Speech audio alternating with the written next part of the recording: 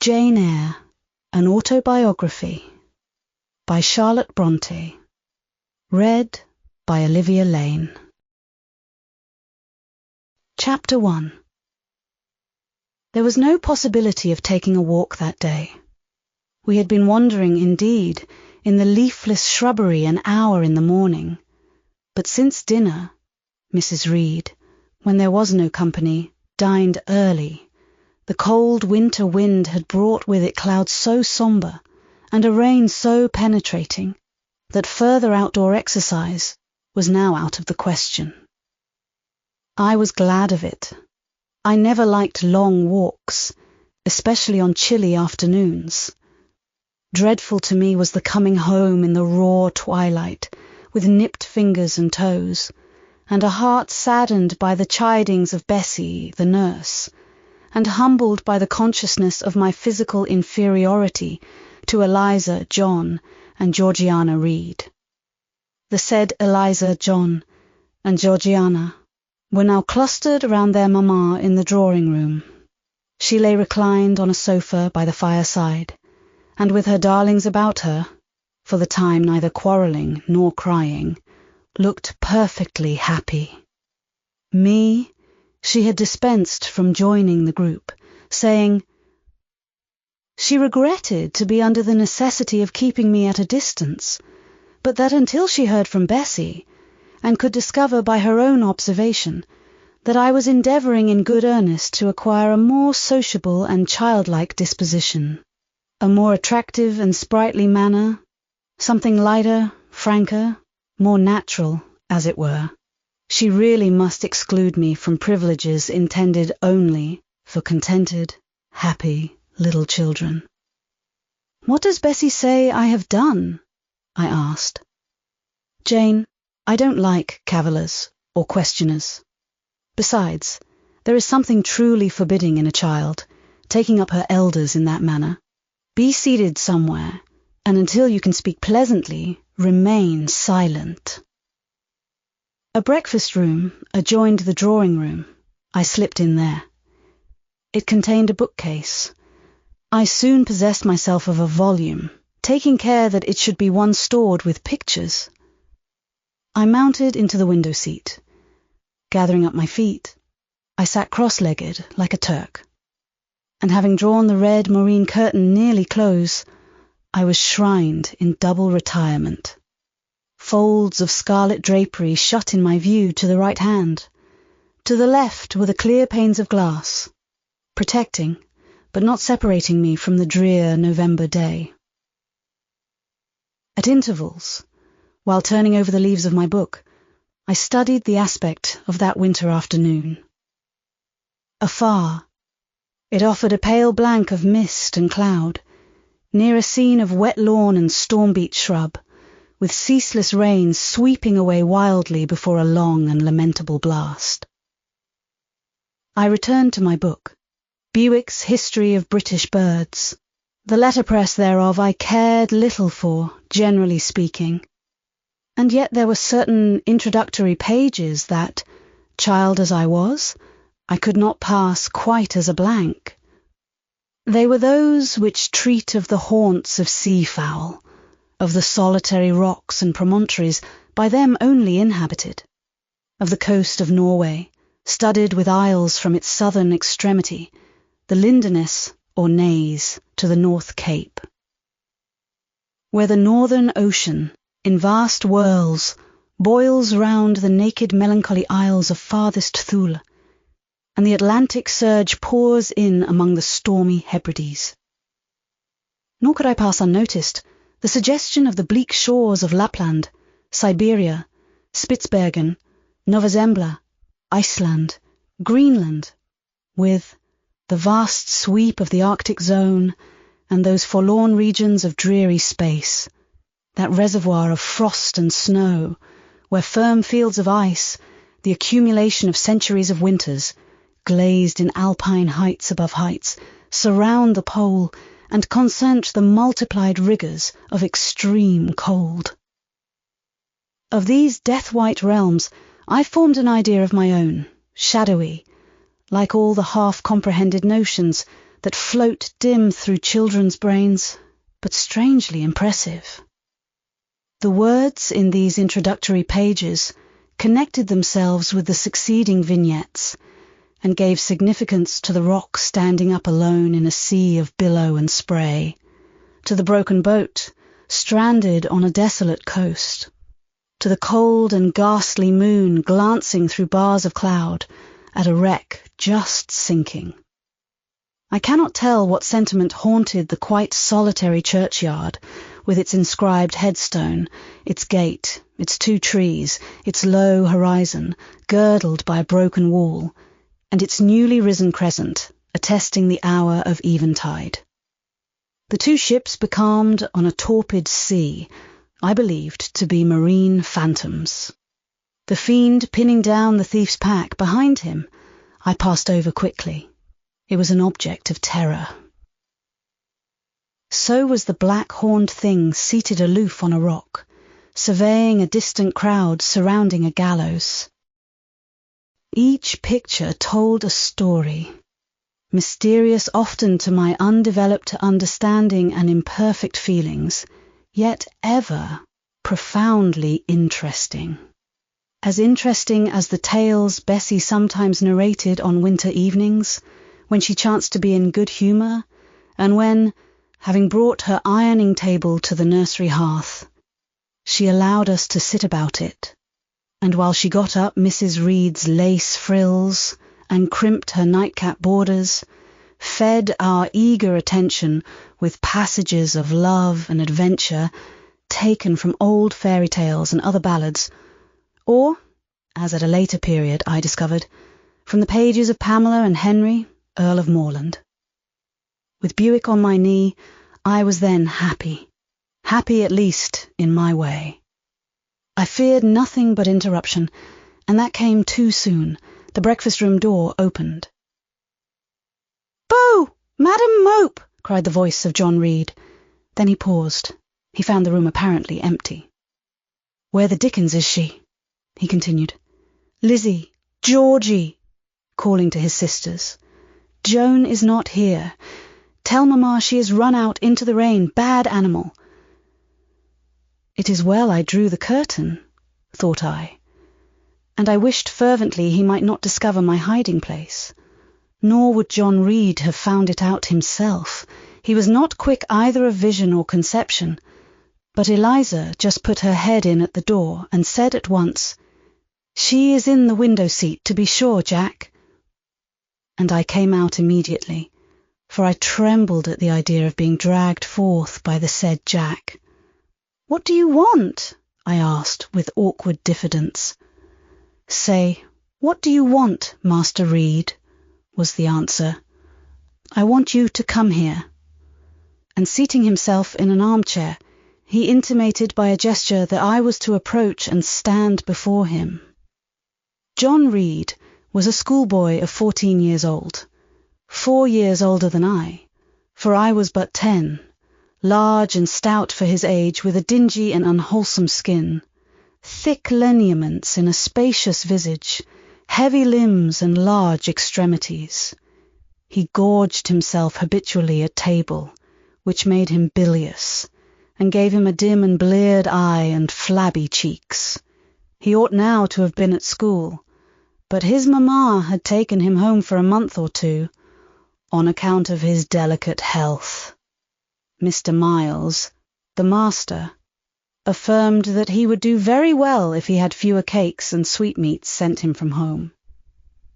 But the mother's heart turned from an opinion so harsh, and inclined rather to the more refined idea that John's sallowness was owing to over-application, and perhaps to pining after home. John had not much affection for his mother and sisters, and an antipathy to me. He bullied and punished me, not 2 or 3 times in the week, nor once or twice in the day, but continually. Every nerve I had feared him, and every morsel of flesh in my bones shrank when he came near. There were moments when I was bewildered by the terror he inspired, because I had no appeal whatever against either his menaces or his inflictions. The servants did not like to offend their young master by taking my part against him, and Mrs. Reed was blind and deaf on the subject. She never saw him strike or heard him abuse me, though he did both now and then, in her very presence, more frequently, however, behind her back. Habitually, obedient to John, I came up to his chair. He spent some 3 minutes in thrusting out his tongue at me, as far as he could without damaging the roots. I knew he would soon strike, and while dreading the blow, I mused on the disgusting and ugly appearance of him who would presently deal it. I wonder if he read that notion in my face, for, all at once, without speaking, he struck suddenly and strongly. I tottered, and on regaining my equilibrium, retired back a step or two from his chair. "That is for your impudence in answering Mamma a while since," said he, "and for your sneaking way of getting behind curtains, and for the look you had in your eyes 2 minutes since, you rat." Accustomed to John Reed's abuse, I never had an idea of replying to it. My care was how to endure the blow which would certainly follow the insult. "What were you doing behind the curtain?" he asked. "I was reading." "Show the book." I returned to the window and fetched it thence. "You have no business to take our books. You are a dependent, Mamma says. You have no money. Your father left you none. You ought to beg, and not to live here with gentlemen's children like us, and eat the same meals we do, and wear clothes at our mamma's expense. Now, I'll teach you to rummage my bookshelves, for they are mine. All the house belongs to me, or will do in a few years. Go and stand by the door, out of the way of the mirror and the windows." I did so, not at first aware what was his intention. But when I saw him lift and poise the book and stand in act to hurl it, I instinctively started aside with a cry of alarm. Not soon enough, however. The volume was flung, it hit me, and I fell, striking my head against the door and cutting it. The cut bled, the pain was sharp. My terror had passed its climax, other feelings succeeded. "Wicked and cruel boy," I said. "You are like a murderer, you are like a slave driver, you are like the Roman emperors." I had read Goldsmith's History of Rome, and had formed my opinion of Nero, Caligula, and C.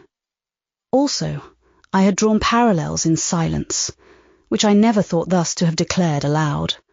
"What? What?" he cried. "Did she say that to me? Did you hear her, Eliza and Georgiana? Won't I tell Mamma? But first—" He ran headlong at me. I felt him grasp my hair and my shoulder. He had closed with a desperate thing. I really saw in him a tyrant, a murderer. I felt a drop or two of blood from my head trickle down my neck, and was sensible of somewhat pungent suffering. These sensations for the time predominated over fear, and I received him in frantic sort. I don't very well know what I did with my hands, but he called me rat, rat, and bellowed out aloud. Aid was near him. Eliza and Georgiana had run for Mrs. Reed, who was gone upstairs. She now came upon the scene, followed by Bessie and her maid Abbot. We were parted. I heard the words. Dear, dear, what a fury to fly at Master John! Did ever anybody see such a picture of passion? Then Mrs. Reed subjoined, "Take her away to the Red Room and lock her in there." 4 hands were immediately laid upon me, and I was borne upstairs. Chapter 2. I resisted all the way, a new thing for me, and a circumstance which greatly strengthened the bad opinion Bessie and Miss Abbot were disposed to entertain of me. The fact is, I was a trifle beside myself, or rather out of myself, as the French would say. I was conscious that a moment's mutiny had already rendered me liable to strange penalties, and like any other rebel slave, I felt resolved, in my desperation, to go all lengths. "Hold her arms, Miss Abbot. She's like a mad cat." For shame, cried the lady's maid. "What shocking conduct, Miss Eyre, to strike a young gentleman, your benefactress's son, your young master." "Master? How is he my master? Am I a servant?" "No, you are less than a servant, for you do nothing for your keep. There, sit down and think over your wickedness." They had got me by this time into the apartment indicated by Mrs. Reed, and had thrust me upon a stool. My impulse was to rise from it like a spring. Their two pair of hands arrested me instantly. "If you don't sit still, you must be tied down," said Bessie. "Miss Abbot, lend me your garters. She would break mine directly." Miss Abbot turned to divest a stout leg of the necessary ligature. This preparation for bonds, and the additional ignominy it inferred, took a little of the excitement out of me. "Don't take them off," I cried. "I will not stir." In guarantee whereof, I attached myself to my seat by my hands. "Mind you don't," said Bessie, and when she had ascertained that I was really subsiding, she loosened her hold of me. Then she and Miss Abbot stood with folded arms, looking darkly and doubtfully on my face, as incredulous of my sanity. "She never did so before," at last said Bessie, turning to the Abigail. "But it was always in her," was the reply. "I've told Mrs. often my opinion about the child, and Mrs. agreed with me. She's an underhand little thing. I never saw a girl of her age with so much cover." Bessie answered not, but ere long, addressing me, she said, "You ought to be aware, miss, that you are under obligations to Mrs. Reed. She keeps you. If she were to turn you off, you would have to go to the poorhouse." I had nothing to say to these words. They were not new to me. My very first recollections of existence included hints of the same kind. This reproach of my dependence had become a vague sing-song in my ear, very painful and crushing, but only half intelligible. Miss Abbot joined in. "And you ought not to think yourself on an equality with the Mrs. Reed and Master Reed, because Mrs. kindly allows you to be brought up with them. They will have a great deal of money, and you will have none. It is your place to be humble, and to try to make yourself agreeable to them." "What we tell you is for your good," added Bessie, in no harsh voice. "You should try to be useful and pleasant then. Perhaps you would have a home here. But if you become passionate and rude, Mrs. will send you away, I am sure." "Besides," said Miss Abbot, "God will punish her. He might strike her dead in the midst of her tantrums. And then, where would she go? Come, Bessie, we will leave her. I wouldn't have her heart for anything. Say your prayers, Miss Eyre, when you are by yourself, for if you don't repent, something bad might be permitted to come down the chimney and fetch you away." They went, shutting the door and locking it behind them. The Red Room was a square chamber, very seldom slept in, I might say never, indeed, unless when a chance influx of visitors at Gateshead Hall rendered it necessary to turn to account all the accommodation it contained. Yet it was one of the largest and stateliest chambers in the mansion. A bed supported on massive pillars of mahogany, hung with curtains of deep red damask, stood out like a tabernacle in the centre. The two large windows, with their blinds always drawn down, were half shrouded in festoons and falls of similar drapery. The carpet was red. The table at the foot of the bed was covered with a crimson cloth. The walls were a soft fawn colour, with a blush of pink in it. The wardrobe, the toilet table, the chairs were of darkly polished old mahogany. Out of these deep surrounding shades rose high and glared white the piled-up mattresses and pillows of the bed, spread with a snowy Marseille counterpane. Scarcely less prominent was an ample cushioned easy chair near the head of the bed, also white, with a footstool before it, and looking, as I thought, like a pale throne.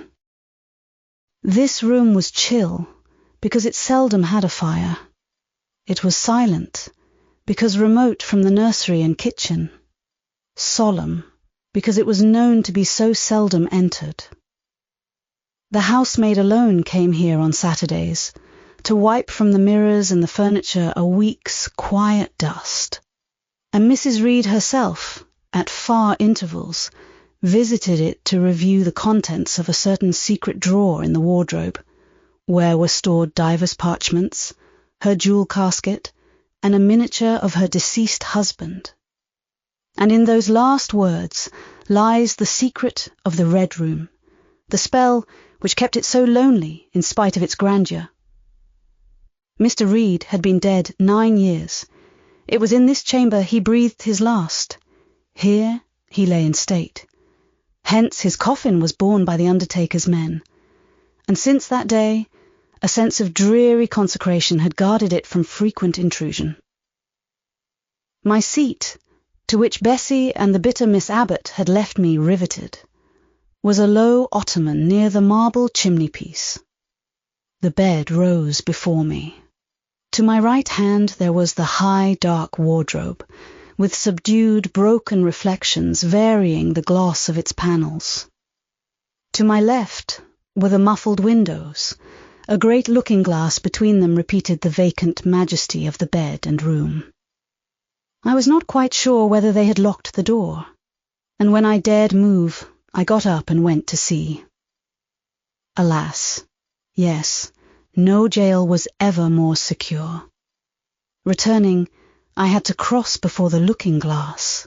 My fascinated glance involuntarily explored the depth it revealed. All looked colder and darker in that visionary hollow than in reality, and the strange little figure there gazing at me, with a white face and arms specking the gloom, and glittering eyes of fear moving where all else was still, had the effect of a real spirit. I thought it like one of the tiny phantoms, half fairy, half imp, Bessie's evening stories represented as coming out of lone ferny dells in moors and appearing before the eyes of belated travellers. I returned to my stool. Superstition was with me at that moment, but it was not yet her hour for complete victory. My blood was still warm. The mood of the revolted slave was still bracing me with its bitter vigour. I had to stem a rapid rush of retrospective thought before I quailed to the dismal present. All John Reed's violent tyrannies, all his sister's proud indifference, all his mother's aversion, all the servants' partiality, turned up in my disturbed mind like a dark deposit in a turbid well. Why was I always suffering, always browbeaten, always accused, forever condemned? Why could I never please? Why was it useless to try to win anyone's favour? Eliza, who was headstrong and selfish, was respected. Georgiana, who had a spoiled temper, a very acrid spite, a captious and insolent carriage, was universally indulged. Her beauty, her pink cheeks and golden curls, seemed to give delight to all who looked at her, and to purchase indemnity for every fault. John no one thwarted, much less punished.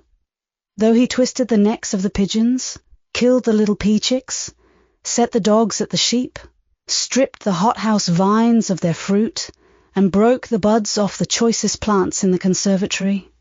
He called his mother old girl, too, sometimes reviled her for her dark skin, similar to his own, bluntly disregarded her wishes, not unfrequently tore and spoiled her silk attire, and he was still her own darling. I dared commit no fault.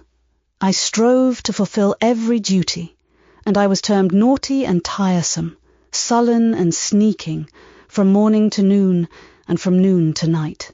My head still ached and bled with the blow and fall I had received. No one had reproved John for wantonly striking me, and because I had turned against him to avert farther irrational violence, I was loaded with general opprobrium.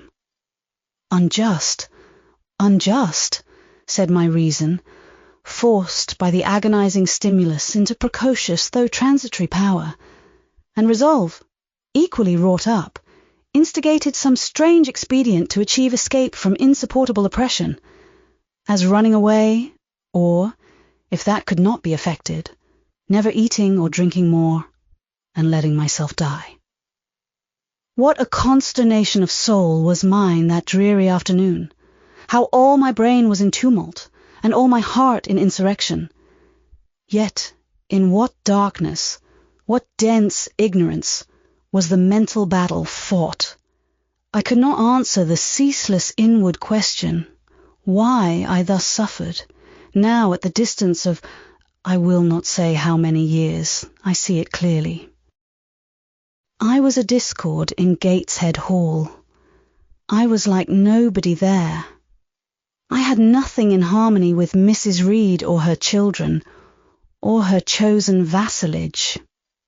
If they did not love me, in fact, as little did I love them. They were not bound to regard with affection a thing that could not sympathize with one amongst them. A heterogeneous thing, opposed to them in temperament, in capacity, in propensities. A useless thing, incapable of serving their interest or adding to their pleasure. A noxious thing, cherishing the germs of indignation at their treatment, of contempt of their judgment. I know that had I been a sanguine, brilliant, careless, exacting, handsome, romping child, though equally dependent and friendless, Mrs. Reed would have endured my presence more complacently. Her children would have entertained for me more of the cordiality of fellow feeling. The servants would have been less prone to make me the scapegoat of the nursery. Daylight began to forsake the Red Room. It was past 4 o'clock, and the beclouded afternoon was tending to drear twilight. I heard the rain still beating continuously on the staircase window, and the wind howling in the grove behind the hall. I grew by degrees cold as a stone, and then my courage sank. My habitual mood of humiliation, self-doubt, forlorn depression, fell damp on the embers of my decaying ire. All said I was wicked, and perhaps I might be so. What thought had I been but just conceiving of starving myself to death? That certainly was a crime. And was I fit to die? Or was the vault under the chancel of Gateshead Church an inviting bourne?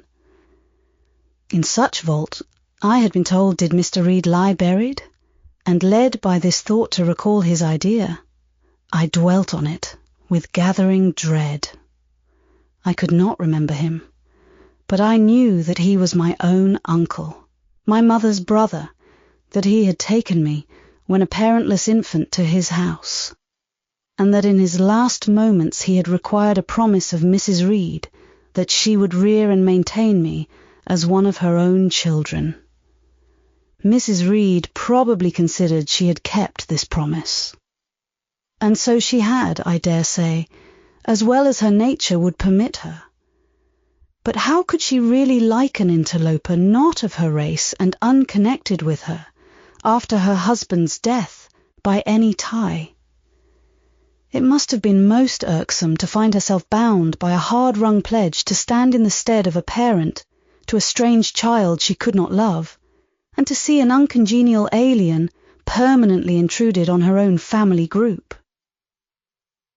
A singular notion dawned upon me. I doubted not, never doubted, that if Mr. Reed had been alive, he would have treated me kindly, and now, as I sat looking at the white bed and overshadowed walls, occasionally also turning a fascinated eye towards the dimly gleaming mirror. I began to recall what I had heard of dead men, troubled in their graves by the violation of their last wishes, revisiting the earth to punish the perjured and avenge the oppressed. And I thought Mr. Reed's spirit, harassed by the wrongs of his sister's child, might quit its abode, whether in the church vault or in the unknown world of the departed, and rise before me in this chamber. I wiped my tears and hushed my sobs, fearful lest any sign of violent grief might waken a preternatural voice to comfort me, or elicit from the gloom some haloed face bending over me with strange pity. This idea, consolatory in theory, I felt would be terrible if realized. With all my might I endeavored to stifle it. I endeavored to be firm. Shaking my hair from my eyes, I lifted my head and tried to look boldly round the dark room. At this moment, a light gleamed on the wall. Was it, I asked myself, a ray from the moon penetrating some aperture in the blind? No. Moonlight was still, and this stirred. While I gazed, it glided up to the ceiling and quivered over my head. I can now conjecture readily that this streak of light was, in all likelihood, a gleam from a lantern carried by someone across the lawn. But then, prepared as my mind was for horror, shaken as my nerves were by agitation, I thought the swift darting beam was a herald of some coming vision from another world. My heart beat thick, my head grew hot, a sound filled my ears, which I deemed the rushing of wings. Something seemed near me. I was oppressed, suffocated. Endurance broke down. I rushed to the door and shook the lock in desperate effort. Steps came running along the outer passage. The key turned. Bessie and Abbot entered. "Miss Eyre, are you ill?" said Bessie. "What a dreadful noise! It went quite through me," exclaimed Abbot. "Take me out. Let me go into the nursery," was my cry. "What for? Are you hurt? Have you seen something?" again demanded Bessie. "Oh, I saw a light, and I thought a ghost would come." I had now got hold of Bessie's hand, and she did not snatch it from me. "She has screamed out on purpose," declared Abbot, in some disgust. "And what a scream! If she had been in great pain, one would have excused it, but she only wanted to bring us all here. I know her naughty tricks." "What is all this?" demanded another voice peremptorily. And Mrs. Reed came along the corridor, her cap flying wide, her gown rustling stormily. "Abbot and Bessie, I believe I gave orders that Jane Eyre should be left in the Red Room till I came to her myself." "Miss Jane screamed so loud, ma'am," pleaded Bessie. "Let her go," was the only answer. "Loose Bessie's hand, child. You cannot succeed in getting out by these means, be assured. I abhor artifice, particularly in children. It is my duty to show you that tricks will not answer. You will now stay here an hour longer, and it is only on condition of perfect submission and stillness that I shall liberate you then." "Oh, Aunt, have pity. Forgive me. I cannot endure it. Let me be punished some other way. I shall be killed if—" "Silence. This violence is all most repulsive, and so, no doubt, she felt it. I was a precocious actress in her eyes. She sincerely looked on me as a compound of virulent passions, mean spirit, and dangerous duplicity." Bessie and Abbot having retreated, Mrs. Reed, impatient of my now frantic anguish and wild sobs, abruptly thrust me back and locked me in, without farther parley. I heard her sweeping away, and soon after she was gone, I suppose I had a species of fit. Unconsciousness closed the scene. Chapter 3. The next thing I remember is, waking up with a feeling as if I had had a frightful nightmare, and seeing before me a terrible red glare, crossed with thick black bars. I heard voices too, speaking with a hollow sound, and as if muffled by a rush of wind or water, agitation, uncertainty, and an all-predominating sense of terror confused my faculties. Ere long, I became aware that someone was handling me, lifting me up and supporting me in a sitting posture, and that more tenderly than I had ever been raised or upheld before. I rested my head against a pillow or an arm, and felt easy. In 5 minutes more, the cloud of bewilderment dissolved. I knew quite well that I was in my own bed, and that the red glare was the nursery fire. It was night. A candle burnt on the table. Bessie stood at the bedfoot with a basin in her hand, and a gentleman sat in a chair near my pillow, leaning over me. I felt an inexpressible relief, a soothing conviction of protection and security, when I knew that there was a stranger in the room, an individual not belonging to Gateshead and not related to Mrs. Reed. Turning from Bessie, though her presence was far less obnoxious to me than that of Abbott, for instance, would have been, I scrutinized the face of the gentleman. I knew him. It was Mr. Lloyd, an apothecary, sometimes called in by Mrs. Reed when the servants were ailing.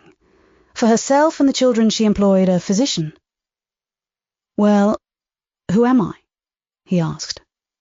I pronounced his name, offering him at the same time my hand. He took it, smiling and saying, "We shall do very well by and by." Then he laid me down, and addressing Bessie, charged her to be very careful that I was not disturbed during the night. Having given some further directions, and intimated that he should call again the next day, he departed, to my grief. I felt so sheltered and befriended while he sat in the chair near my pillow, and as he closed the door after him, all the room darkened, and my heart again sank.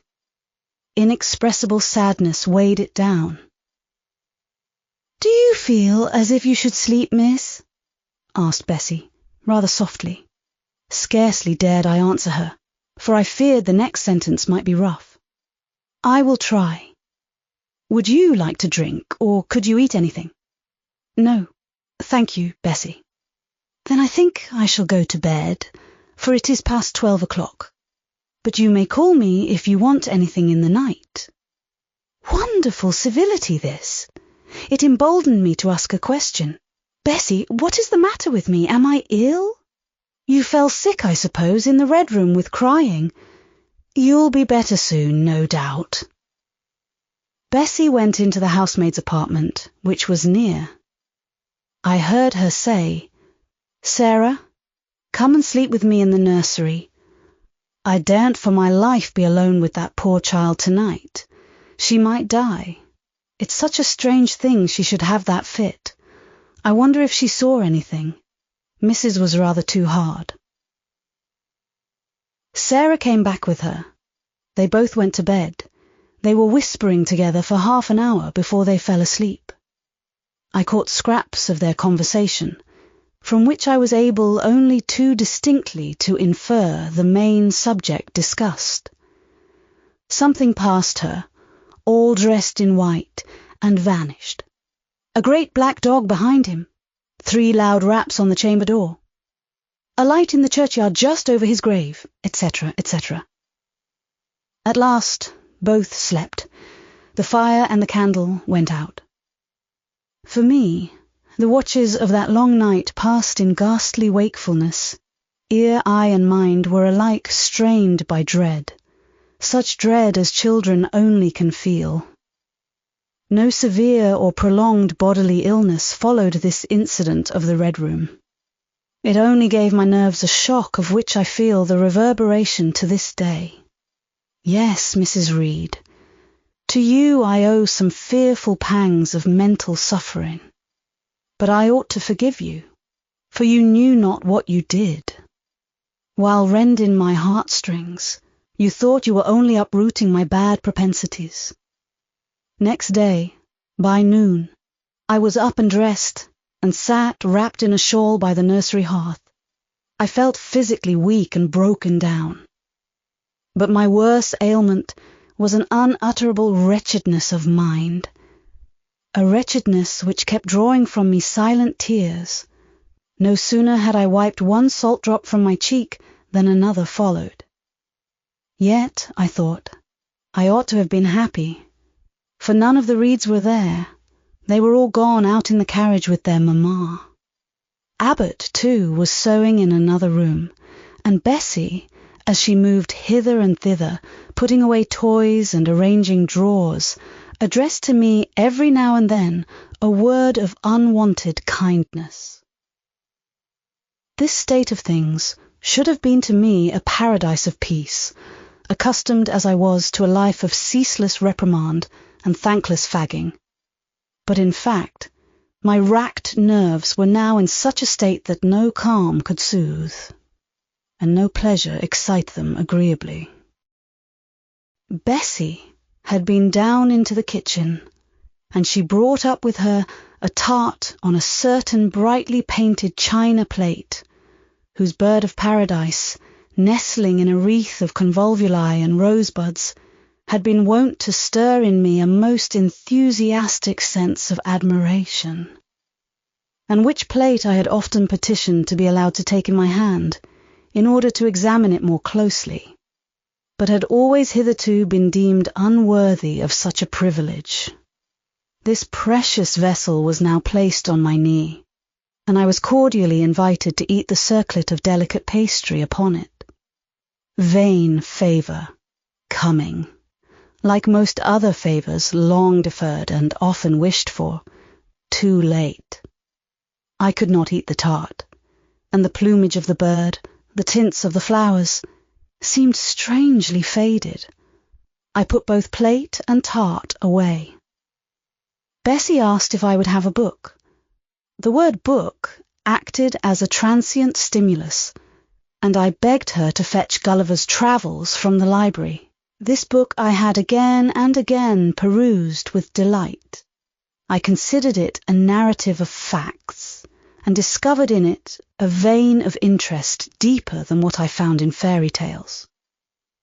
For as to the elves, having sought them in vain among foxglove leaves and bells, under mushrooms and beneath the ground, ivy mantling old wall nooks, I had at length made up my mind to the sad truth that they were all gone out of England to some savage country where the woods were wilder and thicker and the population more scant, whereas Lilliput and Brobdingnag being, in my creed, solid parts of the earth's surface, I doubted not that I might one day, by taking a long voyage, see with my own eyes the little fields, houses and trees, the diminutive people, the tiny cows, sheep, and birds of the one realm, and the cornfields forest high, the mighty mastiffs, the monster cats, the tower-like men and women of the other. Yet when this cherished volume was now placed in my hand, when I turned over its leaves and sought in its marvellous pictures the charm I had, till now, never failed to find, all was eerie and dreary. The giants were gaunt goblins, the pygmies malevolent and fearful imps, Gulliver a most desolate wanderer in most dread and dangerous regions. I closed the book, which I dared no longer peruse, and put it on the table beside the untasted tart. Bessie had now finished dusting and tidying the room, and having washed her hands, she opened a certain little drawer, full of splendid shreds of silk and satin, and began making a new bonnet for Georgiana's doll. Meantime, she sang. Her song was, "In the days when we went gypsying, a long time ago." I had often heard the song before, and always with lively delight, for Bessie had a sweet voice, at least I thought so. But now, though her voice was still sweet, I found in its melody an indescribable sadness, Sometimes, preoccupied with her work, she sang the refrain very low, very lingeringly. A long time ago came out like the saddest cadence of a funeral hymn. She passed into another ballad, this time a really doleful one. My feet they are sore, and my limbs they are weary. Long is the way, and the mountains are wild. Soon will the twilight close, moonless and dreary, over the path of the poor orphan child. Why did they send me so far and so lonely, up where the moors spread and grey rocks are piled? Men are hard-hearted, and kind angels only watch o'er the steps of a poor orphan child. Yet distant and soft, the night breeze is blowing. Clouds there are none, and clear stars beam mild. God in his mercy, protection is showing, comfort and hope to the poor orphan child. Ever should I fall o'er the broken bridge passing, or stray in the marshes, by false lights beguiled. Still will my Father with promise and blessing take to his bosom the poor orphan child. There is a thought that for strength should avail me, though both of shelter and kindred despoiled. Heaven is a home, and a rest will not fail me. God is a friend to the poor orphan child. Come, Miss Jane, don't cry, said Bessie as she finished. She might as well have said to the fire, don't burn. But how could she divine the morbid suffering to which I was a prey? In the course of the morning, Mr. Lloyd came again. What, already up? Said he, as he entered the nursery. Well, nurse, how is she? Bessie answered that I was doing very well. Then she ought to look more cheerful. Come here, Miss Jane. Your name is Jane, is it not? Yes, sir, Jane Eyre. Well, you have been crying, Miss Jane Eyre. Can you tell me what about? Have you any pain? No, sir. Oh, I dare say she's crying because she could not go out with Mrs. in the carriage, interposed Bessie. Surely not. Why, she is too old for such pettishness.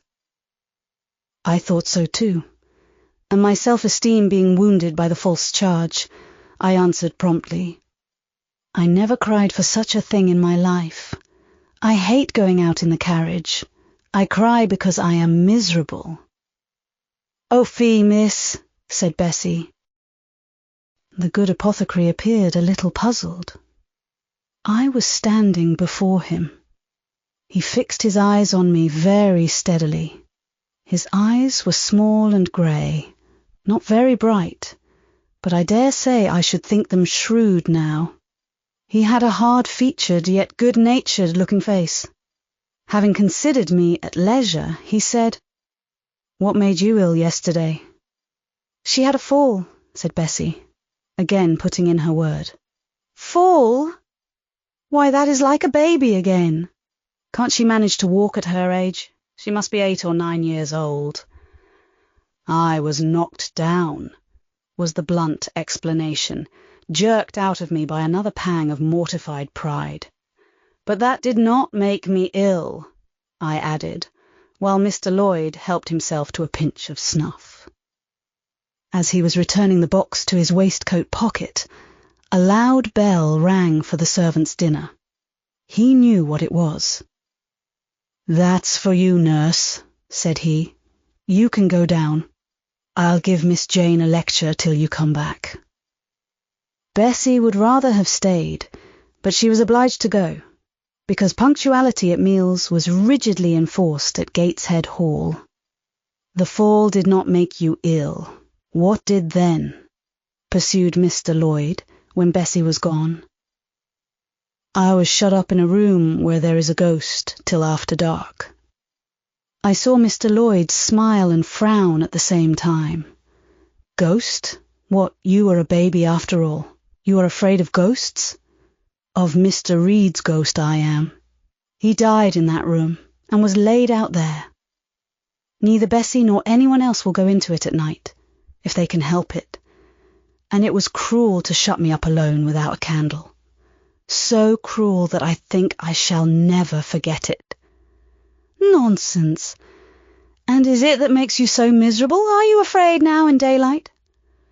No, but night will come again before long, and besides, I am unhappy. Very unhappy. For other things.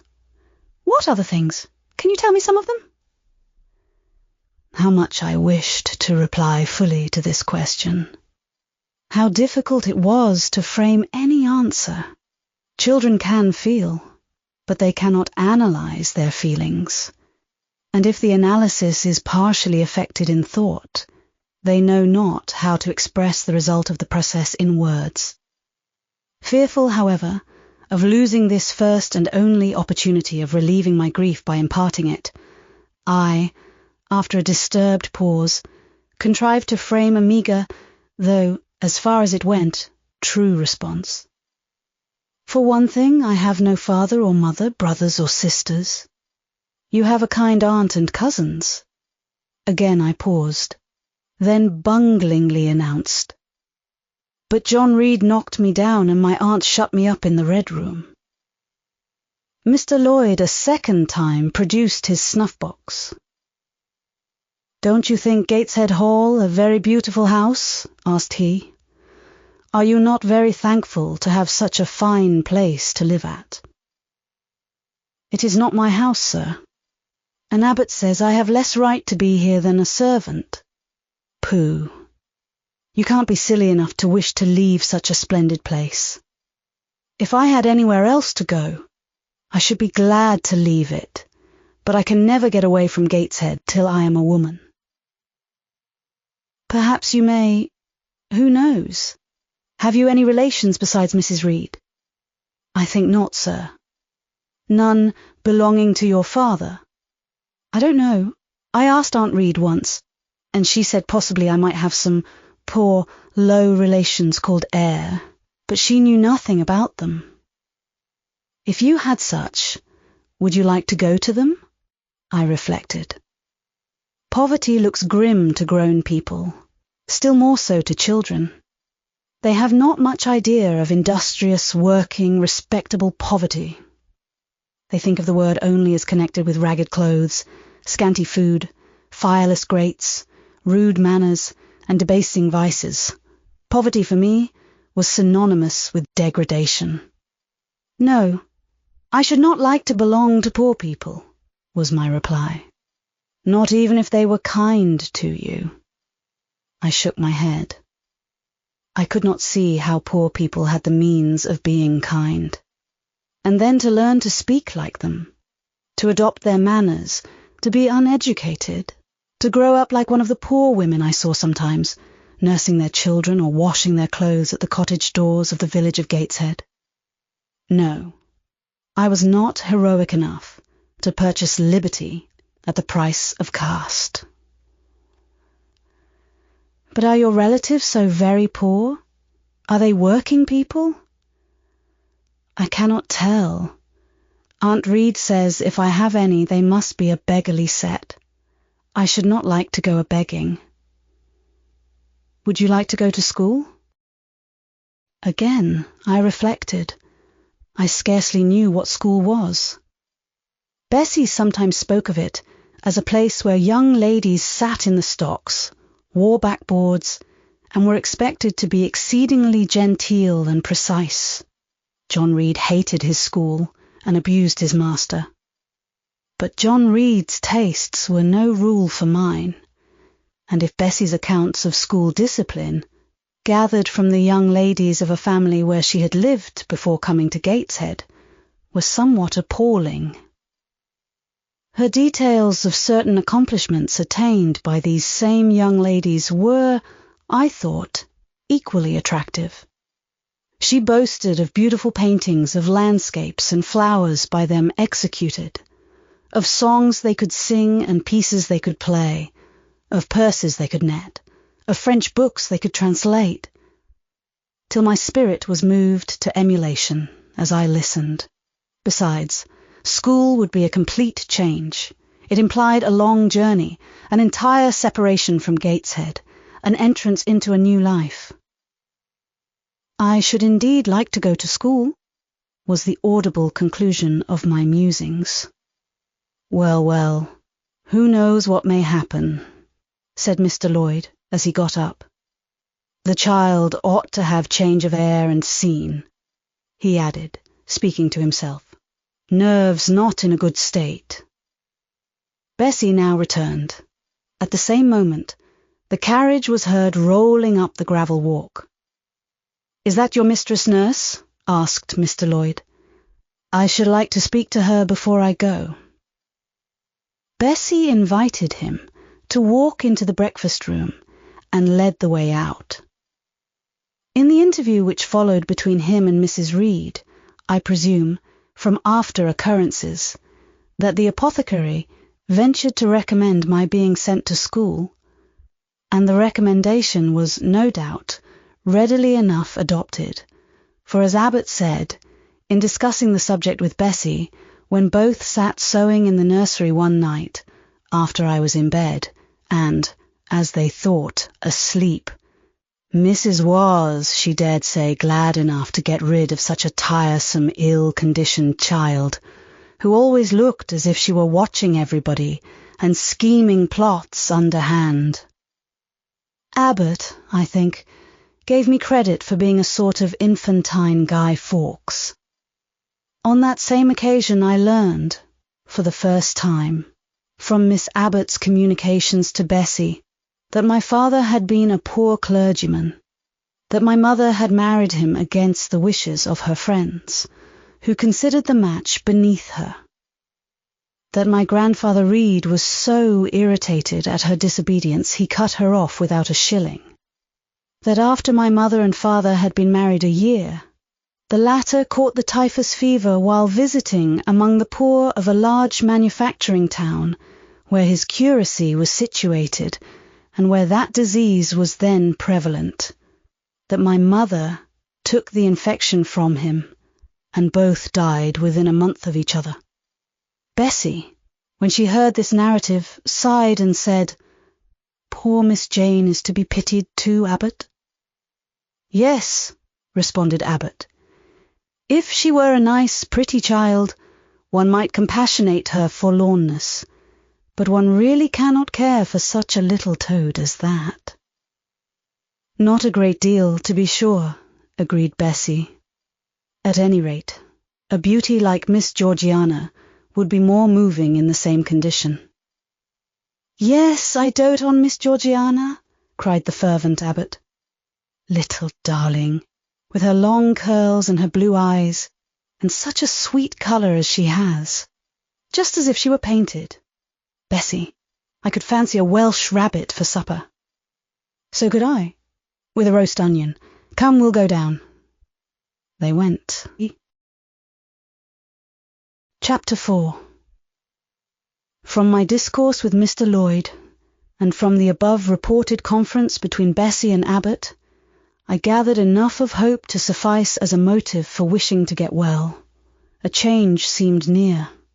I desired and waited it in silence. It tarried, however. Days and weeks passed. I had regained my normal state of health, but no new allusion was made to the subject over which I brooded. Mrs. Reed surveyed me at times with a severe eye, but seldom addressed me. Since my illness, she had drawn a more marked line of separation than ever between me and her own children, appointing me a small closet to sleep in by myself, condemning me to take my meals alone, and pass all my time in the nursery, while my cousins were constantly in the drawing-room. Not a hint, however, did she drop about sending me to school.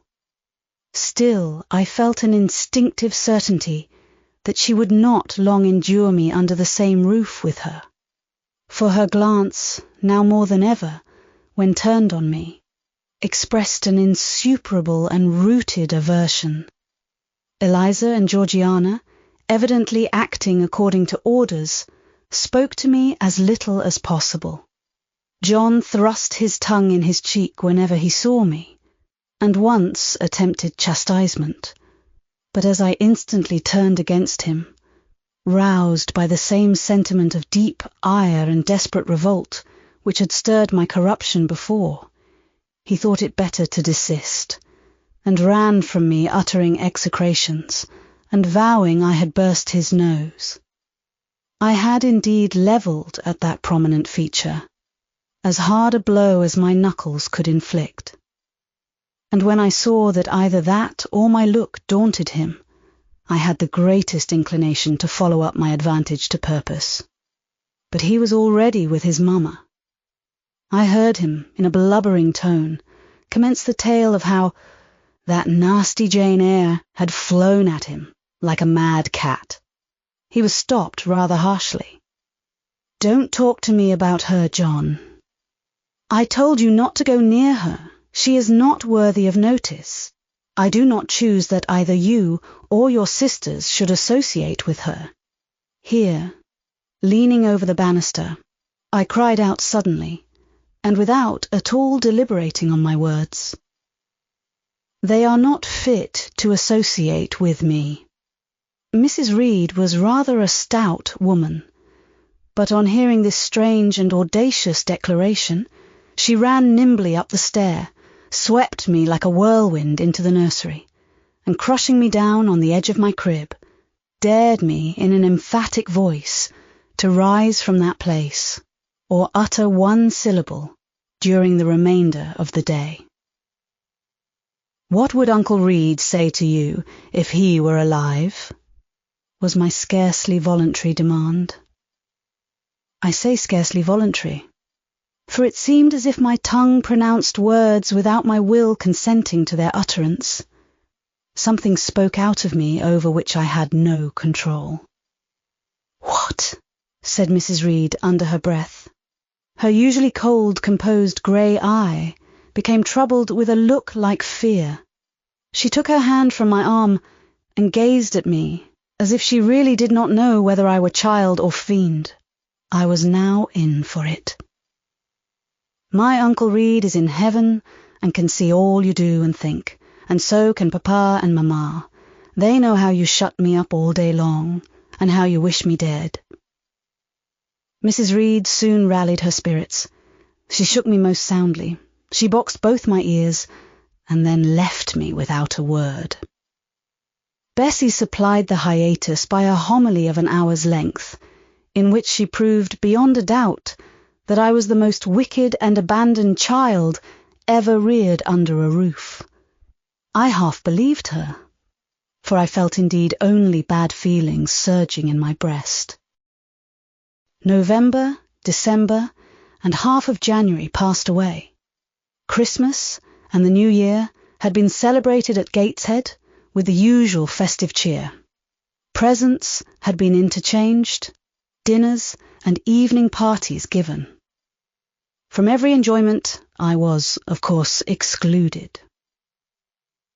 My share of the gaiety consisted in witnessing the daily apparelling of Eliza and Georgiana, and seeing them descend to the drawing-room, dressed out in thin muslin frocks and scarlet sashes, with hair elaborately ringleted, and afterwards, in listening to the sound of the piano or the harp played below, to the passing to and fro of the butler and footman, to the jingling of glass and china as refreshments were handed, to the broken hum of conversation as the drawing-room door opened and closed.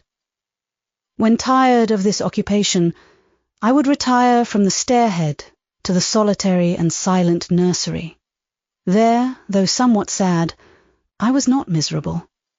To speak truth, I had not the least wish to go into company, for in company I was very rarely noticed, and if Bessie had but been kind and companionable, I should have deemed it a treat to spend the evenings quietly with her, instead of passing them under the formidable eye of Mrs. Reed in a room full of ladies and gentlemen.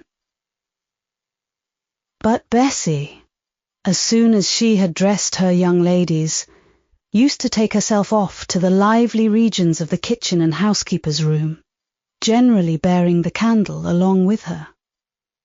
I then sat with my doll on my knee till the fire got low, glancing round occasionally to make sure that nothing worse than myself haunted the shadowy room, and when the embers sank to a dull red, I undressed hastily, tugging at knots and strings as I best might, and sought shelter from cold and darkness in my crib. To this crib I always took my doll. Human beings must love something, and, in the dearth of worthier objects of affection, I contrived to find a pleasure in loving and cherishing a faded graven image, shabby as a miniature scarecrow. It puzzles me now to remember with what absurd sincerity I doted on this little toy, half fancying it alive and capable of sensation. I could not sleep unless it was folded in my nightgown, and when it lay there safe and warm, I was comparatively happy, believing it to be happy likewise. Long did the hours seem, while I waited the departure of the company, and listened for the sound of Bessie's step on the stairs.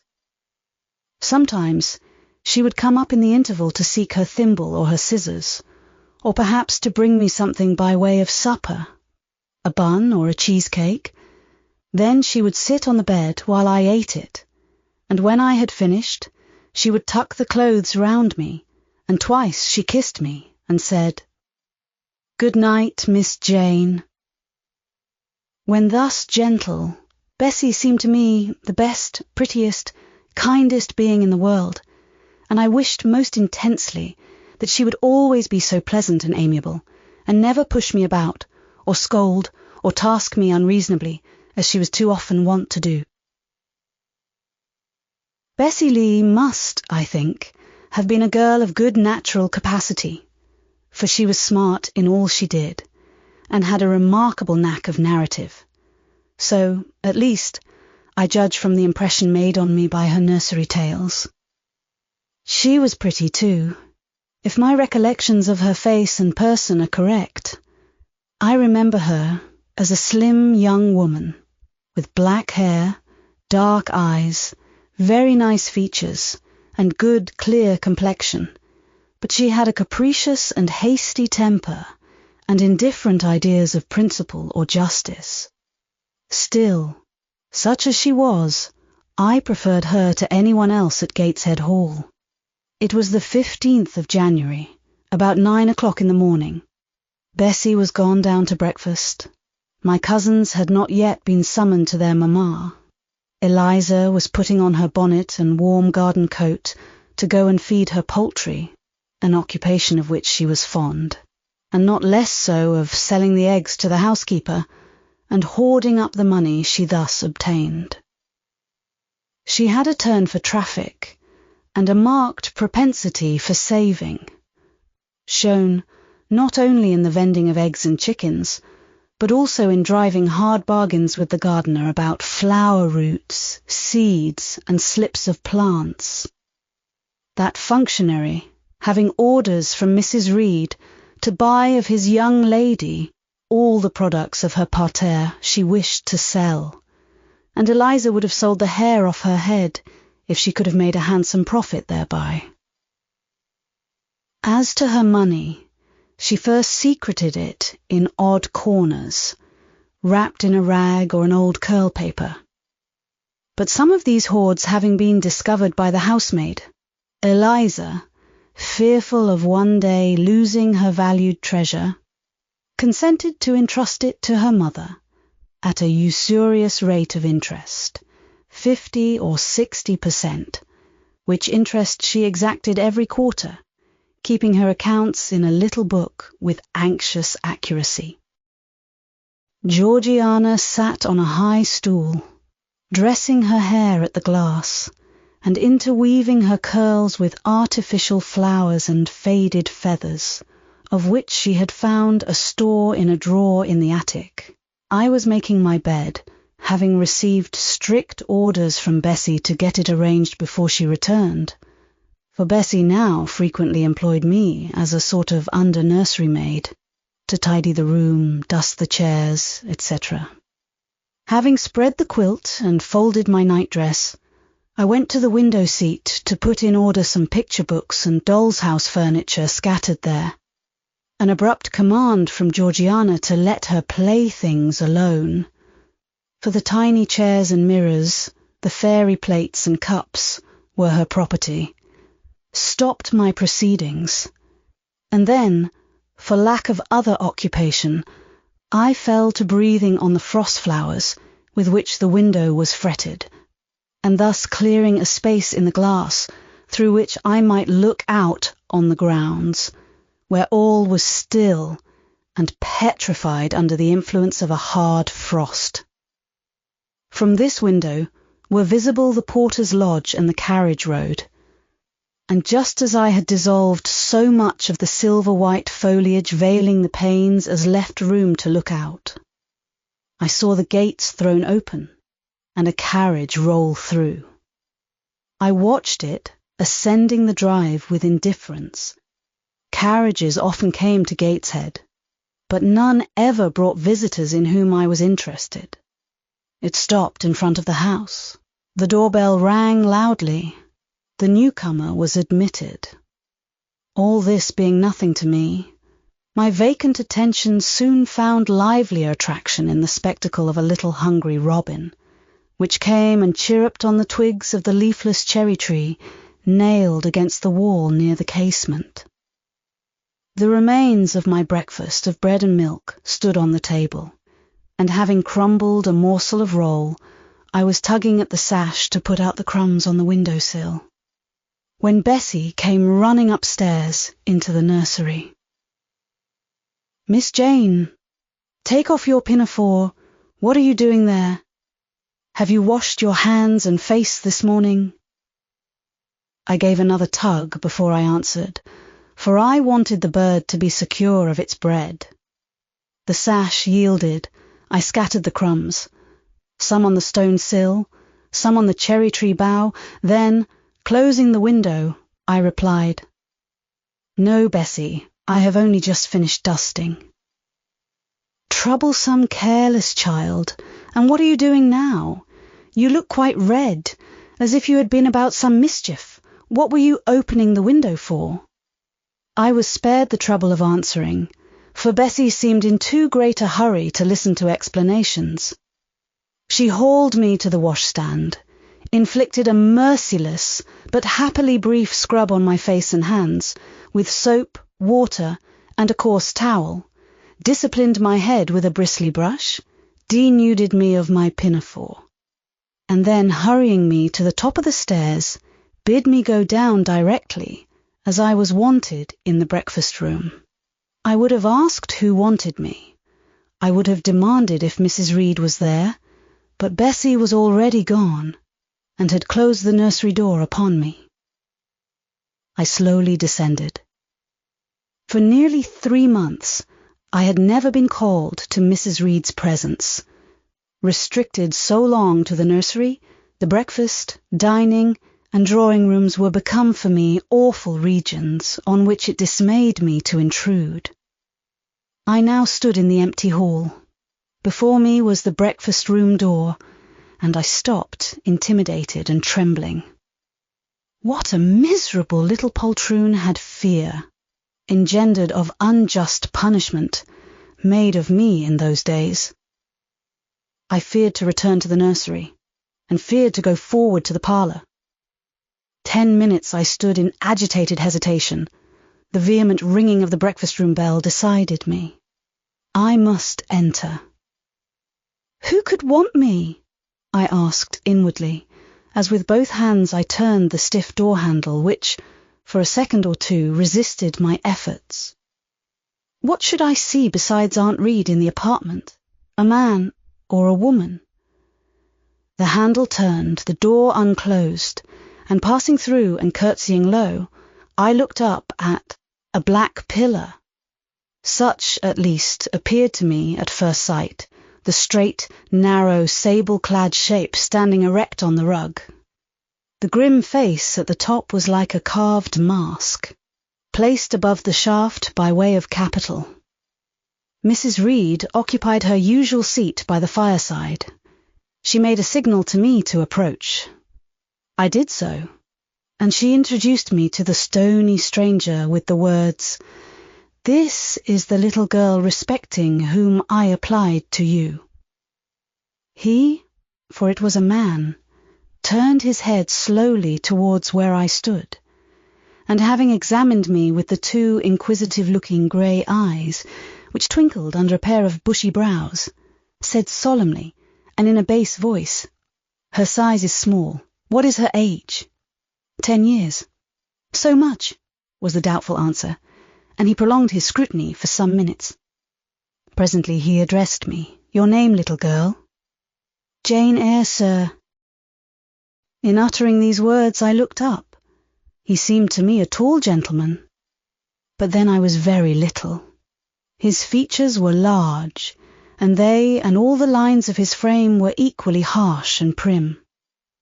"Well, Jane Eyre, and are you a good child?" Impossible to reply to this in the affirmative. My little world held a contrary opinion. I was silent. Mrs. Reed answered for me by an expressive shake of the head, adding soon, "Perhaps the less said on that subject the better, Mr. Brocklehurst." Sorry indeed to hear it. She and I must have some talk. And bending from the perpendicular, he installed his person in the armchair opposite Mrs. Reed's. "Come here," he said. I stepped across the rug. He placed me square and straight before him. What a face he had, now that it was almost on a level with mine. What a great nose, and what a mouth, and what large prominent teeth. "No sight so sad as that of a naughty child," he began, "especially a naughty little girl. Do you know where the wicked go after death?" "They go to hell," was my ready and orthodox answer. "And what is hell? Can you tell me that?" "A pit full of fire." "And should you like to fall into that pit, and to be burning there forever?" "No, sir."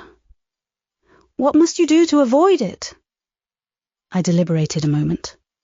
My answer, when it did come, was objectionable. I must keep in good health and not die. "How can you keep in good health? Children younger than you die daily. I buried a little child of 5 years old, only a day or two since, a good little child, whose soul is now in heaven. It is to be feared the same could not be said of you were you to be called hence." Not being in a condition to remove his doubt, I only cast my eyes down on the 2 large feet planted on the rug, and sighed, wishing myself far enough away. I hope that sigh is from the heart, and that you repent of ever having been the occasion of discomfort to your excellent benefactress. "Benefactress, benefactress," said I inwardly. "They all call Mrs. Reed my benefactress. If so, a benefactress is a disagreeable thing." "Do you say your prayers night and morning?" continued my interrogator. "Yes, sir." "Do you read your Bible?" "Sometimes." "With pleasure? Are you fond of it?" "I like Revelations, and the book of Daniel, and Genesis and Samuel, and a little bit of Exodus, and some parts of Kings and Chronicles, and Job and Jonah." "And the Psalms? I hope you like them." "No, sir." "No. Oh, shocking. I have a little boy, younger than you, who knows 6 Psalms by heart. And when you ask him which he would rather have, a gingerbread nut to eat, or a verse of a psalm to learn, he says, 'Oh, the verse of a psalm. Angels sing psalms,' says he. I wish to be a little angel here below." He then gets 2 nuts in recompense for his infant piety. "Psalms are not interesting," I remarked. "That proves you have a wicked heart, and you must pray to God to change it, to give you a new and clean one, to take away your heart of stone and give you a heart of flesh." I was about to propound a question, touching the manner in which that operation of changing my heart was to be performed, when Mrs. Reed interposed, telling me to sit down. She then proceeded to carry on the conversation herself. "Mr. Brocklehurst, I believe I intimated in the letter which I wrote to you 3 weeks ago that this little girl has not quite the character and disposition I could wish. Should you admit her into Lowood School, I should be glad if the superintendent and teachers were requested to keep a strict eye on her, and above all, to guard against her worst fault, a tendency to deceit. I mention this in your hearing, Jane, that you may not attempt to impose on Mr. Brocklehurst. Well might I dread, well might I dislike Mrs. Reed, for it was her nature to wound me cruelly. Never was I happy in her presence. However carefully I obeyed, however strenuously I strove to please her, my efforts were still repulsed and repaid by such sentences as the above. Now, uttered before a stranger, the accusation cut me to the heart. I dimly perceived that she was already obliterating hope from the new phase of existence which she destined me to enter.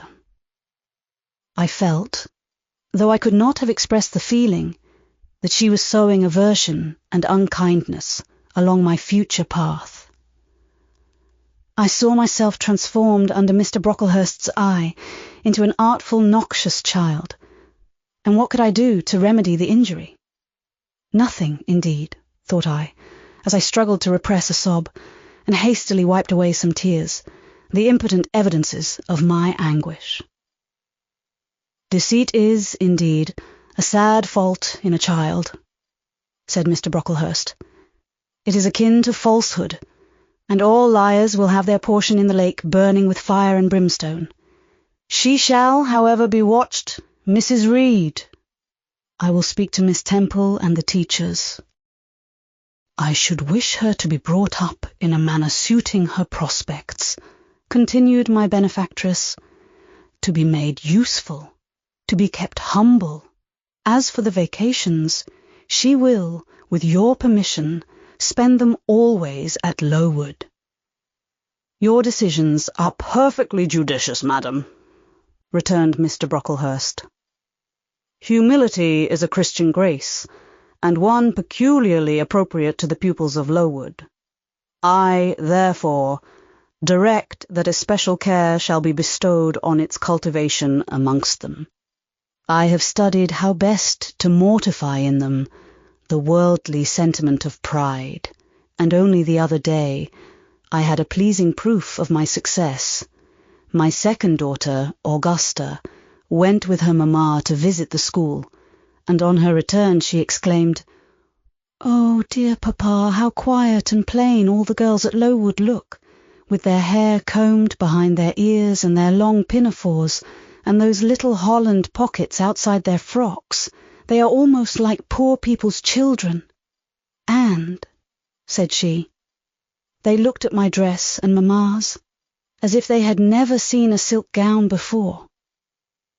"This is the state of things I quite approve," returned Mrs. Reed. "Had I sought all England over, I could scarcely have found a system more exactly fitting a child like Jane Eyre.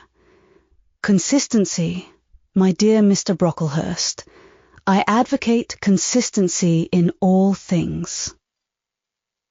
Consistency, madam, is the first of Christian duties, and it has been observed in every arrangement connected with the establishment of Lowood. Plain fare, simple attire, unsophisticated accommodations, hardy and active habits, such is the order of the day in the house and its inhabitants. Quite right, sir. I may then depend upon this child being received as a pupil at Lowood, and there being trained in conformity to her position and prospects? Madam, you may. She shall be placed in that nursery of chosen plants, and I trust she will show herself grateful for the inestimable privilege of her election. I will send her, then, as soon as possible, Mr. Brocklehurst, for I assure you, I feel anxious to be relieved of a responsibility that was becoming too irksome. No doubt, madam. And now I wish you good morning. I shall return to Brocklehurst Hall in the course of a week or two. My good friend, the Archdeacon, will not permit me to leave him sooner. I shall send Miss Temple notice that she is to expect a new girl, so that there will be no difficulty about receiving her. Goodbye. Goodbye, Mr. Brocklehurst. Remember me to Mrs. and Miss Brocklehurst, and to Augusta and Theodore, and Master Broughton Brocklehurst. I will, madam. Little girl, here is a book entitled The Child's Guide. Read it with prayer, especially that part containing an account of the awfully sudden death of Martha G., a naughty child addicted to falsehood and deceit. With these words, Mr. Brocklehurst put into my hand a thin pamphlet sewn in a cover, and having rung for his carriage, he departed. Mrs. Reed and I were left alone. Some minutes passed in silence. She was sewing, I was watching her. Mrs. Reed might be at that time some 6 or 37. She was a woman of robust frame, square-shouldered and strong-limbed, not tall, and though stout, not obese. She had a somewhat large face, the underjaw being much developed and very solid. Her brow was low, her chin large and prominent, mouth and nose sufficiently regular. Under her light eyebrows glimmered an eye devoid of ruth. Her skin was dark and opaque, her hair nearly flaxen. Her constitution was sound as a bell. Illness never came near her. She was an exact, clever manager. Her household and tenantry were thoroughly under her control.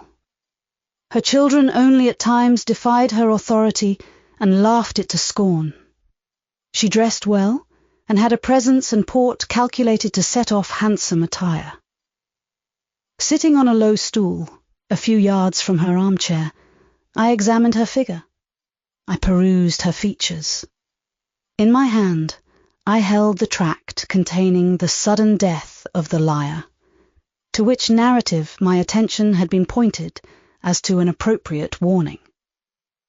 What had just passed, what Mrs. Reed had said concerning me to Mr. Brocklehurst, the whole tenor of their conversation, was recent, raw, and stinging in my mind.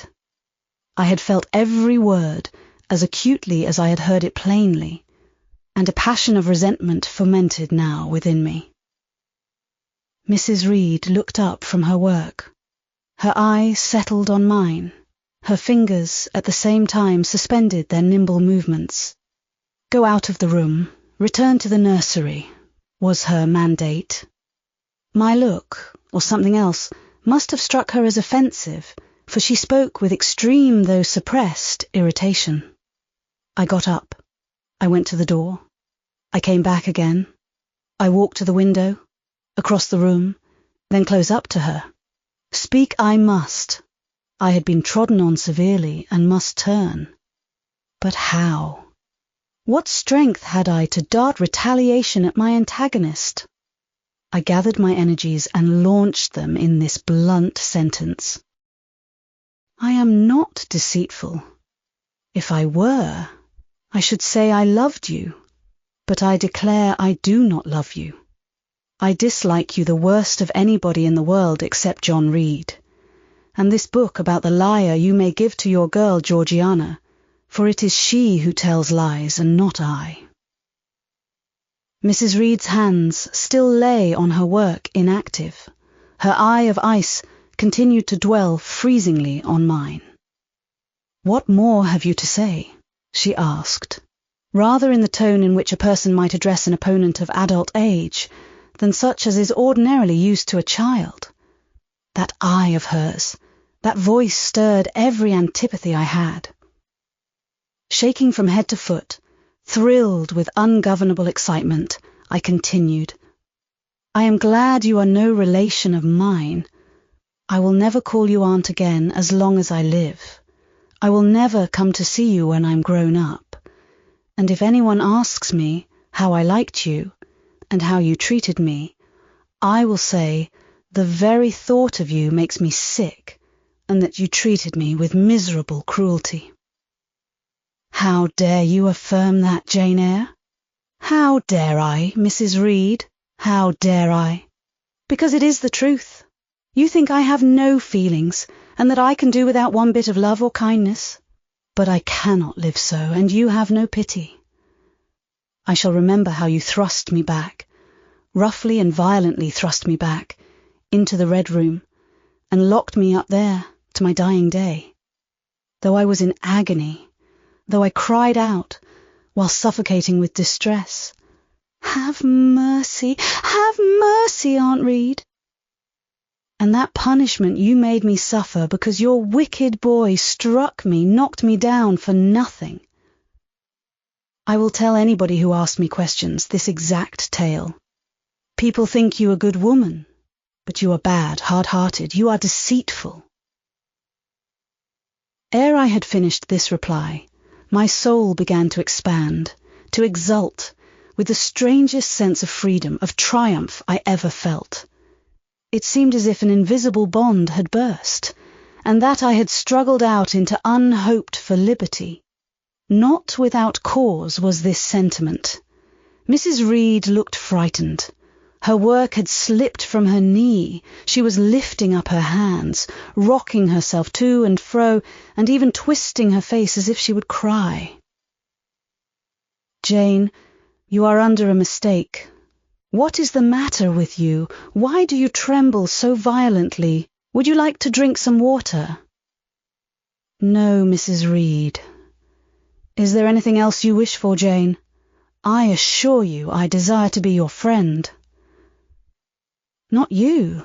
You told Mr. Brocklehurst I had a bad character, a deceitful disposition, and I'll let everybody at Lowood know what you are, and what you have done. Jane, you don't understand these things. Children must be corrected for their faults. Deceit is not my fault, I cried out in a savage, high voice. But you are passionate, Jane, that you must allow. And now, return to the nursery. There's a dear, and lie down a little. I am not your dear. I cannot lie down. Send me to school soon, Mrs. Reed, for I hate to live here. I will indeed send her to school soon, murmured Mrs. Reed, sotto voce, and gathering up her work, she abruptly quitted the apartment. I was left there alone, winner of the field. It was the hardest battle I had fought, and the first victory I had gained. I stood a while on the rug, where Mr. Brocklehurst had stood, and I enjoyed my conqueror's solitude. First, I smiled to myself and felt elate, but this fierce pleasure subsided in me as fast as did the accelerated throb of my pulses. A child cannot quarrel with its elders, as I had done, cannot give its furious feelings uncontrolled play, as I had given mine, without experiencing afterwards the pang of remorse and the chill of reaction. A ridge of lighted heath, alive, glancing, devouring, would have been a meat emblem of my mind when I accused and menaced Mrs. Reed. The same ridge, black and blasted after the flames are dead, would have represented as meetly my subsequent condition, when half an hour's silence and reflection had shown me the madness of my conduct, and the dreariness of my hated and hating position. Something of vengeance I had tasted for the first time, as aromatic wine it seemed, on swallowing, warm and racy. Its after-flavour, metallic and corroding, gave me a sensation as if I had been poisoned. Willingly would I now have gone and asked Mrs. Reed's pardon? But I knew, partly from experience and partly from instinct, that was the way to make her repulse me with double scorn, thereby re-exciting every turbulent impulse of my nature. I would fain exercise some better faculty than that of fierce speaking, fain find nourishment for some less fiendish feeling than that of sombre indignation. I took a book, some Arabian tales. I sat down and endeavoured to read. I could make no sense of the subject. My own thoughts swam always between me and the page I had usually found fascinating. I opened the glass door in the breakfast room. The shrubbery was quite still. The black frost reigned, unbroken by sun or breeze, through the grounds. I covered my head and arms with the skirt of my frock and went out to walk in a part of the plantation which was quite sequestrated. But I found no pleasure in the silent trees, the falling fir cones, the congealed relics of autumn russet leaves, swept by past winds in heaps, and now stiffened together. I leaned against a gate and looked into an empty field where no sheep were feeding, where the short grass was nipped and blanched. It was a very grey day, a most opaque sky, onding on snore, canopied all. Thence flakes fell, at intervals, which settled on the hard path, and on the hoary lea without melting. I stood, a wretched child enough, whispering to myself over and over again, "What shall I do? What shall I do?" All at once I heard a clear voice call, "Miss Jane, where are you? Come to lunch." It was Bessie. I knew well enough, but I did not stir. Her light step came tripping down the path. "You naughty little thing," she said. "Why don't you come when you are called?" Bessie's presence, compared with the thoughts over which I had been brooding, seemed cheerful, even though, as usual, she was somewhat cross. The fact is, after my conflict with and victory over Mrs. Reed, I was not disposed to care much for the nursemaid's transitory anger, and I was disposed to bask in her youthful lightness of heart. I just put my 2 arms round her and said, "Calm, Bessie, don't scold." The action was more frank and fearless than any I was habituated to indulge in. Somehow it pleased her. "You are a strange child, Miss Jane," she said, as she looked down at me. "A little roving, solitary thing. And you are going to school, I suppose?" I nodded. "And won't you be sorry to leave poor Bessie?" "What does Bessie care for me? She is always scolding me." "Because you're such a queer, frightened, shy little thing. You should be bolder." "What? To get more knocks?" "Nonsense. But you are rather put upon, that's certain. My mother said, when she came to see me last week, that she would not like a little one of her own to be in your place. Now, come in, and I've some good news for you." "I don't think you have, Bessie." "Child, what do you mean? What sorrowful eyes you fix on me." "Well, but Mrs. and the young ladies and Master John are going out to tea this afternoon, and you shall have tea with me. I'll ask cook to bake you a little cake, and then you shall help me to look over your drawers, for I'm soon to pack your trunk. Mrs. intends you to leave Gateshead in a day or 2, and you shall choose what toys you like to take with you." "Bessie, you must promise not to scold me any more till I go." "Well, I will, but mind you are a very good girl. And don't be afraid of me. Don't start when I chance to speak rather sharply. It's so provoking." "I don't think I shall ever be afraid of you again, Bessie, because I have got used to you, and I shall soon have another set of people to dread." "If you dread them, they'll dislike you." "As you do, Bessie." "I don't dislike you, miss. I believe I'm fonder of you than of all the others." "You don't show it. You little sharp thing. You've got quite a new way of talking. What makes you so venturesome and hardy?" "Why, I shall soon be away from you, and besides—" I was going to say something about what had passed between me and Mrs. Reed, but on second thoughts I considered it better to remain silent on that head. "And so you're glad to leave me?" "Not at all, Bessie. Indeed, just now I'm rather sorry." "Just now and rather? How coolly my little lady says it. I dare say now if I were to ask you for a kiss you wouldn't give it me. You'd say you'd rather not. I'll kiss you and welcome, bend your head down.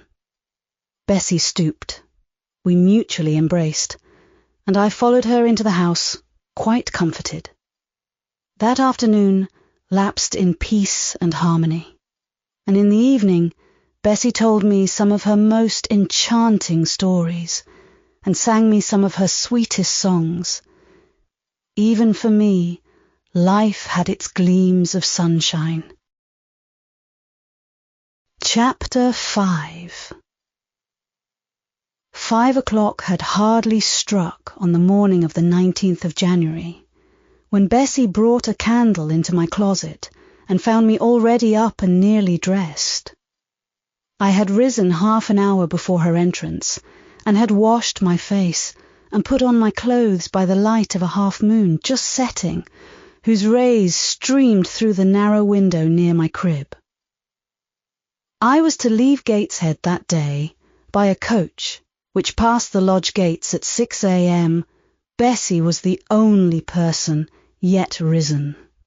She had lit a fire in the nursery, where she now proceeded to make my breakfast.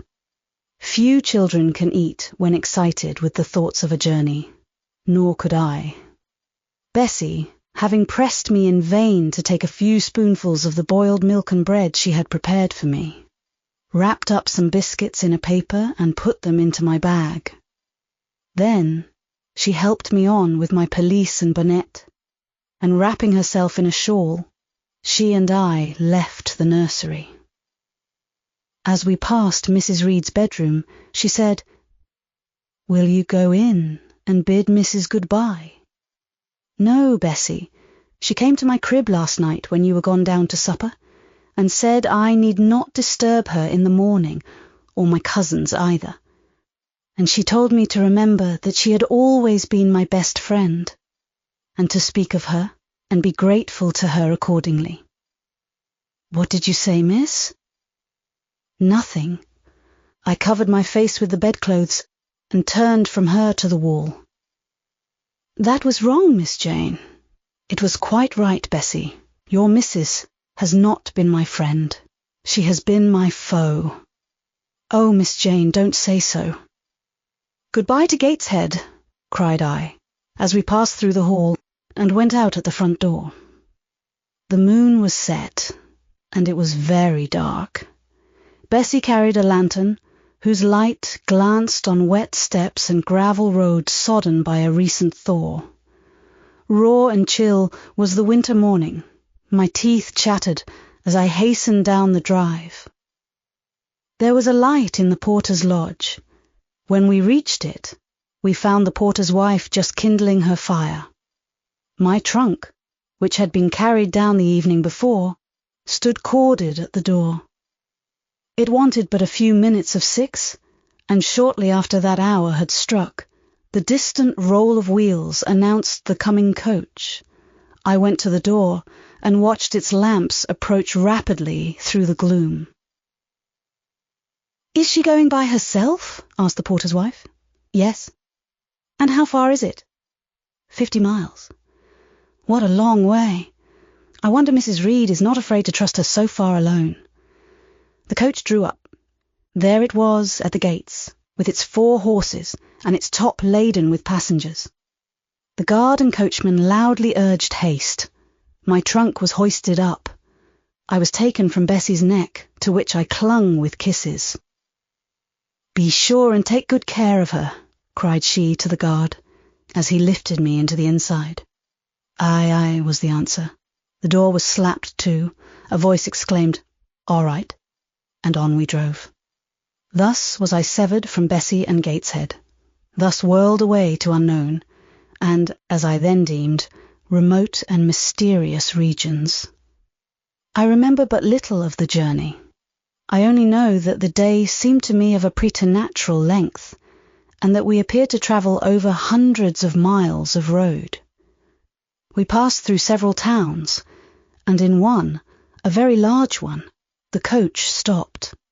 The horses were taken out, and the passengers alighted to dine. I was carried into an inn, where the guard wanted me to have some dinner. But, as I had no appetite, he left me in an immense room with a fireplace at each end, a chandelier pendant from the ceiling, and a little red gallery high up against the wall filled with musical instruments.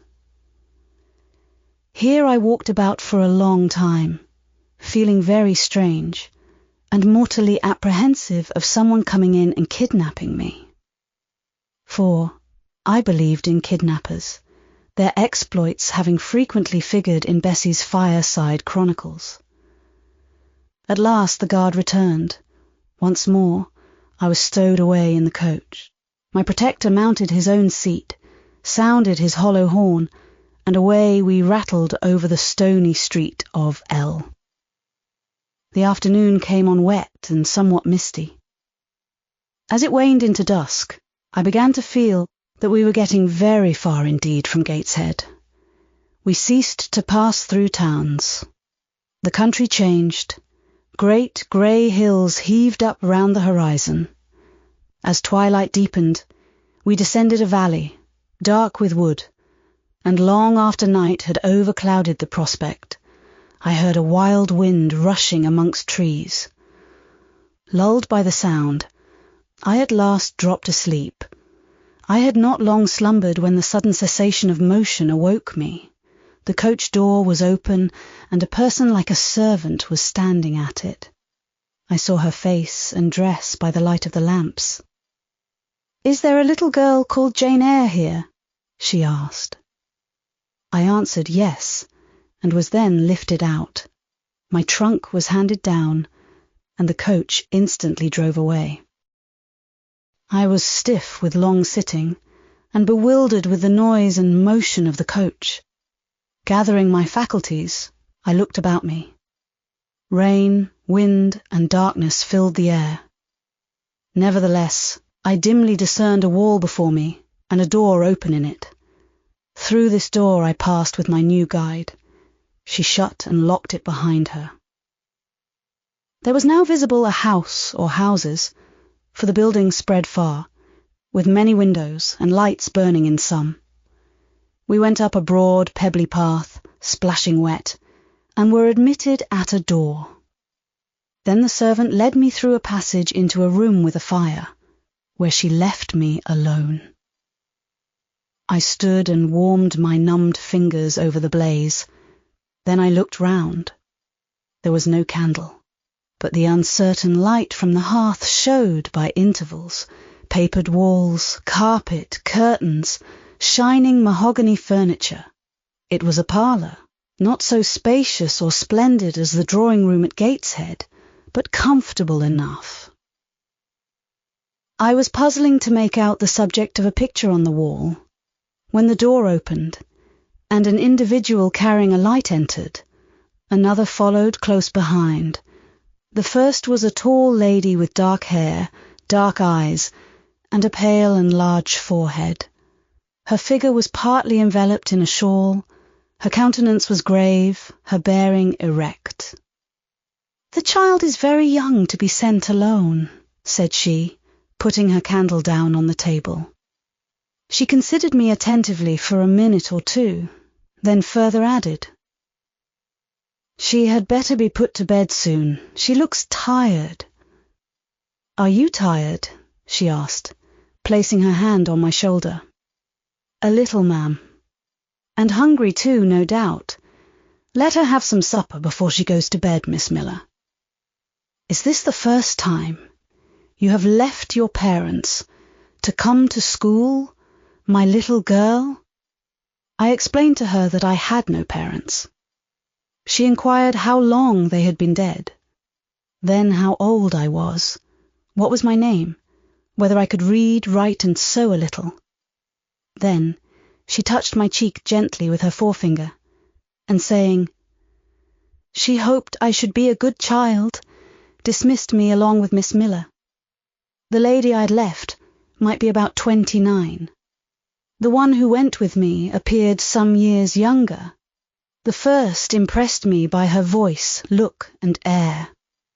Miss Miller was more ordinary, ruddy in complexion, though of a careworn countenance, hurried in gait and action, like one who had always a multiplicity of tasks on hand. She looked, indeed, what I afterwards found she really was, an under-teacher. Led by her, I passed from compartment to compartment, from passage to passage, of a large and irregular building, till, emerging from the total and somewhat dreary silence pervading that portion of the house we had traversed, we came upon the hum of many voices, and presently entered a wide, long room with great deal tables, 2 at each end, on each of which burnt a pair of candles, and seated all round on benches, a congregation of girls of every age, from 9 or 10 to 20. Seen by the dim light of the dips, their number to me appeared countless, though not in reality exceeding 80. They were uniformly dressed in brown stuff frocks of quaint fashion and long holland pinafores. It was the hour of study. They were engaged in conning over their tomorrow's task, and the hum I had heard was the combined result of their whispered repetitions. Miss Miller signed to me to sit on a bench near the door. Then, walking up to the top of the long room, she cried out, "Monitors, collect the lesson books and put them away." 4 tall girls arose from different tables, and going round, gathered the books and removed them. Miss Miller again gave the word of command, "Monitors, fetch the supper trays."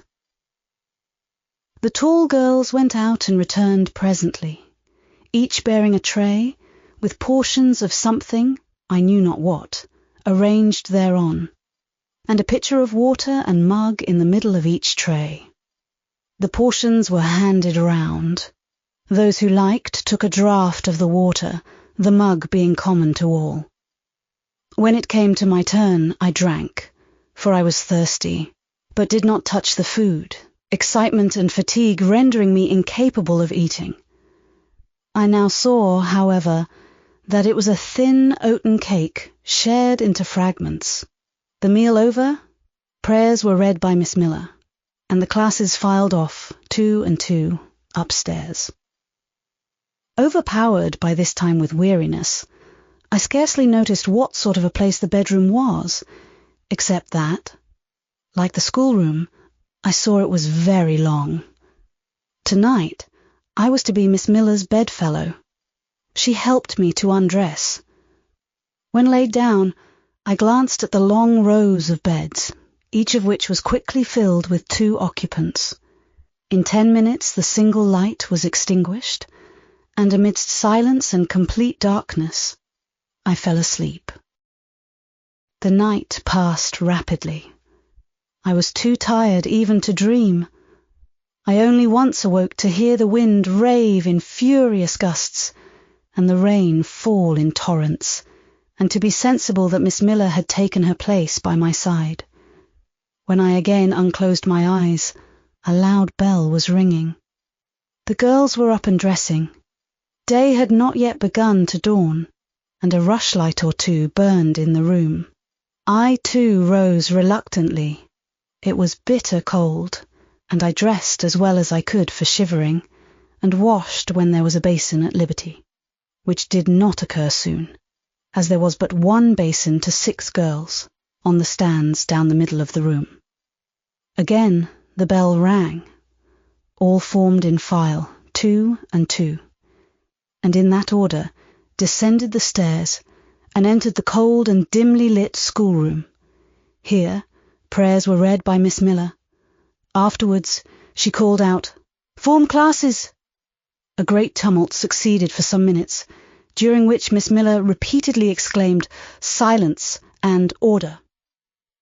When it subsided, I saw them all drawn up in 4 semicircles, before 4 chairs, placed at the 4 tables. All held books in their hands, and a great book, like a Bible, lay on each table, before the vacant seat.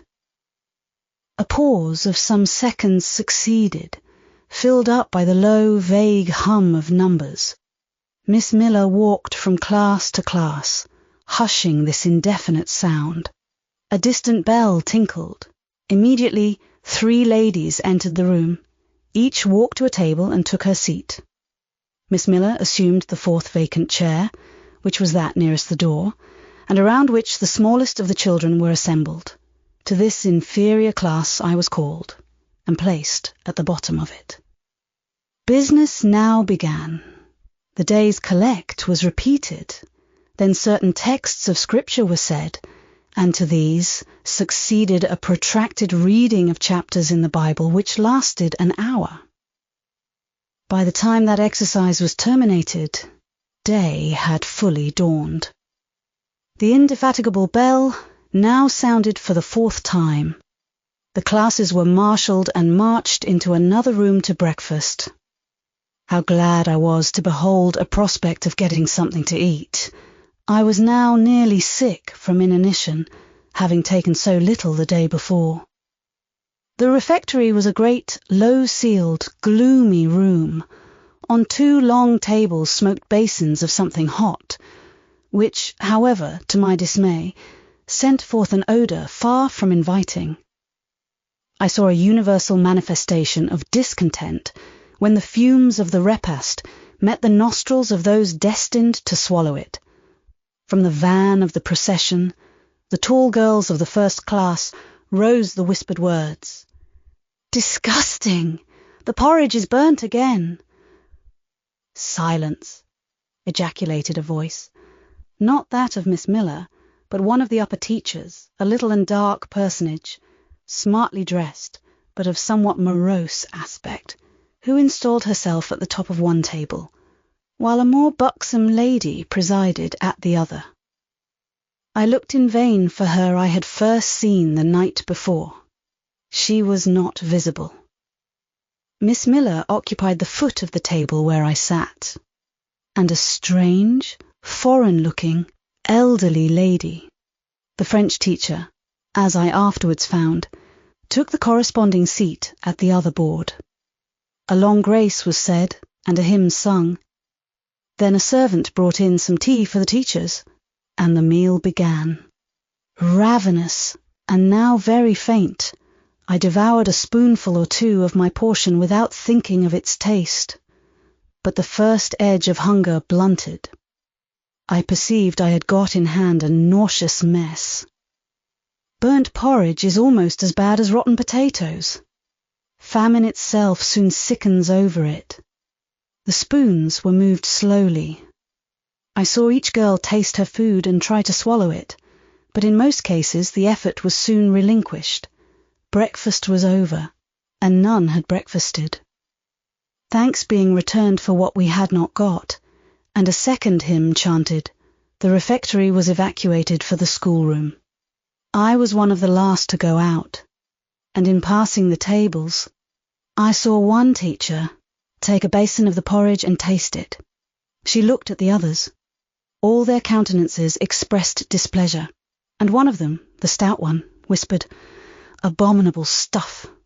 How shameful!" A quarter of an hour passed before lessons again began, during which the schoolroom was in a glorious tumult. For that space of time it seemed to be permitted to talk loud and more freely, and they used their privilege.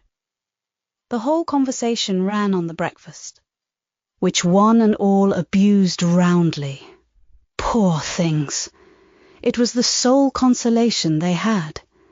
Miss Miller was now the only teacher in the room. A group of great girls standing about her spoke with serious and sullen gestures. I heard the name of Mr. Brocklehurst pronounced by some lips, at which Miss Miller shook her head disapprovingly, but she made no great effort to check the general wrath. Doubtless she shared in it. A clock in the schoolroom struck 9. Miss Miller left her circle and, standing in the middle of the room, cried, "Silence! To your seats!" Discipline prevailed. In 5 minutes the confused throng was resolved into order, and comparative silence quelled the babble clamour of tongues. The upper teachers now punctually resumed their posts, but still all seemed to wait. Ranged on benches down the sides of the room, the 80 girls sat motionless and erect. A quaint assemblage they appeared, all with plain locks combed from their faces, not a curl visible, in brown dresses, made high and surrounded by a narrow tucker about the throat, with little pockets of holland, shaped something like a Highlander's purse, tied in front of their frocks, and destined to serve the purpose of a work bag. All, too, wearing woolen stockings and country-made shoes, fastened with brass buckles. Above 20 of those clad in this costume were full-grown girls, or rather young women. It suited them ill, and gave an air of oddity even to the prettiest. I was still looking at them, and also at intervals examining the teachers, none of whom precisely pleased me. For the stout one was a little coarse, the dark one not a little fierce, the foreigner harsh and grotesque, and Miss Miller, poor thing, looked purple, weather-beaten, and overworked.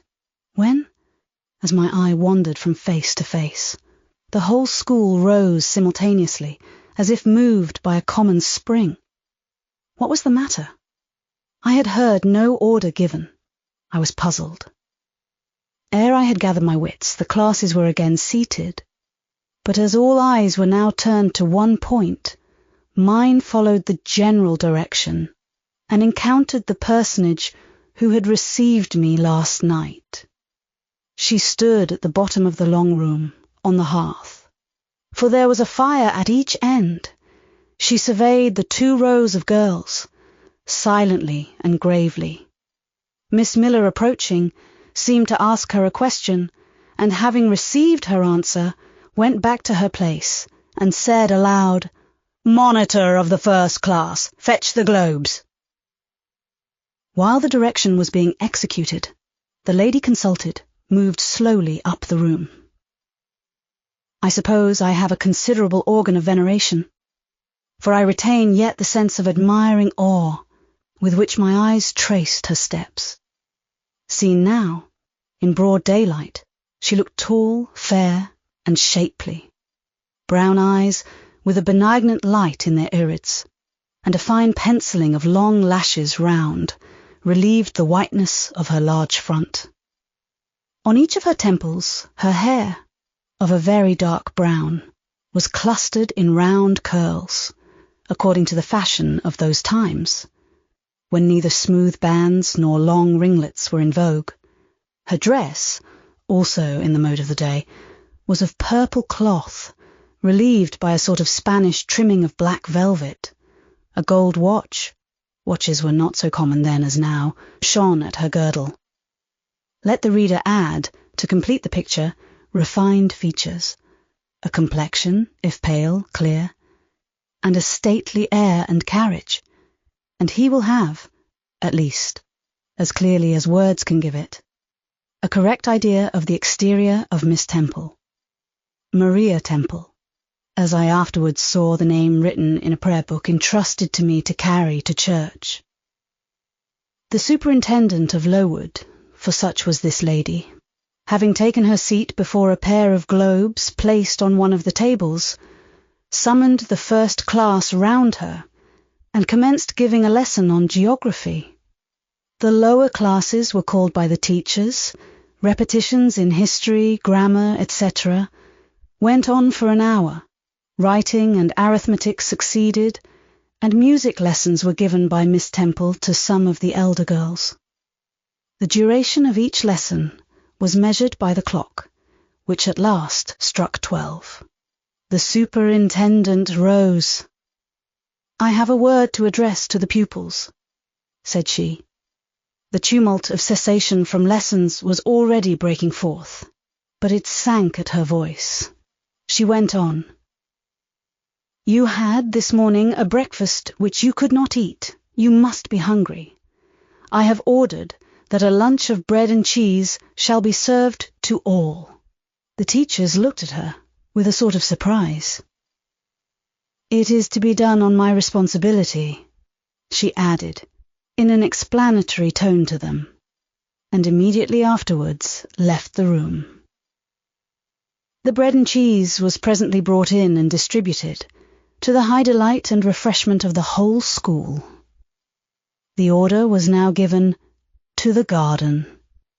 Each put on a coarse straw bonnet with strings of coloured calico, and a cloak of grey frieze. I was similarly equipped, and following the stream, I made my way into the open air. The garden was a wide enclosure, surrounded with walls so high as to exclude every glimpse of prospect.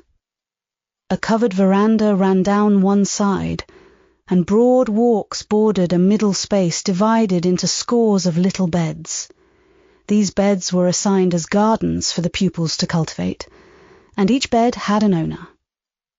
When full of flowers, they would doubtless look pretty. But now, at the latter end of January, all was wintry blight and brown decay. I shuddered as I stood and looked round me. It was an inclement day for outdoor exercise, not positively rainy, but darkened by a drizzling yellow fog.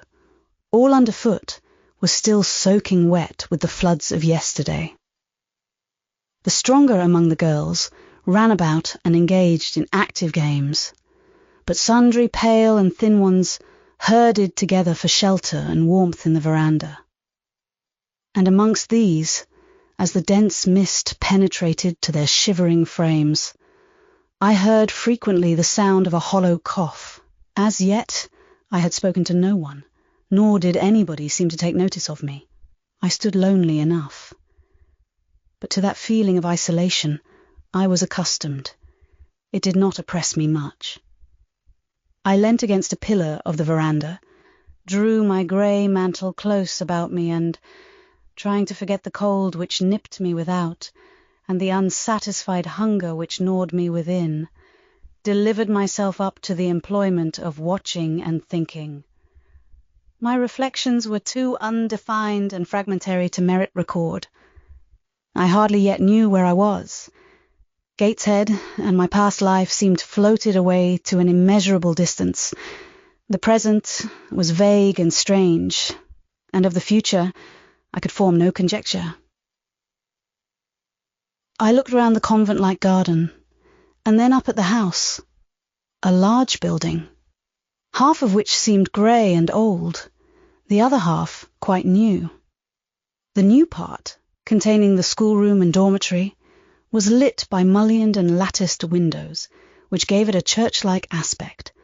A stone tablet over the door bore this inscription, "Lowood Institution." This portion was rebuilt Anno Domini, unknown, by Naomi Brocklehurst of Brocklehurst Hall in this county. "Let your light so shine before men, that they may see your good works, and glorify your Father, which is in heaven." St. Matthew, verse 16. I read these words over and over again. I felt that an explanation belonged to them, and was unable fully to penetrate their import. I was still pondering the signification of institution, and endeavouring to make out a connection between the first words and the verse of Scripture, when the sound of a cough close behind me made me turn my head. I saw a girl sitting on a stone bench near. She was bent over a book, on the perusal of which she seemed intent. From where I stood I could see the title. It was Rasselas, a name that struck me as strange and consequently attractive. In turning a leaf, she happened to look up, and I said to her directly, "Is your book interesting?" I had already formed the intention of asking her to lend it to me some day. "I like it," she answered, after a pause of a second or two, during which she examined me. "What is it about?" I continued. I hardly know where I found the hardihood thus to open a conversation with a stranger. The step was contrary to my nature and habits, but I think her occupation touched a chord of sympathy somewhere. For I too liked reading, though of a frivolous and childish kind. I could not digest or comprehend the serious or substantial. "You may look at it," replied the girl, offering me the book. I did so. A brief examination convinced me that the contents were less taking than the title. Rasselas looked dull to my trifling taste. I saw nothing about fairies, nothing about genii. No bright variety seemed spread over the closely printed pages. I returned it to her. She received it quietly, and without saying anything she was about to relapse into her former studious mood. Again I ventured to disturb her. "Can you tell me what the writing on that stone over the door means? What is Lowood Institution? This house where you are come to live? And why do they call it institution? Is it in any way different from other schools?" "It is partly a charity school. You and I, and all the rest of us, are charity children. I suppose you are an orphan. Are not either your father or your mother dead?" "Both died before I can remember." "Well, all the girls here have lost either one or both parents, and this is called an institution for educating orphans. Do we pay no money? Do they keep us for nothing? We pay, or our friends pay, £15 a year for each." "Then why do they call us charity children?" "Because £15 is not enough for board and teaching, and the deficiency is supplied by subscription." "Who subscribes?" "Different benevolent-minded ladies and gentlemen in this neighbourhood and in London." "Who was Naomi Brocklehurst?" "The lady who built the new part of this house, as that tablet records, and whose son overlooks and directs everything here." "Why?" "Because he is treasurer and manager of the establishment." "Then this house does not belong to that tall lady who wears a watch, and who said we were to have some bread and cheese?" "To Miss Temple? Oh, no, I wish it did. She has to answer to Mr. Brocklehurst for all she does. Mr. Brocklehurst buys all our food and all our clothes." "Does he live here?" "No, 2 miles off at a large hall." "Is he a good man?" "He is a clergyman, and is said to do a great deal of good." "Did you say that tall lady was called Miss Temple?" "Yes." "And what are the other teachers called?" "The one with red cheeks is called Miss Smith. She attends to the work, and cuts out, for we make our own clothes, our frocks and pelisses and everything. The little one with black hair is Miss Scatcherd. She teaches history and grammar, and hears the second-class repetitions, and the one who wears a shawl, and has a pocket handkerchief tied to her side with a yellow riband, is Madame Pierrot. She comes from Lille, in France, and teaches French." "Do you like the teachers?" "Well enough." "Do you like the little black one, and the Madame, I cannot pronounce her name as you do?" "Miss Scatcherd is hasty. You must take care not to offend her. Madame Pierrot is not a bad sort of person." "But Miss Temple is the best, isn't she?" "Miss Temple is very good and very clever. She is above the rest, because she knows far more than they do." "Have you been long here?" 2 years. "Are you an orphan?" "My mother is dead." "Are you happy here?" "You ask rather too many questions. I have given you answers enough for the present. Now I want to read." But at that moment the summons sounded for dinner.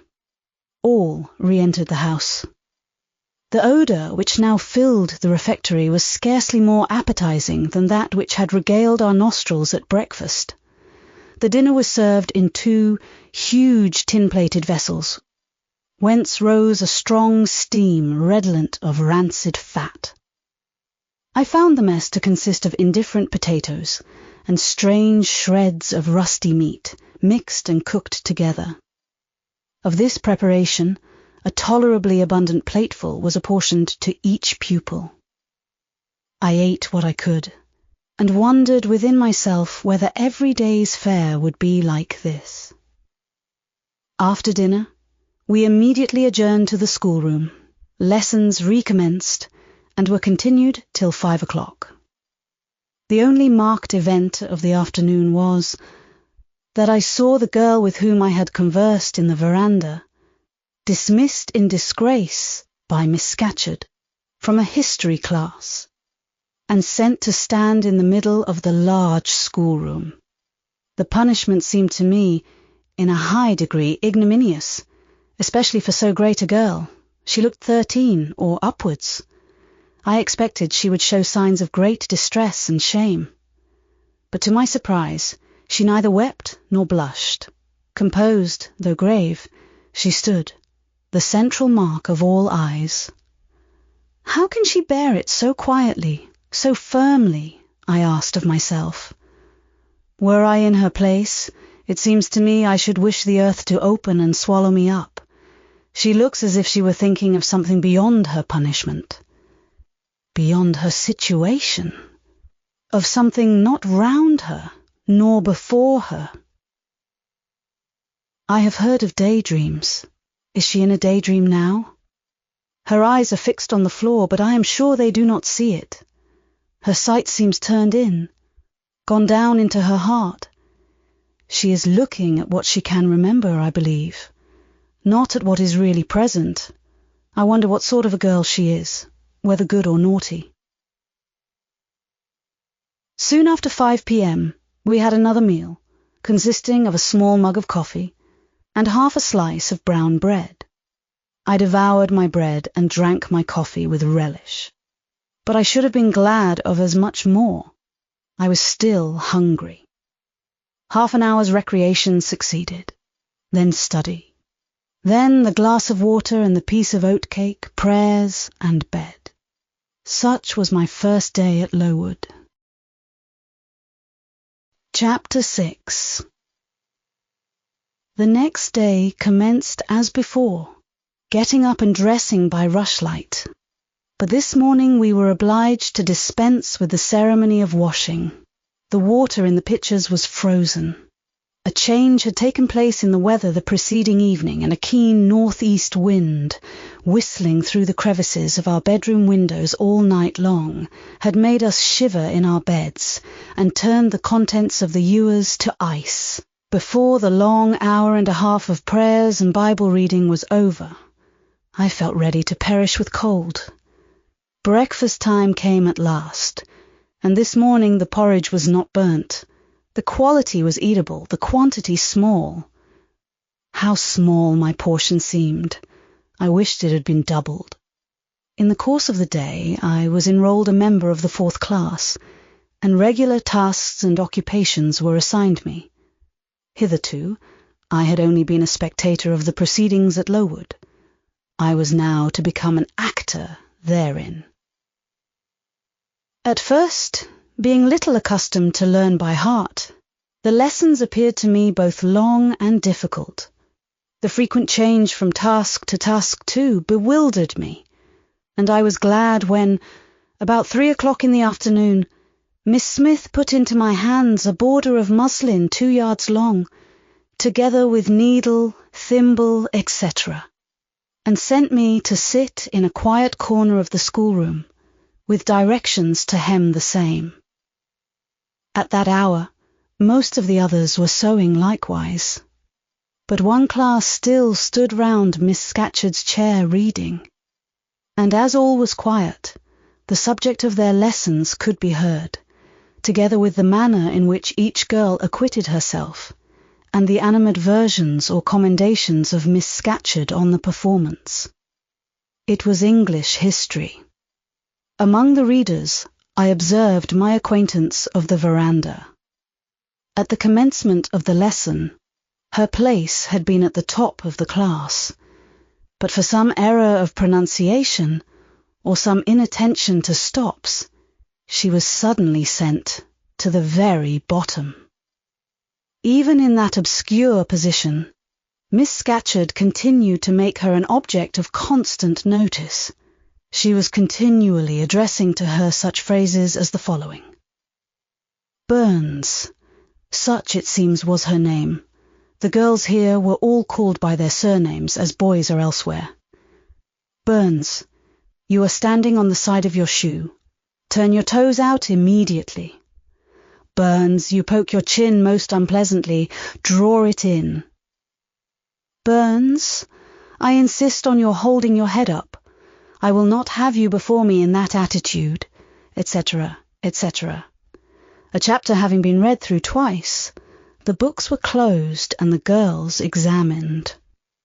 The lesson had comprised part of the reign of Charles I, and there were sundry questions about tonnage and poundage and ship money, which most of them appeared unable to answer. Still, every little difficulty was solved instantly when it reached Burns. Her memory seemed to have retained the substance of the whole lesson, and she was ready with answers on every point. I kept expecting that Miss Scatcherd would praise her attention, but instead of that, she suddenly cried out, "You dirty, disagreeable girl! You have never cleaned your nails this morning!" Burns made no answer. I wondered at her silence. Why, thought I, does she not explain that she could neither clean her nails nor wash her face, as the water was frozen? My attention was now called off by Miss Smith, desiring me to hold a skein of thread. While she was winding it, she talked to me from time to time, asking whether I had ever been at school before, whether I could mark, stitch, knit, etc. Till she dismissed me, I could not pursue my observations on Miss Scatcherd's movements. When I returned to my seat, that lady was just delivering an order of which I did not catch the import. But Burns immediately left the class, and going into the small inner room where the books were kept, returned in half a minute, carrying in her hand a bundle of twigs tied together at one end. This ominous tool she presented to Miss Scatcherd with a respectful curtsy. Then she quietly, and without being told, unloosed her pinafore, and the teacher instantly and sharply inflicted on her neck a dozen strokes with the bunch of twigs. Not a tear rose to Burns's eye, and, while I paused from my sewing, because my fingers quivered at this spectacle with a sentiment of unavailing and impotent anger, not a feature of her pensive face altered its ordinary expression. "Hardened girl!" exclaimed Miss Scatcherd. "Nothing can correct you of your slatternly habits. Carry the rod away." Burns obeyed. I looked at her narrowly as she emerged from the book closet. She was just putting back her handkerchief into her pocket, and the trace of a tear glistened on her thin cheek. The play hour in the evening I thought the pleasantest fraction of the day at Lowood. The bit of bread, the draught of coffee swallowed at 5 o'clock, had revived vitality if it had not satisfied hunger. The long restraint of the day was slackened. The schoolroom felt warmer than in the morning, its fires being allowed to burn a little more brightly, to supply, in some measure, the place of candles not yet introduced, the ruddy gloaming, the licensed uproar, the confusion of many voices, gave one a welcome sense of liberty. On the evening of the day on which I had seen Miss Scatcherd flog her pupil, Burns, I wandered as usual among the forms and tables and laughing groups, without a companion, yet not feeling lonely. When I passed the windows, I now and then lifted a blind and looked out. It snowed fast. A drift was already forming against the lower panes. Putting my ear close to the window, I could distinguish from the gleeful tumult within the disconsolate moan of the wind outside. Probably, if I had lately left a good home and kind parents, this would have been the hour when I should most keenly have regretted the separation. That wind would then have saddened my heart. This obscure chaos would have disturbed my peace, As it was, I derived from both a strange excitement and reckless and feverish. I wished the wind to howl more wildly, the gloom to deepen to darkness, and the confusion to rise to clamour. Jumping over forms and creeping under tables, I made my way to one of the fireplaces. There, kneeling by the high wire fender, I found Burns, absorbed, silent, abstracted from all around her by the companionship of a book, which she read by the dim glare of the embers. "Is it still Rasselas?" I asked, coming behind her. "Yes," she said, "and I have just finished it." And in 5 minutes more she shut it up. I was glad of this. Now, thought I can perhaps get her to talk. I sat down by her on the floor. "What is your name besides Burns?" "Helen." "Do you come a long way from here?" "I come from a place farther north, quite on the borders of Scotland." "Will you ever go back?" "I hope so. But nobody can be sure of the future." "You must wish to leave Lowood?" "No, why should I? I was sent to Lowood to get an education, and it would be of no use going away until I have attained that object." "But that teacher, Miss Scatcherd, is so cruel to you?" "Cruel? Not at all. She is severe. She dislikes my faults. And if I were in your place, I should dislike her. I should resist her. If she struck me with that rod, I should get it from her hand. I should break it under her nose." "Probably you would do nothing of the sort. But if you did, Mr. Brocklehurst would expel you from the school. That would be a great grief to your relations. It is far better to endure patiently a smart which nobody feels but yourself, than to commit a hasty action whose evil consequences will extend to all connected with you. And besides, the Bible bids us return good for evil." "But then it seems disgraceful to be flogged, and to be sent to stand in the middle of a room full of people. And you are such a great girl. I am far younger than you, and I could not bear it." "Yet it would be your duty to bear it, if you could not avoid it.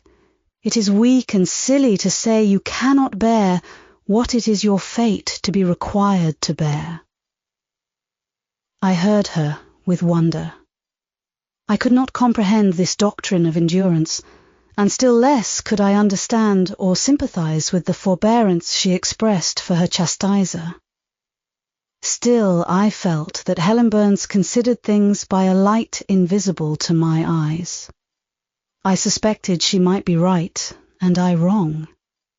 But I would not ponder the matter deeply. Like Felix, I put it off to a more convenient season. "You say you have faults, Helen. What are they? To me, you seem very good. Then learn from me, not to judge by appearances. I am, as Miss Scatcherd said, slatternly. I seldom put, and never keep, things in order. I am careless. I forget rules. I read when I should learn my lessons. I have no method. And sometimes I say, like you, I cannot bear to be subjected to systematic arrangements. This is all very provoking to Miss Scatcherd, who is naturally neat, punctual, and particular. And cross and cruel," I added, but Helen Burns would not admit my addition. She kept silence. "Is Miss Temple as severe to you as Miss Scatcherd?" At the utterance of Miss Temple's name, a soft smile flitted over her grave face. "Miss Temple is full of goodness. It pains her to be severe to anyone, even the worst in the school. She sees my errors and tells me of them gently. And if I do anything worthy of praise, she gives me my meed liberally." One strong proof of my wretchedly defective nature is, that even her expostulations, so mild, so rational, have not influence to cure me of my faults, and even her praise, though I value it most highly, cannot stimulate me to continued care and foresight. "That is curious," said I. It is so easy to be careful. For you, I have no doubt it is. I observed you in your class this morning, and saw you were closely attentive. Your thoughts never seemed to wander, while Miss Miller explained the lesson and questioned you. Now mine continually rove away, when I should be listening to Miss Scatcherd, and collecting all she says with assiduity. Often I lose the very sound of her voice. I fall into a sort of dream. Sometimes I think I am in Northumberland, and that the noises I hear round me are the bubbling of a little brook, which runs through Deepden, near our house. Then, when it comes to my turn to reply, I have to be awakened. And having heard nothing of what was read for listening to the visionary brook, I have no answer ready. Yet how well you replied this afternoon. It was mere chance. The subject on which we had been reading had interested me. This afternoon, instead of dreaming of Deepden, I was wondering how a man who wished to do right could act so unjustly and unwisely as Charles I sometimes did. And I thought what a pity it was that, with his integrity and conscientiousness, he could see no farther than the prerogatives of the crown. If he had but been able to look to a distance and see how what they call the spirit of the age was tending. Still, I like Charles. I respect him. I pity him, poor murdered king. Yes, his enemies were the worst. They shed blood they had no right to shed. How dared they kill him? Helen was talking to herself now. She had forgotten I could not very well understand her, that I was ignorant, or nearly so, of the subject she discussed. I recalled her to my level. And when Miss Temple teaches you, do your thoughts wander then? No, certainly, not often, because Miss Temple has generally something to say which is newer than my own reflections. Her language is singularly agreeable to me, and the information she communicates is often just what I wish to gain. Well then, with Miss Temple you are good? Yes, in a passive way. I make no effort. I follow as inclination guides me. There is no merit in such goodness. A great deal. You are good to those who are good to you. It is all I ever desire to be. If people were always kind and obedient to those who are cruel and unjust, the wicked people would have it all their own way. They would never feel afraid, and so they would never alter, but would grow worse and worse. When we are struck at without a reason, we should strike back again very hard. I'm sure we should. So hard as to teach the person who struck us never to do it again. You will change your mind, I hope, when you grow older. As yet you are but a little untaught girl.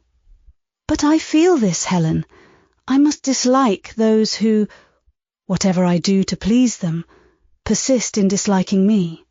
I must resist those who punish me unjustly.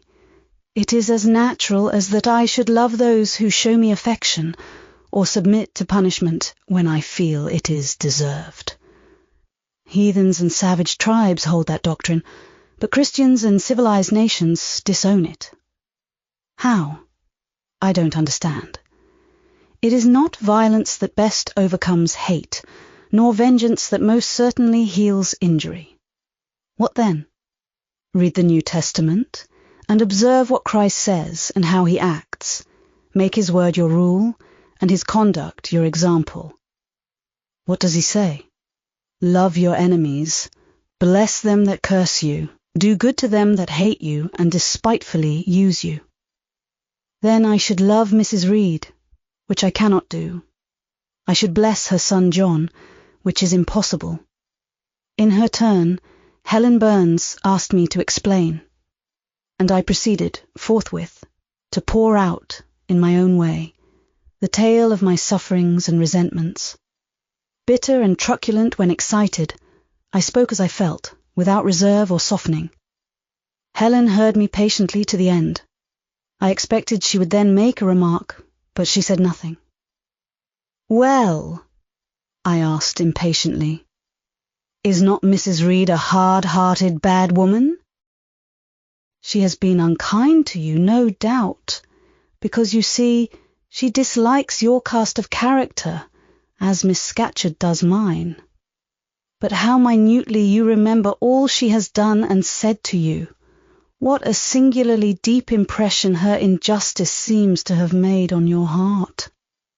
No ill usage so brands its record on my feelings. Would you not be happier if you tried to forget her severity, together with the passionate emotions it excited? Life appears to me too short to be spent in nursing animosity or registering wrongs. We are, and must be, one and all, burdened with faults in this world, but the time will soon come when, I trust, we shall put them off in putting off our corruptible bodies, when debasement and sin will fall from us with this cumbrous frame of flesh, and only the spark of the spirit will remain, the impalpable principle of light and thought, pure as when it left the Creator to inspire the creature. Whence it came, it will return, perhaps again to be communicated to some being higher than man, perhaps to pass through gradations of glory, from the pale human soul to brighten to the seraph. Surely it will never, on the contrary, be suffered to degenerate from man to fiend? No, I cannot believe that. I hold another creed, which no one ever taught me, and which I seldom mention, but in which I delight, and to which I cling, for it extends hope to all. It makes eternity a rest, a mighty home, not a terror and an abyss. Besides, with this creed, I can so clearly distinguish between the criminal and his crime. I can so sincerely forgive the first, while I abhor the last. With this creed, revenge never worries my heart. Degradation never too deeply disgusts me. Injustice never crushes me too low. I live in calm, looking to the end. Helen's head, always drooping, sank a little lower as she finished this sentence. I saw by her look she wished no longer to talk to me, but rather to converse with her own thoughts. She was not allowed much time for meditation. A monitor, a great rough girl, presently came up, exclaiming in a strong Cumberland accent, "Helen Burns, if you don't go and put your drawer in order and fold up your work this minute, I'll tell Miss Scatcherd to come and look at it." Helen sighed as her reverie fled, and getting up, obeyed the monitor without reply as without delay. Chapter 7.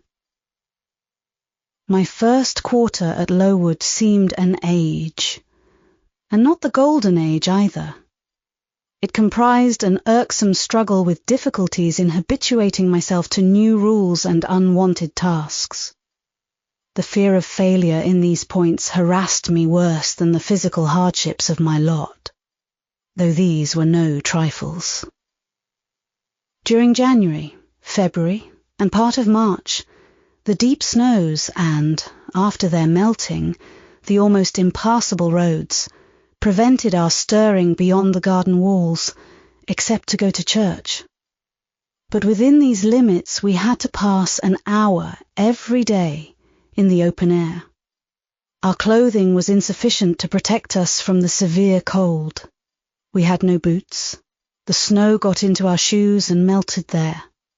Our ungloved hands became numbed and covered with chilblains, as were our feet. I remember well the distracting irritation I endured from this cause every evening, when my feet inflamed, and the torture of thrusting the swelled, raw and stiff toes into my shoes in the morning. Then the scanty supply of food was distressing. With the keen appetites of growing children, we had scarcely sufficient to keep alive a delicate invalid. From this deficiency of nourishment resulted an abuse, which pressed hardly on the younger pupils. Whenever the famished great girls had an opportunity, they would coax or menace the little ones out of their portion. Many a time I have shared between two claimants the precious morsel of brown bread distributed at tea time, and after relinquishing to a third half the contents of my mug of coffee, I have swallowed the remainder with an accompaniment of secret tears forced from me by the exigency of hunger. Sundays were dreary days in that wintry season. We had to walk 2 miles to Brocklebridge Church, where our patron officiated. We set out cold. We arrived at church colder. During the morning service we became almost paralysed.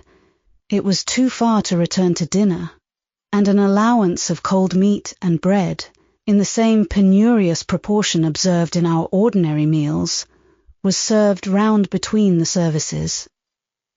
At the close of the afternoon service, we returned by an exposed and hilly road, where the bitter winter wind, blowing over a range of snowy summits to the north, almost flayed the skin from our faces.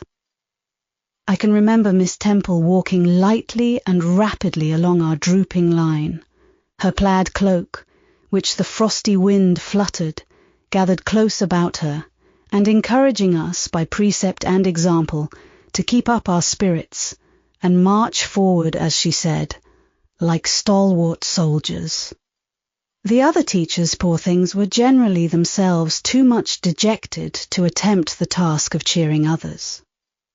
How we longed for the light and heat of a blazing fire when we got back. But, to the little ones at least, this was denied.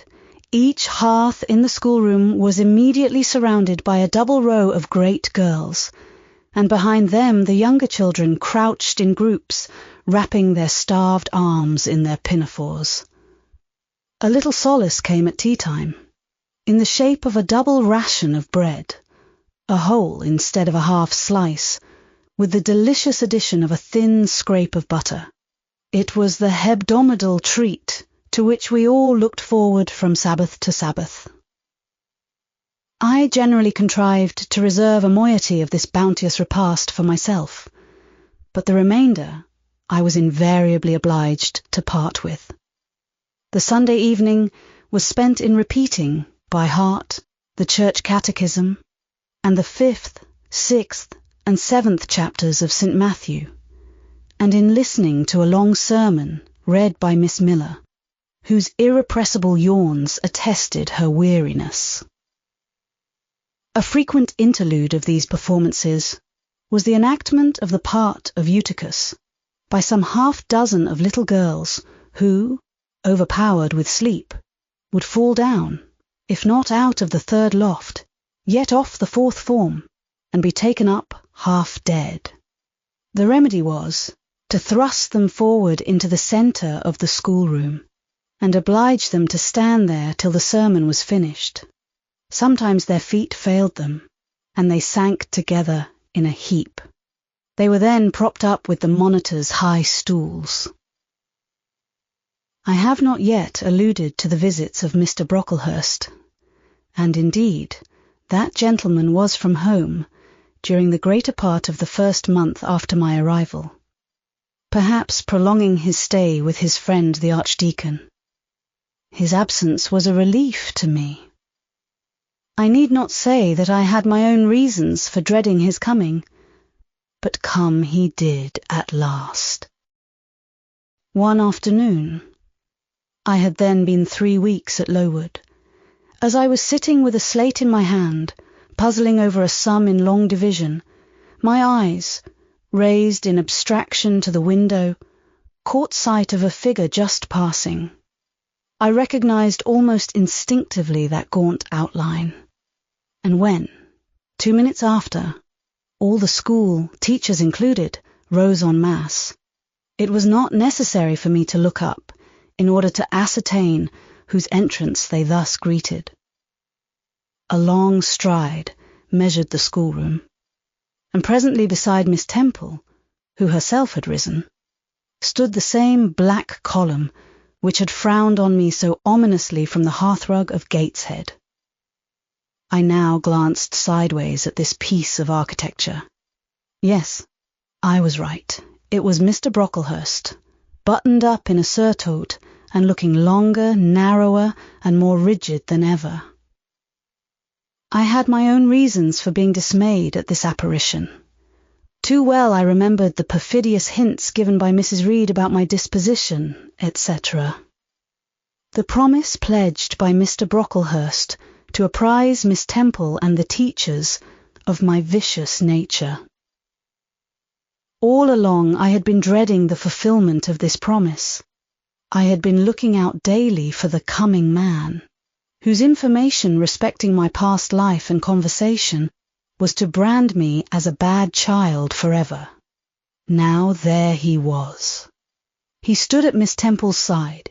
He was speaking low in her ear. I did not doubt he was making disclosures of my villainy, and I watched her eye with painful anxiety, expecting every moment to see its dark orb turn on me a glance of repugnance and contempt. I listened too, and as I happened to be seated quite at the top of the room, I caught most of what he said. Its import relieved me from immediate apprehension. I suppose, Miss Temple, the thread I bought at Loughton will do. It struck me that it would be just of the quality for the calico chemises, and I sorted the needles to match. You may tell Miss Smith that I forgot to make a memorandum of the darning needles, but she shall have some papers sent in next week, and she is not, on any account, to give out more than one at a time to each pupil. If they have more, they are apt to be careless and lose them. And oh, ma'am, I wish the woolen stockings were better looked to. When I was here last, I went into the kitchen garden and examined the clothes drying on the line. There was a quantity of black hose in a very bad state of repair. From the size of the holes in them, I was sure they had not been well mended from time to time. He paused. "Your directions shall be attended to, sir," said Miss Temple. "And, ma'am," he continued, "the laundress tells me some of the girls have 2 clean tuckers in the week. It is too much. The rules limit them to 1. "I think I can explain that circumstance, sir. Agnes and Catherine Johnston were invited to take tea with some friends at Loughton last Thursday, and I gave them leave to put on clean tuckers for the occasion." Mr. Brocklehurst nodded. "Well, for once it may pass, but please not to let the circumstance occur too often. And there is another thing which surprised me. I find, in settling accounts with the housekeeper, that a lunch, consisting of bread and cheese, has twice been served out to the girls during the past fortnight. How is this? I looked over the regulations, and I find no such meal as lunch mentioned. Who introduced this innovation, and by what authority?" "I must be responsible for the circumstance, sir," replied Miss Temple. "The breakfast was so ill prepared that the pupils could not possibly eat it, and I dared not allow them to remain fasting till dinner time. Madam, allow me an instant. You are aware that my plan in bringing up these girls is not to accustom them to habits of luxury and indulgence, but to render them hardy, patient, self-denying. Should any little accidental disappointment of the appetite occur, such as the spoiling of a meal, the under or the over-dressing of a dish, the incident ought not to be neutralized by replacing with something more delicate, the comfort lost, thus pampering the body and obviating the aim of this institution. It ought to be improved to the spiritual edification of the pupils, by encouraging them to evince fortitude under the temporary privation.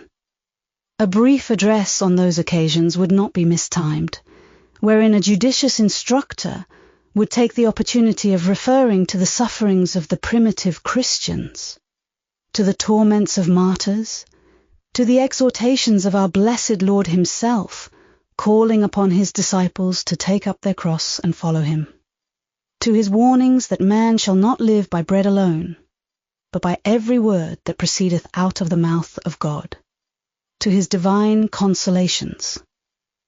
If ye suffer hunger or thirst for my sake, happy are ye.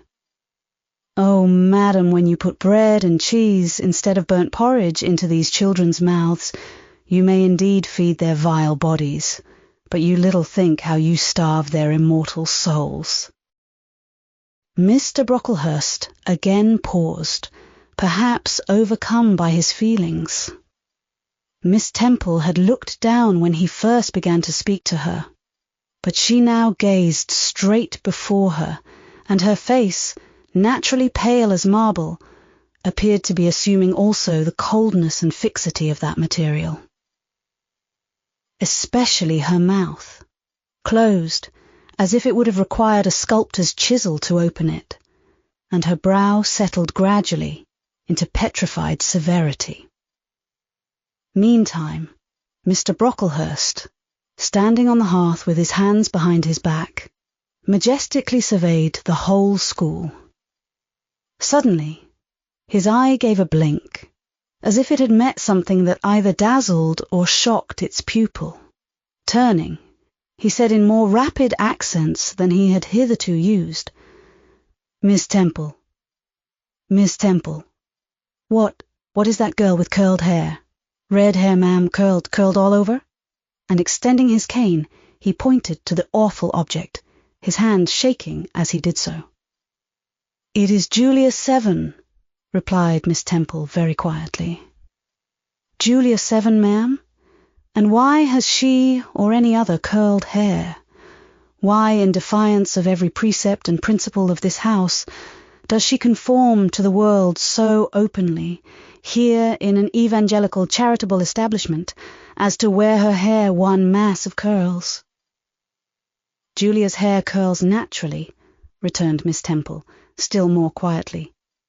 "Naturally? Yes, but we are not to conform to nature. I wish these girls to be the children of grace. And why that abundance? I have again and again intimated that I desire the hair to be arranged closely, modestly, plainly. Miss Temple, that girl's hair must be cut off entirely. I will send a barber tomorrow. And I see others who have far too much of the excrescence. That tall girl, tell her to turn round. Tell all the first form to rise up and direct their faces to the wall." Miss Temple passed her handkerchief over her lips, as if to smooth away the involuntary smile that curled them. She gave the order, however, and when the first class could take in what was required of them, they obeyed. Leaning a little back on my bench, I could see the looks and grimaces with which they commented on this manoeuvre. It was a pity Mr. Brocklehurst could not see them too. He would perhaps have felt that, whatever he might do with the outside of the cup and platter, the inside was further beyond his interference than he imagined. He scrutinized the reverse of these living medals some 5 minutes, then pronounced sentence. These words fell like the knell of doom. "All those top knots must be cut off." Miss Temple seemed to remonstrate. "Madam," he pursued, "I have a master to serve whose kingdom is not of this world. My mission is to mortify in these girls the lusts of the flesh, to teach them to clothe themselves with shamefacedness and sobriety, not with braided hair and costly apparel. And each of the young persons before us has a string of hair, twisted in plaits which vanity itself might have woven. These, I repeat, must be cut off. Think of the time wasted of—" Mr. Brocklehurst was here interrupted. 3 other visitors, ladies, now entered the room.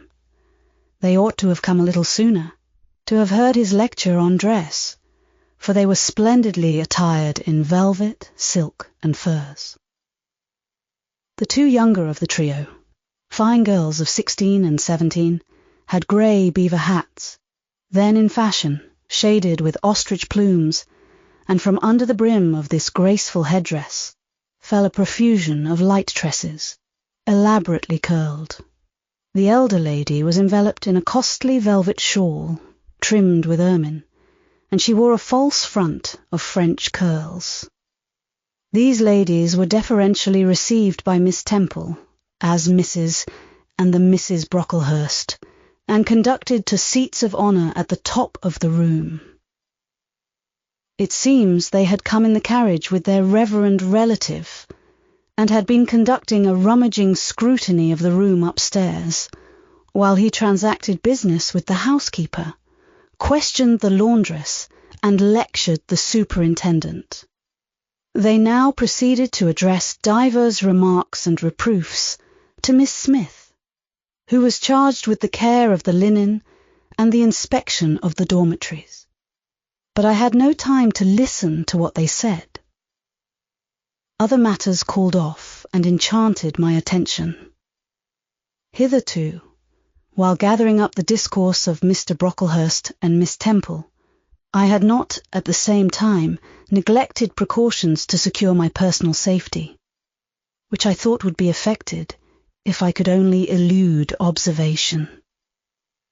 To this end, I had sat well back on the form, and while seeming to be busy with my sum, had held my slate in such a manner as to conceal my face. I might have escaped notice, had not my treacherous slate somehow happened to slip from my hand, and falling with an obtrusive crash, directly drawn every eye upon me. I knew it was all over now, and as I stooped to pick up the two fragments of slate, I rallied my forces for the worst. It came. "A careless girl," said Mr. Brocklehurst, and immediately after, "It is the new pupil, I perceive." And before I could draw breath, "I must not forget I have a word to say respecting her." Then aloud, how loud it seemed to me, "Let the child who broke her slate come forward." Of my own accord, I could not have stirred. I was paralyzed. But the two great girls, who sat on each side of me, set me on my legs and pushed me towards the dread judge. And then Miss Temple gently assisted me to his very feet, and I caught her whispered counsel. "Don't be afraid, Jane. I saw it was an accident. You shall not be punished." The kind whisper went to my heart like a dagger. Another minute, and she will despise me for a hypocrite, thought I. And an impulse of fury against Reed, Brocklehurst, and company bounded in my pulses at the conviction I was no Helen Burns.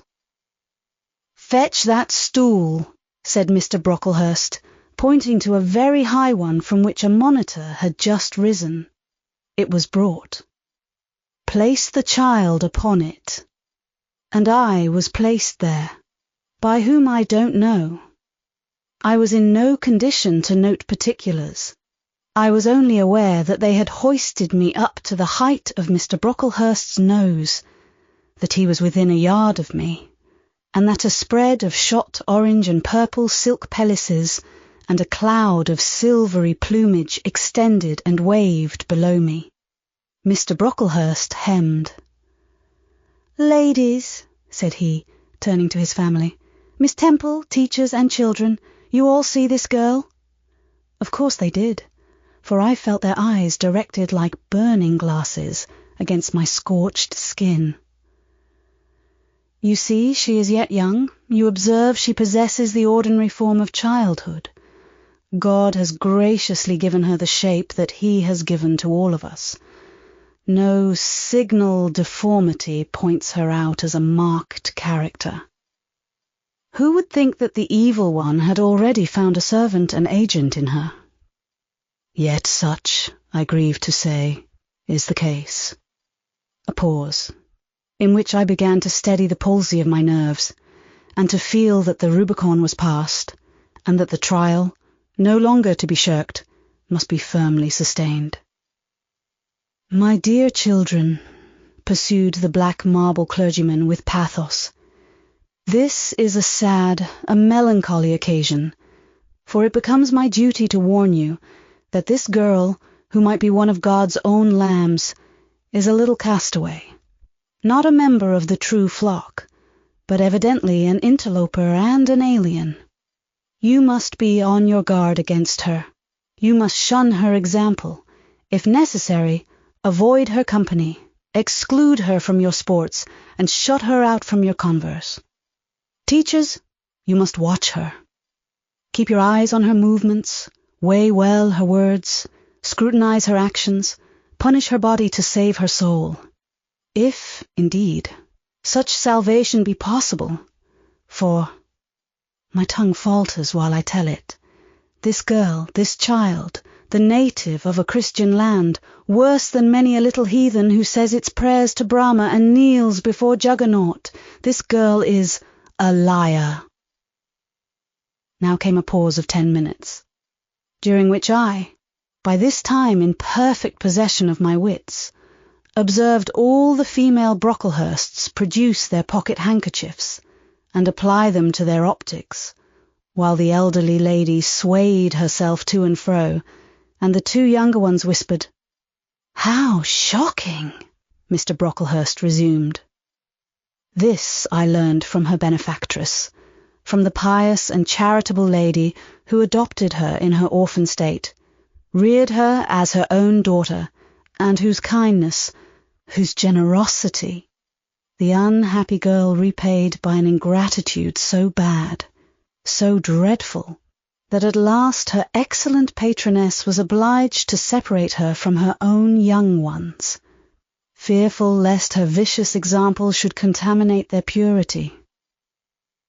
She has sent her here to be healed, even as the Jews of old sent their disease to the troubled pool of Bethesda.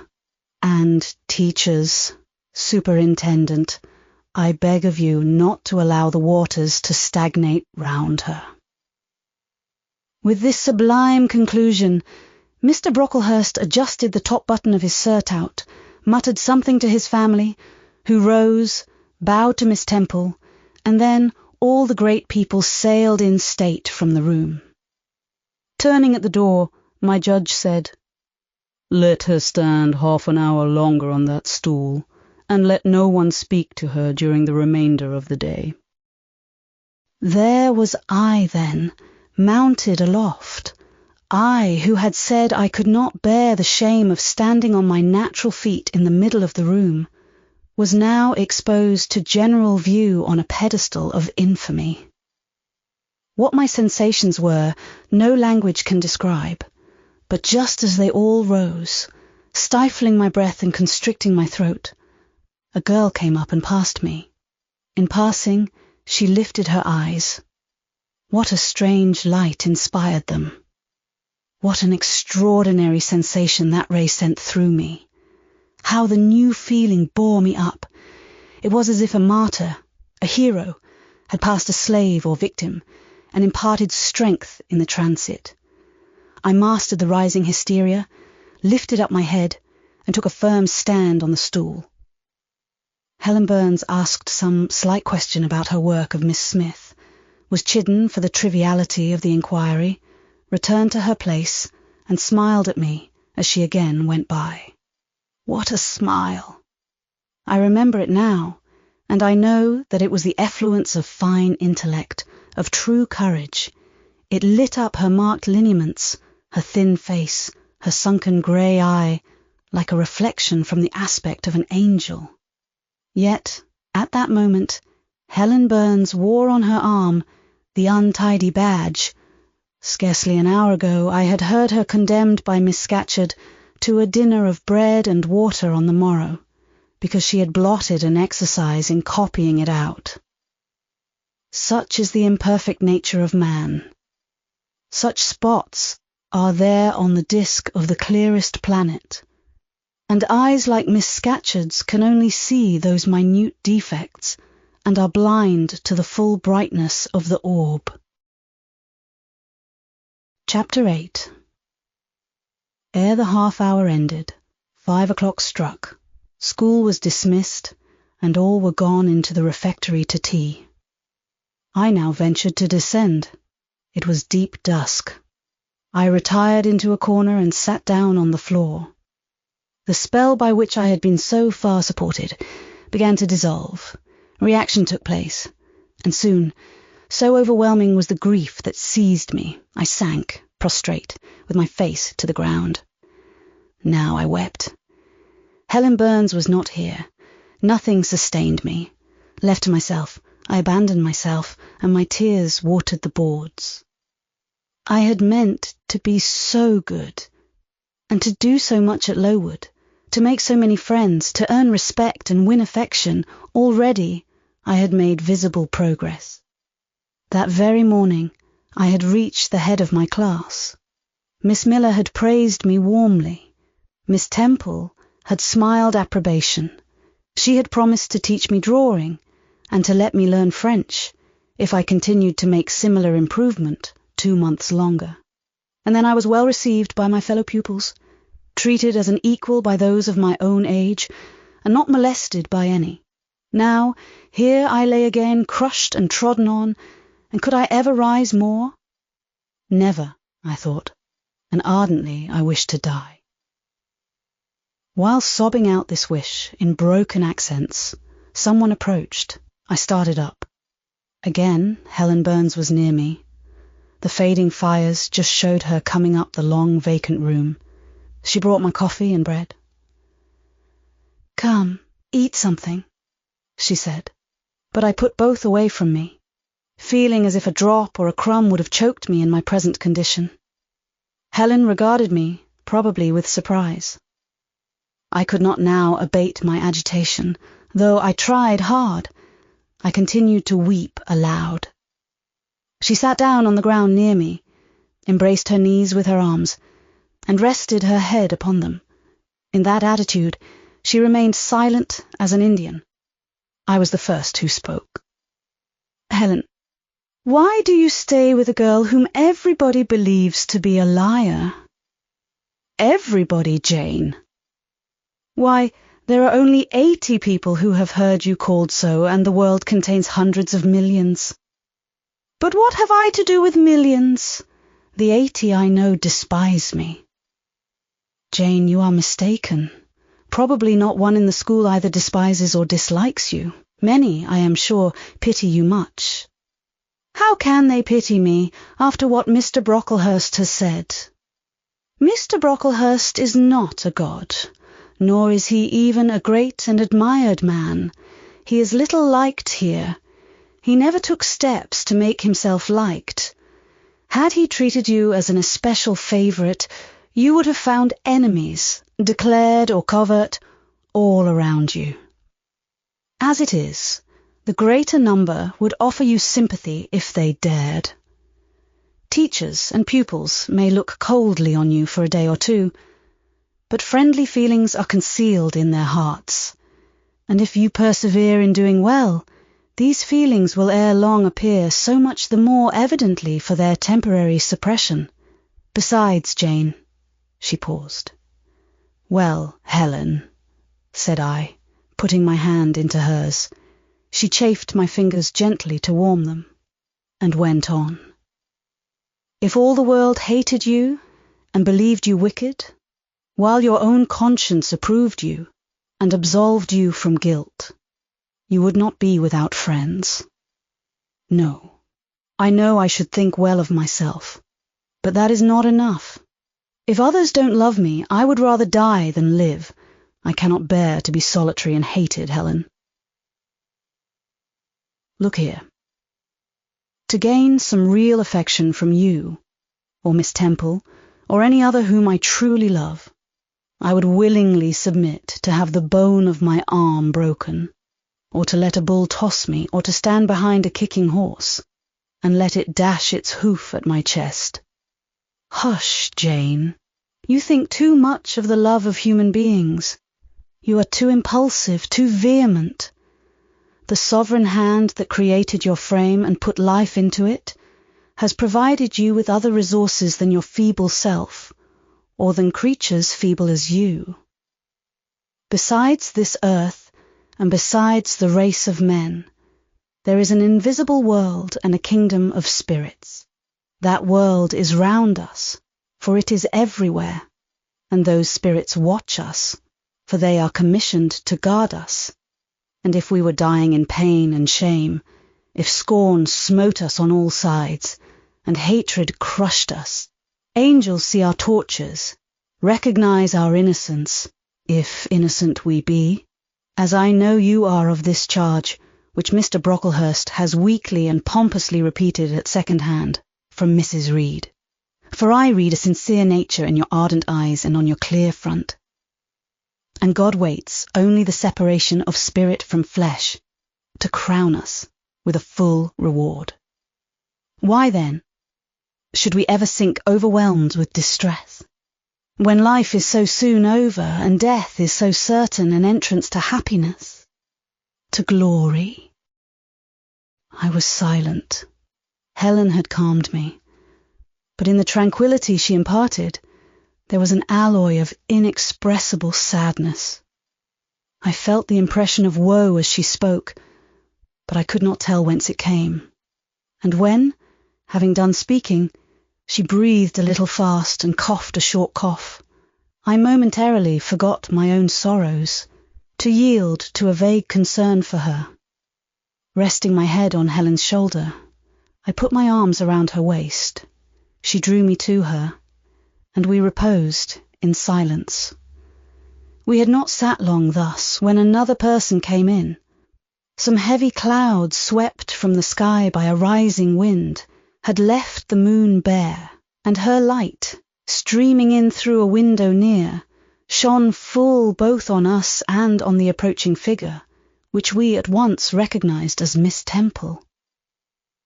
"I came on purpose to find you, Jane Eyre," said she. "I want you in my room, and as Helen Burns is with you, she may come too." We went. Following the superintendent's guidance, we had to thread some intricate passages and mount a staircase before we reached her apartment. It contained a good fire and looked cheerful. Miss Temple told Helen Burns to be seated in a low armchair on one side of the hearth, and herself taking another. She called me to her side. "Is it all over?" she asked, looking down at my face. "Have you cried your grief away?" "I am afraid I never shall do that." "Why?" "Because I have been wrongly accused, and you, ma'am, and everybody else will now think me wicked." "We shall think you what you prove yourself to be, my child. Continue to act as a good girl, and you will satisfy us." "Shall I, Miss Temple?" "You will," said she, passing her arm round me. "And now, tell me who is the lady whom Mr. Brocklehurst called your benefactress?" "Mrs. Reed, my uncle's wife. My uncle is dead, and he left me to her care." "Did she not, then, adopt you of her own accord?" "No, ma'am. She was sorry to have to do it. But my uncle, as I have often heard the servants say, got her to promise before he died that she would always keep me." "Well now, Jane, you know, or at least I will tell you, that when a criminal is accused, he is always allowed to speak in his own defense. You have been charged with falsehood. Defend yourself to me as well as you can. Say whatever your memory suggests is true, but add nothing and exaggerate nothing." I resolved, in the depth of my heart, that I would be most moderate, most correct, and having reflected a few minutes in order to arrange coherently what I had to say, I told her all the story of my sad childhood. Exhausted by emotion, my language was more subdued than it generally was when it developed that sad theme, and mindful of Helen's warnings against the indulgence of resentment, I infused into the narrative far less of gall and wormwood than ordinary. Thus restrained and simplified, it sounded more credible. I felt as I went on that Miss Temple fully believed me.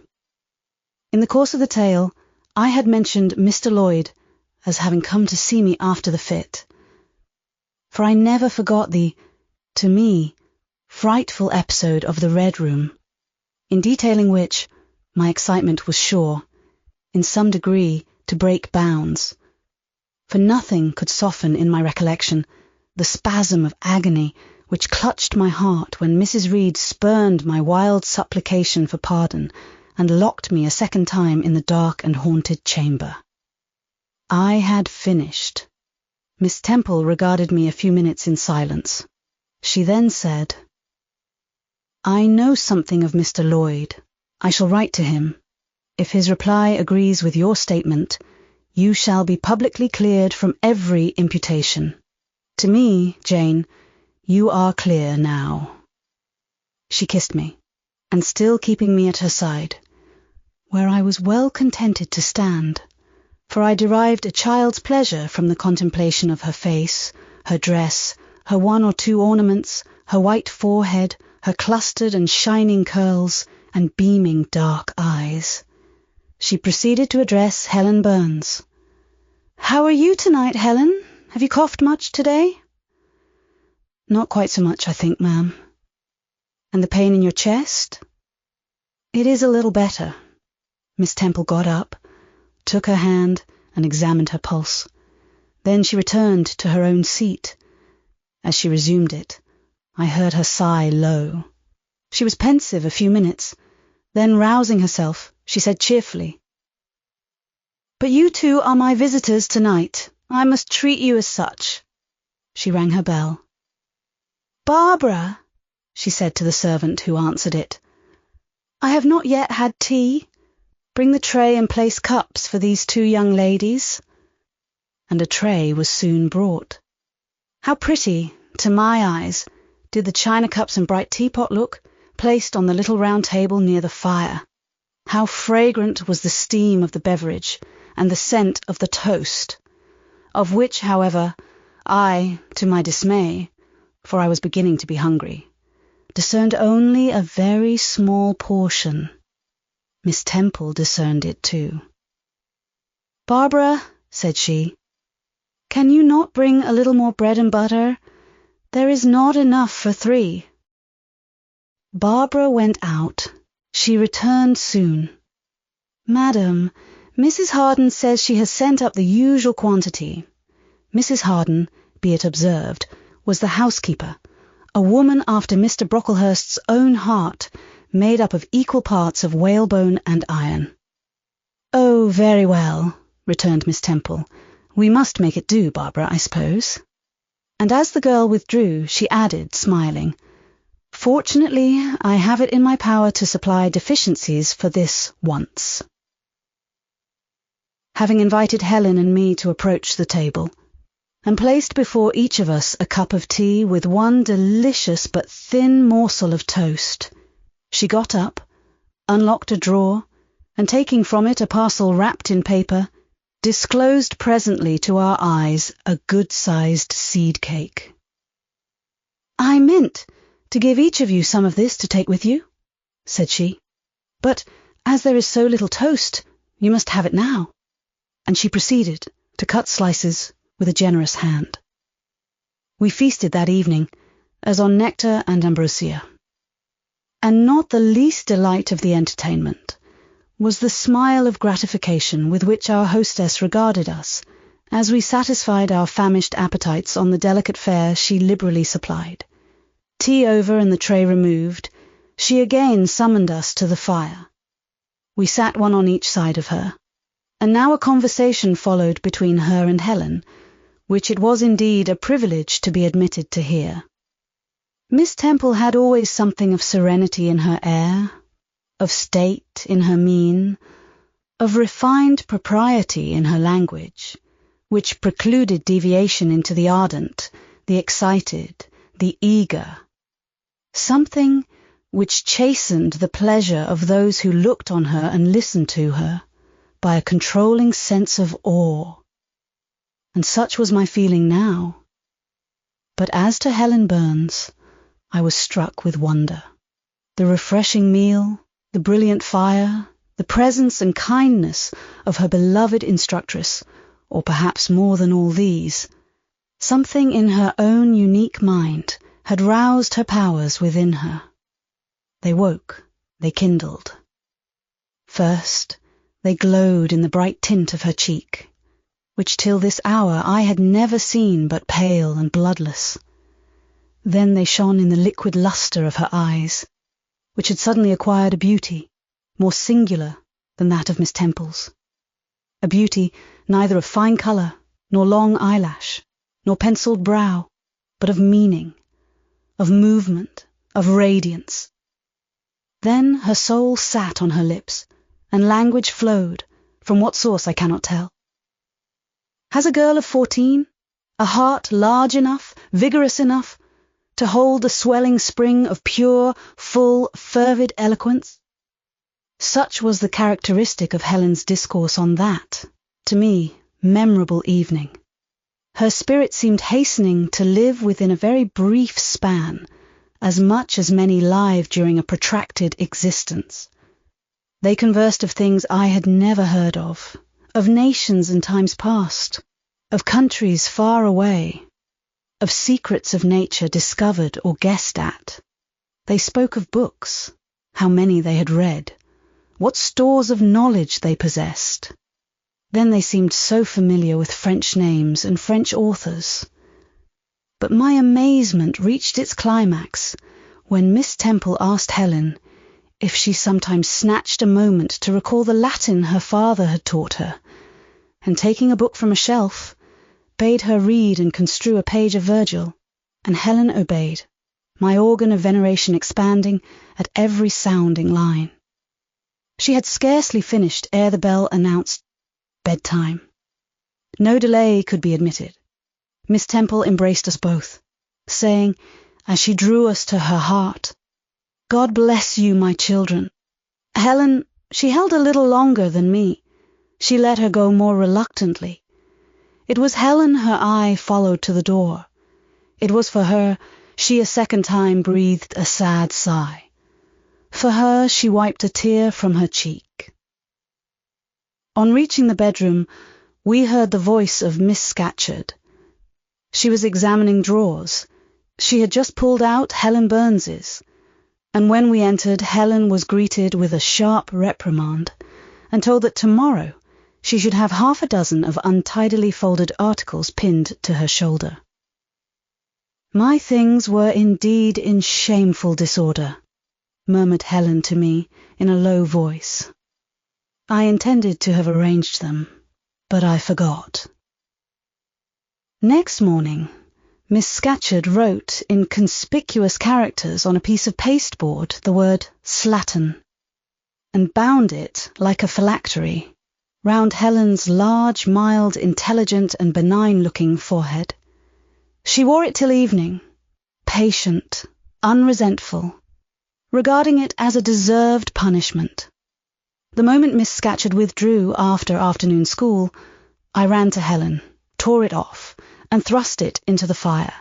The fury of which she was incapable had been burning in my soul all day, and tears, hot and large, had continually been scalding my cheek, for the spectacle of her sad resignation gave me an intolerable pain at the heart.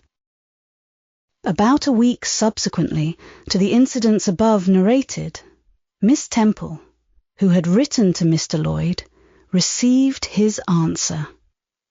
It appeared that what he said went to corroborate my account. Miss Temple, having assembled the whole school, announced that inquiry had been made into the charges alleged against Jane Eyre, and that she was most happy to be able to pronounce her completely cleared from every imputation. The teachers then shook hands with me and kissed me, and a murmur of pleasure ran through the ranks of my companions. Thus relieved of a grievous load, I from that hour set to work afresh, resolved to pioneer my way through every difficulty. I toiled hard, and my success was proportionate to my efforts. My memory, not naturally tenacious. Improved with practice, exercise, sharpened my wits. In a few weeks, I was promoted to a higher class. In less than 2 months, I was allowed to commence French and drawing. I learned the first 2 tenses of the verb être, and sketched my first cottage, whose walls, by the by, outrivaled in slope those of the Leaning Tower of Pisa, on the same day. That night, on going to bed, I forgot to prepare in imagination the Barmecide supper of hot roast potatoes, or white bread and new milk, with which I was wont to amuse my inward cravings. I feasted instead on the spectacle of ideal drawings, which I saw in the dark. All the work of my own hands, freely penciled houses and trees, picturesque rocks and ruins, Cuyp-like groups of cattle, sweet paintings of butterflies hovering over unblown roses, of birds picking at ripe cherries, of wrens' nests enclosing pearl-like eggs, wreathed about with young ivy sprays. I examined, too, in thought, the possibility of my ever being able to translate currently a certain little French story which Madame Pierrot had that day shown me. Nor was that problem solved to my satisfaction ere I fell sweetly asleep. Well has Solomon said, "Better is a dinner of herbs where love is, than a stalled ox and hatred therewith."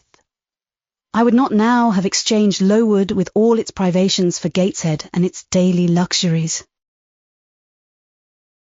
Chapter 9. But the privations, or rather the hardships of Lowood, lessened. Spring drew on. She was indeed already come. The frosts of winter had ceased, its snows were melted, its cutting winds ameliorated. My wretched feet, flayed and swollen to lameness by the sharp air of January, began to heal and subside under the gentler breathings of April. The nights and mornings, no longer by their Canadian temperature, froze the very blood in our veins. We could now endure the play hour passed in the garden. Sometimes on a sunny day, it began even to be pleasant and genial, and a greenness grew over those brown beds, which, freshening daily, suggested the thought that hope traversed them at night, and left each morning brighter traces of her steps. Flowers peeped out amongst the leaves, snowdrops, crocuses, purple auriculas, and golden-eyed pansies. On Thursday afternoons, half-holidays, we now took walks, and found still sweeter flowers opening by the wayside under the hedges. I discovered, too, that a great pleasure, an enjoyment which the horizon only bounded, lay all outside the high and spike-guarded walls of our garden. This pleasure consisted in prospect of noble summits, girdling a great hill hollow, rich in verdure and shadow, in a bright beck, full of dark stones and sparkling eddies. How different had this scene looked when I viewed it laid out beneath the iron sky of winter, stiffened in frost, shrouded with snow, when mists as chill as death wandered to the impulse of east winds along those purple peaks, and rolled down, ing and home, till they blended with the frozen fog of the beck. That beck itself was then a torrent, turbid and curbless. It tore asunder the wood, and sent a raving sound through the air, often thickened with wild rain or whirling sleet, and for the forest on its banks, that showed only ranks of skeletons. April advanced to May. A bright, serene May it was, days of blue sky, placid sunshine, and soft western or southern gales filled up its duration. And now vegetation matured with vigour. Lowood shook loose its tresses. It became all green, all flowery. Its great elm, ash, and oak skeletons were restored to majestic life. Woodland plants sprang up profusely in its recesses. Unnumbered varieties of moss filled its hollows, and it made a strange ground sunshine out of the wealth of its wild primrose plants. I have seen their pale gold gleam in overshadowed spots like scatterings of the sweetest lustre. All this I enjoyed often and fully, free, unwatched, and almost alone. For this unwanted liberty and pleasure there was a cause, to which it now becomes my task to advert. Have I not described a pleasant site for a dwelling, when I speak of it as bosomed in hill and wood, and rising from the verge of a stream? Assuredly pleasant enough, but whether healthy or not is another question.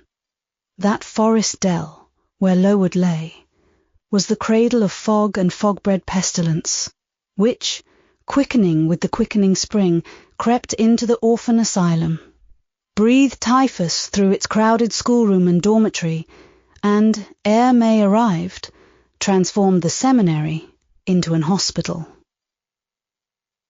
Semi-starvation and neglected colds had predisposed most of the pupils to receive infection.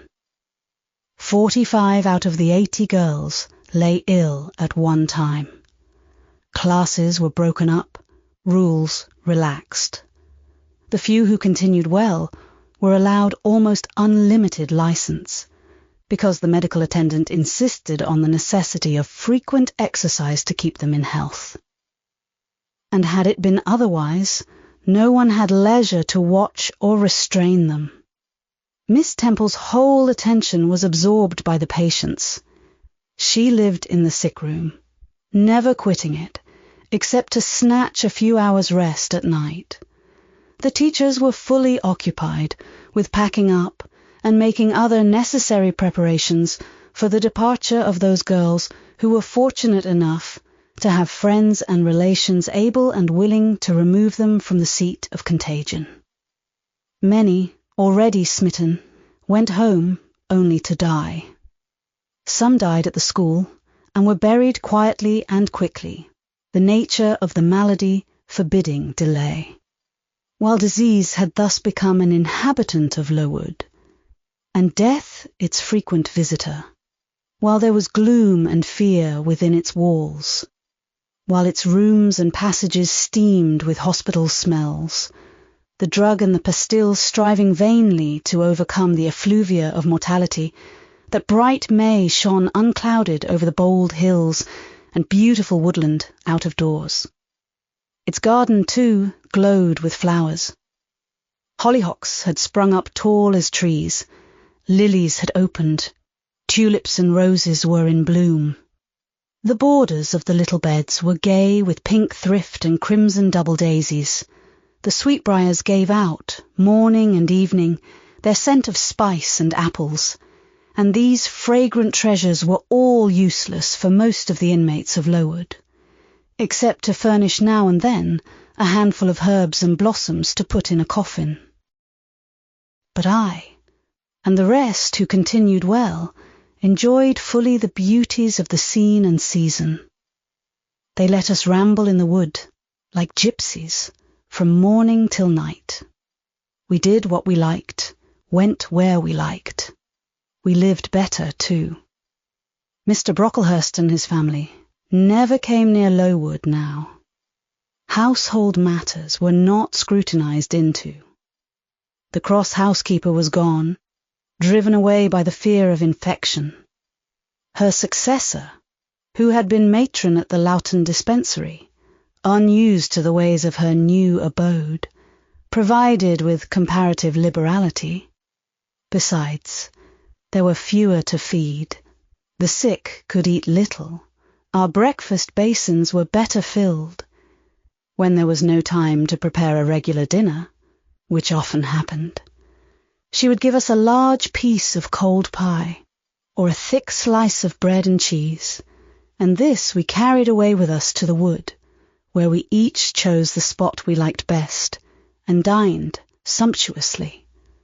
My favourite seat was a smooth and broad stone, rising white and dry from the very middle of the beck, and only to be got at by wading through the water, a feat I accomplished barefoot. The stone was just broad enough to accommodate, comfortably, another girl and me. At that time my chosen comrade, one Mary Ann Wilson, a shrewd, observant personage whose society I took pleasure in, partly because she was witty and original, and partly because she had a manner which set me at my ease. Some years older than I, she knew more of the world, and could tell me many things I liked to hear.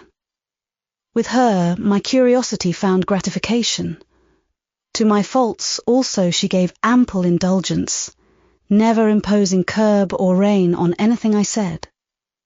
She had a turn for narrative, I for analysis. She liked to inform, I to question. So we got on swimmingly together, deriving much entertainment, if not much improvement, from our mutual intercourse. And where, meantime, was Helen Burns? Why did I not spend these sweet days of liberty with her? Had I forgotten her? Or was I so worthless as to have grown tired of her pure society? Surely the Mary Ann Wilson I have mentioned was inferior to my first acquaintance. She could only tell me amusing stories and reciprocate any racy and pungent gossip I chose to indulge in. While, if I have spoken truth of Helen, she was qualified to give those who enjoyed the privilege of her converse a taste of far higher things. True, reader, and I knew and felt this. And though I am a defective being, with many faults and few redeeming points, yet I never tired of Helen Burns, nor ever ceased to cherish for her a sentiment of attachment, as strong, tender, and respectful as any that ever animated my heart. How could it be otherwise, when Helen, at all times and under all circumstances, evinced for me a quiet and faithful friendship, which ill humour never soured, nor irritation never troubled? But Helen was ill at present. For some weeks she had been removed from my sight to I knew not what room upstairs. She was not, I was told, in the hospital portion of the house with the fever patients, for her complaint was consumption, not typhus, and by consumption I, in my ignorance, understood something mild, which time and care would be sure to alleviate. I was confirmed in this idea by the fact of her once or twice coming downstairs on very warm, sunny afternoons, and being taken by Miss Temple into the garden.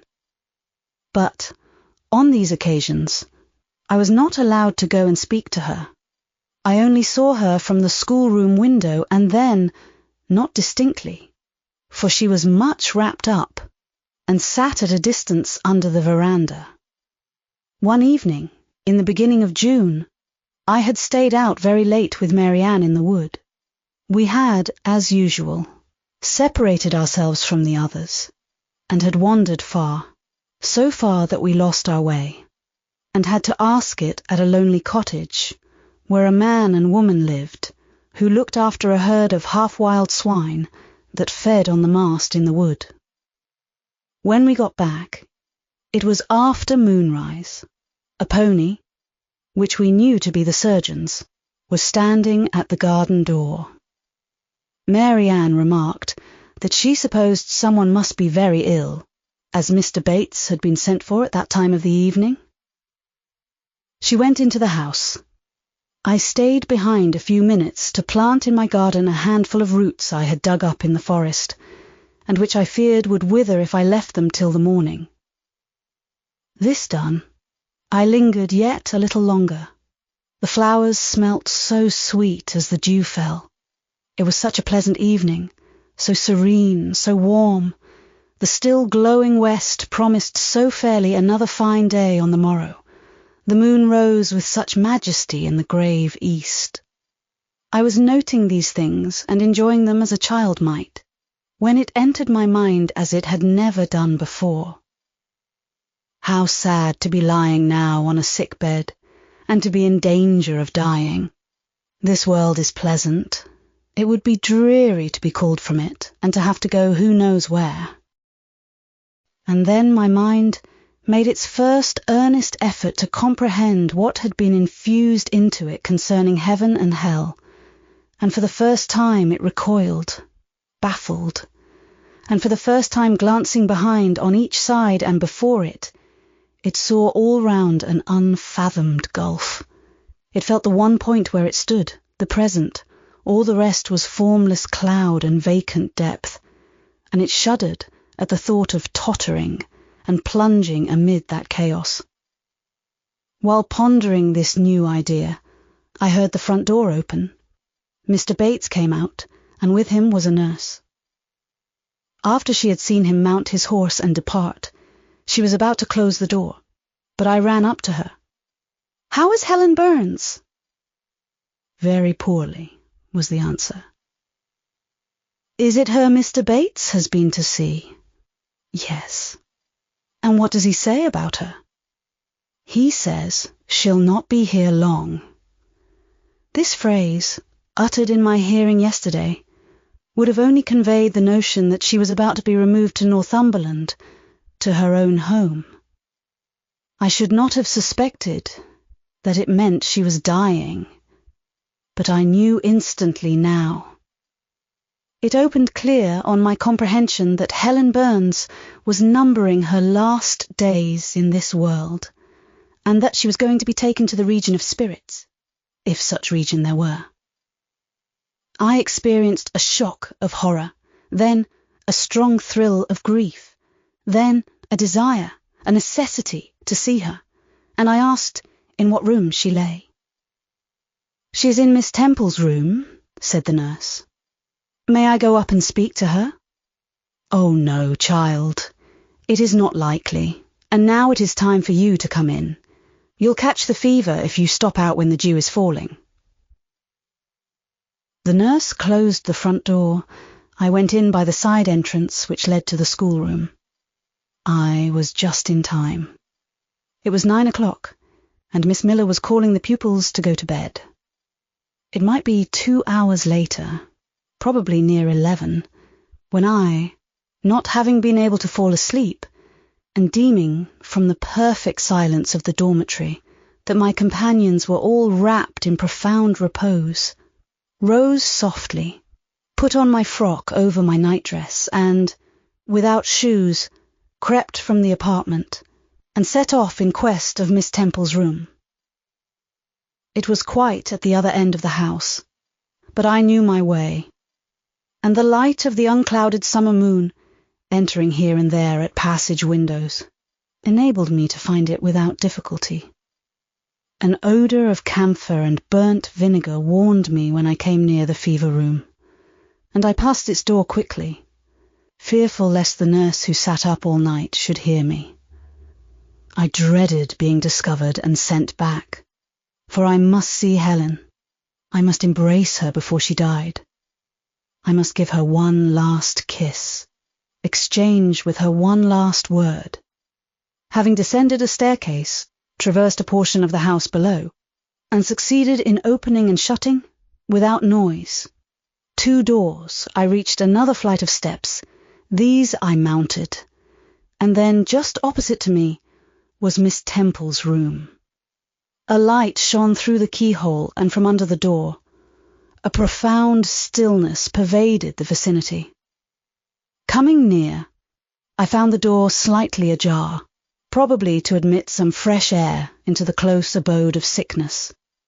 Indisposed to hesitate, and full of impatient impulses, soul and senses quivering with keen throes, I put it back and looked in.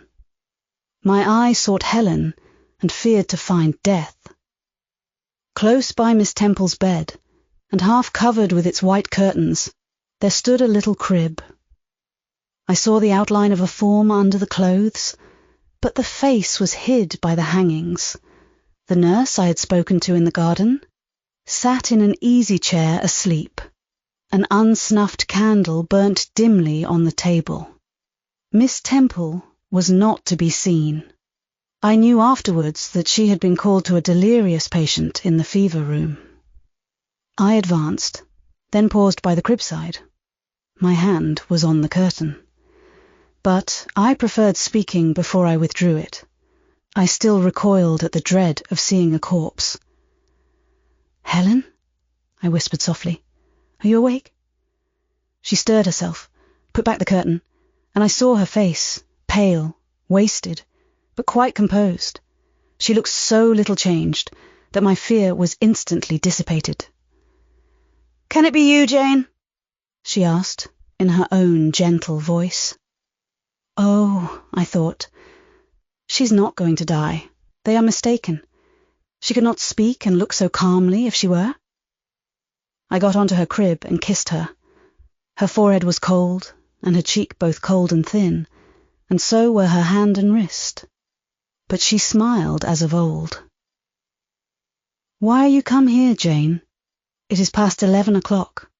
I heard it strike some minutes since." "I came to see you, Helen.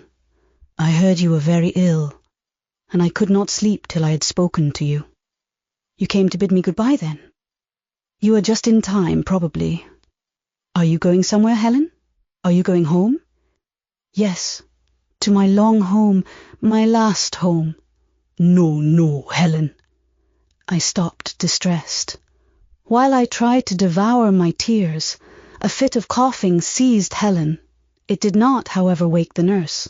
When it was over, she lay some minutes exhausted. Then she whispered, "Jane, your little feet are bare. Lie down and cover yourself with my quilt." I did so. She put her arm over me, and I nestled close to her. After a long silence, she resumed, still whispering, "I am very happy, Jane, and when you hear that I am dead, you must be sure and not grieve. There is nothing to grieve about.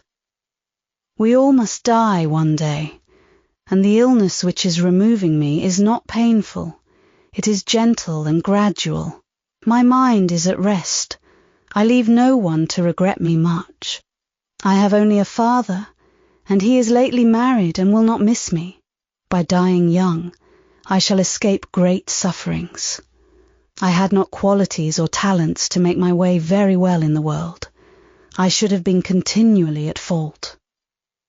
"But where are you going to, Helen? Can you see? Do you know?"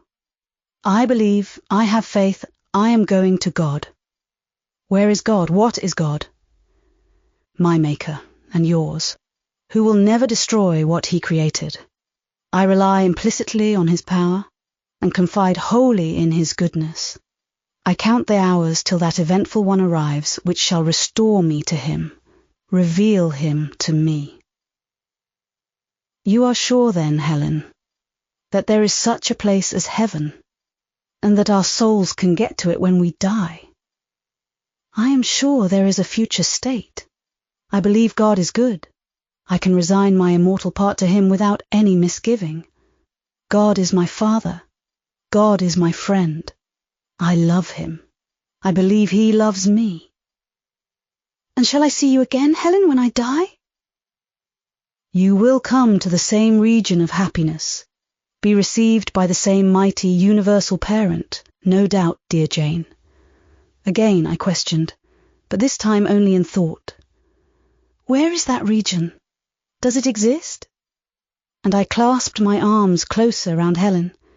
She seemed dearer to me than ever. I felt as if I could not let her go. I lay with my face hidden on her neck. Presently she said, in the sweetest tone, "How comfortable I am! That last fit of coughing has tired me a little.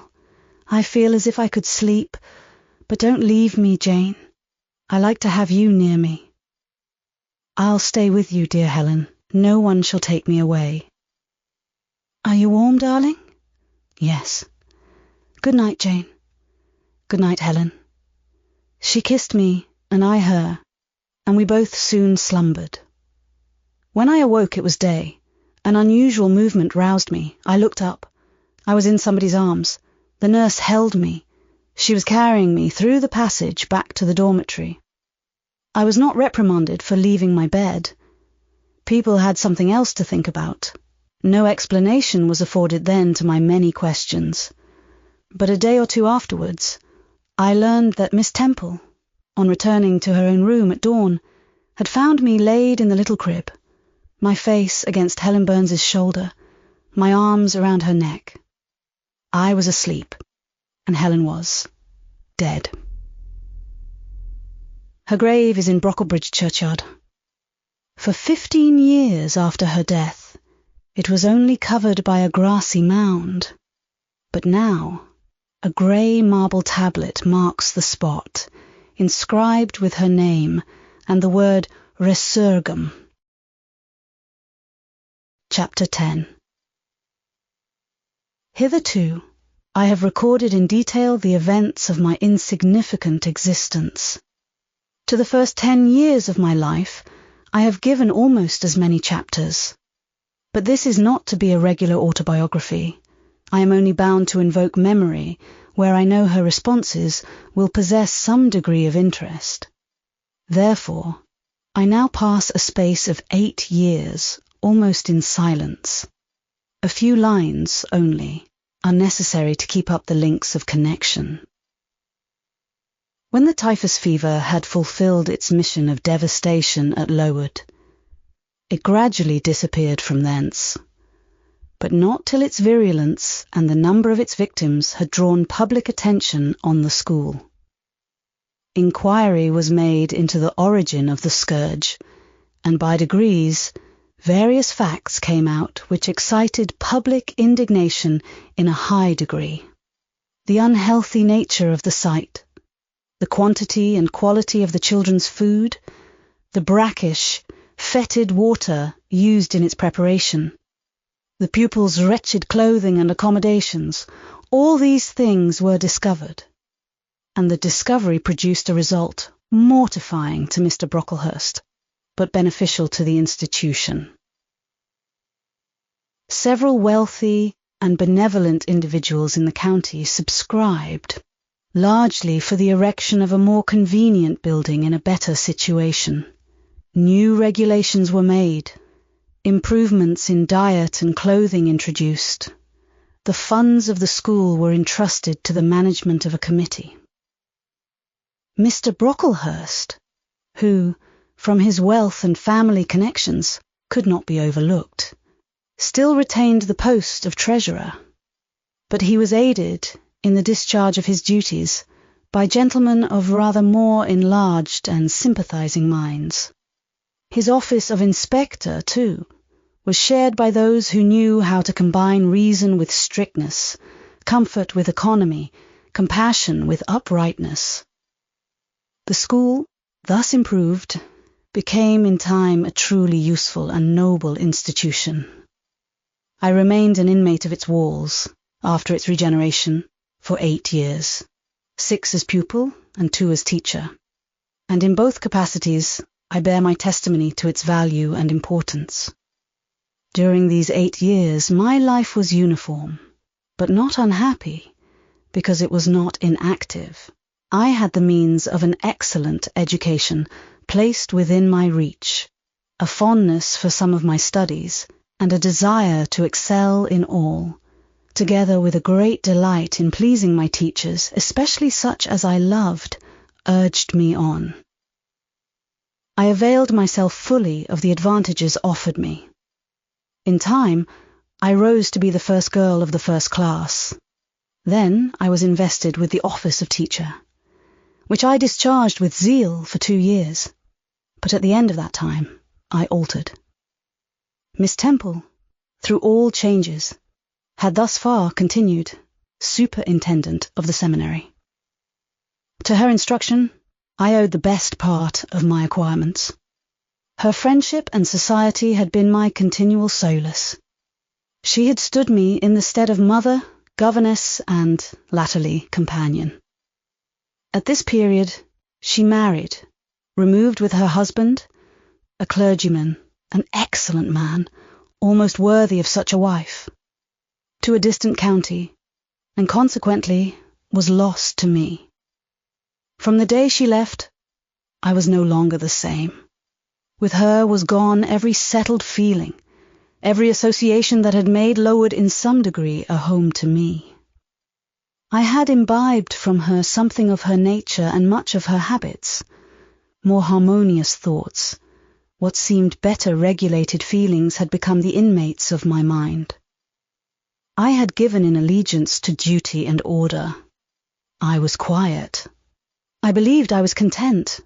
To the eyes of others, usually even to my own, I appeared a disciplined and subdued character.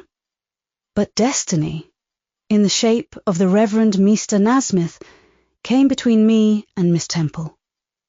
I saw her in her travelling dress step into a post-chaise shortly after the marriage ceremony. I watched the chaise mount the hill and disappear beyond its brow, and then retired to my own room, and there spent in solitude the greatest part of the half-holiday granted in honour of the occasion. I walked about the chamber most of the time. I imagined myself only to be regretting my loss and thinking how to repair it. But when my reflections were concluded, and I looked up and found that the afternoon was gone, and evening far advanced, another discovery dawned on me, namely, that in the interval I had undergone a transforming process, that my mind had put off all it had borrowed of Miss Temple, or rather that she had taken with her the serene atmosphere I had been breathing in her vicinity, and that now I was left in my natural element and beginning to feel the stirring of old emotions. It did not seem as if a prop were withdrawn, but rather as if a motive were gone. It was not the power to be tranquil which had failed me, but the reason for tranquillity was no more. My world had for some years been in Lowood. My experience had been of its rules and systems. Now I remembered that the real world was wide, and that varied field of hopes and fears, of sensations and excitements, awaited those who had courage to go forth into its expanse, to seek real knowledge of life amidst its perils. I went to my window, opened it, and looked out. There were the two wings of the building, there was the garden, there were the skirts of Lowood, there was the hilly horizon. My eye passed all other objects to rest on those most remote, the blue peaks. It was those I longed to surmount. All within their boundary of rock and heath seemed prison ground, exile limits. I traced the white road winding round the base of one mountain and vanishing in a gorge between two. How I longed to follow it farther. I recalled the time when I had travelled that very road in a coach. I remembered descending that hill at twilight. An age seemed to have elapsed since the day which brought me first to Lowood, and I had never quitted it since. My vacations had all been spent at school. Mrs. Reed had never sent for me to Gateshead. Neither she nor any of her family had ever been to visit me. I had had no communication by letter or message with the outer world. School rules, school duties, school habits and notions, and voices and faces and phrases and costumes and preferences and antipathies, such was what I knew of existence. And now I felt that it was not enough. I tired of the routine of 8 years in one afternoon. I desired liberty. For liberty I gasped. For liberty I uttered a prayer. It seemed scattered on the wind, then faintly blowing. I abandoned it and framed a humbler supplication. For change, stimulus. That petition, too, seemed swept off into vague space. "Then," I cried, half desperate, "grant me at least a new servitude." Here a bell, ringing the hour of supper, called me downstairs. I was not free to resume the interrupted chain of my reflections till bedtime. Even then, a teacher who occupied the same room with me kept me from the subject to which I longed to recur by a prolonged effusion of small talk. How I wished sleep would silence her. It seemed as if, could I but go back to the idea which had last entered my mind as I stood at the window, some inventive suggestion would rise for my relief. Miss Gryce snored at last. She was a heavy Welshwoman. Until now, her habitual nasal strains had never been regarded by me in any other light than as a nuisance.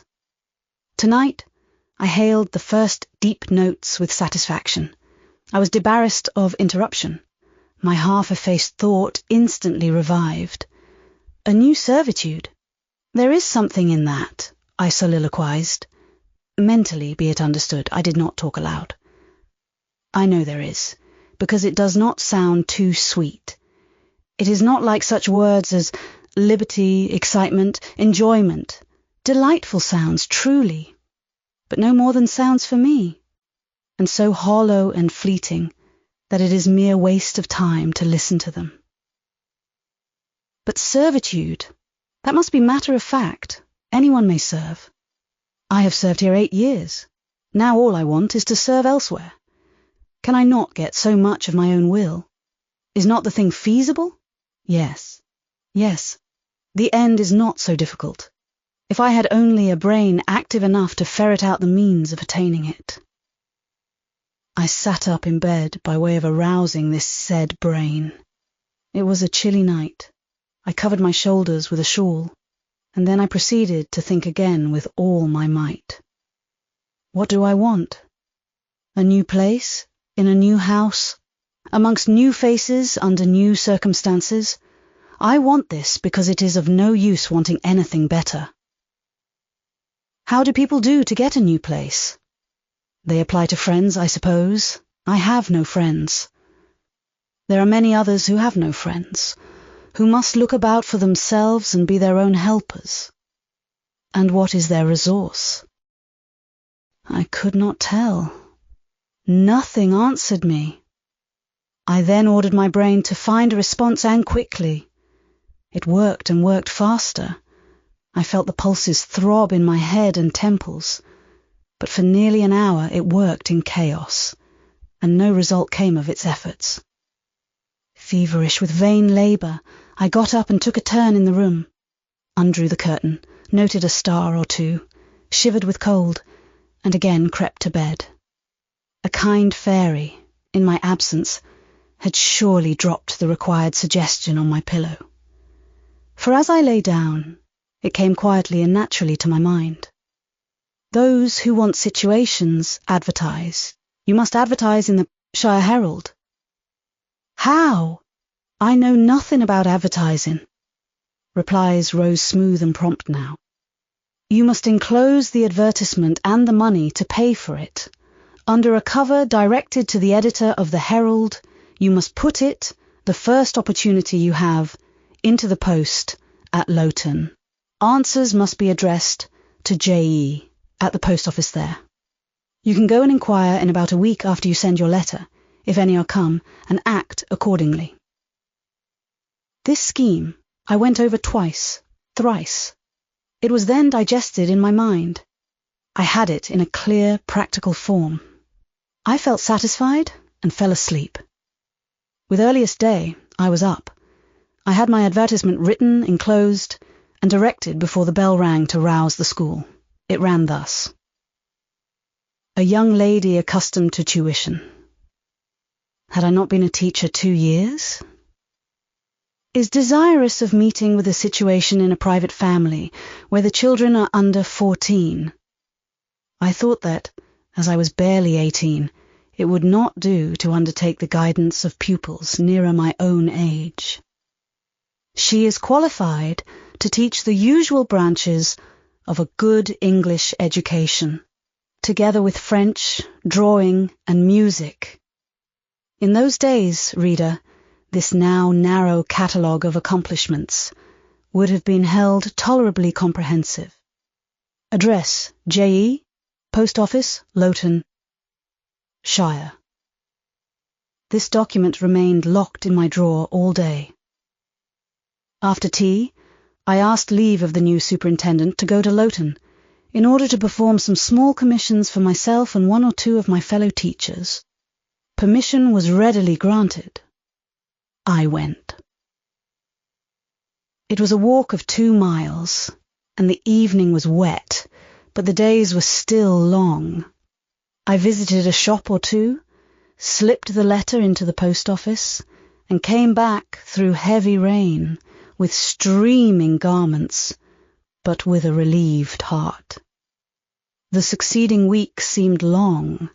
It came to an end at last, however, like all sublunary things, and once more, towards the close of a pleasant autumn day, I found myself afoot on the road to Loughton. A picturesque track it was, by the way, lying along the side of the beck and through the sweetest curves of the dale. But that day I thought more of the letters that might or might not be awaiting me at the little burg whither I was bound, than of the charms of Lear and water. My ostensible errand on this occasion was to get measured for a pair of shoes, so I discharged that business first, and when it was done, I stepped across the clean and quiet little street from the shoemaker's to the post office. It was kept by an old dame who wore horn spectacles on her nose and black mittens on her hands. "Are there any letters for J.E.?" I asked. She peered at me over her spectacles, and then she opened a drawer and fumbled among its contents for a long time, so long that my hopes began to falter. At last, having held a document before her glasses for nearly 5 minutes, she presented it across the counter, accompanying the act by another inquisitive and mistrustful glance. It was for G. "Is there only one?" I demanded. "There are no more," said she, and I put it in my pocket and turned my face homeward. I could not open it then. Rules obliged me to be back by 8, and it was already 7:30. Various duties awaited me on my arrival. I had to sit with the girls during their hour of study. Then it was my turn to read prayers, to see them to bed. Afterwards, I supped with the other teachers. Even when we finally retired for the night, the inevitable Miss Gryce was still my companion. We had only a short end of candle in our candlestick, and I dreaded lest she should talk till it was all burnt out. Fortunately, however, the heavy supper she had eaten produced a soporific effect. She was already snoring before I had finished undressing. There still remained an inch of candle. I now took out my letter. The seal was an initial F. I broke it. The contents were brief.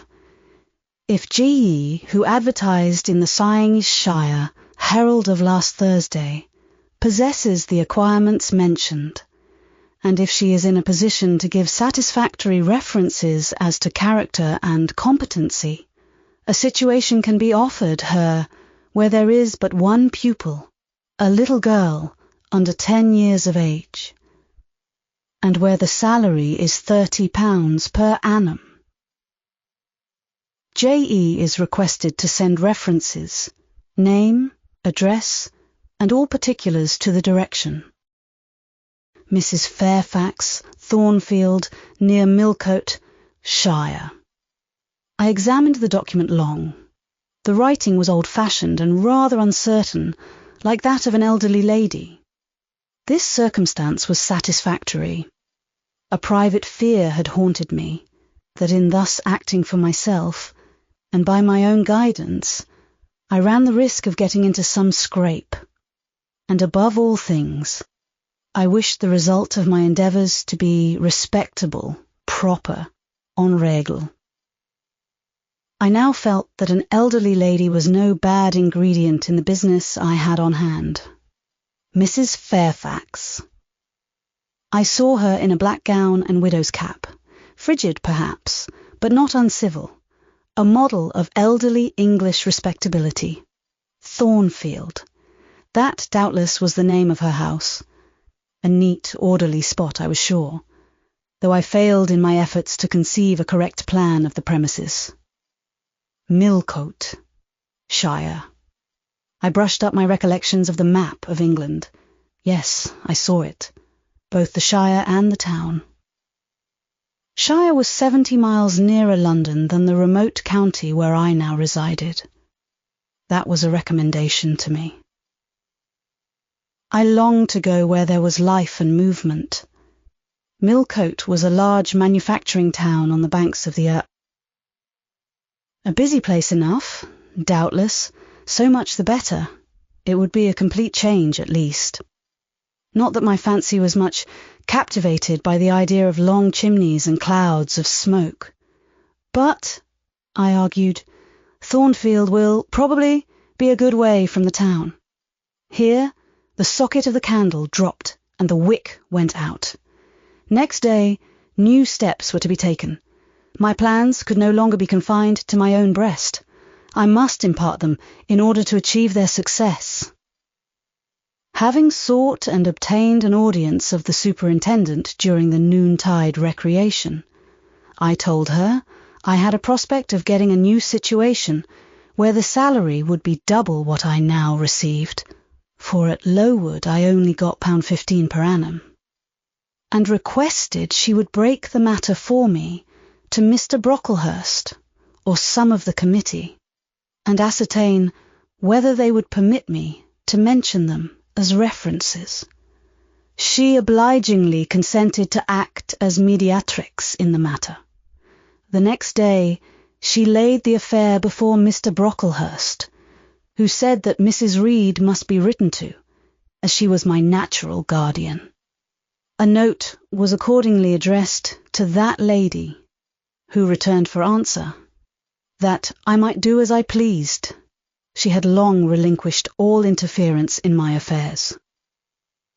This note went the round of the committee, and at last, after what appeared to me most tedious delay, formal leave was given me to better my condition if I could, and an assurance added that as I had always conducted myself well, both as teacher and pupil, at Lowood, a testimonial of character and capacity, signed by the inspectors of that institution, should forthwith be furnished me.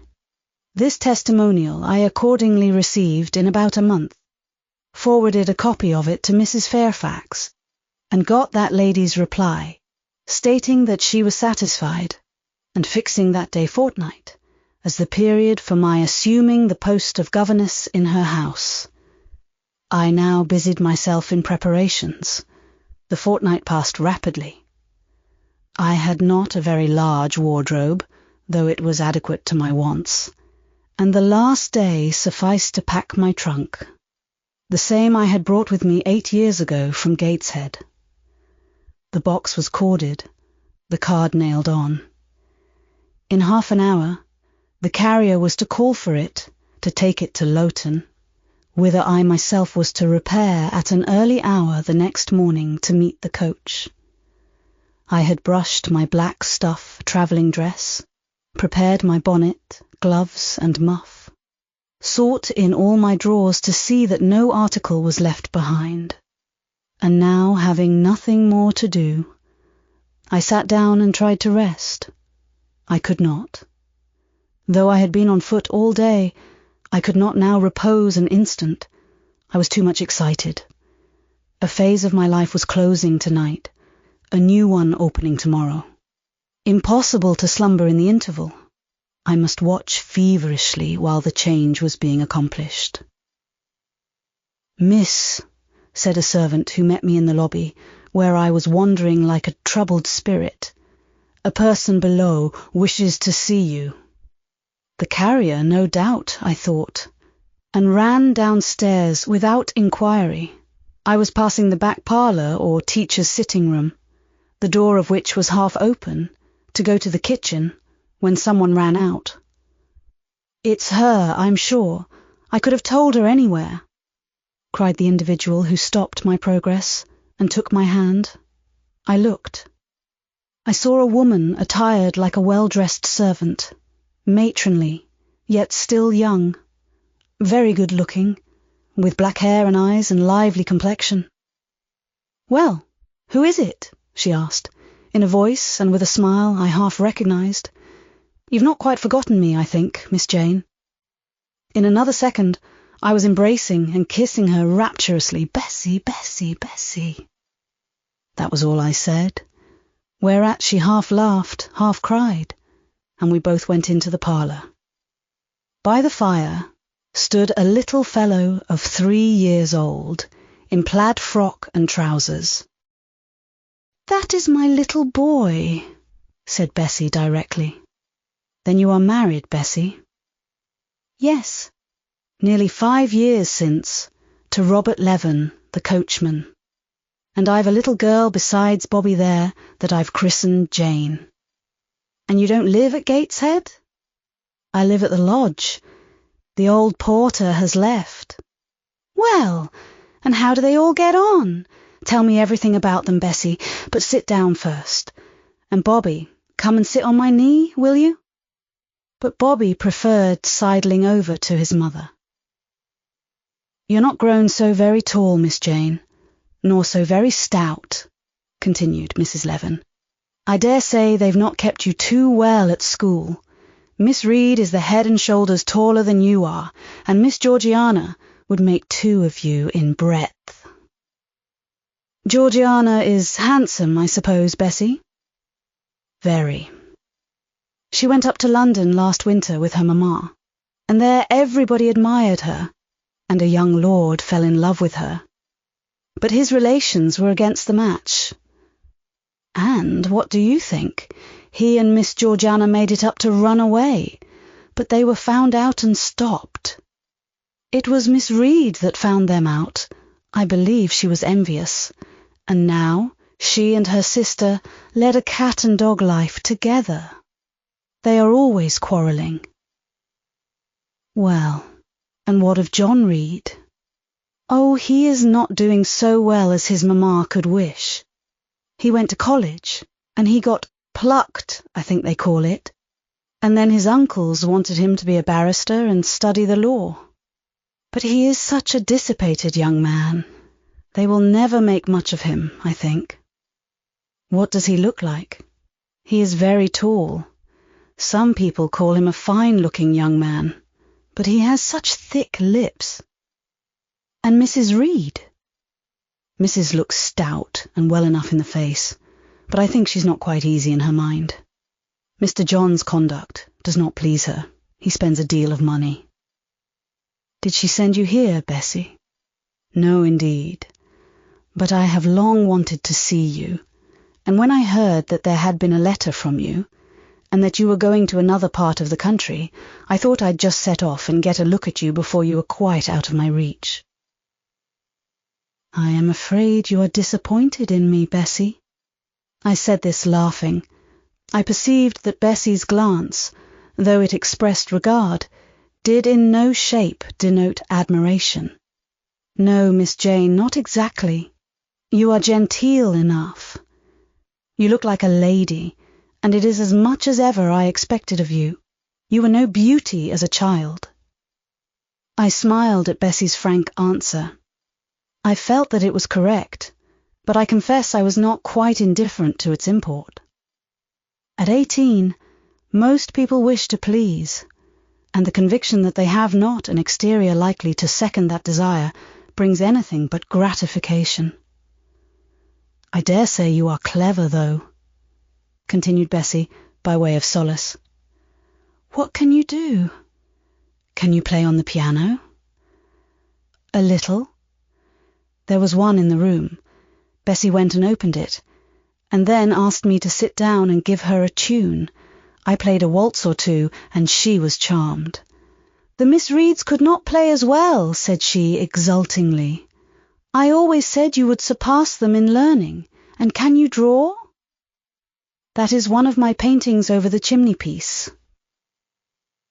It was a landscape in watercolours, of which I had made a present to the superintendent, in acknowledgment of her obliging mediation with the committee on my behalf, and which she had framed and glazed. "Well, that is beautiful, Miss Jane. It is as fine a picture as any Miss Reed's drawing master could paint, let alone the young ladies themselves, who could not come near it." "And have you learnt French?" "Yes, Bessie. I can both read it and speak it." "And you can work on muslin and canvas?" "I can." "Oh, you are quite a lady, Miss Jane. I knew you would be. You will get on whether your relations notice you or not. There was something I wanted to ask you." Have you ever heard anything from your father's kinsfolk, the Eyres? Never in my life. Well, you know, Mrs. always said they were poor and quite despicable. And they may be poor, but I believe they are as much gentry as the Reeds are. For one day, nearly 7 years ago, a Mr. Eyre came to Gateshead and wanted to see you. Mrs. said you were at school 50 miles off. He seemed so much disappointed, for he could not stay. He was going on a voyage to a foreign country, and the ship was to sail from London in a day or two.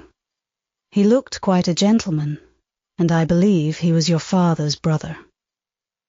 What foreign country was he going to, Bessie? An island thousands of miles off, where they make wine. The butler did tell me. Madeira? I suggested. Yes, that is it. That is the very word. So he went? Yes. He did not stay many minutes in the house. Mrs. was very high with him. She called him afterwards, a sneaking tradesman. My Robert believes he was a wine merchant. Very likely, I returned. Or perhaps clerk or agent to a wine merchant. Bessie and I conversed about old times an hour longer, and then she was obliged to leave me. I saw her again for a few minutes the next morning at Loughton, while I was waiting for the coach. We parted finally at the door of the Brocklehurst Arms there. Each went her separate way.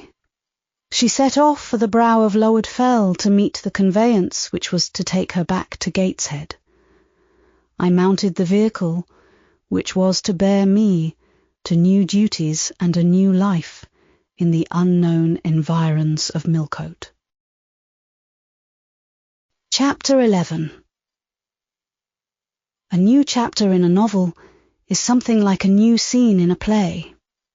And when I draw up the curtain this time, reader, you must fancy you see a room in the George Inn at Millcote, with such large figured papering on the walls as inn-rooms have, such a carpet, such furniture, such ornaments on the mantelpiece, such prints, including a portrait of George III, and another of the Prince of Wales, and a representation of the death of Wolfe. All this is visible to you by the light of an oil lamp hanging from the ceiling, and by that of an excellent fire, near which I sit in my cloak and bonnet. My muff and umbrella lie on the table, and I am warming away the numbness and chill contracted by 16 hours' exposure to the rawness of an October day. I left Loughton at 4:00 a.m., and the Millcote town clock is now just striking 8. Reader, though I look comfortably accommodated, I am not very tranquil in my mind. I thought when the coach stopped here there would be someone to meet me. I looked anxiously round as I descended the wooden steps the boots placed for my convenience, expecting to hear my name pronounced and to see some description of carriage waiting to convey me to Thornfield. Nothing of the sort was visible, and when I asked a waiter if anyone had been to inquire after a Miss Eyre, I was answered in the negative. So I had no resource but to request to be shown into a private room. And here I am waiting, while all sorts of doubts and fears are troubling my thoughts. It is a very strange sensation to inexperienced youth to feel itself quite alone in the world, cut adrift from every connection, uncertain whether the port to which it is bound can be reached, and prevented by many impediments from returning to that it has quitted. The charm of adventure sweetens that sensation, the glow of pride warms it, but then the throb of fear disturbs it, and fear with me became predominant when half an hour elapsed and still I was alone. I bethought myself to ring the bell.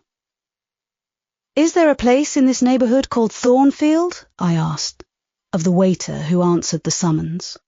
"Thornfield? I don't know, ma'am. I'll inquire at the bar." He vanished, but reappeared instantly, Is your name Eyre, miss? Yes. Person here waiting for you? I jumped up, took my muff and umbrella, and hastened into the inn passage. A man was standing by the open door, and in the lamp-lit street I dimly saw a one-horse conveyance. "This will be your luggage, I suppose," said the man, rather abruptly when he saw me, pointing to my trunk in the passage. Yes.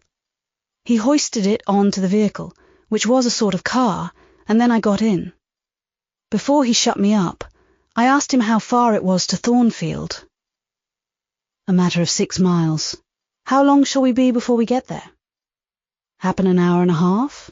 He fastened the car door, climbed to his own seat outside, and we set off. Our progress was leisurely, and gave me ample time to reflect. I was content to be at length so near the end of my journey, and as I leaned back in the comfortable though not elegant conveyance, I meditated much at my ease. I suppose, thought I, judging from the plainness of the servant and carriage, Mrs. Fairfax is not a very dashing person. So much the better. I never lived amongst fine people but once, and I was very miserable with them. I wonder if she lives alone except this little girl? If so, and if she is in any degree amiable, I shall surely be able to get on with her. I will do my best. It is a pity that doing one's best does not always answer. At Lowood, indeed, I took that resolution, kept it, and succeeded in pleasing. But with Mrs. Reed, I remember my best was always spurned with scorn. I pray God Mrs. Fairfax may not turn out a second Mrs. Reed, but if she does, I am not bound to stay with her. Let the worst come to the worst, I can advertise again. How far are we on our road now, I wonder? I let down the window and looked out. Millcote was behind us. Judging by the number of its lights, it seemed a place of considerable magnitude, much larger than Loughton. We were now, as far as I could see, on a sort of common, but there were houses scattered all over the district. I felt we were in a different region to Lowood, more populous, less picturesque, more stirring, less romantic. The roads were heavy, the night misty. My conductor let his horse walk all the way, and the hour and a half extended, I verily believe, to 2 hours. At last he turned in his seat and said, "You're known so far for Thornfield now." Again I looked out. We were passing a church. I saw its low, broad tower against the sky, and its bell was tolling a quarter. I saw a narrow galaxy of lights, too, on a hillside, marking a village or hamlet. About 10 minutes after, the driver got down and opened a pair of gates. We passed through, and they clashed to behind us. We now slowly ascended a drive, and came upon the long front of a house. Candlelight gleamed from one curtained bow window, all the rest were dark. The car stopped at the front door. It was opened by a maidservant. I alighted and went in. "Will you walk this way, ma'am?" said the girl, and I followed her across a square hall, with high doors all around. She ushered me into a room whose double illumination of fire and candle at first dazzled me, contrasting as it did with the darkness to which my eyes had been for 2 hours inured. When I could see, however, a cosy and agreeable picture presented itself to my view. A snug small room, a round table by a cheerful fire, an armchair high-backed and old-fashioned, wherein sat the neatest imaginable little elderly lady, in widow's cap, black silk gown, and snowy muslin apron. Exactly like what I had fancied Mrs. Fairfax, only less stately and milder looking. She was occupied in knitting. A large cat sat demurely at her feet. Nothing, in short, was wanting to complete the beau ideal of domestic comfort.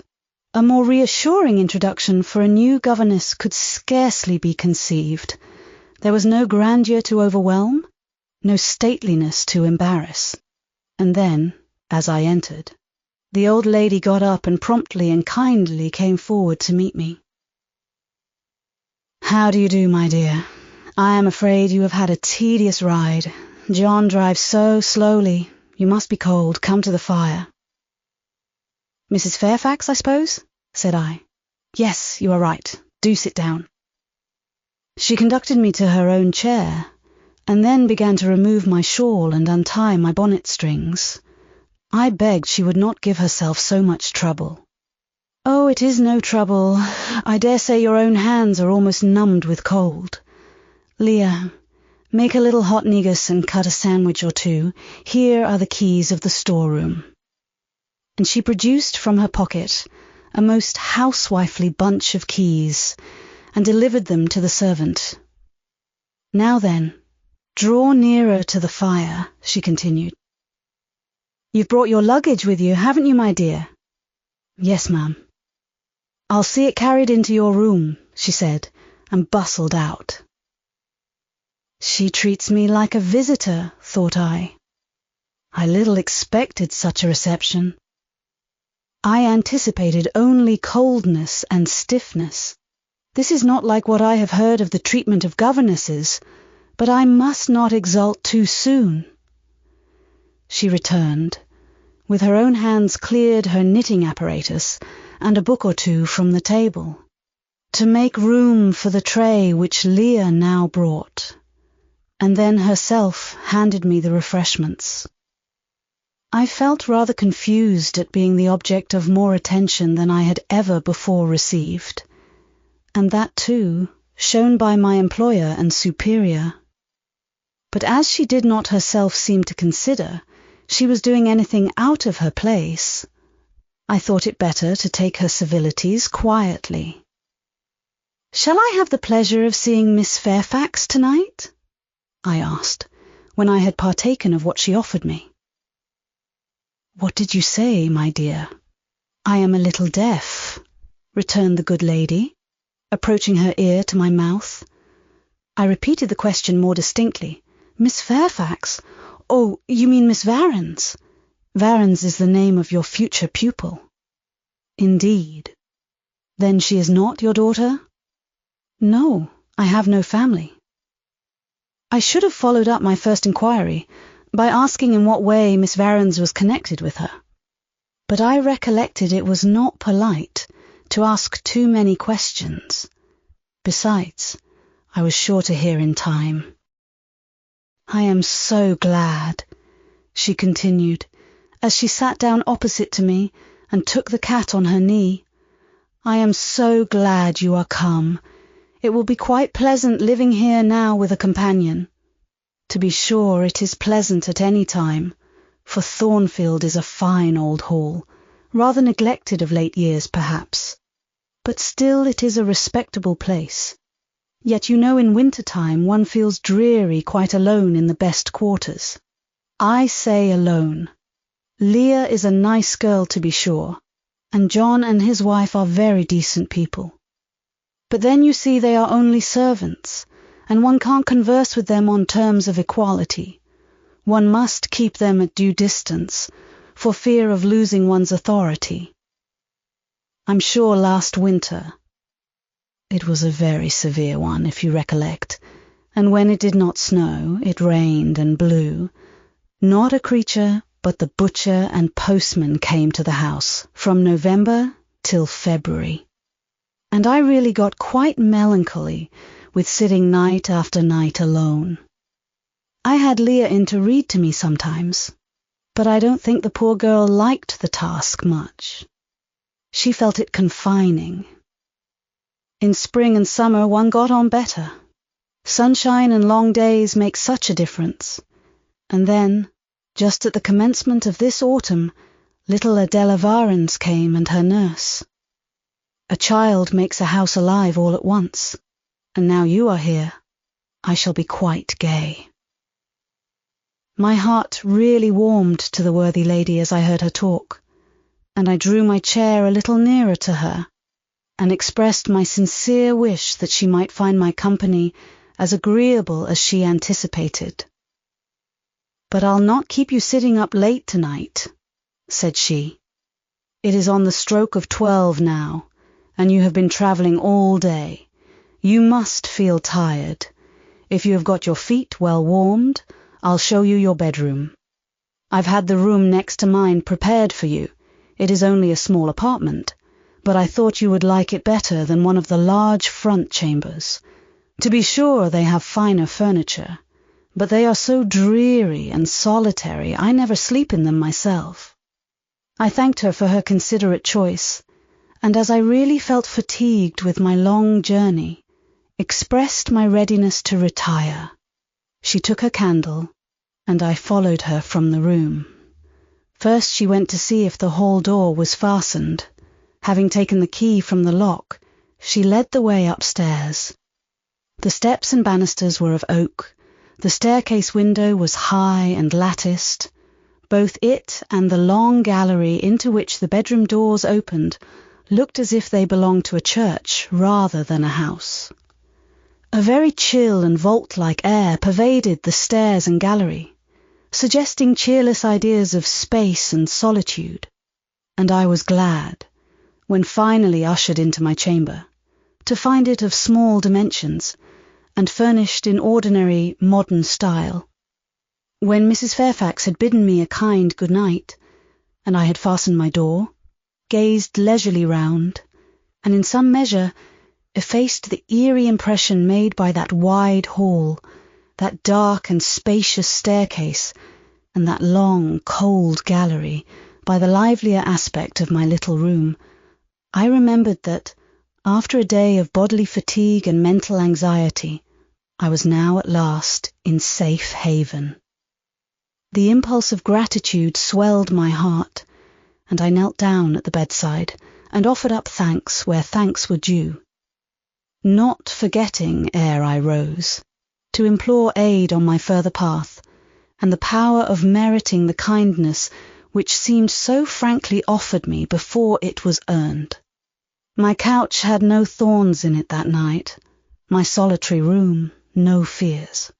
At once weary and content, I slept soon and soundly.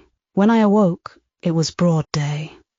The chamber looked such a bright little place to me, as the sun shone in between the gay blue chintz window curtains, showing papered walls and a carpeted floor, so unlike the bare planks and stained plaster of Lowood, that my spirits rose at the view. Externals have a great effect on the young. I thought that a fairer era of life was beginning for me, one that was to have its flowers and pleasures, as well as its thorns and toils. My faculties, roused by the change of scene, the new field offered to hope, seemed all astir. I cannot precisely define what they expected, but it was something pleasant, not perhaps that day or that month, but at an indefinite future period. I rose. I dressed myself with care, obliged to be plain, for I had no article of attire that was not made with extreme simplicity. I was still by nature solicitous to be neat. It was not my habit to be disregardful of appearance or careless of the impression I made. On the contrary, I ever wished to look as well as I could, and to please as much as my want of beauty would permit. I sometimes regretted that I was not handsomer. I sometimes wished to have rosy cheeks, a straight nose, and small cherry mouth. I desired to be tall, stately, and finely developed in figure. I felt it a misfortune that I was so little, so pale, and had features so irregular and so marked. And why had I these aspirations and these regrets? It would be difficult to say. I could not then distinctly say it to myself. Yet I had a reason, and a logical, natural reason too. However, when I had brushed my hair very smooth, and put on my black frock, which, Quaker-like as it was, at least had the merit of fitting to a nicety, and adjusted my clean white tucker, I thought I should do respectably enough to appear before Mrs. Fairfax, and that my new pupil would not at least recoil from me with antipathy. Having opened my chamber window, and seen that I left all things straight and neat on the toilet table, I ventured forth. Traversing the long and matted gallery, I descended the slippery steps of oak. Then I gained the hall. I halted there a minute. I looked at some pictures on the walls. One, I remember, represented a grim man in a cuirass, and one a lady with powdered hair and a pearl necklace, at a bronze lamp pendant from the ceiling, at a great clock whose case was of oak curiously carved and ebon black with time and rubbing. Everything appeared very stately and imposing to me. But then, I was so little accustomed to grandeur. The hall door, which was half of glass, stood open. I stepped over the threshold. It was a fine autumn morning. The early sun shone serenely on embrowned groves and still green fields. Advancing onto the lawn, I looked up and surveyed the front of the mansion. It was 3 stories high, of proportions not vast, though considerable, a gentleman's manor house, not a nobleman's seat. Battlements round the top gave it a picturesque look. Its grey front stood out well from the background of a rookery, whose cawing tenants were now on the wing. They flew over the lawn and grounds to alight in a great meadow, from which these were separated by a sunk fence, and where an array of mighty old thorn trees, strong, knotty, and broad as oaks, at once explained the etymology of the mansion's designation. Farther off were hills, not so lofty as those round Lowood, nor so craggy, nor so like barriers of separation from the living world. But yet quiet and lonely hills enough, and seeming to embrace Thornfield with a seclusion I had not expected to find existence so near the stirring locality of Millcote, a little hamlet whose roofs were blent with trees, straggled up the side of one of these hills. The church of the district stood nearer Thornfield. Its old tower top looked over a knoll between the house and gates. I was yet enjoying the calm prospect and pleasant fresh air, yet listening with delight to the cawing of the rooks, yet surveying the wide, hoary front of the hall, and thinking what a great place it was for one lonely little dame like Mrs. Fairfax to inhabit, when that lady appeared at the door. "What, out already?" said she. "I see you are an early riser." I went up to her, and was received with an affable kiss and shake of the hand. "How do you like Thornfield?" she asked. I told her I liked it very much. "Yes," she said, "it is a pretty place, but I fear it will be getting out of order, unless Mr. Rochester should take it into his head to come and reside here permanently, or at least visit it rather oftener. Great houses and fine grounds require the presence of the proprietor." "Mr. Rochester!" I exclaimed. "Who is he?" "The owner of Thornfield," she responded quietly. "Did you not know he was called Rochester?" Of course I did not. I had never heard of him before. But the old lady seemed to regard his existence as a universally understood fact, with which everybody must be acquainted by instinct. "I thought," I continued, "Thornfield belonged to you." "To me? Bless you, child, what an idea! To me. I am only the housekeeper, the manager. To be sure, I am distantly related to the Rochesters by the mother's side, or at least my husband was. He was a clergyman, incumbent of Hay, that little village yonder on the hill, and that church near the gates was his. The present Mr. Rochester's mother was a Fairfax, and second cousin to my husband. But I never presume on the connection. In fact, it is nothing to me, I consider myself quite in the light of an ordinary housekeeper. My employer is always civil, and I expect nothing more. And the little girl, my pupil. She is Mr. Rochester's ward. He commissioned me to find a governess for her. He intended to have her brought up in Shire, I believe. Here she comes, with her bonne, as she calls her nurse. The enigma then was explained. This affable and kind little widow was no great dame, but a dependent like myself. I did not like her the worse for that. On the contrary, I felt better pleased than ever. The equality between her and me was real, not the mere result of condescension on her part. So much the better. My position was all the freer. As I was meditating on this discovery, a little girl, followed by her attendant, came running up the lawn. I looked at my pupil, who did not at first appear to notice me. She was quite a child, perhaps 7 or 8 years old, slightly built, with a pale, small-featured face, and a redundancy of hair falling in curls to her waist. "Good morning, Miss Adela," said Mrs. Fairfax. "Come and speak to the lady who is to teach you and to make you a clever woman some day." She approached. "C'est la ma gouvernante," said she, pointing to me and addressing her nurse, who answered, "Mais oui, certainement." "Are they foreigners?" I inquired, amazed at hearing the French language. The nurse is a foreigner, and Adela was born on the continent, and, I believe, never left it till within 6 months ago. When she first came here, she could speak no English. Now she can make shift to talk it a little. I don't understand her. She mixes it so with French, but you will make out her meaning very well, I dare say.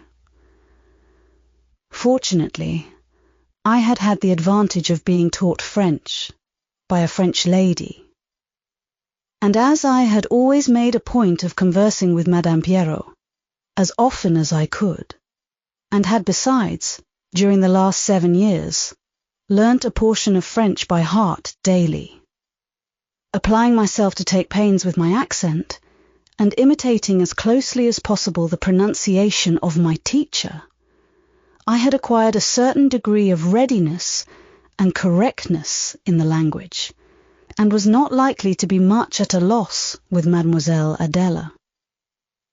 She came and shook hands with me when she heard that I was her governess, and as I led her in to breakfast, I addressed some phrases to her in her own tongue. She replied briefly at first, but after we were seated at the table, and she had examined me some 10 minutes with her large hazel eyes, she suddenly commenced chattering fluently. "Ah!" cried she in French. "You speak my language as well as Mr. Rochester does. I can talk to you as I can to him, and so can Sophie. She will be glad. Nobody here understands her. Madame Fairfax is all English. Sophie is my nurse. She came with me over the sea in a great ship, with a chimney that smoked. How it did smoke! And I was sick, and so was Sophie, and so was Mr. Rochester. Mr. Rochester lay down on a sofa in a pretty room called the salon, and Sophie and I had little beds in another place. I nearly fell out of mine. It was like a shelf. And mademoiselle, what is your name?" "Eyre, Jane Eyre." "Eyre? Bah, I cannot say it. Well, our ship stopped in the morning, before it was quite daylight, at a great city, a huge city, with very dark houses and all smoky, not at all like the pretty clean town I came from. And Mr. Rochester carried me in his arms over a plank to the land, and Sophie came after, and we all got into a coach, which took us to a beautiful large house, larger than this and finer, called an hotel. We stayed there nearly a week, I and Sophie used to walk every day in a great green place full of trees called the park, and there were many children there besides me, and a pond with beautiful birds in it that I fed with crumbs. "Can you understand her when she runs on so fast?" asked Mrs. Fairfax. I understood her very well, for I had been accustomed to the fluent tongue of Madame Pierrot. "I wish," continued the good lady, "you would ask her a question or two about her parents. I wonder if she remembers them." "Adele," I inquired, "with whom did you live when you were in that pretty clean town you spoke of?" "I lived long ago with Mamma, but she is gone to the Holy Virgin. Mamma used to teach me to dance and sing and to say verses. A great many gentlemen and ladies came to see Mamma, and I used to dance before them, or to sit on their knees and sing to them. I liked it. Shall I let you hear me sing now?" She had finished her breakfast, so I permitted her to give a specimen of her accomplishments. Descending from her chair, she came and placed herself on my knee. Then, folding her little hands demurely before her, shaking back her curls and lifting her eyes to the ceiling, she commenced singing a song from some opera. It was the strain of a forsaken lady who, after bewailing the perfidy of her lover, calls pride to her aid, desires her attendant to deck her in her brightest jewels and richest robes, and resolves to meet the false one that night at a ball, and prove to him, by the gaiety of her demeanour, how little his desertion has affected her. The subject seemed strangely chosen for an infant singer. But I suppose the point of the exhibition lay in hearing the notes of love and jealousy warbled with the lisp of childhood. And in very bad taste that point was. At least I thought so. Adele sang the canzonette tunefully enough, and with the naivete of her age. This achieved, she jumped from my knee and said, "Now, mademoiselle, I will repeat you some poetry." Assuming an attitude, she began, "La Ligue des Rats, Fable de La Fontaine." She then declaimed the little piece with an attention to punctuation and emphasis, a flexibility of voice and an appropriateness of gesture, very unusual indeed at her age, and which proved she had been carefully trained. "Was it your mamma who taught you that piece?" I asked. "Yes, and she just used to say it in this way, Qu'avez-vous donc? Lui dit-on de ces rats? Parlez." She made me lift my hand, so, to remind me to raise my voice at the question, "Now shall I dance for you?" "No, that will do. But after your mamma went to the Holy Virgin, as you say, with whom did you live then?" "With Madame Frederick and her husband. She took care of me, but she is nothing related to me. I think she is poor, for she had not so fine a house as mamma." I was not long there. Mr. Rochester asked me if I would like to go and live with him in England, and I said yes. For I knew Mr. Rochester before I knew Madame Frederick, and he was always kind to me and gave me pretty dresses and toys, but you see, he has not kept his word, for he has brought me to England, and now he is gone back again himself, and I never see him. After breakfast, Adele and I withdrew to the library, which room, it appears, Mr. Rochester had directed should be used as the schoolroom.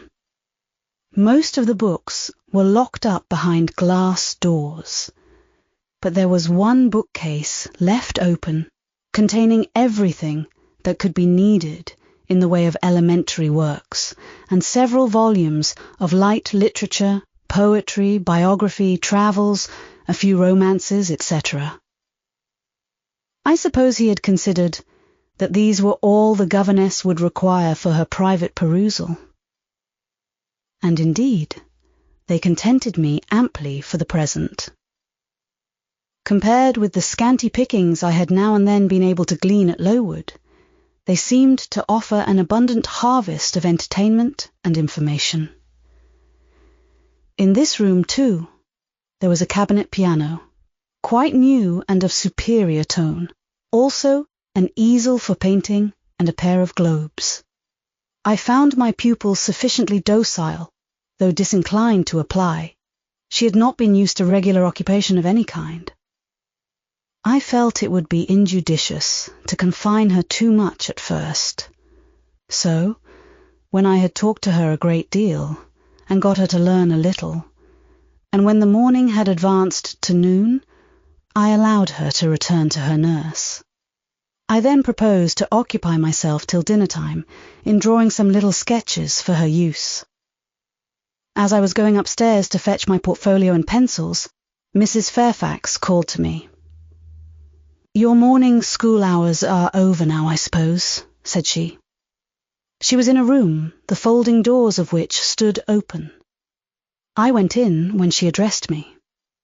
It was a large, stately apartment, with purple chairs and curtains, a turkey carpet, walnut-panelled walls, one vast window rich in stained glass, and a lofty ceiling nobly moulded. Mrs. Fairfax was dusting some vases of fine purple spar which stood on a sideboard. "What a beautiful room!" I exclaimed as I looked round, for I had never before seen any half so imposing. Yes, this is the dining room. I have just opened the window to let in a little air and sunshine, for everything gets so damp in apartments that are seldom inhabited. The drawing-room yonder feels like a vault. She pointed to a wide arch corresponding to the window, and hung like it with a Tyrian-dyed curtain, now looped up. Mounting to it by 2 broad steps, and looking through, I thought I caught a glimpse of a fairy place, so bright to my novice eyes appeared the view beyond. Yet it was merely a very pretty drawing-room, and within it a boudoir, both spread with white carpets, on which seemed laid brilliant garlands of flowers, both sealed with snowy mouldings of white grapes and vine leaves, beneath which glowed in rich contrast crimson couches and ottomans, while the ornaments on the pale Parian mantelpiece were of sparkling Bohemian glass, ruby red, and between the windows large mirrors repeated the general blending of snow and fire. "In what order you keep these rooms, Mrs. Fairfax," said I. "No dust, no canvas coverings, except that the air feels chilly. One would think they were inhabited daily." "Why, Miss Eyre, though Mr. Rochester's visits here are rare, they are always sudden and unexpected. And as I observed that it put him out to find everything swathed up, and to have a bustle of arrangement on his arrival, I thought it best to keep the rooms in readiness." "Is Mr. Rochester an exacting, fastidious sort of man?" "Not particularly so, but he has a gentleman's tastes and habits, and he expects to have things managed in conformity to them." "Do you like him? Is he generally liked?" "Oh, yes. The family have always been respected here. Almost all the land in this neighbourhood, as far as you can see, has belonged to the Rochesters time out of mind." "Well, but, leaving his land out of the question, do you like him? Is he liked for himself?"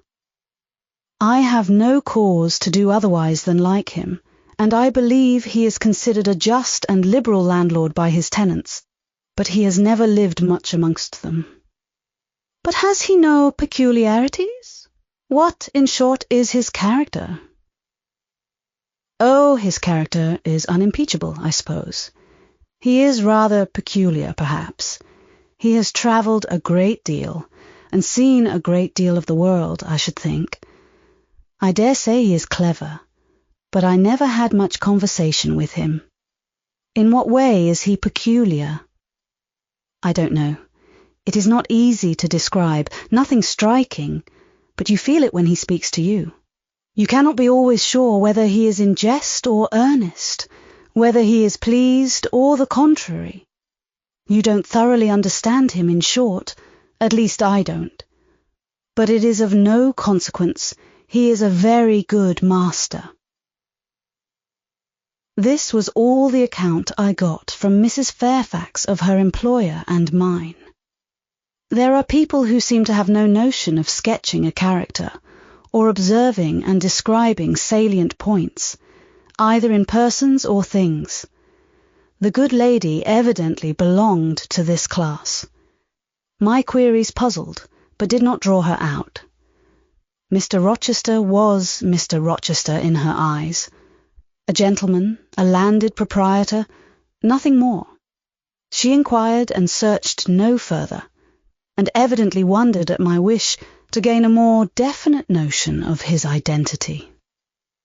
When we left the dining room, she proposed to show me over the rest of the house, and I followed her upstairs and downstairs, admiring as I went, for all was well arranged and handsome. The large front chambers I thought especially grand, and some of the third-story rooms, though dark and low, were interesting from their air of antiquity. The furniture once appropriated to the lower apartments had from time to time been removed here as fashions changed, and the imperfect light entering by their narrow casement showed bedsteads of 100 years old, chests in oak or walnut, looking with their strange carvings of palm branches and cherubs' heads like types of the Hebrew Ark, rows of venerable chairs, high-backed and narrow, stools still more antiquated, on whose cushioned tops were yet apparent traces of half-effaced embroideries, wrought by fingers that for 2 generations had been coffin dust. All these relics gave to the third story of Thornfield Hall the aspect of a home of the past, a shrine of memory. I liked the hush, the gloom, the quaintness of these retreats in the day. But I by no means coveted a night's repose on one of those wide and heavy beds, shut in, some of them, with doors of oak, shaded others, with wrought old English hangings crusted with thick work, portraying effigies of strange flowers and stranger birds and strangest human beings, all which would have looked strange indeed by the pallid gleam of moonlight. "Do the servants sleep in these rooms?" I asked. "No. They occupy a range of smaller apartments to the back. No one ever sleeps here.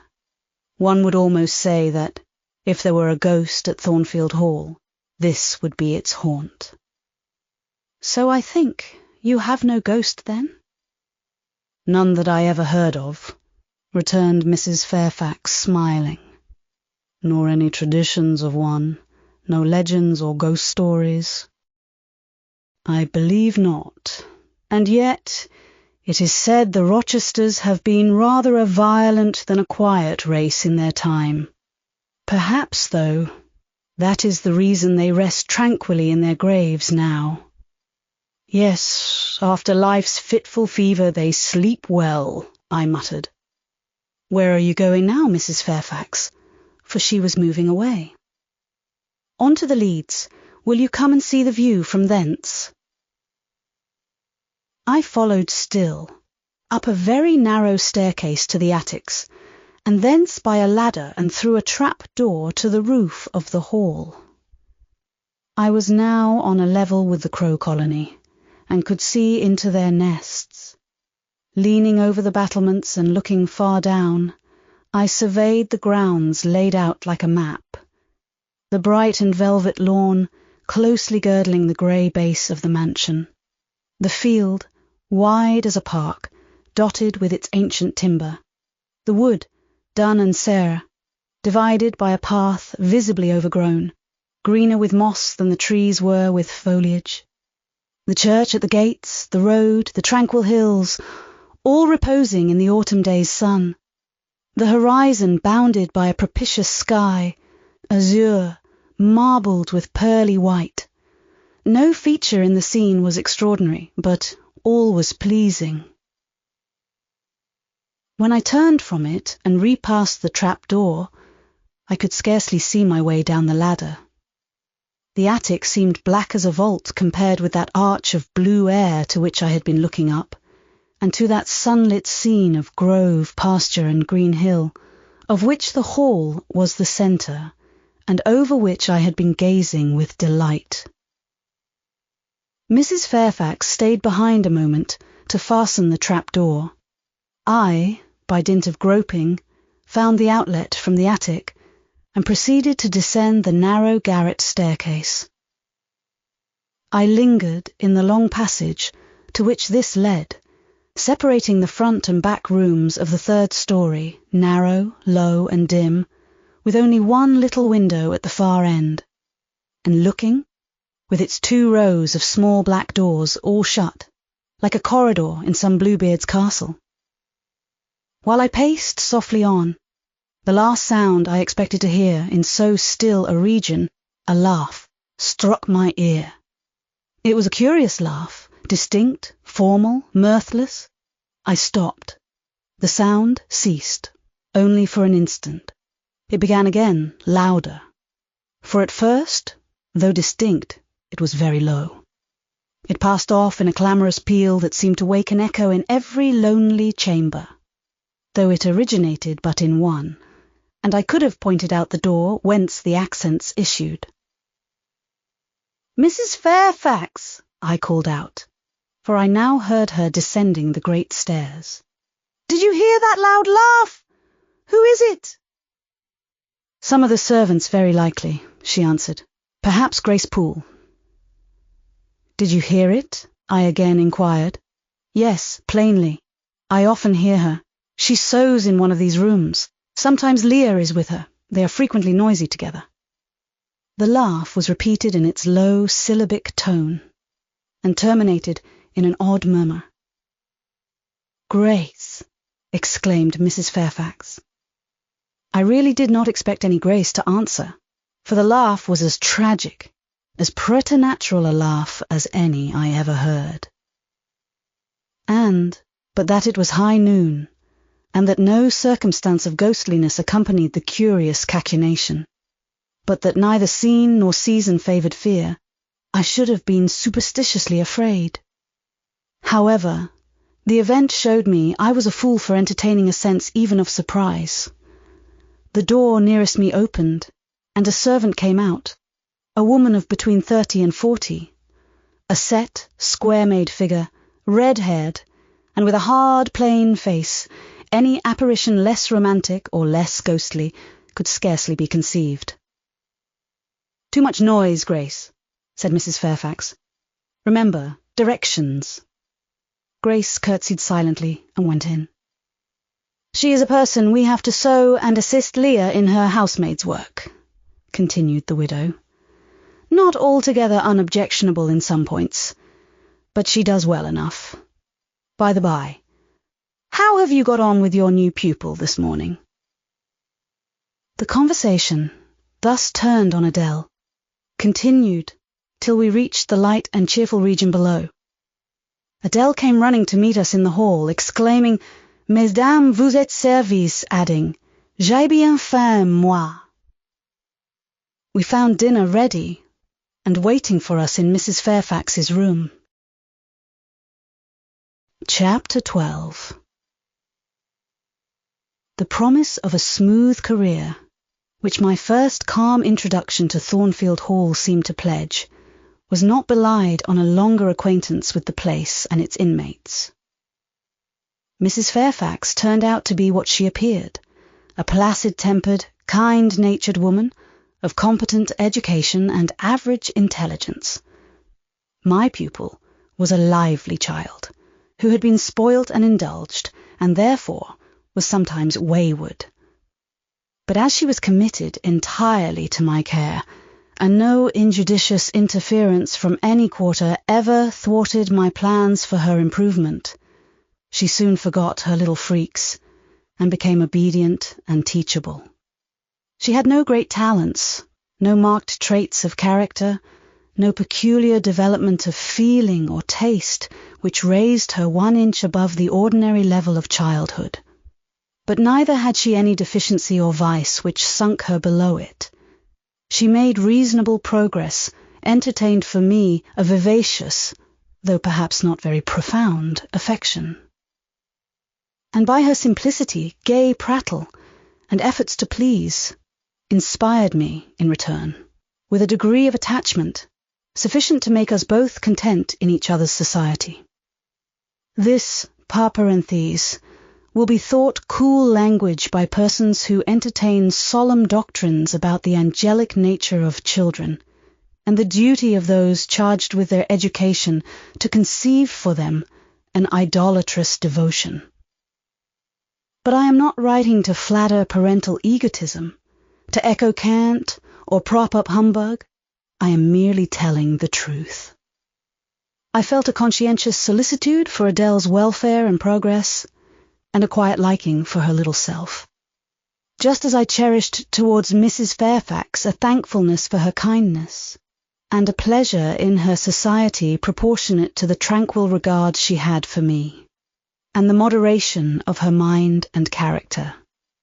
Anybody may blame me who likes, when I add further, that now and then, when I took a walk by myself in the grounds, when I went down to the gates and looked through them along the road, or when, while Adele played with her nurse, and Mrs. Fairfax made jellies in the storeroom, I climbed the 3 staircases, raised the trapdoor of the attic, and having reached the leads, looked out afar over sequestered field and hill, and a long dim skyline.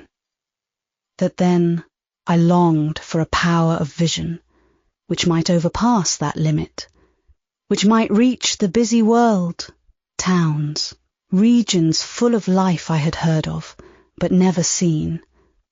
That then I desired more of practical experience than I possessed, more of intercourse with my kind, of acquaintance with variety of character, than was here within my reach.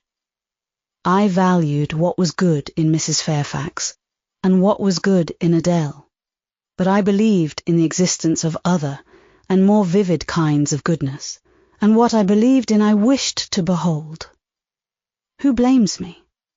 Many, no doubt, and I shall be called discontented. I could not help it. The restlessness was in my nature.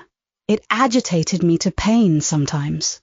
Then, my sole relief was to walk along the corridor of the 3rd story, backwards and forwards, safe in the silence and solitude of the spot, and allow my mind's eye to dwell on whatever bright visions rose before it. And certainly they were many and glowing, to let my heart be heaved by the exultant movement, which, while it swelled it in trouble, expanded it with life, and best of all, to open my inward ear to a tale that was never ended, a tale my imagination created and narrated continuously, quickened with all of incident, life, fire, feeling, that I desired and had not in my actual existence. It is in vain to say human beings ought to be satisfied with tranquility. They must have action, and they will make it if they cannot find it. Millions are condemned to a stiller doom than mine, and millions are in silent revolt against their lot. Nobody knows how many rebellions besides political rebellions ferment in the masses of life which people earth. Women are supposed to be very calm generally, but women feel just as men feel. They need exercise for their faculties, and a field for their efforts, as much as their brothers do. They suffer from too rigid a restraint, too absolute a stagnation, precisely as men would suffer, and it is narrow-minded in their more privileged fellow creatures to say that they ought to confine themselves to making puddings and knitting stockings, to playing on the piano and embroidering bags.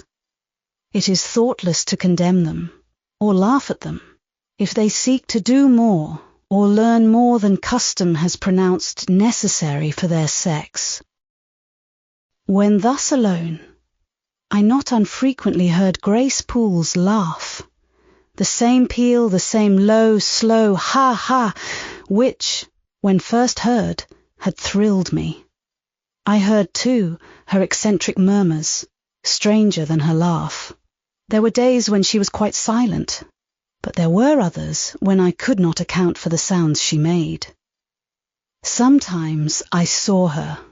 She would come out of her room with a basin or a plate or a tray in her hand, go down to the kitchen and shortly return, generally, oh, romantic reader, forgive me for telling the plain truth, bearing a pot of porter. Her appearance always acted as a damper to the curiosity raised by her oral oddities. Hard-featured and staid, she had no point to which interest could attach. I made some attempts to draw her into conversation, but she seemed a person of few words. A monosyllabic reply usually cut short every effort of that sort. The other members of the household, viz., John and his wife, Leah the housemaid, and Sophie the French nurse, were decent people, but in no respect remarkable. With Sophie I used to talk French, and sometimes I asked her questions about her native country. But she was not of a descriptive or narrative turn, and generally gave such vapid and confused answers as were calculated rather to check than encourage inquiry. October, November, December passed away. One afternoon in January, Mrs. Fairfax had begged a holiday for Adele because she had a cold. And, as Adele seconded the request with an ardour that reminded me how precious occasional holidays had been to me in my own childhood, I accorded it, deeming that I did well in showing pliability on the point. It was a fine, calm day, though very cold. I was tired of sitting still in the library through a whole long morning. Mrs. Fairfax had just written a letter, which was waiting to be posted, so I put on my bonnet and cloak, and volunteered to carry it to Hay. The distance, 2 miles, would be a pleasant winter afternoon walk. Having seen Adele comfortably seated in her little chair by Mrs. Fairfax's parlour fireside, and given her her best wax doll, which I usually kept enveloped in silver paper in a drawer, to play with, and a storybook for change of amusement, and having replied to her, "Revenez bientôt, ma bonne amie, ma chère Mademoiselle Jeanette," with a kiss I set out. The ground was hard, the air was still, my road was lonely. I walked fast till I got warm, and then I walked slowly to enjoy and analyse the species of pleasure brooding for me in the hour and situation. It was 3 o'clock. The church bell tolled as I passed under the belfry. The charm of the hour lay in its approaching dimness, in the low gliding and pale beaming sun. I was a mile from Thornfield, in a lane noted for wild roses in summer, for nuts and blackberries in autumn, and even now possessing a few coral treasures in hips and haws, but whose best winter delight lay in its utter solitude and leafless repose. If a breath of air stirred, it made no sound here, for there was not a holly, not an evergreen to rustle, and the stripped hawthorn and hazel bushes were as still as the white, worn stones which causewayed the middle of the path. Far and wide on each side there were only fields where no cattle now browsed, and the little brown birds, which stirred occasionally in the hedge, looked like single russet leaves that had forgotten to drop. This lane inclined uphill all the way to Hay. Having reached the middle, I sat down on a stile which led thence into a field. Gathering my mantle about me and sheltering my hands in my muff, I did not feel the cold, though it froze keenly, as was attested by a sheet of ice covering the causeway, where a little brooklet, now congealed, had overflowed after a rapid thaw some days since. From my seat I could look down on Thornfield. The grey and battlemented hall was the principal object in the vale below me. Its woods and dark rookery rose against the west. I lingered till the sun went down amongst the trees and sank crimson and clear behind them. I then turned eastward. On the hilltop above me sat the rising moon. Pale yet as a cloud, but brightening momentarily, she looked over hay, which, half lost in trees, sent up a blue smoke from its few chimneys. It was yet a mile distant, but in the absolute hush I could hear plainly its thin murmurs of life. My ear, too, felt the flow of currents, in what dales and depths I could not tell. But there were many hills beyond hay, and doubtless many becks threading their passes. That evening, calm betrayed alike the tinkle of the nearest streams, the sough of the most remote. A rude noise broke on these fine ripplings and whisperings, at once so far away and so clear. A positive tramp, tramp, a metallic clatter, which effaced the soft wave wanderings, as, in a picture, the solid mass of a crag, or the rough boles of a great oak, drawn in dark and strong on the foreground, efface the aerial distance of azure hill, sunny horizon, and blended clouds where tint melts into tint.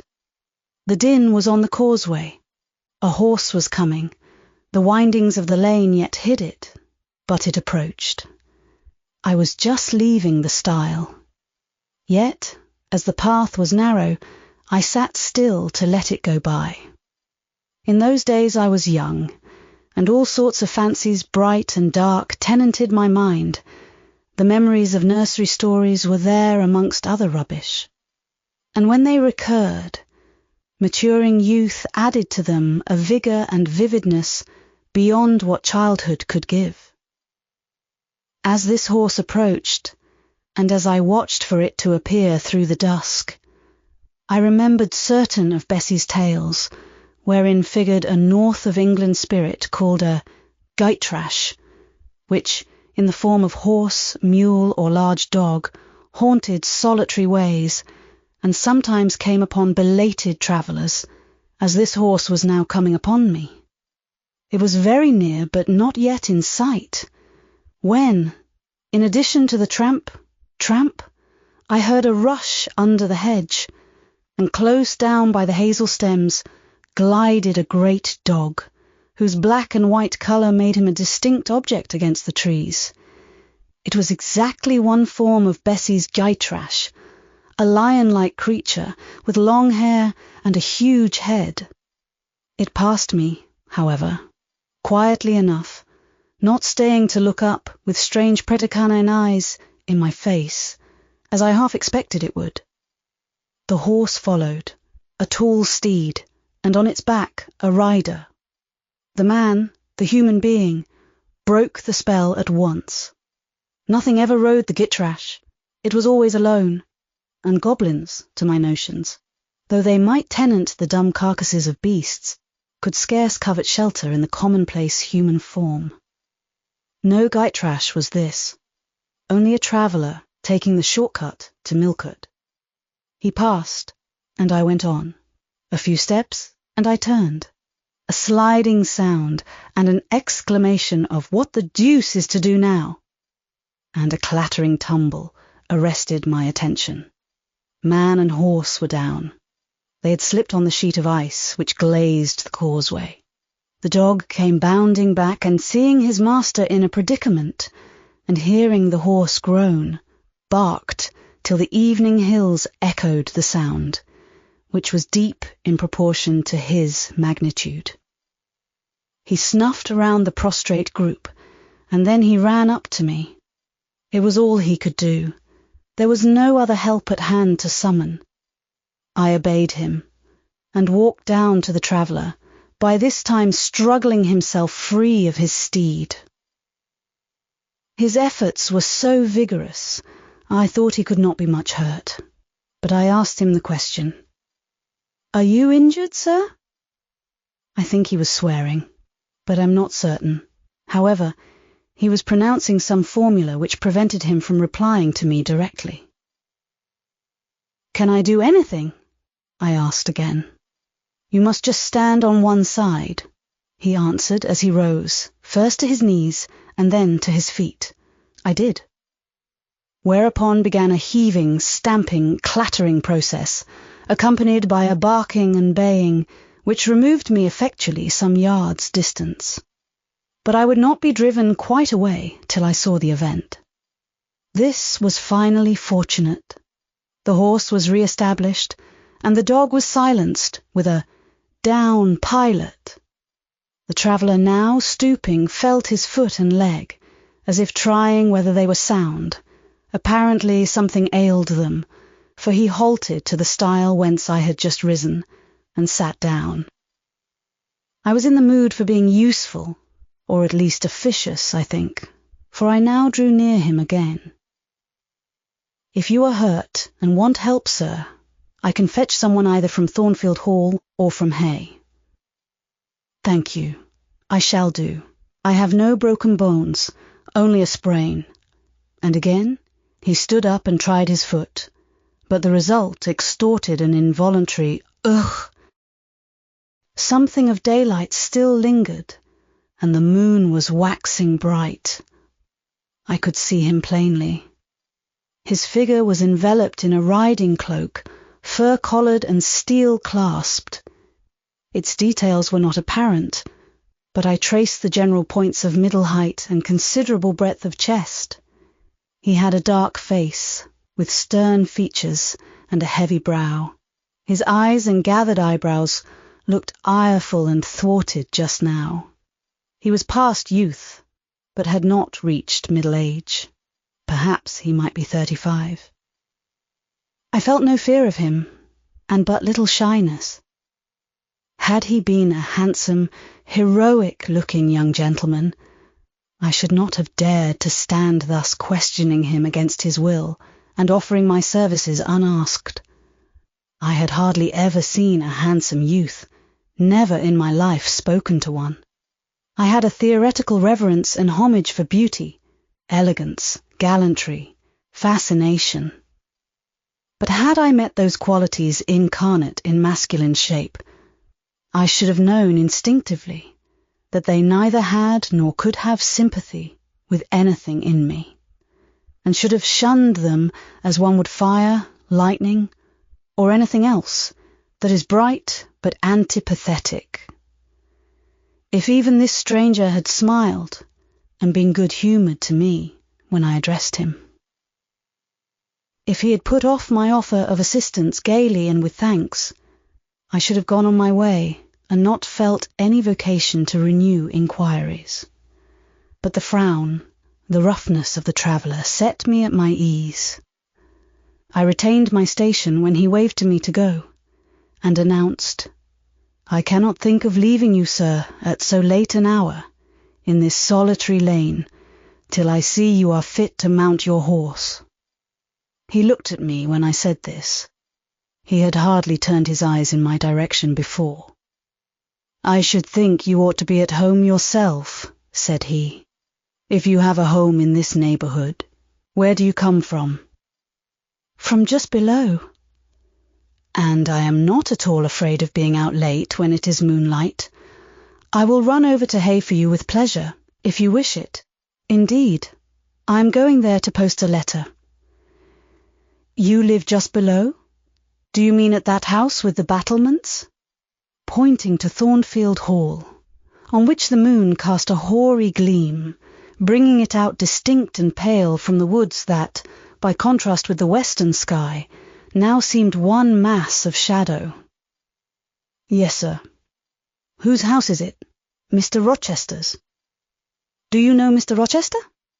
"No, I have never seen him." "He is not resident, then?" "No." "Can you tell me where he is?" "I cannot." "You are not a servant at the hall, of course. You are—" He stopped, ran his eye over my dress, which, as usual, was quite simple.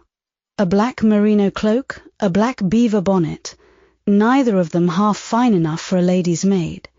He seemed puzzled to decide what I was. I helped him. "I am the governess." "Ah, the governess," he repeated. Deuce take me if I had not forgotten. The governess. And again my raiment underwent scrutiny. In 2 minutes he rose from the stile. His face expressed pain when he tried to move. "I cannot commission you to fetch help," he said, "but you may help me a little yourself, if you will be so kind." "Yes, sir." "You have not an umbrella that I can use as a stick?" "No." "Try to get hold of my horse's bridle and lead him to me. You are not afraid?" I should have been afraid to touch a horse when alone, but when told to do it, I was disposed to obey. I put down my muff on the stile and went up to the tall steed. I endeavoured to catch the bridle, but it was a spirited thing, and would not let me come near its head. I made effort on effort, though in vain. Meantime, I was mortally afraid of its trampling 4 feet. The traveller waited and watched for some time, and at last he laughed. "I see," he said. "The mountain will never be brought to Mahomet, so all you can do is to aid Mahomet to go to the mountain. I must beg of you to come here." I came. "Excuse me," he continued. "Necessity compels me to make you useful." He laid a heavy hand on my shoulder, and leaning on me with some stress, limped to his horse. Having once caught the bridle, he mastered it directly and sprang to his saddle, grimacing grimly as he made the effort, for it wrenched his sprain. "Now," said he, releasing his underlip from a hard bite, "just hand me my whip. It lies there under the hedge." I sought it and found it. "Thank you. Now make haste with the letter to Hay and return as fast as you can."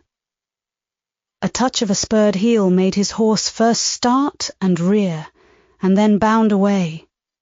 The dog rushed in his traces. All 3 vanished, like heath that in the wilderness the wild wind whirls away. I took up my muff and walked on. The incident had occurred and was gone for me. It was an incident of no moment, no romance, no interest in a sense, yet it marked with change 1 single hour of a monotonous life. My help had been needed and claimed. I had given it. I was pleased to have done something. Trivial, transitory though the deed was, it was yet an active thing, and I was weary of an existence all passive. The new face, too, was like a new picture introduced to the gallery of memory, and it was dissimilar to all the others hanging there. Firstly, because it was masculine, and secondly, because it was dark, strong, and stern. I had it still before me when I entered Hay and slipped the letter into the post office. I saw it as I walked fast downhill all the way home. When I came to the stile, I stopped a minute, looked round and listened, with an idea that a horse's hoofs might ring on the causeway again, and that a rider in a cloak and a Getrish-like Newfoundland dog might be again apparent. I saw only the hedge and a pollard willow before me, rising up still and straight to meet the moonbeams.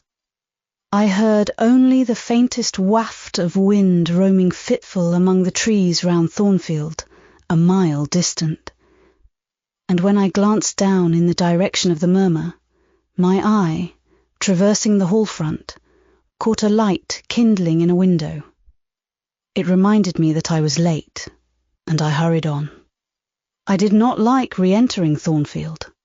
To pass its threshold was to return to stagnation, to cross the silent hall, to ascend the darksome staircase, to seek my own lonely little room, and then to meet tranquil Mrs. Fairfax and spend the long winter evening with her, and her only, was to quell wholly the faint excitement wakened by my walk, to slip again over my faculties the viewless fetters of an uniform and too still existence, of an existence whose very privileges of security and ease I was becoming incapable of appreciating.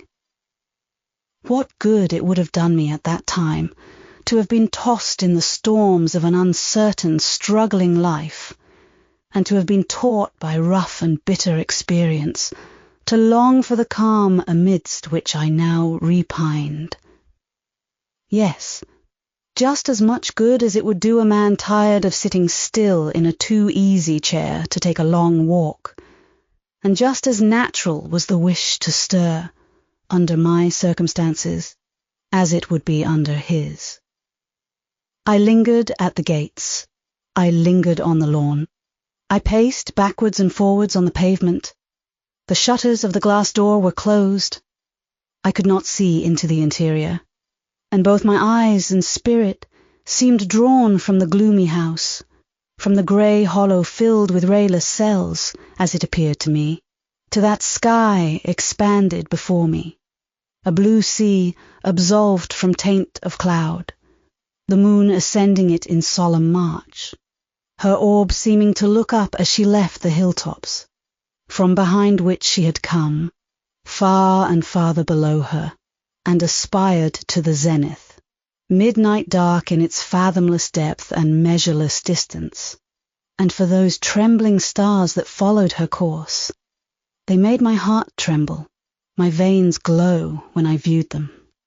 Little things recall us to earth. The clock struck in the hall, that sufficed. I turned from moon and stars, opened a side door, and went in. The hall was not dark, nor yet was it lit, only by the high-hung bronze lamp. A warm glow suffused both it and the lower steps of the oak staircase. This ruddy shine issued from the great dining-room, whose two-leaved door stood open, and showed a genial fire in the grate, glancing on marble hearth and brass fire-irons, and revealing purple draperies and polished furniture in the most pleasant radiance. It revealed, too, a group near the mantelpiece.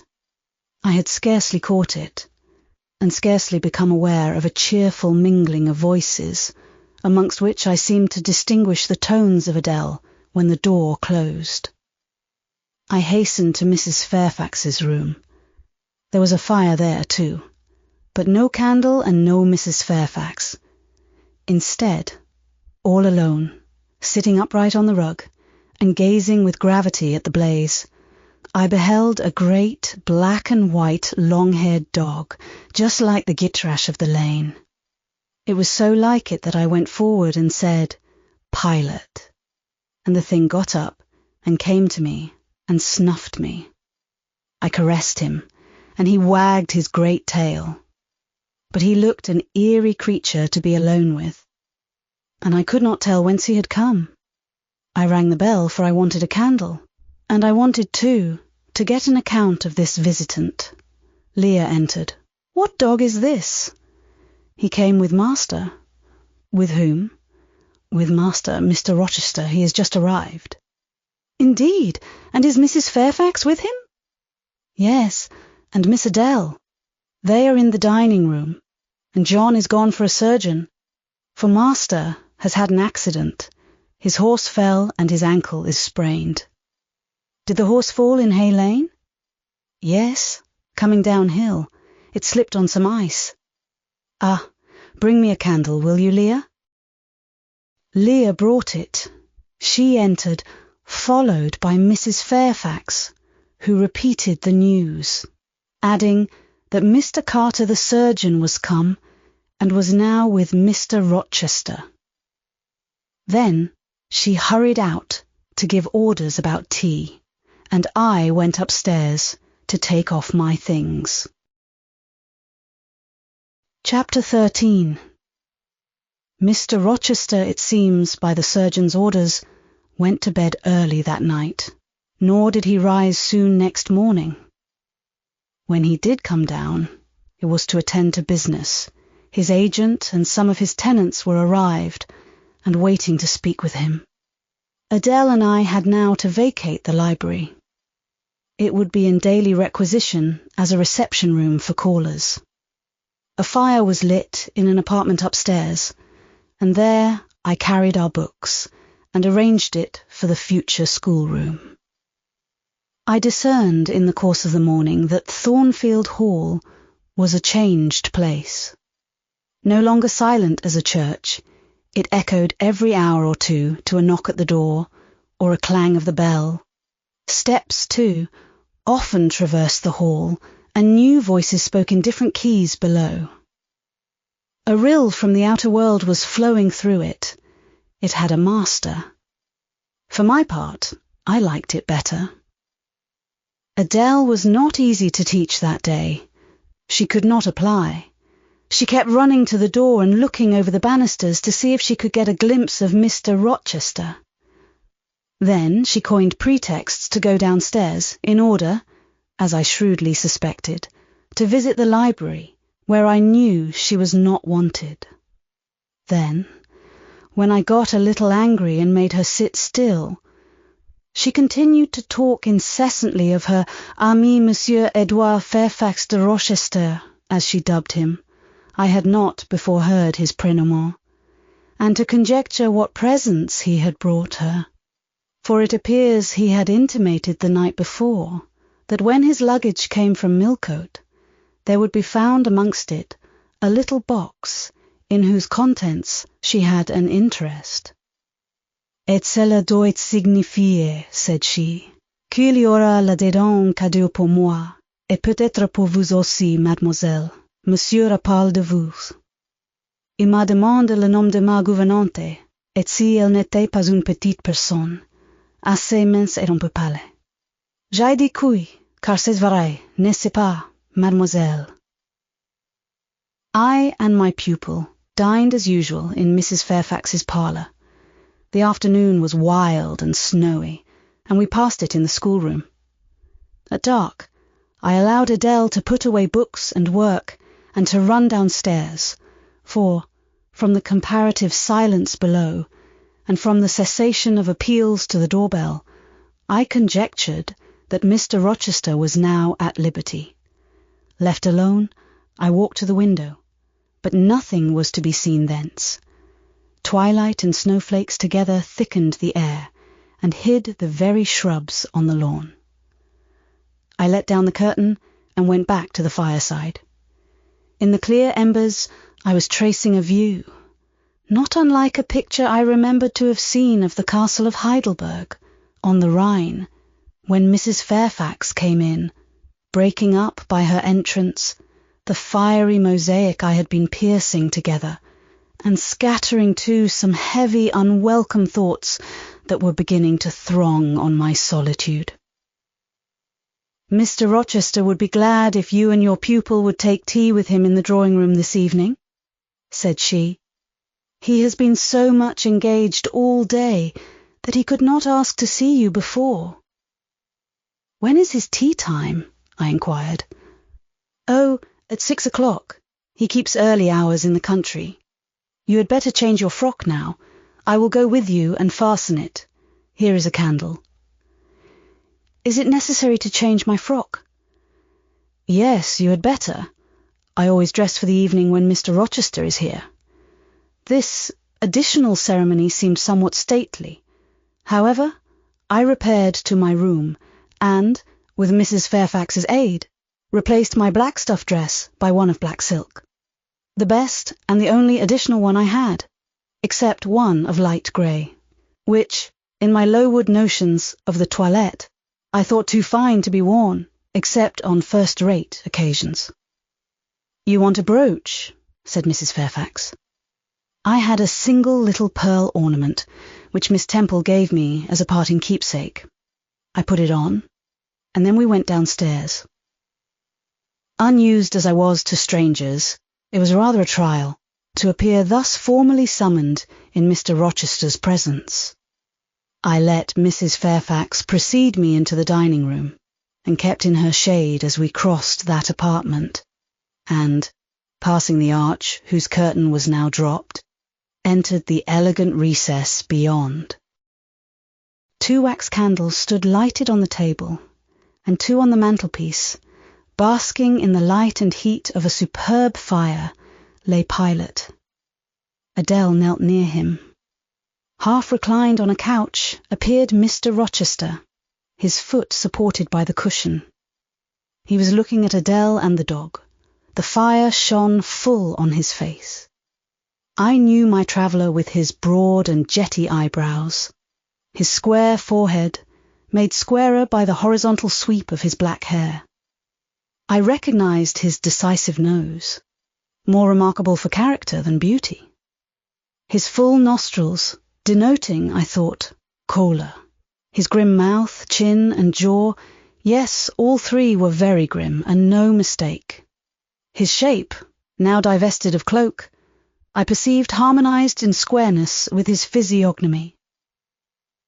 I suppose it was a good figure in the athletic sense of the term, broad-chested and thin-flanked, though neither tall nor graceful.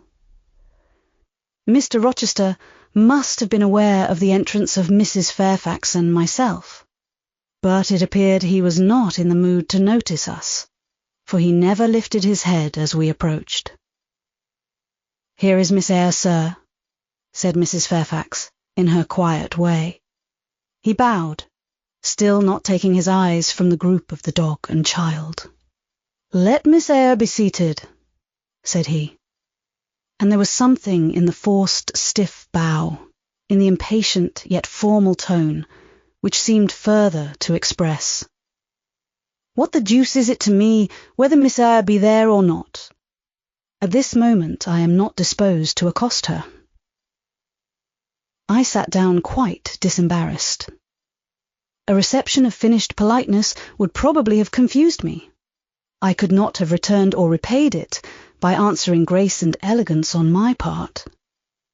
But harsh caprice laid me under no obligation. On the contrary, a decent quiescence, under the freak of manner, gave me the advantage. Besides, the eccentricity of the proceeding was piquant. I felt interested to see how he would go on. He went on as a statue would, that is, he neither spoke nor moved. Mrs. Fairfax seemed to think it necessary that someone should be amiable, and she began to talk. Kindly, as usual, and, as usual, rather trite. She condoled with him on the pressure of business he had had all day, on the annoyance it must have been to him with that painful sprain. Then she commended his patience and perseverance in going through with it. "Madam, I should like some tea," was the sole rejoinder she got. She hastened to ring the bell, and when the tray came, she proceeded to arrange the cups, spoons, etc., with assiduous celerity. I and Adele went to the table, but the master did not leave his couch. "Will you hand Mr. Rochester's cup?" said Mrs. Fairfax to me.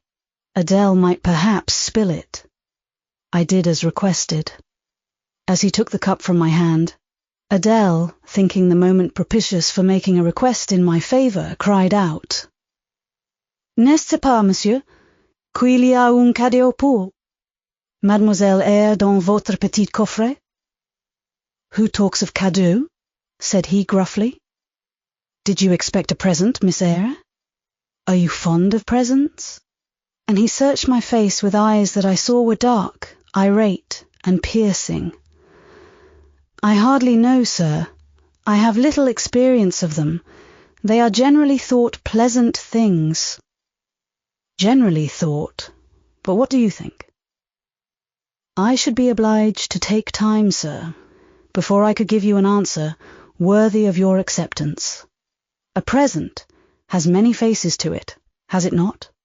And one should consider all before pronouncing an opinion as to its nature." "Miss Eyre, you are not so unsophisticated as Adele.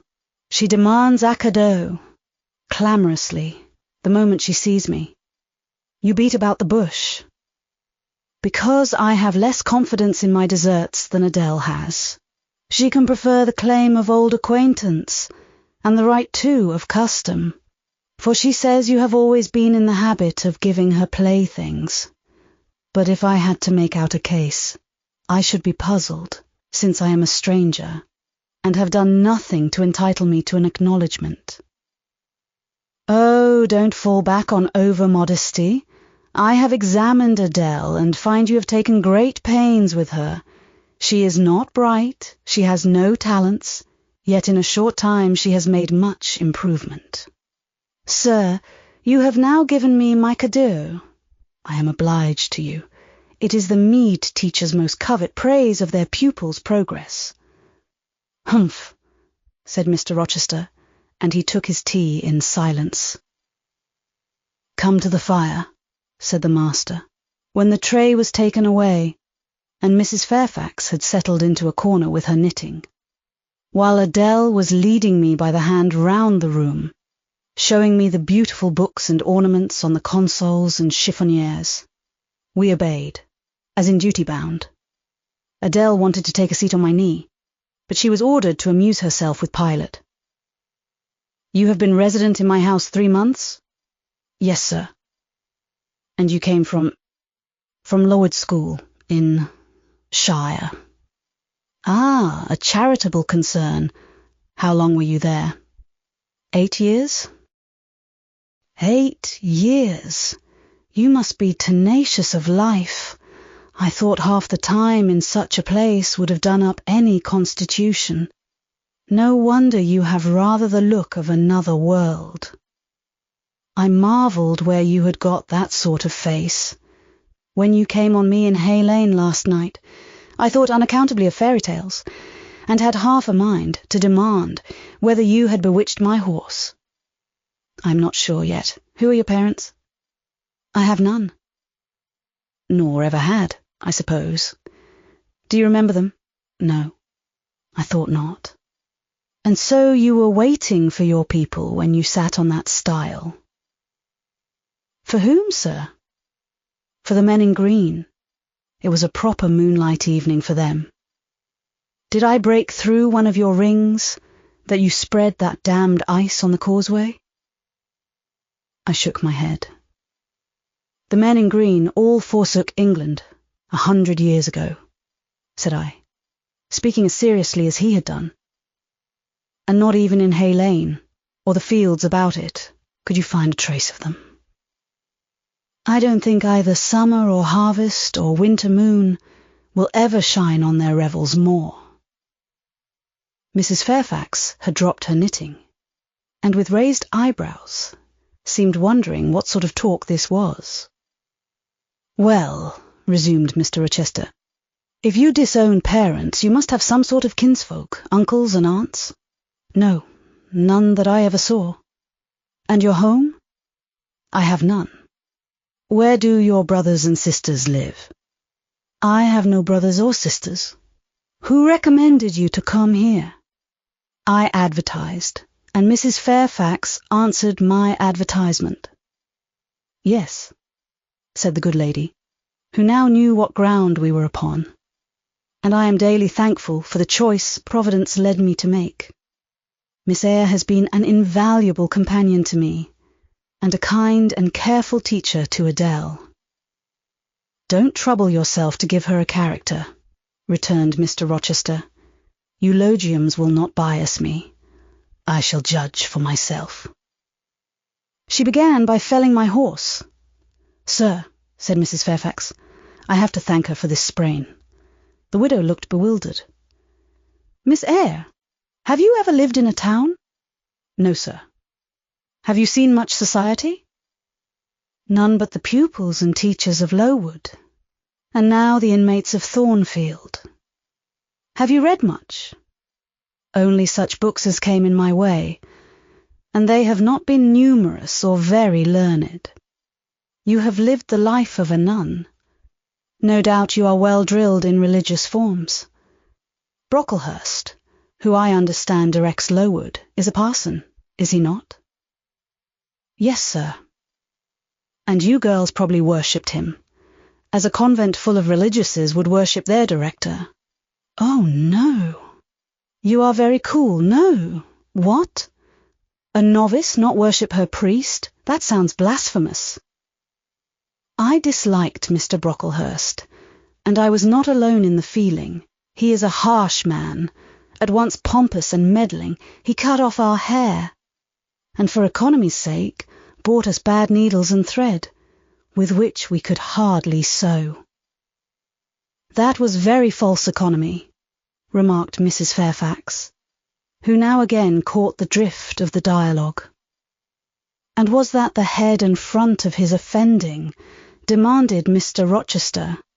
He starved us when he had the sole superintendence of the provision department, before the committee was appointed, and he bored us with long lectures once a week, and with evening readings from books of his own inditing about sudden deaths and judgments, which made us afraid to go to bed. What age were you when you went to Lowood? About 10. And you stayed there 8 years. You are now then 18. I assented. Arithmetic, you see, is useful. Without its aid, I should hardly have been able to guess your age. It is a point difficult to fix where the features and countenance are so much at variance as in your case. And now, what did you learn at Lowood? Can you play? A little. Of course, that is the established answer. Go into the library. If you please. Excuse my tone of command. I am used to say, do this, and it is done. I cannot alter my customary habits for one new inmate. Go, then, into the library. Take a candle with you. Leave the door open. Sit down to the piano and play a tune. I departed, obeying his directions. Enough, he called out in a few minutes. You play a little, I see. Like any other English schoolgirl, perhaps rather better than some, but not well. I closed the piano and returned. Mr. Rochester continued. Adele showed me some sketches this morning, which she said were yours. I don't know whether they were entirely of your doing. Probably a master aided you. No, indeed, I interjected. Ah, that pricks pride. Well, fetch me your portfolio, if you can vouch for its contents being original. But don't pass your word unless you are certain. I can recognize patchwork. Then I will say nothing, and you shall judge for yourself, sir. I brought the portfolio from the library. Approach the table, said he, and I wheeled it to his couch. Adele and Mrs. Fairfax drew near to see the pictures. No crowding, said Mr. Rochester. Take the drawings from my hand as I finish with them, but don't push your faces up to mine. He deliberately scrutinized each sketch and painting. 3 he laid aside. The others, when he had examined them, he swept from him. Take them off to the other table, Mrs. Fairfax, said he, and look at them with Adele. You, glancing at me, resume your seat and answer my questions. I perceive those pictures were done by one hand. Was that hand yours? Yes. And when did you find time to do them? They have taken much time and some thought. I did them in the last 2 vacations I spent at Lowood, when I had no other occupation. Where did you get your copies? Out of my head. That head I see now on your shoulders? Yes, sir. Has it other furniture of the same kind within? I should think it may have. I should hope. Better. He spread the pictures before him, and again surveyed them alternately. While he is so occupied, I will tell you, reader, what they are. And first, I must premise that they are nothing wonderful. The subjects had, indeed, risen vividly on my mind. As I saw them with the spiritual eye, before I attempted to embody them, they were striking. But my hand would not second my fancy, and in each case it had wrought out but a pale portrait of the thing I had conceived. These pictures were in watercolours. The first represented clouds, low and livid, rolling over a swollen sea. All the distance was in eclipse. So, too, was the foreground, or rather, the nearest billows, for there was no land. One gleam of light lifted into relief a half-submerged mast, on which sat a cormorant, dark and large, with wings flecked with foam. Its beak held a gold bracelet set with gems, that I had touched with as brilliant tints as my palette could yield, and as glittering distinctness as my pencil could impart. Sinking below the burden mast, a drowned corpse glanced through the green water. A fair arm was the only limb clearly visible, whence the bracelet had been washed or torn. The second picture contained for foreground only the dim peak of a hill, with grass and some leaves slanting as if by a breeze. Beyond and above spread an expanse of sky, dark blue as at twilight. Rising into the sky was a woman's shape to the bust, portrayed in tints as dusk and soft as I could combine. The dim forehead was crowned with a star. The lineaments below were seen as through the suffusion of vapour. The eyes shone dark and wild. The hair streamed shadowy, like a beamless cloud torn by storm or by electric travail. On the neck lay a pale reflection, like moonlight. The same faint lustre touched the train of thin clouds from which rose and bowed this vision of the evening star. The third showed the pinnacle of an iceberg piercing a polar winter sky. A muster of northern lights reared their dim lances, close serried, along the horizon. Throwing these into distance rose, in the foreground, a head, a colossal head, inclined towards the iceberg and resting against it. Two thin hands, joined under the forehead, and supporting it, drew up before the lower features a sable veil, a brow quite bloodless, white as bone, and an eye hollow and fixed, blank of meaning but for the glassiness of despair alone were visible. Above the temples, amidst wreathed turban folds of black drapery, vague in its character and consistency as cloud, gleamed a ring of white flame, gemmed with sparkles of a more lurid tinge. This pale crescent was the likeness of a kingly crown. What it diademed was the shape which shape had none. "Were you happy when you painted these pictures?" asked Mr. Rochester presently. "I was absorbed, sir. Yes, and I was happy. To paint them, in short, was to enjoy one of the keenest pleasures I have ever known." "That is not saying much. Your pleasures, by your own account, have been few. But I dare say you did exist in a kind of artist's dreamland while you blent and arranged these strange tints. Did you sit at them long each day?" "I had nothing else to do because it was the vacation, and I sat at them from morning till noon, and from noon till night. The length of the midsummer days favoured my inclination to apply." "And you felt self-satisfied with the result of your ardent labours?" "Far from it. I was tormented by the contrast between my idea and my handiwork. In each case, I had imagined something which I was quite powerless to realize." "Not quite. You have secured the shadow of your thought, but no more, probably. You had not enough of the artist's skill and science to give it full being, yet the drawings are, for a schoolgirl, peculiar. As to the thoughts, they are elfish. These eyes in the evening star you must have seen in a dream. How could you make them look so clear, and yet not at all brilliant? For the planet above quells their rays. And what meaning is that in their solemn depth? And who taught you to paint wind? There is a high gale in that sky, and on this hilltop. Where did you see Latmos? For that is Latmos. There. Put the drawings away."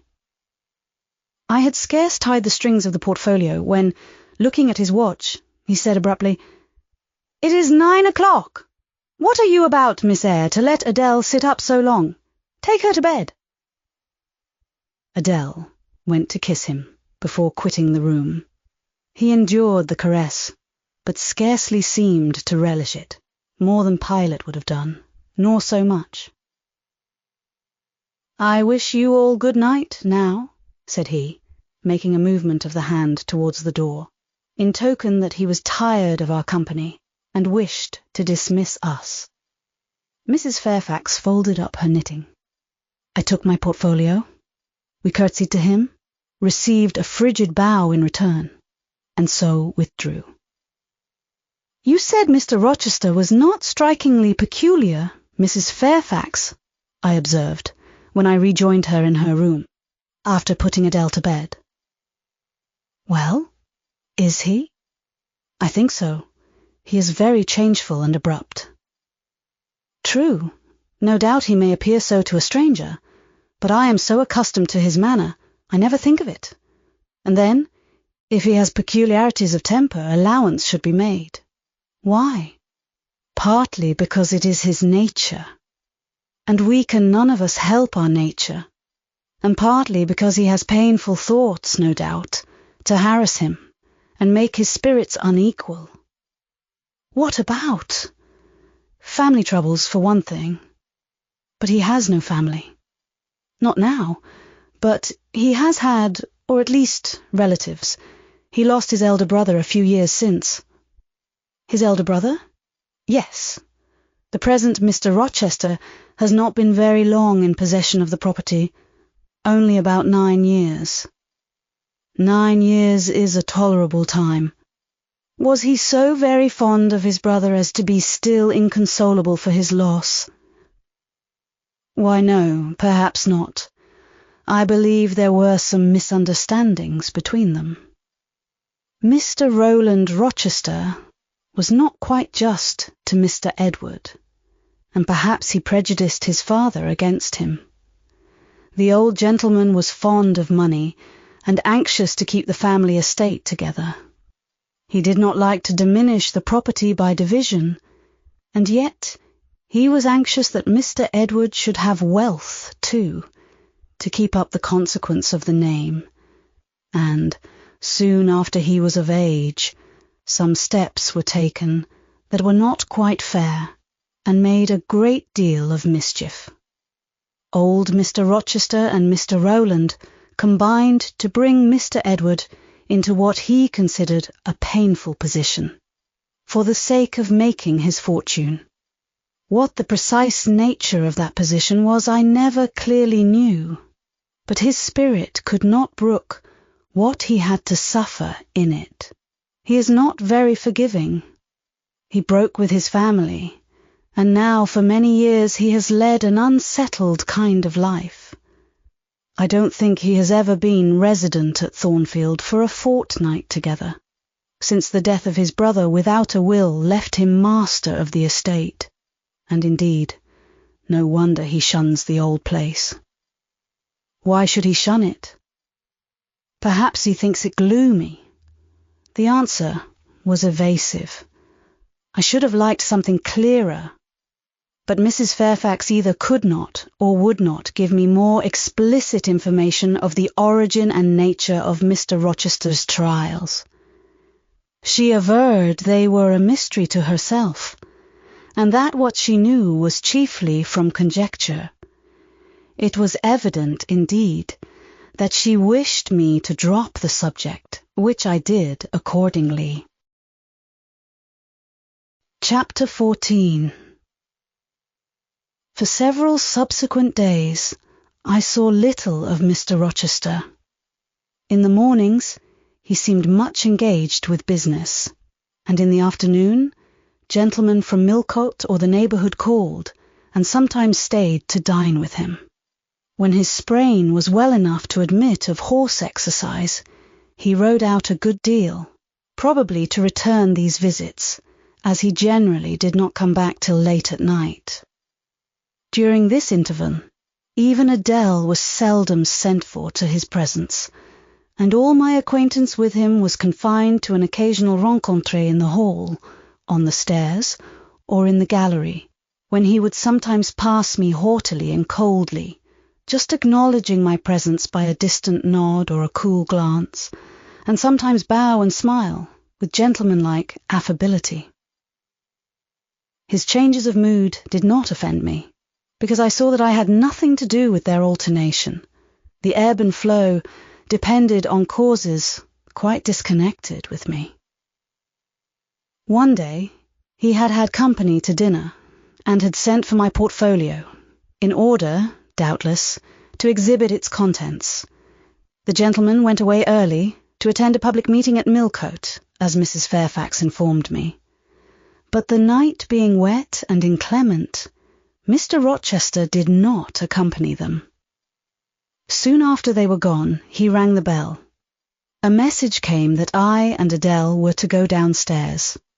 I brushed Adele's hair and made her neat, and having ascertained that I was myself in my usual Quaker trim, where there was nothing to retouch, all being too close and plain, braided locks included, to admit of disarrangement, we descended, Adele wondering whether the petit coffret was at length come, for, owing to some mistake, its arrival had hitherto been delayed.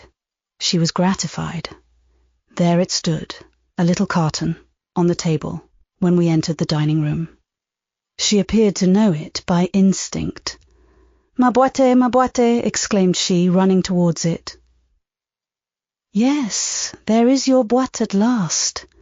Take it into a corner, you genuine daughter of Paris, and amuse yourself with disemboweling it, said the deep and rather sarcastic voice of Mr. Rochester, proceeding from the depths of an immense easy-chair at the fireside. And mind, he continued, don't bother me with any details of the anatomical process, or any notice of the condition of the entrails. Let your operation be conducted in silence. Tiens-toi tranquille, enfant, comprends-tu? Adele seemed scarcely to need the warning. She had already retired to a sofa with her treasure, and was busy untying the cord which secured the lid. Having removed this impediment, and lifted certain silvery envelopes of tissue paper, she merely exclaimed, "Oh ciel, que c'est beau!" and then remained absorbed in ecstatic contemplation. "Is Miss Eyre there?" now demanded the master, half rising from his seat to look round to the door, near which I still stood. "Ah, well, come forward, be seated here." He drew a chair near his own. "I am not fond of the prattle of children," he continued. "For old bachelor as I am, I have no pleasant associations connected with their lisp. It would be intolerable to me to pass a whole evening tête-à-tête with a brat. Don't draw that chair farther off, Miss Eyre. Sit down exactly where I placed it, if you please, that is. Confound these civilities, I continually forget them. Nor do I particularly affect simple-minded old ladies. By the by, I must have mine in mind. It won't do to neglect her. She is a Fairfax, or wed to one, and blood is said to be thicker than water." He rang, and dispatched an invitation to Mrs. Fairfax, who soon arrived, knitting basket in hand. "Good evening, madam. I sent to you for a charitable purpose. I have forbidden Adele to talk to me about her presents, and she is bursting with repletion. Have the goodness to serve her as auditress and interlocutrice. It will be one of the most benevolent acts you ever performed." Adele, indeed, no sooner saw Mrs. Fairfax than she summoned her to her sofa, and there quickly filled her lap with the porcelain, the ivory, the waxen contents of her boîte, pouring out, meantime, explanations and raptures in such broken English as she was mistress of. "Now I have performed the part of a good host," pursued Mr. Rochester. "Put my guests into the way of amusing each other. I ought to be at liberty to attend to my own pleasure. Miss Eyre, draw your chair still a little farther forward. You are yet too far back. I cannot see you without disturbing my position in this comfortable chair, which I have no mind to do." I did as I was bid, though I would much rather have remained somewhat in the shade. But Mr. Rochester had such a direct way of giving orders. It seemed a matter of course to obey him promptly. We were, as I have said, in the dining room. The lustre, which had been lit for dinner, filled the room with a festal breadth of light. The large fire was all red and clear. The purple curtains hung rich and ample before the lofty window and loftier arch. Everything was still, save the subdued chat of Adele. She dared not speak loud. And filling up each pause, the beating of winter rain against the panes. Mr. Rochester, as he sat in his damask-covered chair, looked different to what I had seen him look before. Not quite so stern, much less gloomy. There was a smile on his lips, and his eyes sparkled. Whether with wine or not, I am not sure, but I think it very probable. He was, in short, in his after-dinner mood, more expanded and genial, and also more self-indulgent than the frigid and rigid temper of the morning. Still he looked preciously grim, cushioning his massive head against the swelling back of his chair, and receiving the light of the fire on his granite-hewn features, and in his great dark eyes. For he had great dark eyes, and very fine eyes too, not without a certain change in their depth sometimes which, if it was not softness, reminded you at least of that feeling. He had been looking 2 minutes at the fire, and I had been looking the same length of time at him, when turning suddenly, he caught my gaze fastened on his physiognomy. "You examine me, Miss Eyre," said he. "Do you think me handsome?" I should, if I had deliberated, have replied to this question by something conventionally vague and polite, but the answer somehow slipped from my tongue before I was aware. "No, sir. Ah, by my word, there is something singular about you," said he. "You have the air of a little nonnette, quaint, quiet, grave, and simple, as you sit with your hands before you, and your eyes generally bent on the carpet, except, by the by, when they are directed piercingly to my face, as just now, for instance. And when one asks you a question, or makes a remark to which you are obliged to reply, you rap out a round rejoinder, which, if not blunt, is at least brusque. What do you mean by it? Sir, I was too plain. I beg your pardon. I ought to have replied that it was not easy to give an impromptu answer to a question about appearances. That tastes mostly differ, and that beauty is of little consequence, or something of that sort. You ought to have replied no such thing.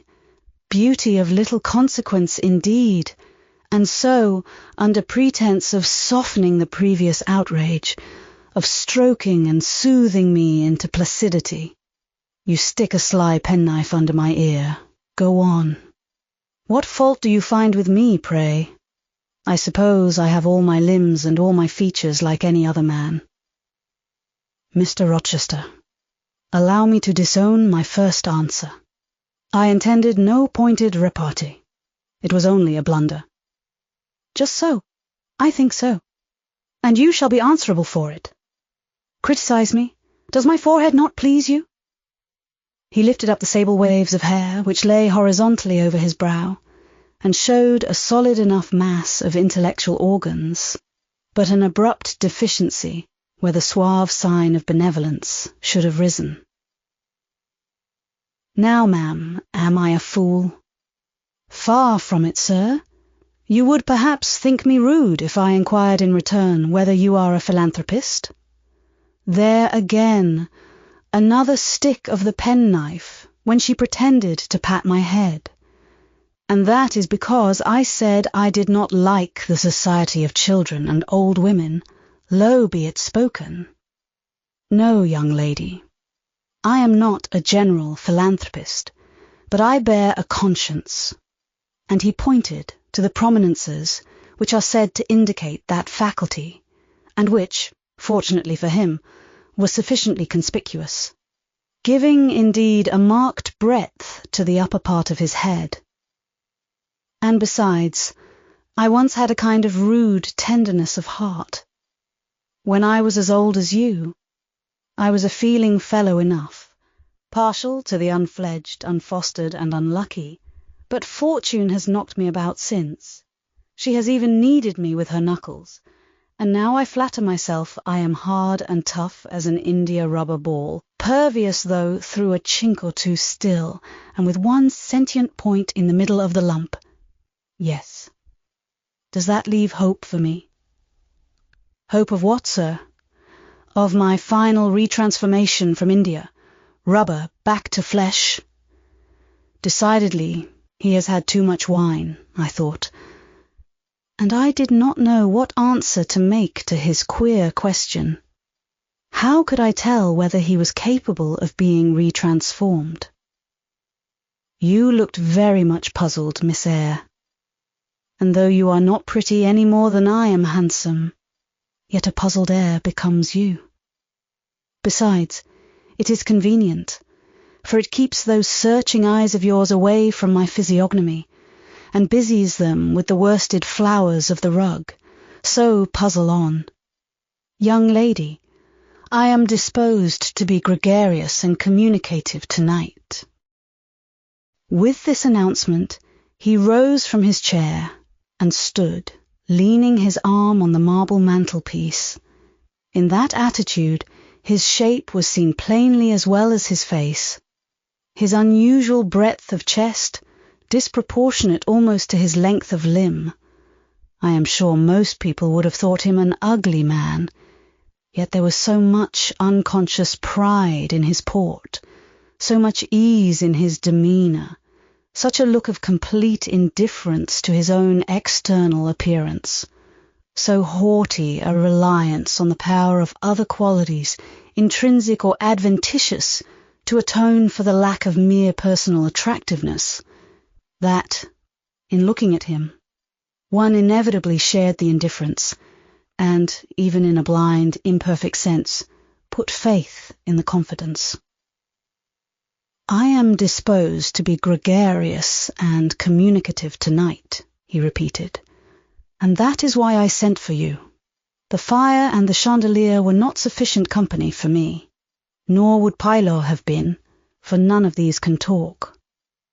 Adele is a degree better, but still far below the mark. Mrs. Fairfax ditto. You, I am persuaded, can suit me if you will. You puzzled me the first evening I invited you down here. I have almost forgotten you since. Other ideas have driven yours from my head. But tonight I am resolved to be at ease, to dismiss what importunes, and recall what pleases. It would please me now to draw you out, to learn more of you. Therefore, speak. Instead of speaking, I smiled, and not a very complacent or submissive smile either. Speak, he urged. What about, sir? Whatever you like. I leave both the choice of subject and the manner of treating it entirely to yourself. Accordingly, I sat and said nothing. If he expects me to talk for the mere sake of talking and showing off, he will find he has addressed himself to the wrong person, I thought. You are dumb, Miss Eyre. I was dumb still. He bent his head a little towards me, and with a single hasty glance seemed to dive into my eyes. Stubborn, he said, and annoyed. Ah, it is consistent. I put my request in an absurd, almost insolent form. Miss Eyre, I beg your pardon. The fact is, once for all, I don't wish to treat you like an inferior. That is, correcting himself. I claim only such superiority as must result from 20 years' difference in age and a century's advance in experience. This is legitimate, et je tiens, as Adele would say, and it is by virtue of this superiority, and this alone, that I desire you to have the goodness to talk to me a little now, and divert my thoughts, which are galled with dwelling on one point, cankering as a rusty nail. He had deigned an explanation, almost an apology, and I did not feel insensible to his condescension, and would not seem so. I am willing to amuse you if I can, sir, quite willing, but I cannot introduce a topic, because how do I know what will interest you? Ask me questions, and I will do my best to answer them. Then, in the first place, do you agree with me that I have a right to be a little masterful, abrupt, perhaps exacting, sometimes, on the grounds I stated, namely, that I am old enough to be your father, and that I have battled through a varied experience with many men of many nations, and roamed over half the globe, while you have lived quietly with one set of people in one house.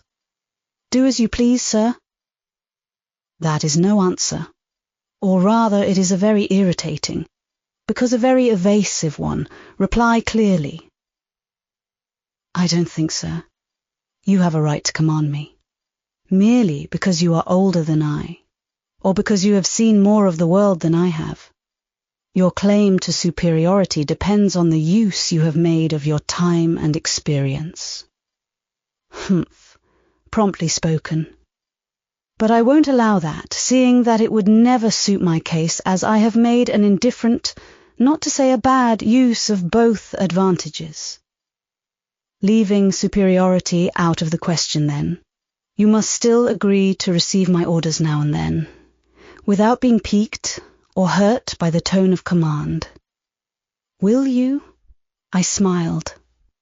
I thought to myself, Mr. Rochester is peculiar. He seems to forget that he pays me £30 per annum for receiving his orders.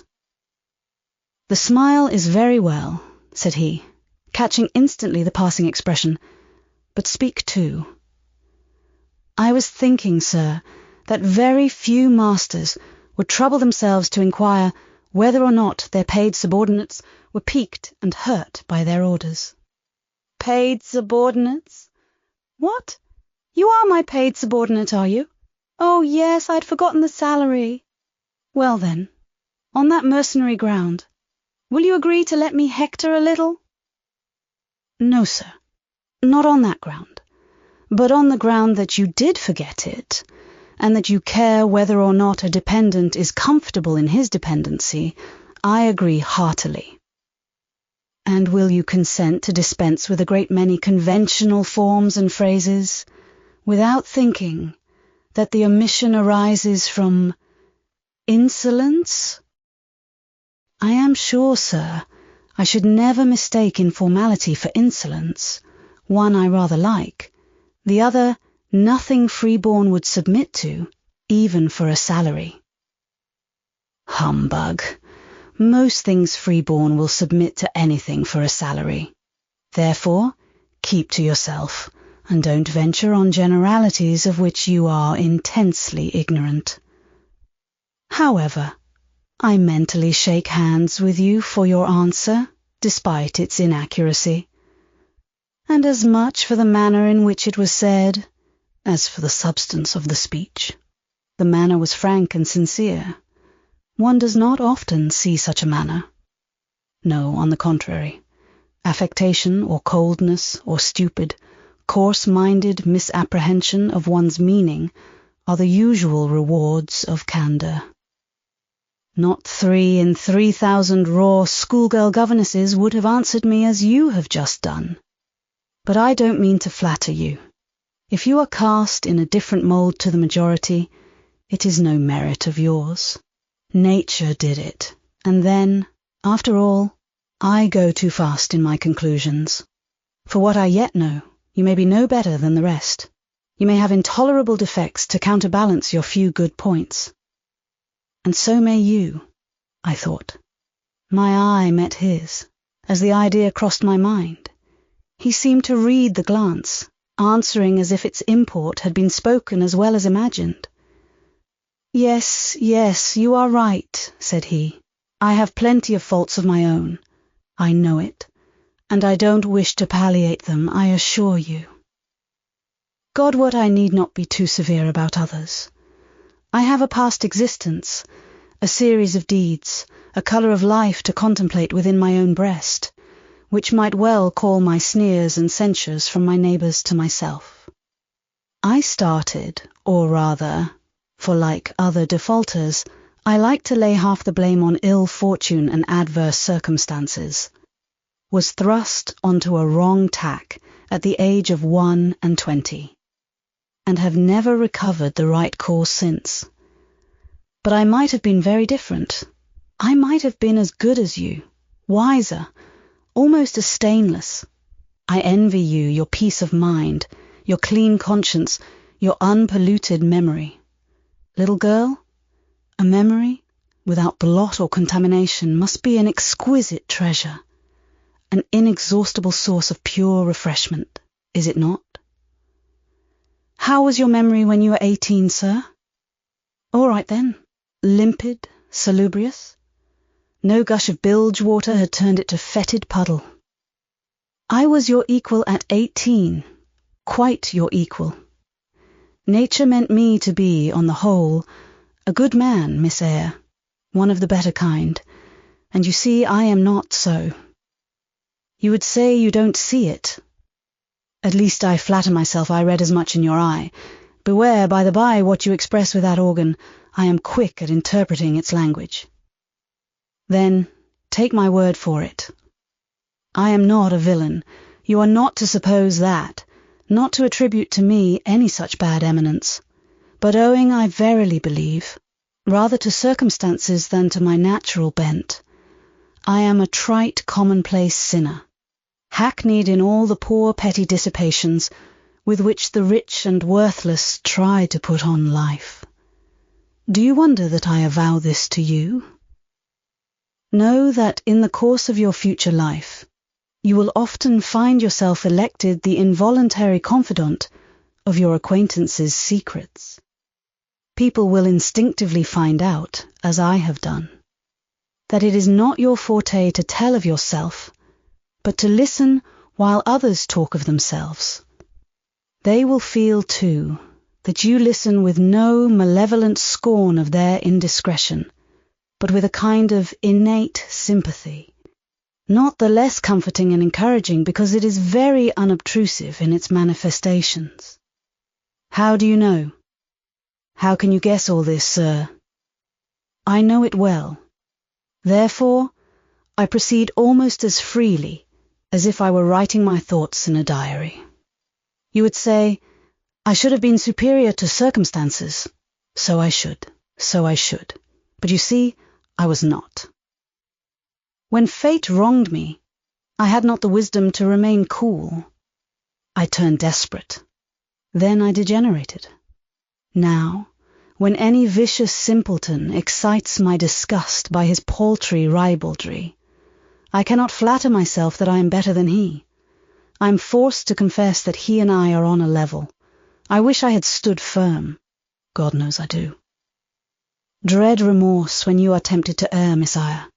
Remorse is the poison of life. Repentance is said to be its cure, sir. It is not its cure. Reformation may be its cure, and I could reform. I have strength yet for that. But where is the use of thinking of it? Hampered, burdened, cursed as I am. Besides, since happiness is irrevocably denied me, I have a right to get pleasure out of life, and I will get it, cost what it may. Then you will degenerate still more, sir. Possibly. Yet why should I if I can get sweet, fresh pleasure? And I may get it as sweet and fresh as the wild honey the bee gathers on the moor. It will sting. It will taste bitter, sir. How do you know? You never tried it. How very serious. How very solemn you look, and you are as ignorant of the matter as this cameo head, taking one from the mantelpiece. You have no right to preach to me, you neophyte, that have not passed the porch of life, and are absolutely unacquainted with its mysteries. I only remind you of your own words, sir. You said error brought remorse, and you pronounced remorse the poison of existence. And who talks of error now? I scarcely think the notion that flitted across my brain was an error. I believe it was an inspiration rather than a temptation. It was very genial, very soothing, I know that. Here it comes again. It is no devil, I assure you, or if it be, it has put on the robes of an angel of light. I think I must admit so fair a guest, when it asks entrance to my heart. Distrust it, sir. It is not a true angel. Once more, how do you know? By what instinct do you pretend to distinguish between a fallen seraph of the abyss and a messenger from the eternal throne? Between a guide and a seducer? I judged by your countenance, sir, which was troubled when you said the suggestion had returned upon you. I feel sure it will work you more misery if you listen to it. Not at all. It bears the most gracious message in the world. For the rest, you are not my conscience keeper, so don't make yourself uneasy. Here, come in, bonny wanderer. He said this as if he spoke to a vision, viewless to any eye but his own. Then, folding his arms, which he had half extended, on his chest, he seemed to enclose in their embrace the invisible being. Now, he continued, again addressing me, I have received the pilgrim, a disguised deity, as I verily believe. Already it has done me good. My heart was a sort of charnel. It will now be a shrine. To speak truth, sir, I don't understand you at all. I cannot keep up the conversation because it has got out of my depth. Only one thing I know. You said you were not as good as you should like to be, and that you regretted your own imperfection. One thing I can comprehend. You intimated that to have a sullied memory was a perpetual bane.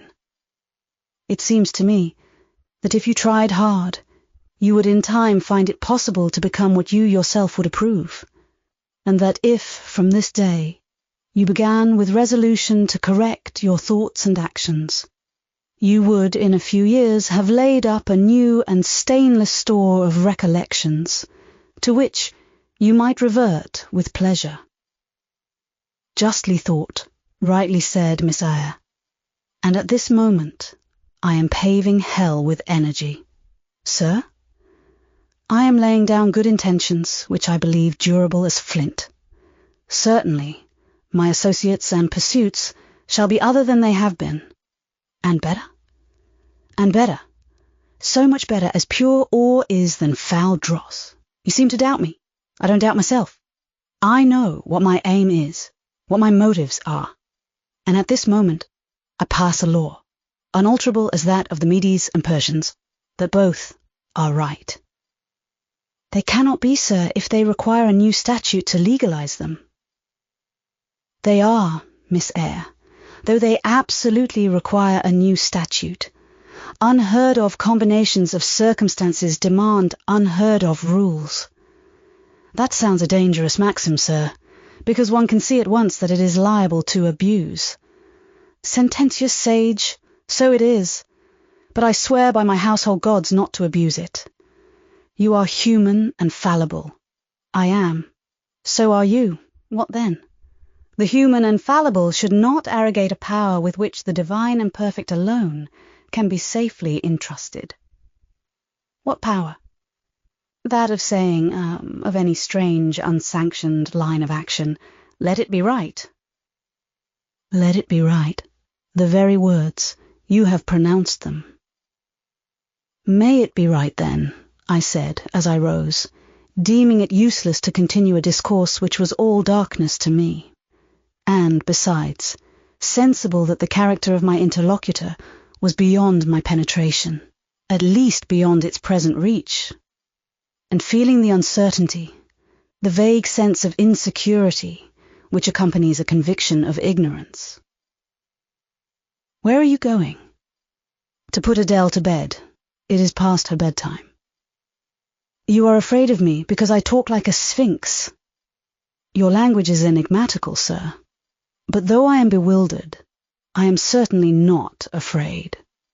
You are afraid. Your self-love dreads a blunder.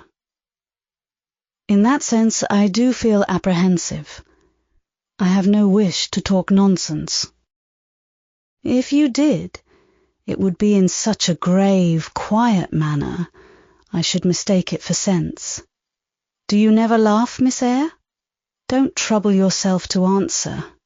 I see you laugh rarely, but you can laugh very merrily.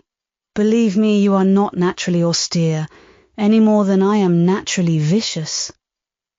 The Lowood constraint still clings to you somewhat, controlling your features, muffling your voice, and restricting your limbs, and you fear, in the presence of a man and a brother, or father, or master, or what you will, to smile too gaily, speak too freely, or move too quickly.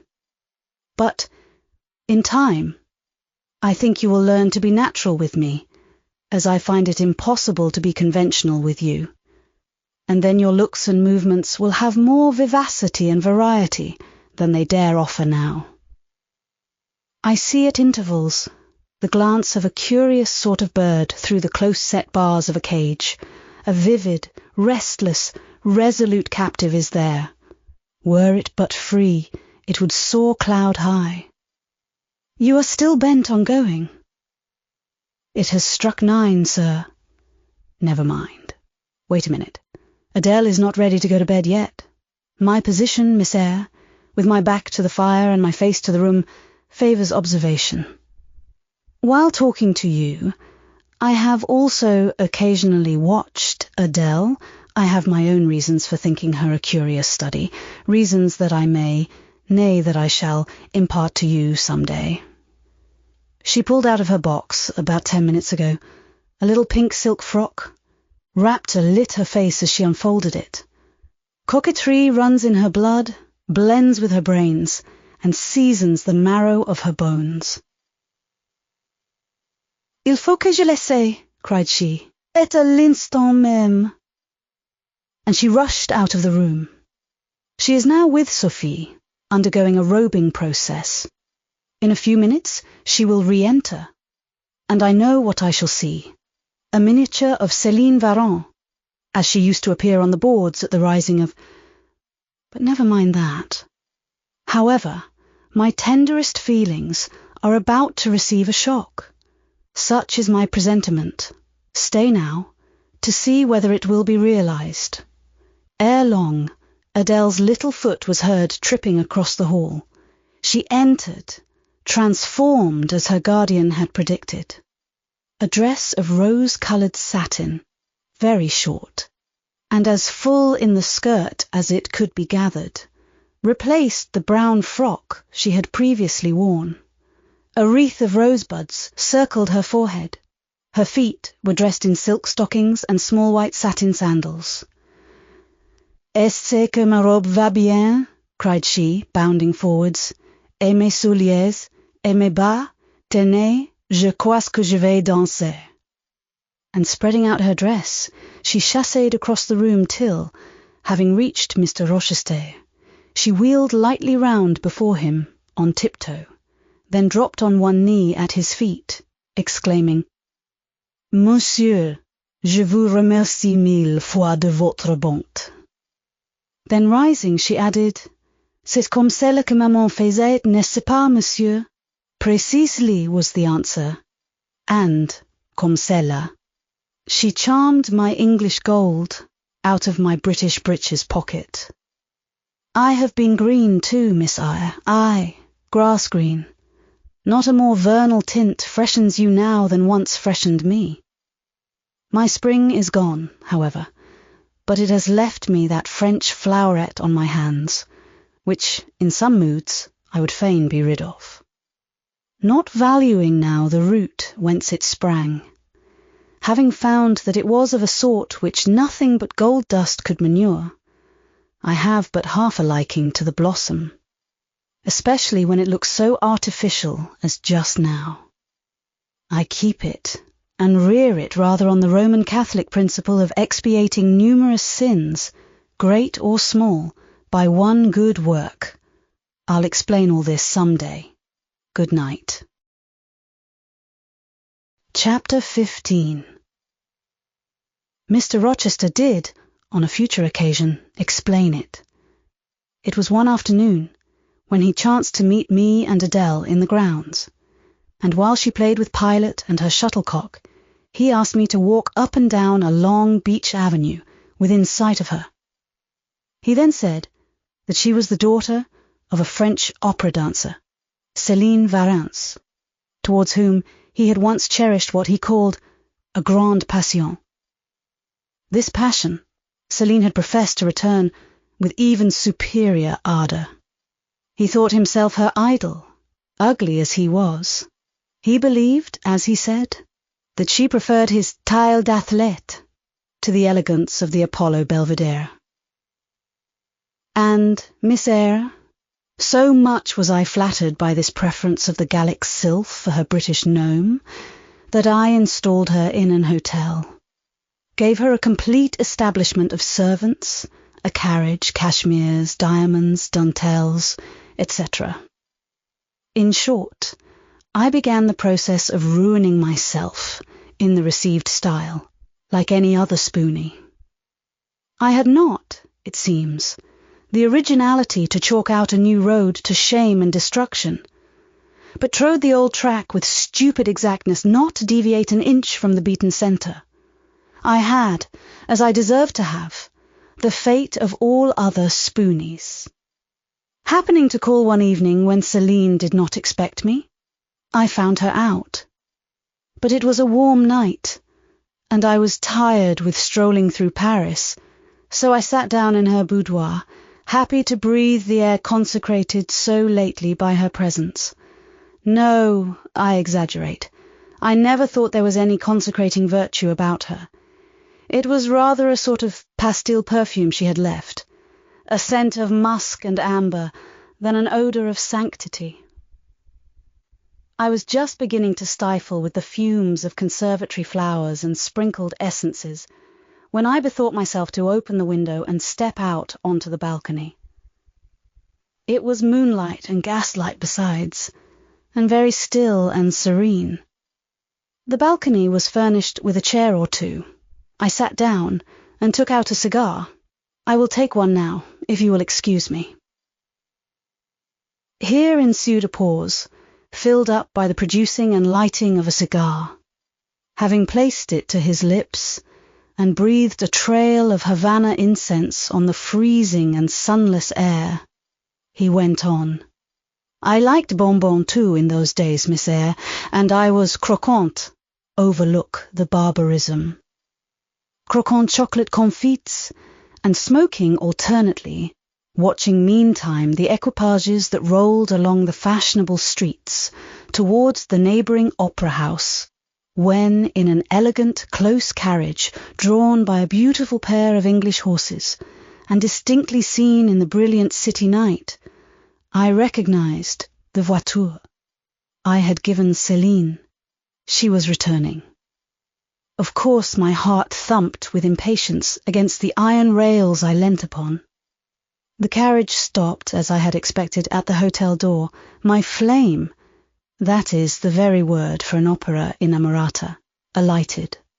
Though muffed in a cloak, an unnecessary encumbrance, by the by, on so warm a June evening, I knew her instantly by her little foot, seen peeping from the skirt of her dress, as she skipped from the carriage step. Bending over the balcony, I was about to murmur Mon ange, in a tone, of course, which should be audible to the ear of love alone, when a figure jumped from the carriage after her, cloaked also, but that was a spurred heel which had rung on the pavement, and that was a hatted head which now passed under the arched porte-cochere of the hotel. You never felt jealousy, did you, Miss Eyre? Of course not. I need not ask you, because you never felt love. You have both sentiments yet to experience. Your soul sleeps, the shock is yet to be given which shall waken it. You think all existence lapses in as quiet a flow as that in which your youth has hitherto slid away. Floating on with closed eyes and muffled ears, You neither see the rocks bristling not far off in the bed of the flood, nor hear the breakers boil at their base. But I tell you, and you may mark my words, you will come some day to a craggy pass in the channel, where the whole of life's stream will be broken up into whirl and tumult, foam and noise. Either you will be dashed to atoms on crag points, or lifted up and borne on by some master wave into a calmer current, as I am now. I like this day. I like that sky of steel. I like the sternness and stillness of the world under this frost. I like Thornfield, its antiquity, its retirement, its old crow trees and thorn trees, its grey facade and lines of dark windows reflecting that metal welkin. And yet how long have I abhorred the very thought of it, shunned it like a great plague house? How I do still abhor. He ground his teeth and was silent. He arrested his step and struck his boot against the hard ground. Some hated thought seemed to have him in its grip, and to hold him so tightly that he could not advance. We were ascending the avenue when he thus paused. The hall was before us. Lifting his eye to its battlements, he cast over them a glare such as I never saw before or since. Pain, shame, ire, impatience, disgust, detestation seemed momentarily to hold a quivering conflict in the large pupil dilating under his ebon eyebrow. Wild was the wrestle which should be paramount. But another feeling rose and triumphed. Something hard and cynical, self-willed and resolute. It settled his passion and petrified his countenance. He went on. During the moment I was silent, Miss Eyre. I was arranging a point with my destiny. She stood there, by that beech trunk, a hag like one of those who appeared to Macbeth on the heath of Forres. "You like Thornfield?" she said, lifting her finger, and then she wrote in the air a memento, which ran in lurid hieroglyphics all along the house front, between the upper and lower row of windows. "Like it if you can. Like it if you dare." "I will like it," said I. "I dare like it. And," he subjoined moodily, "I will keep my word. I will break obstacles to happiness, to goodness. Yes, goodness, I wish to be a better man than I have been, than I am. As Job's Leviathan broke the spear, the dart, and the habergeon. Hindrances, which others count as iron and brass, I will esteem but straw and rotten wood." Adele here ran before him with her shuttlecock. "Away," he cried harshly. "Keep at a distance, child, or go into Sophie." Continuing then to pursue his walk in silence, I ventured to recall him to the point whence he had abruptly diverged. "Did you leave the balcony, sir?" I asked, "when Mademoiselle Varens entered?" I almost expected a rebuff for this hardly well-timed question, but on the contrary, waking out of his scowling abstraction, he turned his eyes towards me, and the shade seemed to clear off his brow. "Oh, I had forgotten Celine! Well, to resume. When I saw my charmer thus come in, accompanied by a cavalier, I seemed to hear a hiss, and the green snake of jealousy, rising on undulating coils from the moonlit balcony, glided within my waistcoat, and ate its way in 2 minutes to my heart's core. Strange, he exclaimed, suddenly starting again from the point. Strange that I should choose you for the confidant of all this, young lady. Passing strange that you should listen to me quietly, as if it were the most usual thing in the world for a man like me to tell stories of his opera mistresses to a quaint, inexperienced girl like you. But the last singularity explains the first, as I intimated once before. You, with your gravity, considerateness, and caution, were made to be the recipient of secrets. Besides, I know what sort of a mind I have placed in communication with my own. I know it is one not liable to take infection. It is a peculiar mind. It is a unique one. Happily, I do not mean to harm it, but if I did, it would not take harm from me. The more you and I converse, the better, for while I cannot blight you, you may refresh me." After this digression he proceeded. I remained in the balcony. They will come to her boudoir, no doubt, thought I. Let me prepare an ambush. So putting my hand in through the open window, I drew the curtain over it, leaving only an opening through which I could take observations. Then I closed the casement, all but a chink, just wide enough to furnish an outlet to lovers' whispered vows. Then I stole back to my chair, and as I resumed it, the pair came in. My eye was quickly at the aperture. Céline's chambermaid entered, lit a lamp, left it on the table, and withdrew. The couple were thus revealed to me clearly. Both removed their cloaks, and there was the Varens, shining in satin and jewels, my gifts, of course, and there was her companion in an officer's uniform, and I knew him for a young roué of a vicomte, a brainless and vicious youth whom I had sometimes met in society, and had never thought of hating because I despised him so absolutely.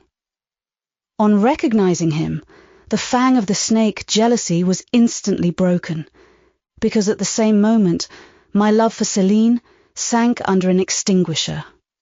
A woman who could betray me for such a rival was not worth contending for. She deserved only scorn, less, however, than I, who had been her dupe. They began to talk. Their conversation eased me completely. Frivolous, mercenary, heartless, and senseless, it was rather calculated to weary than enrage a listener. A card of mine lay on the table. This being perceived, brought my name under discussion. Neither of them possessed energy or wit to belabor me soundly, but they insulted me as coarsely as they could in their little way, especially Céline, who even waxed rather brilliant on my personal defects. Deformities, she termed them. Now it had been her custom to launch out into fervent admiration of what she called ma beauté male, wherein she differed diametrically from you, who told me point blank, at the second interview, that you did not think me handsome. The contrast struck me at the time, and Adèle here came running up again. "Monsieur, John has just been to say that your agent has called, and wishes to see you." "Ah, in that case I must abridge." Opening the window, I walked in upon them, liberated Céline from my protection, gave her notice to vacate her hotel, offered her a purse for immediate exigencies, disregarded screams, hysterics, prayers, protestations, convulsions, made an appointment with the Vicomte for a meeting at the Bois de Boulogne. Next morning, I had the pleasure of encountering him, left a bullet in one of his poor etiolated arms, feeble as the wing of a chicken in the pip, and then thought I had done with the whole crew. But unluckily the Varens, 6 months before, had given me this filette Adèle, who, she affirmed, was my daughter, and perhaps she may be, though I see no proofs of such grim paternity written in her countenance. Pilot is more like me than she. Some years after I had broken with the mother, she abandoned her child, and ran away to Italy with a musician or singer. I acknowledged no natural claim on Adèle's part to be supported by me, nor do I now acknowledge any, for I am not her father. But hearing that she was quite destitute, I e'en took the poor thing out of the slime and mud of Paris and transplanted it here to grow up clean in the wholesome soil of an English country garden. Mrs. Fairfax found you to train it, but now you know that it is the illegitimate offspring of a French opera girl. You will perhaps think differently of your post and protégé. You will be coming to me some day with notice that you have found another place, that you beg me to look out for a new governess, etc. Eh? No. Adele is not answerable for either her mother's faults or yours. I have a regard for her. And now that I know she is, in a sense, parentless, forsaken by her mother and disowned by you, sir, I shall cling closer to her than before. How could I possibly prefer the spoilt pet of a wealthy family who would hate her governess as a nuisance, to a lonely little orphan who leans towards her as a friend? Oh, that is the light in which you view it. Well, I must go in now, and you too. It darkens. But I stayed out a few minutes longer with Adele and Pilot, ran a race with her, and played a game of battledore and shuttlecock. When we went in, and I had removed her bonnet and coat, I took her on my knee, kept her there an hour, allowing her to prattle as she liked, not rebuking even some little freedoms and trivialities into which she was apt to stray when much noticed, and which betrayed in her a superficiality of character, inherited probably from her mother, hardly congenial to an English mind. Still she had her merits, and I was disposed to appreciate all that was good in her to the utmost. I sought in her countenance and features a likeness to Mr. Rochester, but found none. No trait, no turn of expression announced relationship. It was a pity. If she could but have been proved to resemble him, he would have thought more of her. It was not till after I had withdrawn to my own chamber for the night that I steadily reviewed the tale Mr. Rochester had told me. As he had said, there was probably nothing at all extraordinary in the substance of the narrative itself. A wealthy Englishman's passion for a French dancer and her treachery to him were everyday matters enough, no doubt, in society. But there was something decidedly strange in the paroxysm of emotion which had suddenly seized him when he was in the act of expressing the present contentment of his mood, and his newly revived pleasure in the old hall and its environs. I meditated wonderingly on this incident, but gradually quitting it as I found it for the present inexplicable.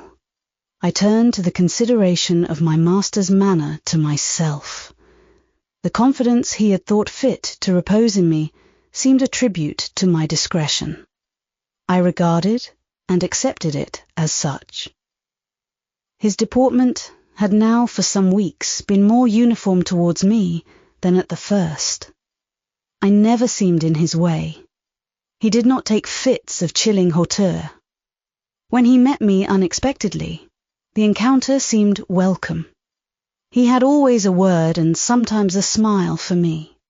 When summoned by formal invitation to his presence, I was honoured by a cordiality of reception that made me feel I really possessed the power to amuse him, and that these evening conferences were sought as much for his pleasure as for my benefit. I, indeed, talked comparatively little, but I heard him talk with relish. It was his nature to be communicative. He liked to open to a mind unacquainted with the world glimpses of its scenes and ways. I do not mean its corrupt scenes and wicked ways, but such as derived their interest from the great scale on which they were acted, the strange novelty by which they were characterized. And I had a keen delight in receiving the new ideas he offered, in imagining the new pictures he portrayed, and following him in thought through the new regions he disclosed, never startled or troubled by one noxious illusion. The ease of his manner freed me from painful restraint. The friendly frankness, as correct as cordial, with which he treated me, drew me to him.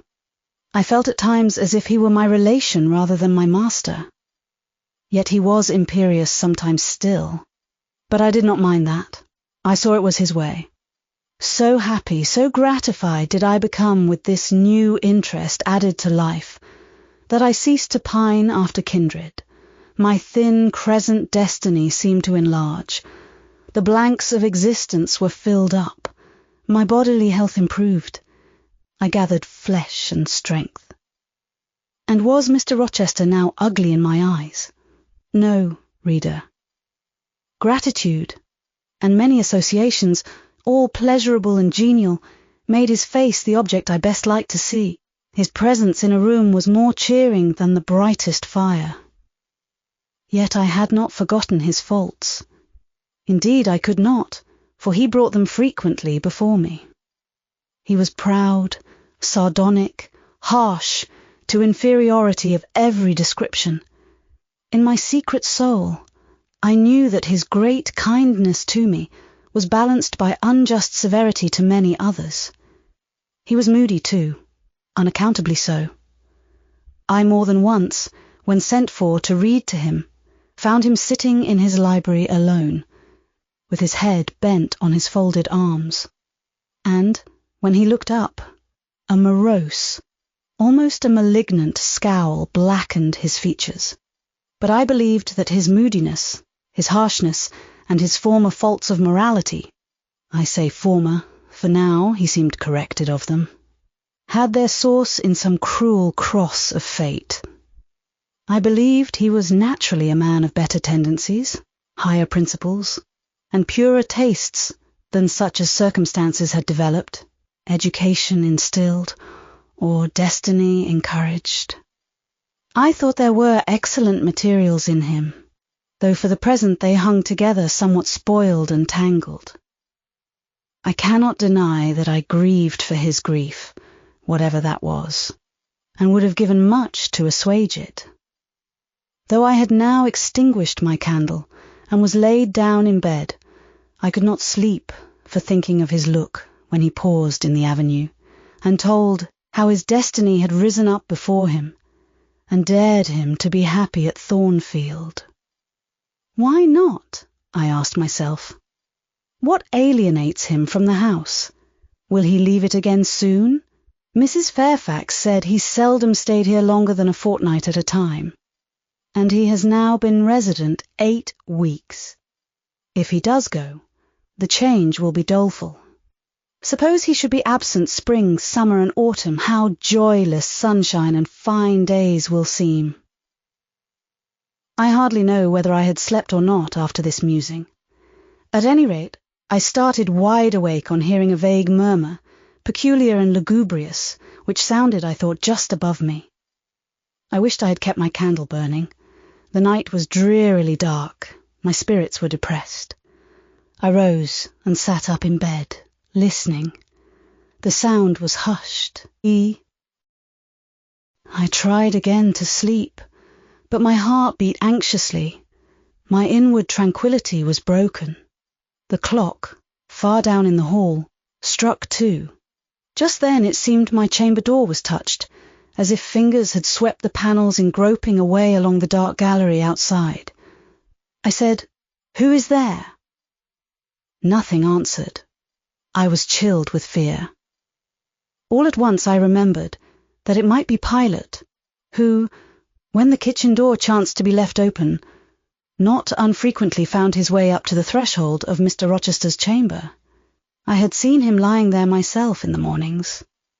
The idea calmed me somewhat. I lay down. Silence composes the nerves, and as an unbroken hush now reigned again through the whole house, I began to feel the return of slumber. But it was not fated that I should sleep that night. A dream had scarcely approached my ear, when it fled affrighted, scared by a marrow-freezing incident enough. This was a demoniac laugh, low, suppressed, and deep, uttered as it seemed at the very keyhole of my chamber door.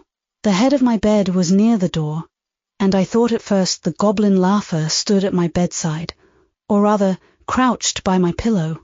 But I rose, looked round, and could see nothing, while, as I still gazed, the unnatural sound was reiterated, and I knew It came from behind the panels.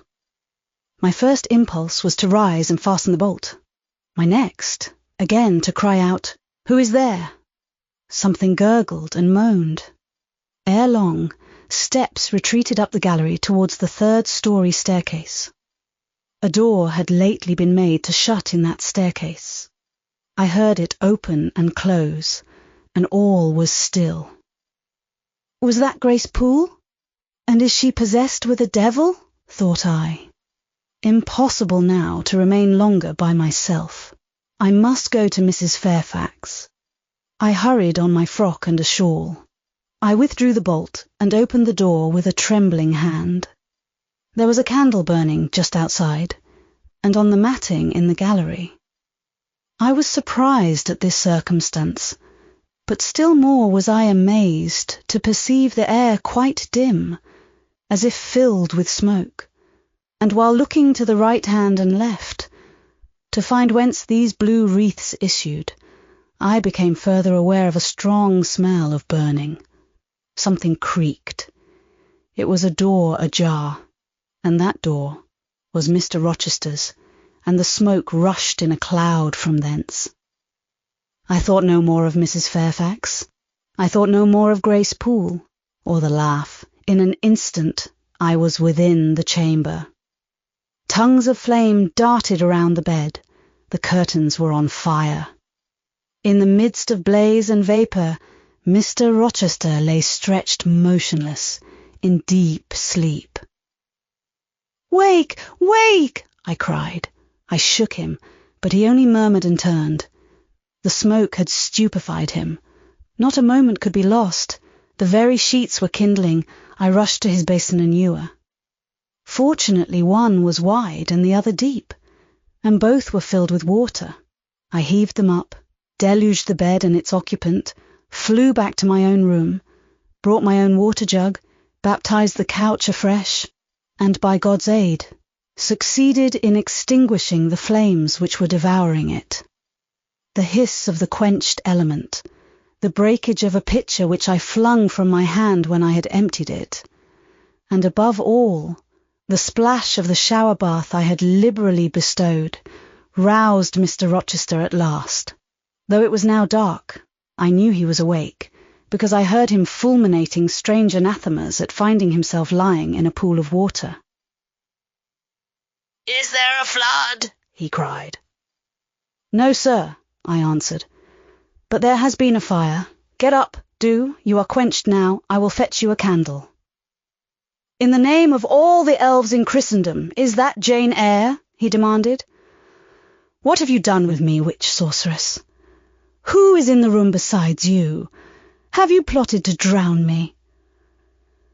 "I will fetch you a candle, sir, and in heaven's name, get up. Somebody has plotted something. You cannot too soon find out who and what it is. There, I am up now. But at your peril you fetch a candle yet? Wait 2 minutes till I get into some dry garments, if any dry there be. Yes, here is my dressing gown. Now run." I did run. I brought the candle which still remained in the gallery. He took it from my hand, held it up, and surveyed the bed, all blackened and scorched, the sheets drenched, the carpet round swimming in water. "What is it? And who did it?" he asked. I briefly related to him what had transpired. The strange laugh I had heard in the gallery, the step ascending to the third story, the smoke, the smell of fire, which had conducted me to his room. In what state I had found matters there, and how I had deluged him with all the water I could lay hands on. He listened very gravely.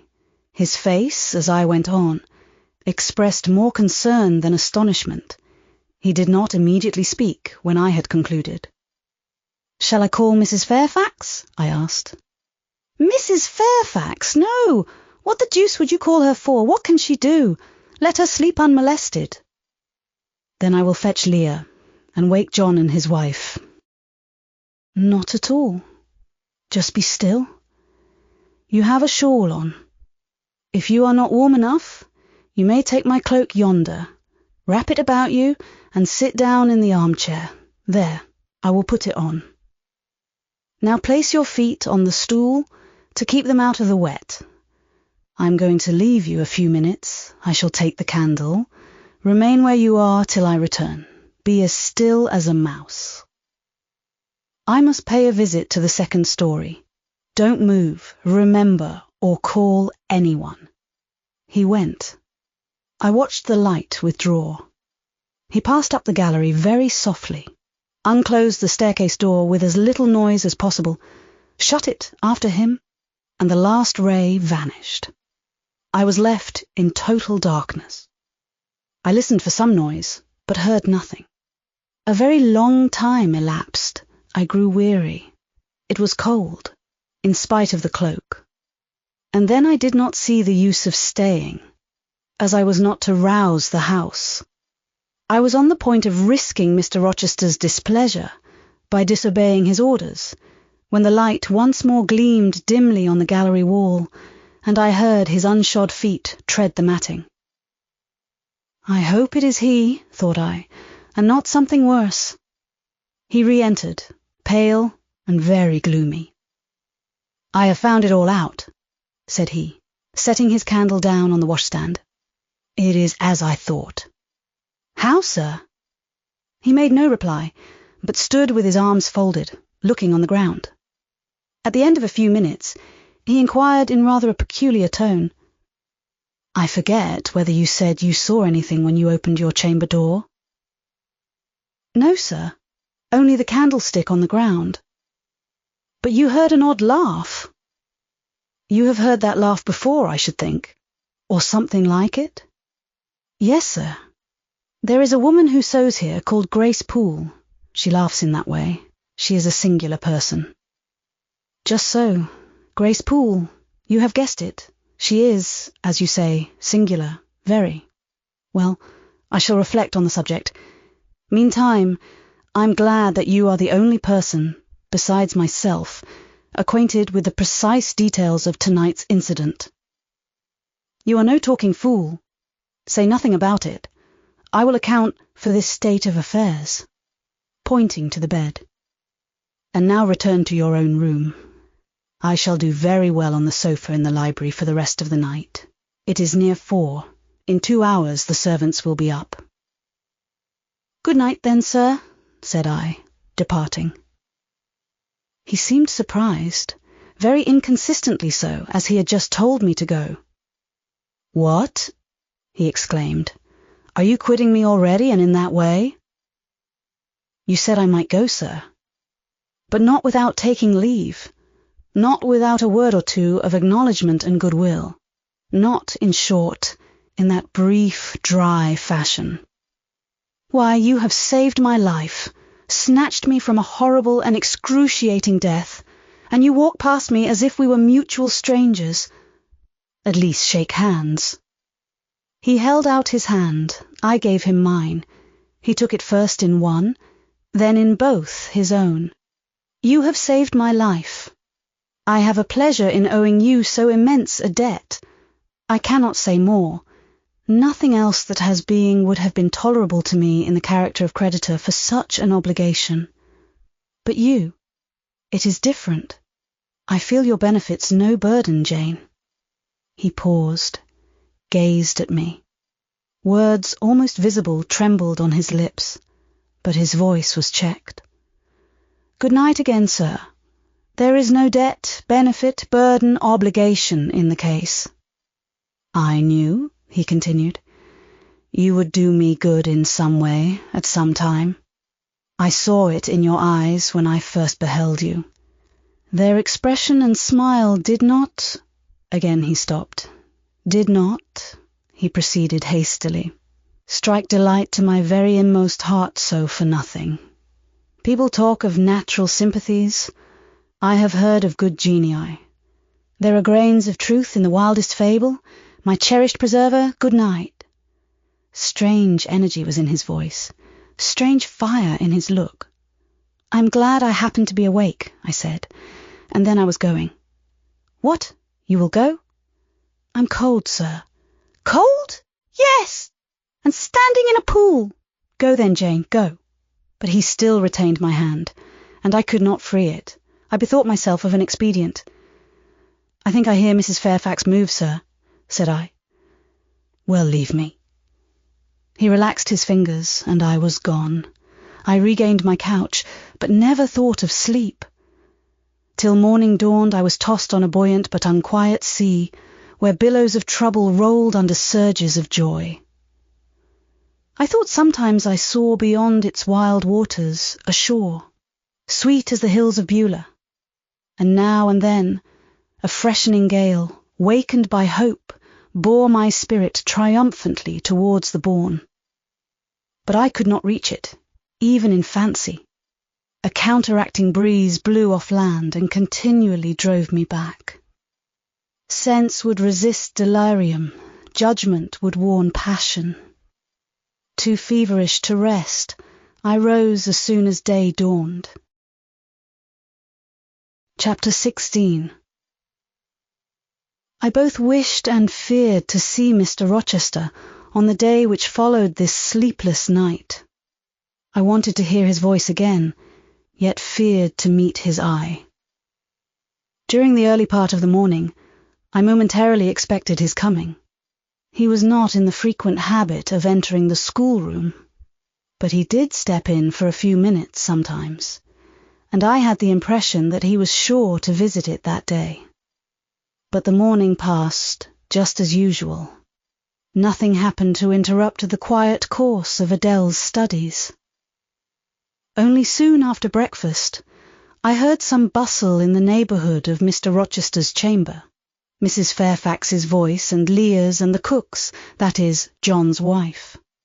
And even John's own gruff tones. There were exclamations of, "What a mercy master was not burnt in his bed." It is always dangerous to keep a candle lit at night.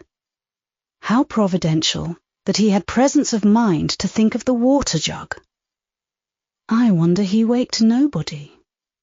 It is to be hoped he will not take cold with sleeping on the library sofa, etc. To much confabulation succeeded a sound of scrubbing and setting to rights, and when I passed the room, in going downstairs to dinner, I saw through the open door that all was again restored to complete order. Only the bed was stripped of its hangings. Leah stood up in the window seat, rubbing the panes of glass dimmed with smoke.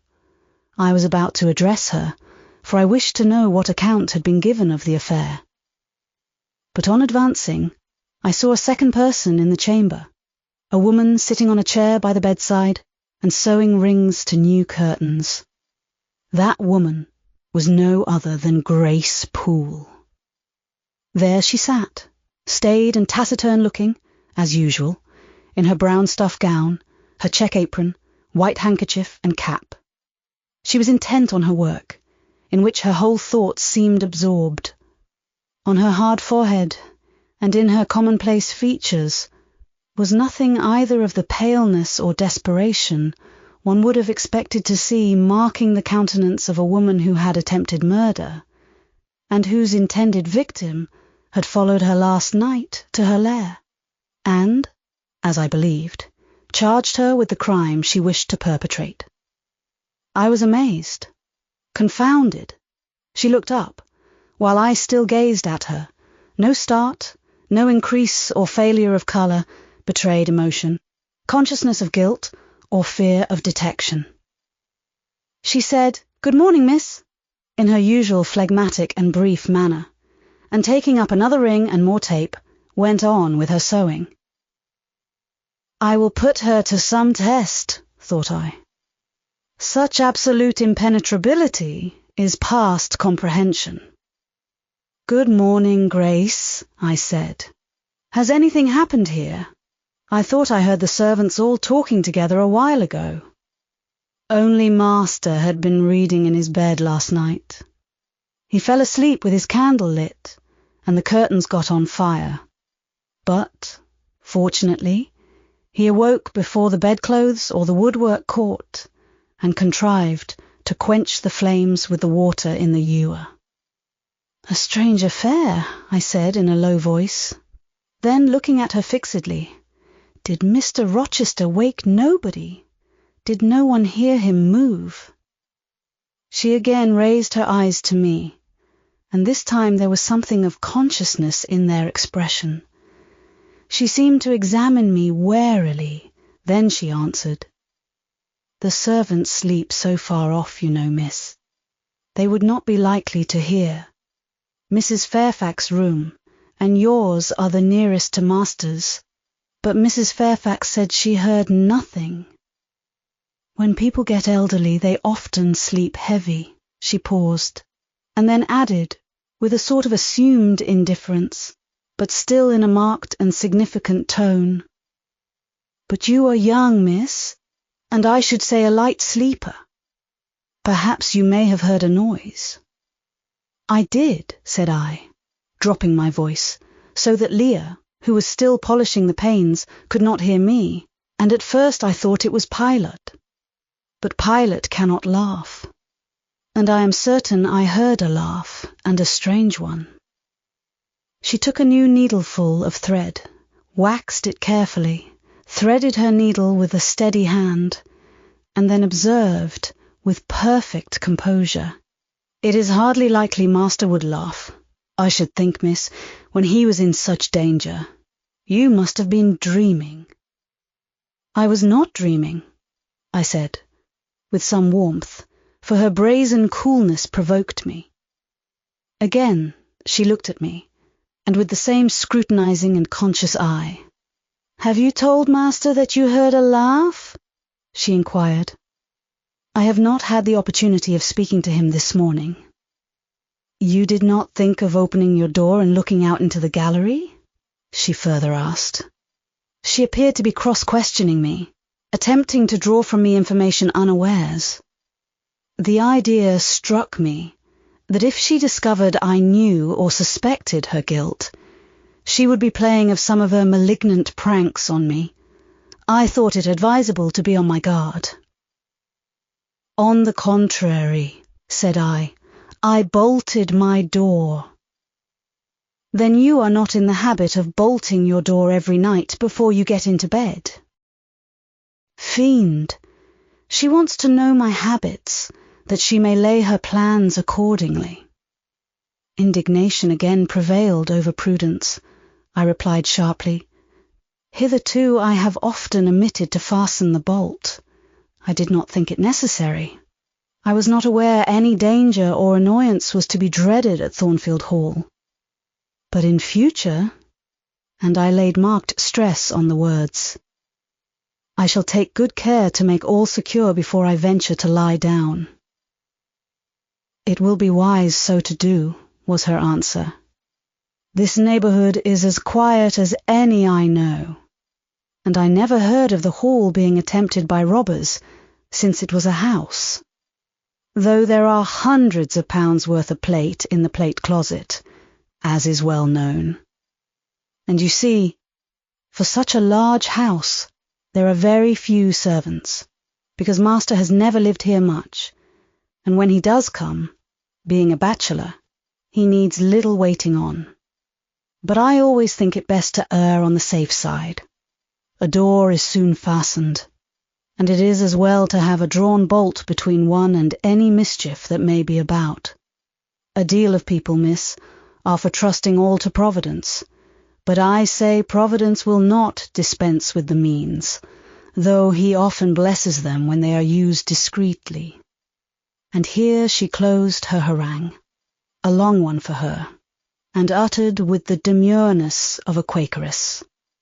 I still stood absolutely dumbfounded at what appeared to me her miraculous self-possession and most inscrutable hypocrisy, when the cook entered. "Mrs. Poole," said she, addressing Grace, "the servants' dinner will soon be ready. Will you come down?" "No, just put my pint of porter and bit of pudding on a tray, and I'll carry it upstairs." "You'll have some meat?" "Just a morsel and a taste of cheese, that's all." "And the sago?" "Never mind it at present. I shall be coming down before tea time. I'll make it myself." The cook here turned to me, saying that Mrs. Fairfax was waiting for me, so I departed. I hardly heard Mrs. Fairfax's account of the curtain conflagration during dinner. So much was I occupied in puzzling my brains over the enigmatical character of Grace Poole, and still more in pondering the problem of her position at Thornfield, and questioning why she had not been given into custody that morning, or, at the very least, dismissed from her master's service. He had almost as much as declared his conviction of her criminality last night. What mysterious cause withheld him from accusing her? Why had he enjoined me, too, to secrecy? It was strange. A bold, vindictive, and haughty gentleman seemed somehow in the power of one of the meanest of his dependents. So much in her power that even when she lifted her hand against his life, he dared not openly charge her with the attempt, much less punish her for it. Had Grace been young and handsome, I should have been tempted to think that tenderer feelings than prudence or fear influenced Mr. Rochester in her behalf. But, hard-favoured and matronly as she was, the idea could not be admitted. Yet, I reflected, she has been young once. Her youth would be contemporary with her master's. Mrs. Fairfax told me once she had lived here many years. I don't think she can ever have been pretty, but, for aught I know, she may possess originality and strength of character to compensate for the want of personal advantages. Mr. Rochester is an amateur of the decided and eccentric. Grace is eccentric, at least.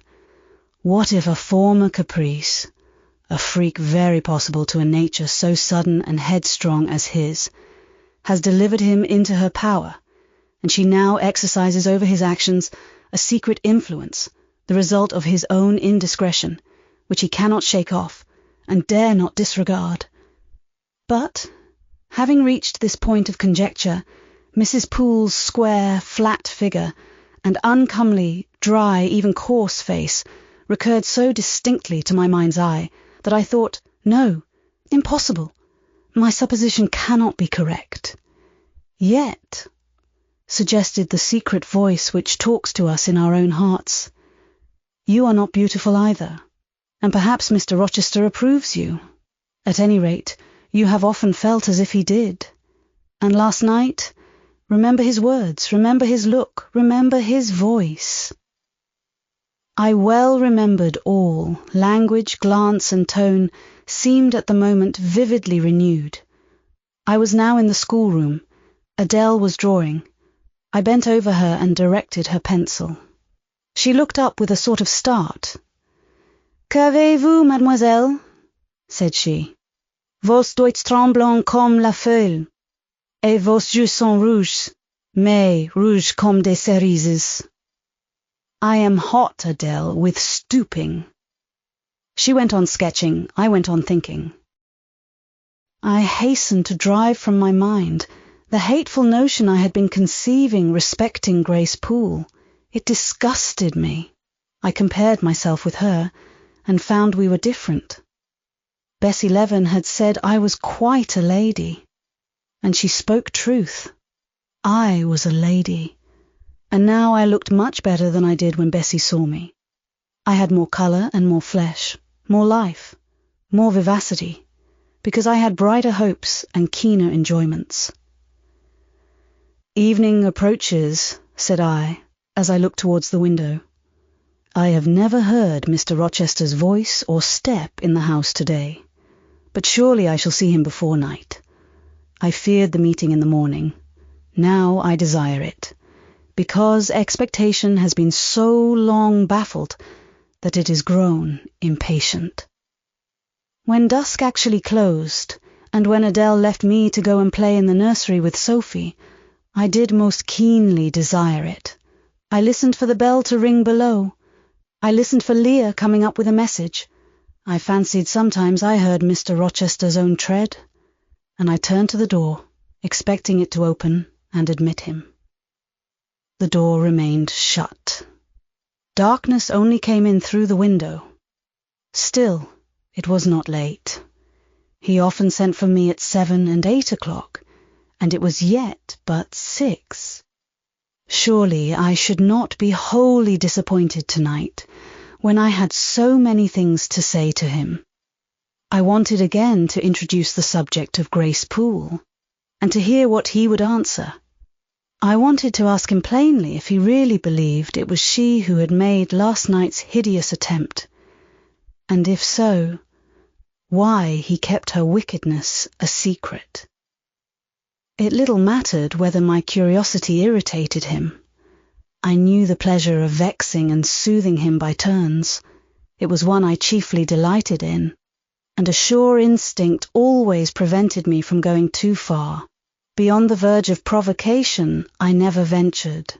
On the extreme brink, I liked well to try my skill, retaining every minute form of respect, every propriety of my station. I could still meet him in argument without fear or uneasy restraint. This suited both him and me. A tread creaked on the stairs at last. Leah made her appearance, but it was only to intimate that tea was ready in Mrs. Fairfax's room. Thither I repaired, glad at least to go downstairs, for that brought me, I imagined, nearer to Mr. Rochester's presence. "You must want your tea," said the good lady, as I joined her. "You ate so little at dinner." "I am afraid," she continued, "you are not well today. You look flushed and feverish." "Oh, quite well. I never felt better." "Then you must prove it by evincing a good appetite. Will you fill the teapot while I knit off this needle?"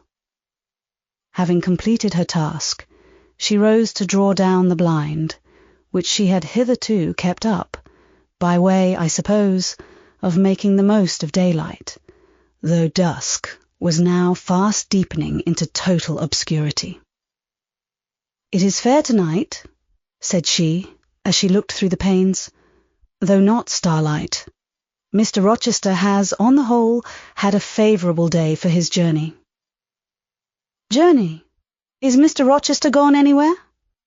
I did not know he was out. "Oh, he set off the moment he had breakfasted. He is gone to the Leas, Mr. Eshton's place, 10 miles on the other side Millcote. I believe there is quite a party assembled there. Lord Ingram, Sir George Lynn, Colonel Dent, and others." "Do you expect him back tonight?" "No, nor tomorrow either. I should think he is very likely to stay a week or more. When these fine, fashionable people get together, they are so surrounded by elegance and gaiety, so well provided with all that can please and entertain, they are in no hurry to separate.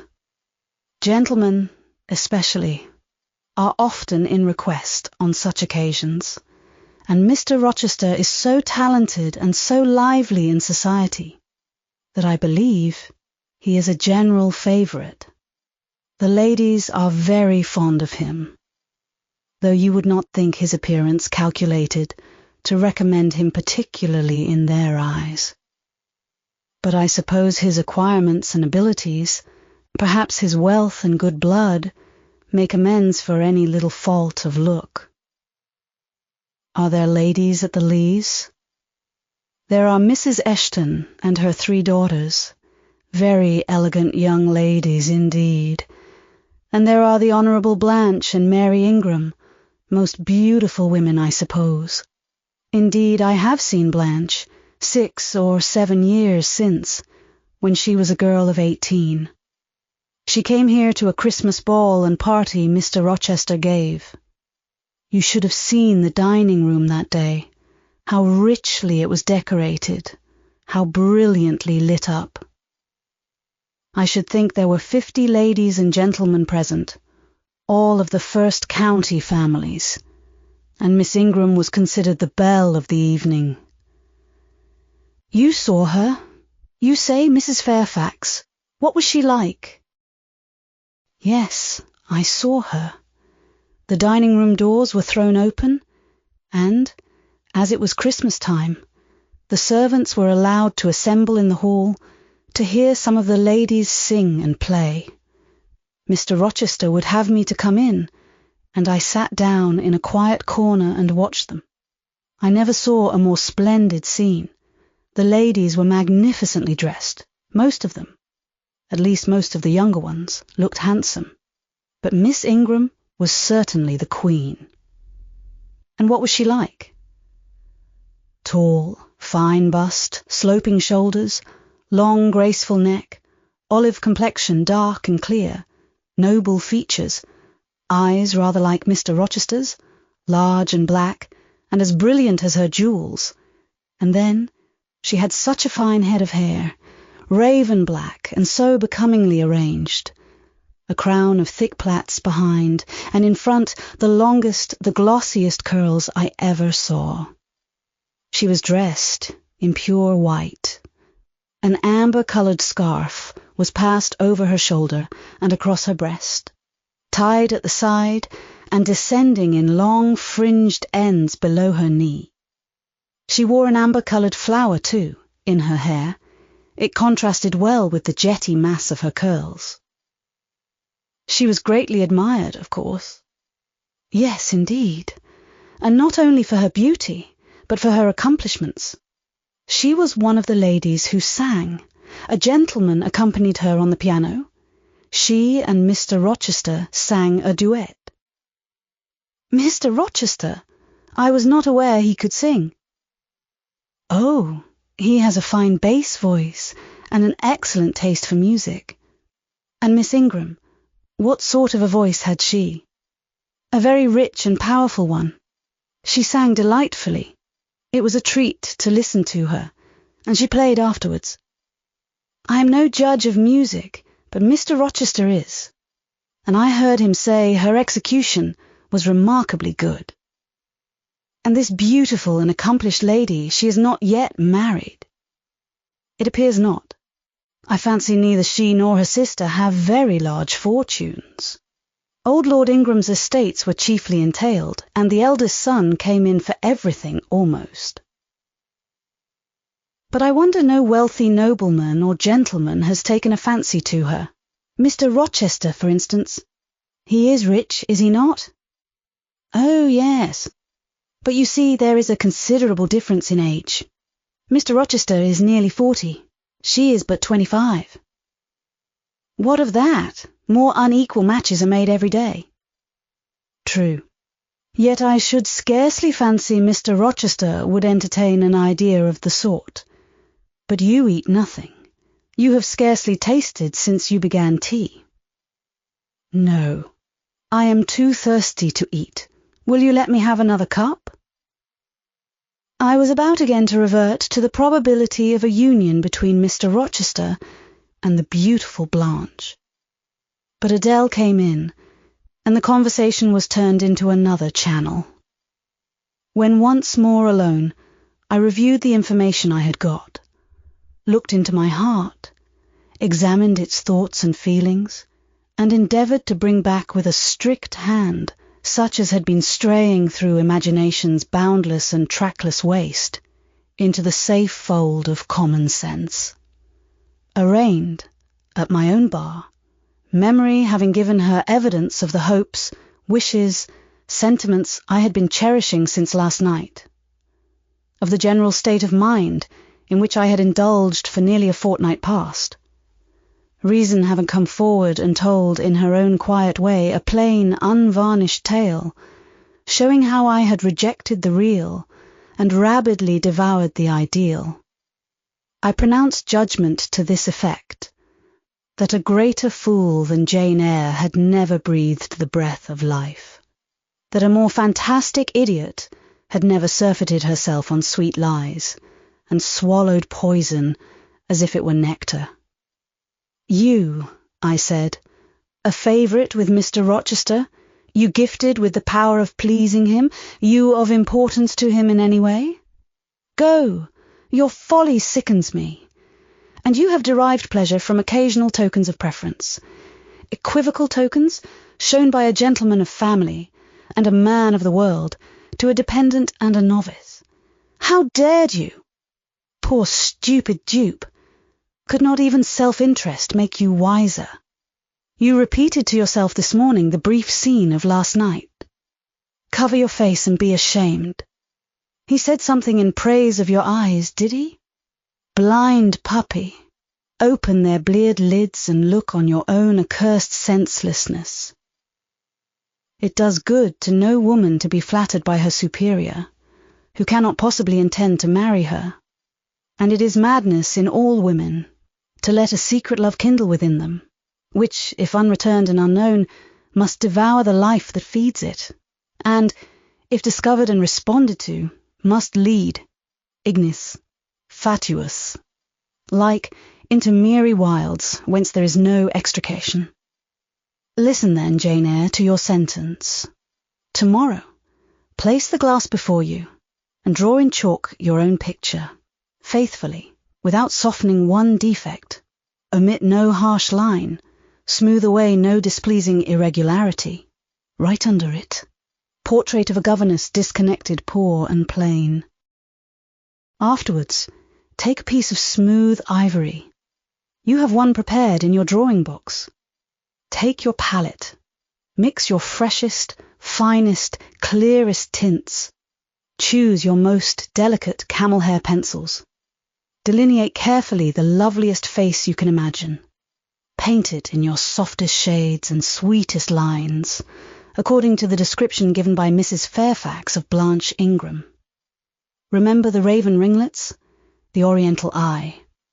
What? You revert to Mr. Rochester as a model. Order. No snivel, no sentiment, no regret. I will endure only sense and resolution. Recall the august yet harmonious lineaments, the Grecian neck and bust. Let the round and dazzling arm be visible, and the delicate hand. Omit neither diamond ring nor gold bracelet.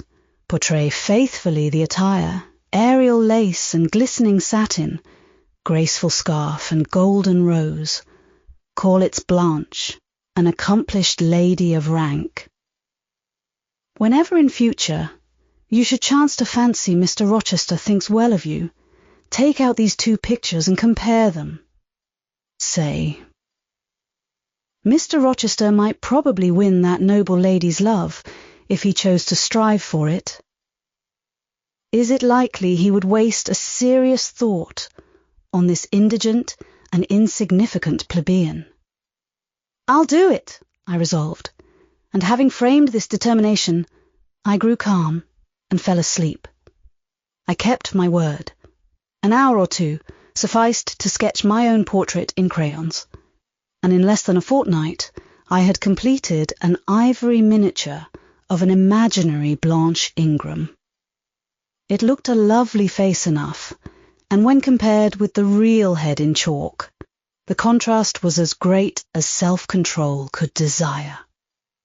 I derived benefit from the task. It had kept my head and hands employed, and had given force and fixedness to the new impressions I wished to stamp indelibly on my heart. Ere long, I had reason to congratulate myself on the course of wholesome discipline to which I had thus forced my feelings to submit. Thanks to it, I was able to meet subsequent occurrences with a decent calm, which, had they found me unprepared, I should probably have been unequal to maintain, even externally. Chapter 17. A week passed, and no news arrived of Mr. Rochester. 10 days, and still he did not come. Mrs. Fairfax said she should not be surprised if he were to go straight from the Leas to London, and thence to the Continent, and not show his face again at Thornfield for a year to come. He had not unfrequently quitted it, in a manner quite as abrupt and unexpected. When I heard this, I was beginning to feel a strange chill and failing at the heart. I was actually permitting myself to experience a sickening sense of disappointment. But rallying my wits and recollecting my principles, I at once called my sensations to order, And it was wonderful how I got over the temporary blunder, how I cleared up the mistake of supposing Mr. Rochester's movements a matter in which I had any cause to take a vital interest. Not that I humbled myself by a slavish notion of inferiority. On the contrary, I just said, "You have nothing to do with the Master of Thornfield, further than to receive the salary he gives you for teaching his protégé, and to be grateful for such respectful and kind treatment as, if you do your duty, you have a right to expect at his hands. Be sure that is the only tie he seriously acknowledges between you and him. So don't make him the object of your fine feelings, your raptures, agonies, and so forth. He is not of your order. Keep to your caste, and be too self-respecting to lavish the love of the whole heart, soul, and strength, where such a gift is not wanted and would be despised." I went on with my day's business tranquilly, but ever and anon vague suggestions kept wandering across my brain of reasons why I should quit Thornfield, and I kept involuntarily framing advertisements and pondering conjectures about new situations. These thoughts I did not think to check. They might germinate and bear fruit if they could. Mr. Rochester had been absent upwards of a fortnight when the post brought Mrs. Fairfax a letter. "It is from the master," said she, as she looked at the direction. "Now, I suppose, we shall know whether we are to expect his return or not." And while she broke the seal and perused the document, I went on taking my coffee. We were at breakfast. It was hot, and I attributed to that circumstance a fiery glow which suddenly rose to my face. Why my hand shook, and why I involuntarily spilt half the contents of my cup into my saucer, I did not choose to consider. "Well, I sometimes think we are too quiet, but we run a chance of being busy enough now, for a little while at least," said Mrs. Fairfax, still holding the note before her spectacles. Ere I permitted myself to request an explanation, I tied the string of Adele's pinafore, which happened to be loose, having helped her also to another bun, and refilled her mug with milk. I said nonchalantly, "Mr. Rochester is not likely to return soon, I suppose?" "Indeed he is. In 3 days, he says. That will be next Thursday, and not alone either. I don't know how many of the fine people at the Leas are coming with him. He sends directions for all the best bedrooms to be prepared, and the library and drawing rooms are to be cleaned out. I'm to get more kitchen hands from the George Inn at Millcote, and from wherever else I can. And the ladies will bring their maids and the gentlemen their valets. So we shall have a full house of it." And Mrs. Fairfax swallowed her breakfast and hastened away to commence operations. The 3 days were, as she had foretold, busy enough. I had thought all the rooms at Thornfield beautifully clean and well arranged, but it appears I was mistaken. 3 women were got to help, and such scrubbing, such brushing, such washing of paint and beating of carpets, such taking down and putting up of pictures, such polishing of mirrors and lustres, such lighting of fires in bedrooms, such airing of sheets and feather beds on hearths I never beheld, either before or since. Adele ran quite wild in the midst of it. The preparations for company and the prospect of their arrival seemed to throw her into ecstasies. She would have Sophie to look over all her toilettes, as she called frocks, to furbish up any that were passés, and to air and arrange the new. For herself, she did nothing but caper about in the front chambers, jump on and off the bedsteads, and lie on the mattresses and piled up bolsters and pillows before the enormous fires roaring in the chimneys. From school duties she was exonerated. Mrs. Fairfax had pressed me into her service, and I was all day in the storeroom, helping or hindering her and the cook, learning to make custards and cheesecakes and French pastry, to truss game and garnish dessert dishes. The party were expected to arrive on Thursday afternoon, in time for dinner at 6.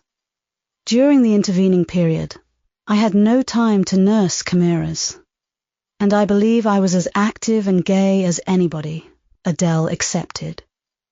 Still, now and then, I received a damping check to my cheerfulness, and was, in spite of myself, thrown back on the region of doubts and portents and dark conjectures. This was when I chanced to see the third-story staircase door, which of late had always been kept locked, open slowly, and give passage to the form of Grace Poole in prim cap, white apron, and handkerchief. When I watched her glide along the gallery, her quiet tread muffled in a list slipper. When I saw her look into the bustling topsy-turvy bedrooms. Just say a word, perhaps, to the charwoman about the proper way to polish a grate, or clean a marble mantelpiece, or take stains from papered walls, and then pass on. She would thus descend to the kitchen once a day, eat her dinner, smoke a moderate pipe on the hearth, and go back carrying her pot of porter with her, for her private solace, in her own gloomy upper haunt. Only 1 hour in the 24 did she pass with her fellow servants below. All the rest of her time was spent in some low-ceiled, oaken chamber of the second story. There she sat and sewed, and probably laughed drearily to herself, as companionless as a prisoner in his dungeon. The strangest thing of all was that not a soul in the house, except me, noticed her habits or seemed to marvel at them. No one discussed her position or employment. No one pitied her solitude or isolation. I once, indeed, overheard part of a dialogue between Leah and one of the charwomen, of which Grace formed the subject. Leah had been saying something I had not caught, and the charwoman remarked, "She gets good wages, I guess." "Yes," said Leah. "I wish I had as good. Not that mine are to complain of. There's no stinginess at Thornfield, but they're not 1/5 of the sum Mrs. Poole receives. And she is laying by. She goes every quarter to the bank at Millcote. I should not wonder but she has saved enough to keep her independent if she liked to leave. But I suppose she's got used to the place. And then she's not 40 yet, and strong and able for anything. It is too soon for her to give up business." "She is a good hand, I dare say," said the charwoman. "Ah, she understands what she has to do. Nobody better," rejoined Leah significantly, "and it is not everyone could fill her shoes, not for all the money she gets." "That it is not," was the reply. "I wonder whether the master—" the charwoman was going on. But here Leah turned and perceived me, and she instantly gave her companion a nudge. "Doesn't she know?" I heard the woman whisper. Leah shook her head, and the conversation was, of course, dropped. All I had gathered from it amounted to this: that there was a mystery at Thornfield, and that from participation in that mystery I was purposely excluded. Thursday came. All work had been completed the previous evening. Carpets were laid down, bed hangings festooned, radiant white counterpanes spread, toilet tables arranged, furniture rubbed, flowers piled in vases. Both chambers and saloons looked as fresh and bright as hands could make them. The hall, too, was scoured, and the great carved clock, as well as the steps and banisters of the staircase, were polished to the brightness of glass. In the dining room, the sideboard flashed resplendent with plate. In the drawing room and boudoir, vases of exotics bloomed on all sides. Afternoon arrived. Mrs. Fairfax assumed her best black satin gown, her gloves and her gold watch. For it was her part to receive the company, to conduct the ladies to their rooms, etc. Adele, too, would be dressed, though I thought she had little chance of being introduced to the party that day at least. However, to please her, I allowed Sophie to apparel her in one of her short, full muslin frocks. For myself, I had no need to make any change. I should not be called upon to quit my sanctum of the schoolroom, for a sanctum it was now become to me, a very pleasant refuge in time of trouble. It had been a mild, serene spring day, one of those days which, towards the end of March or the beginning of April, rise shining over the earth as heralds of summer. It was drawing to an end now, but the evening was even warm, and I sat at work in the schoolroom with the window open. "It gets late," said Mrs. Fairfax, entering in rustling state. "I am glad I ordered dinner an hour after the time Mr. Rochester mentioned, for it is past 6 now. I have sent John down to the gates to see if there is anything on the road. One can see a long way from thence in the direction of Millcote." She went to the window. "Here he is," said she. "Well, John," leaning out, "any news?" "They're coming, ma'am," was the answer. "They'll be here in 10 minutes. Adele flew to the window. I followed, taking care to stand on one side, so that, screened by the curtain, I could see without being seen. The 10 minutes John had given seemed very long, but at last wheels were heard. 4 equestrians galloped up the drive, and after them came 2 open carriages. Fluttering veils and waving plumes filled the vehicles. 2 of the cavaliers were young, dashing-looking gentlemen. The third was Mr. Rochester, on his black horse, Mesrour, Pilot bounding before him. At his side rode a lady, and he and she were the first of the party. Her purple riding habit almost swept the ground. Her veil streamed long on the breeze. Mingling with its transparent folds and gleaming through them shone rich raven ringlets. "Miss Ingram!" exclaimed Mrs. Fairfax, and away she hurried to her post below. The cavalcade, following the sweep of the drive, quickly turned the angle of the house, and I lost sight of it.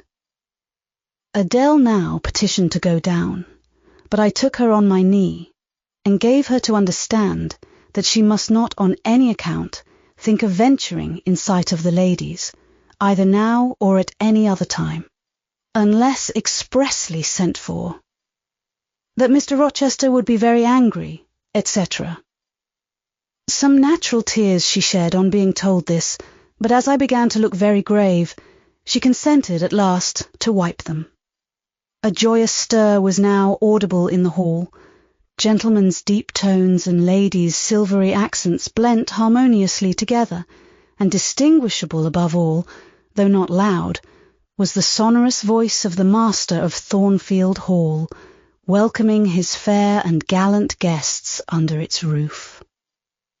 Then light steps ascended the stairs, and there was a tripping through the gallery, and soft, cheerful laughs, and opening and closing doors, and for a time a hush. "Elle est changeant de toilette," said Adele, who, listening attentively, had followed every movement, and she sighed.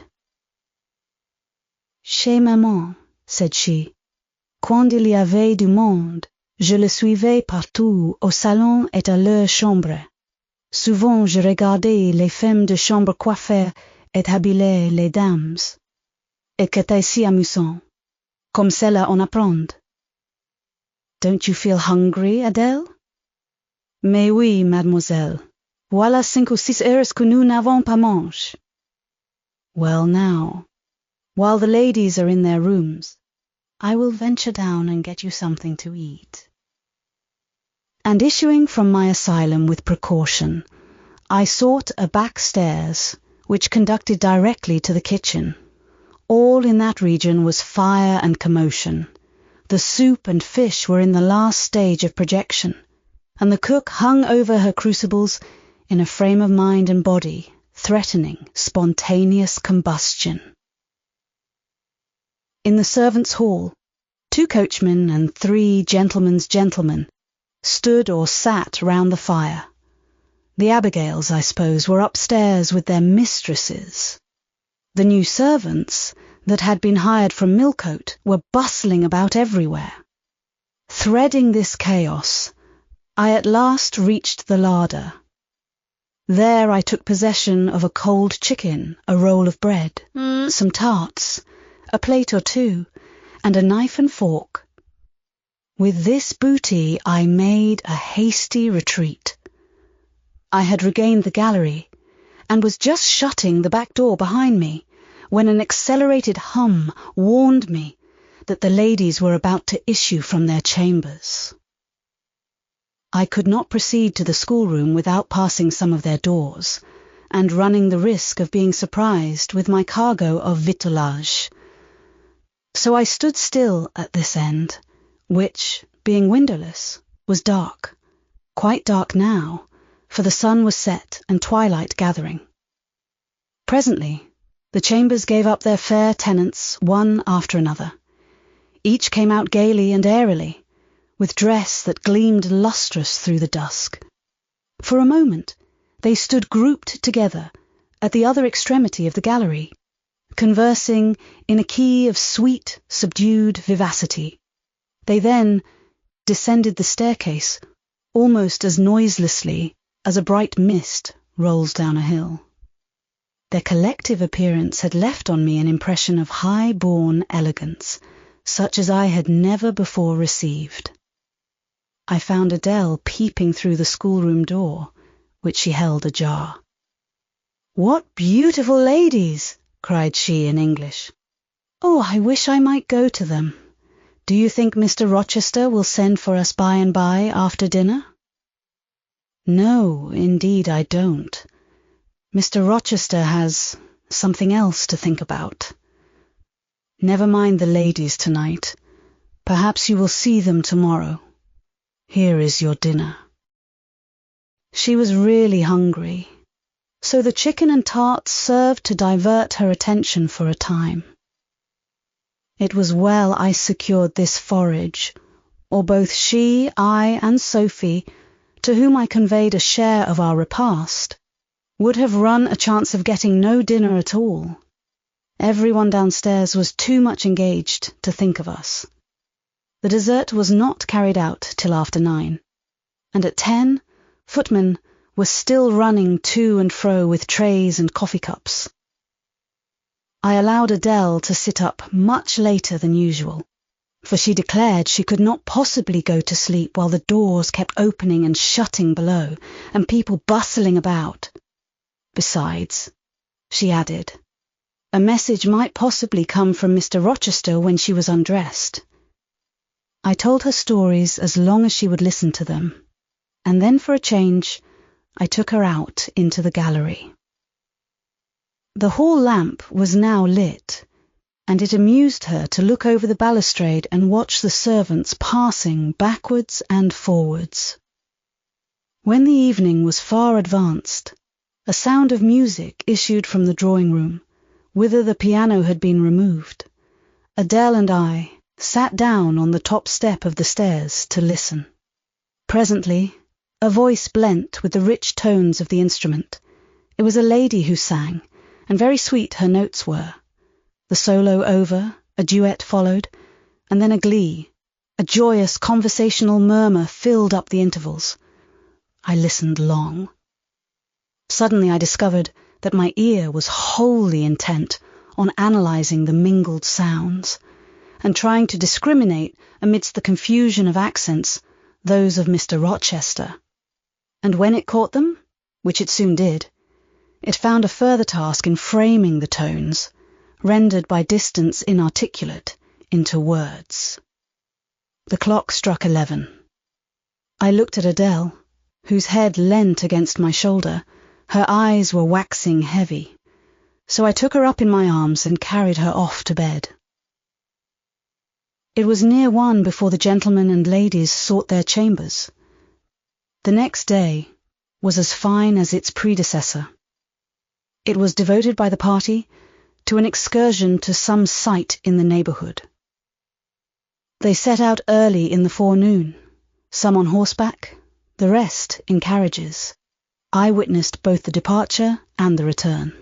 Miss Ingram, as before, was the only lady equestrian, and, as before, Mr. Rochester galloped at her side. The two rode a little apart from the rest. I pointed out this circumstance to Mrs. Fairfax, who was standing at the window with me. "You said it was not likely they should think of being married," said I. "But you see, Mr. Rochester evidently prefers her to any of the other ladies." "Yes, I dare say. No doubt he admires her." "And she him," I added. "Look how she leans her head towards him, as if she were conversing confidentially. I wish I could see her face. I have never had a glimpse of it yet." "You will see her this evening," answered Mrs. Fairfax. I happened to remark to Mr. Rochester how much Adele wished to be introduced to the ladies, and he said, "Oh, let her come into the drawing-room after dinner, and request Miss Eyre to accompany her." "Yes, he said that from mere politeness I need not go, I am sure," I answered. "Well, I observed to him that as you were unused to company, I did not think you would like appearing before so gay a party, all strangers, and he replied, in his quick way, 'Nonsense. If she objects, tell her it is my particular wish, and if she resists, say I shall come and fetch her in case of contumacy.' 'I will not give him that trouble,' I answered. 'I will go, if no better may be, but I don't like it. Shall you be there, Mrs. Fairfax?' 'No,' I pleaded off, and he admitted my plea. 'I'll tell you how to manage so as to avoid the embarrassment of making a formal entrance, which is the most disagreeable part of the business. You must go into the drawing-room while it is empty, before the ladies leave the dinner-table. Choose your seat in any quiet nook you like. You need not stay long after the gentlemen come in, unless you please. Just let Mr. Rochester see you are there, and then slip away. Nobody will notice you.' Will these people remain long, do you think? Perhaps 2 or 3 weeks, certainly not more. After the Easter recess, Sir George Lynn, who was lately elected member for Millcote, will have to go up to town and take his seat. I dare say Mr. Rochester will accompany him. It surprises me that he has already made so protracted a stay at Thornfield." It was with some trepidation that I perceived the hour approach when I was to repair with my charge to the drawing-room. Adele had been in a state of ecstasy all day after hearing she was to be presented to the ladies in the evening, and it was not till Sophie commenced the operation of dressing her that she sobered down.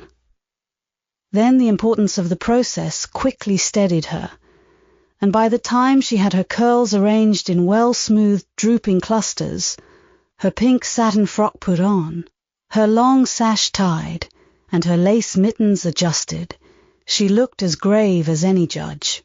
No need to warn her not to disarrange her attire. When she was dressed, she sat demurely down in her little chair, taking care previously to lift up the satin skirt, for fear she should crease it, and assured me she would not stir thence till I was ready. This I quickly was. My best dress, the silver-grey one, purchased for Miss Temple's wedding, and never worn since, was soon put on. My hair was soon smoothed, my sole ornament, the pearl brooch, soon assumed. We descended. Fortunately, There was another entrance to the drawing room than that through the saloon, where they were all seated at dinner. We found the apartment vacant, a large fire burning silently on the marble hearth, and wax candles shining in bright solitude amid the exquisite flowers with which the tables were adorned. The crimson curtain hung before the arch. Slight as was the separation this drapery formed from the party in the adjoining saloon, they spoke in so low a key that nothing of their conversation could be distinguished beyond a soothing murmur. Adele, who appeared to be still under the influence of a most solemnizing impression, sat down, without a word, on the footstool I pointed out to her. I retired to a window seat, and taking a book from a table near, endeavoured to read. Adele brought her stool to my feet. Ere long she touched my knee. What is it, Adele? Est-ce que je ne puis pas prendre une seule de ces fleurs magnifiques, mademoiselle, seulement pour compléter ma toilette? You think too much of your toilette, Adele, but you may have a flower. And I took a rose from a vase and fastened it in her sash. She sighed a sigh of ineffable satisfaction, as if her cup of happiness were now full. I turned my face away to conceal a smile I could not suppress. There was something ludicrous as well as painful in the little Parisienne's earnest and innate devotion to matters of dress. A soft sound of rising now became audible. The curtain was swept back from the arch.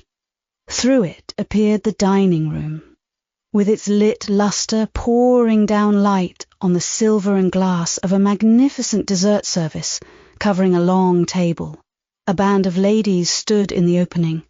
They entered, and the curtain fell behind them.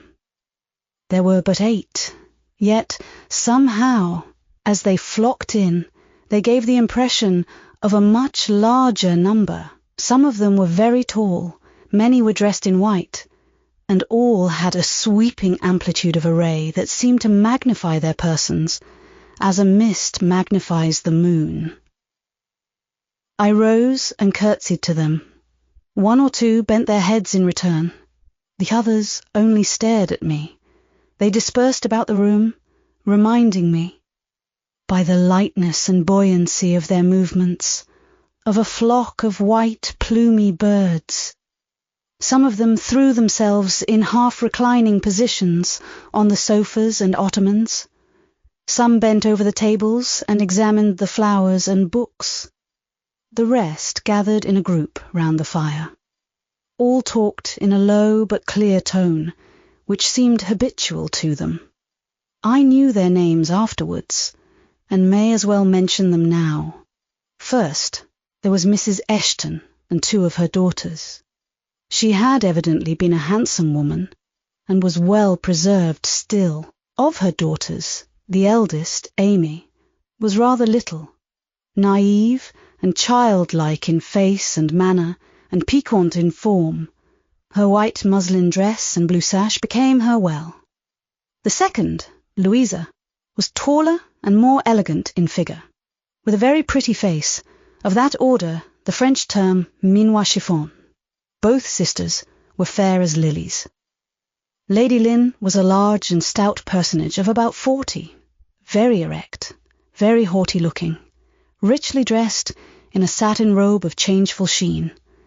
Her dark hair shone glossily under the shade of an azure plume, and within the circlet of a band of gems.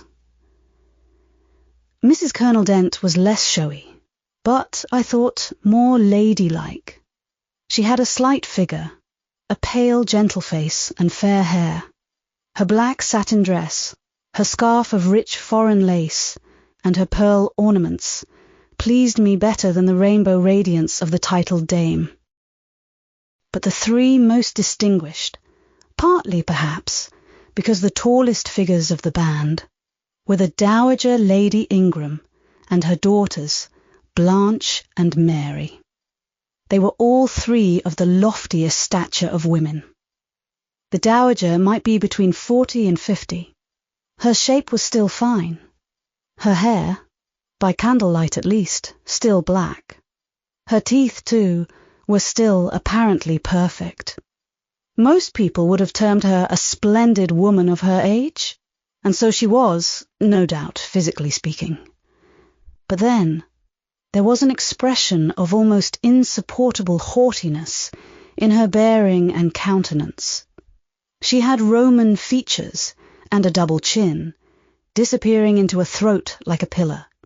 These features appeared to me not only inflated and darkened, but even furrowed with pride, and the chin was sustained by the same principle, in a position of almost preternatural erectness.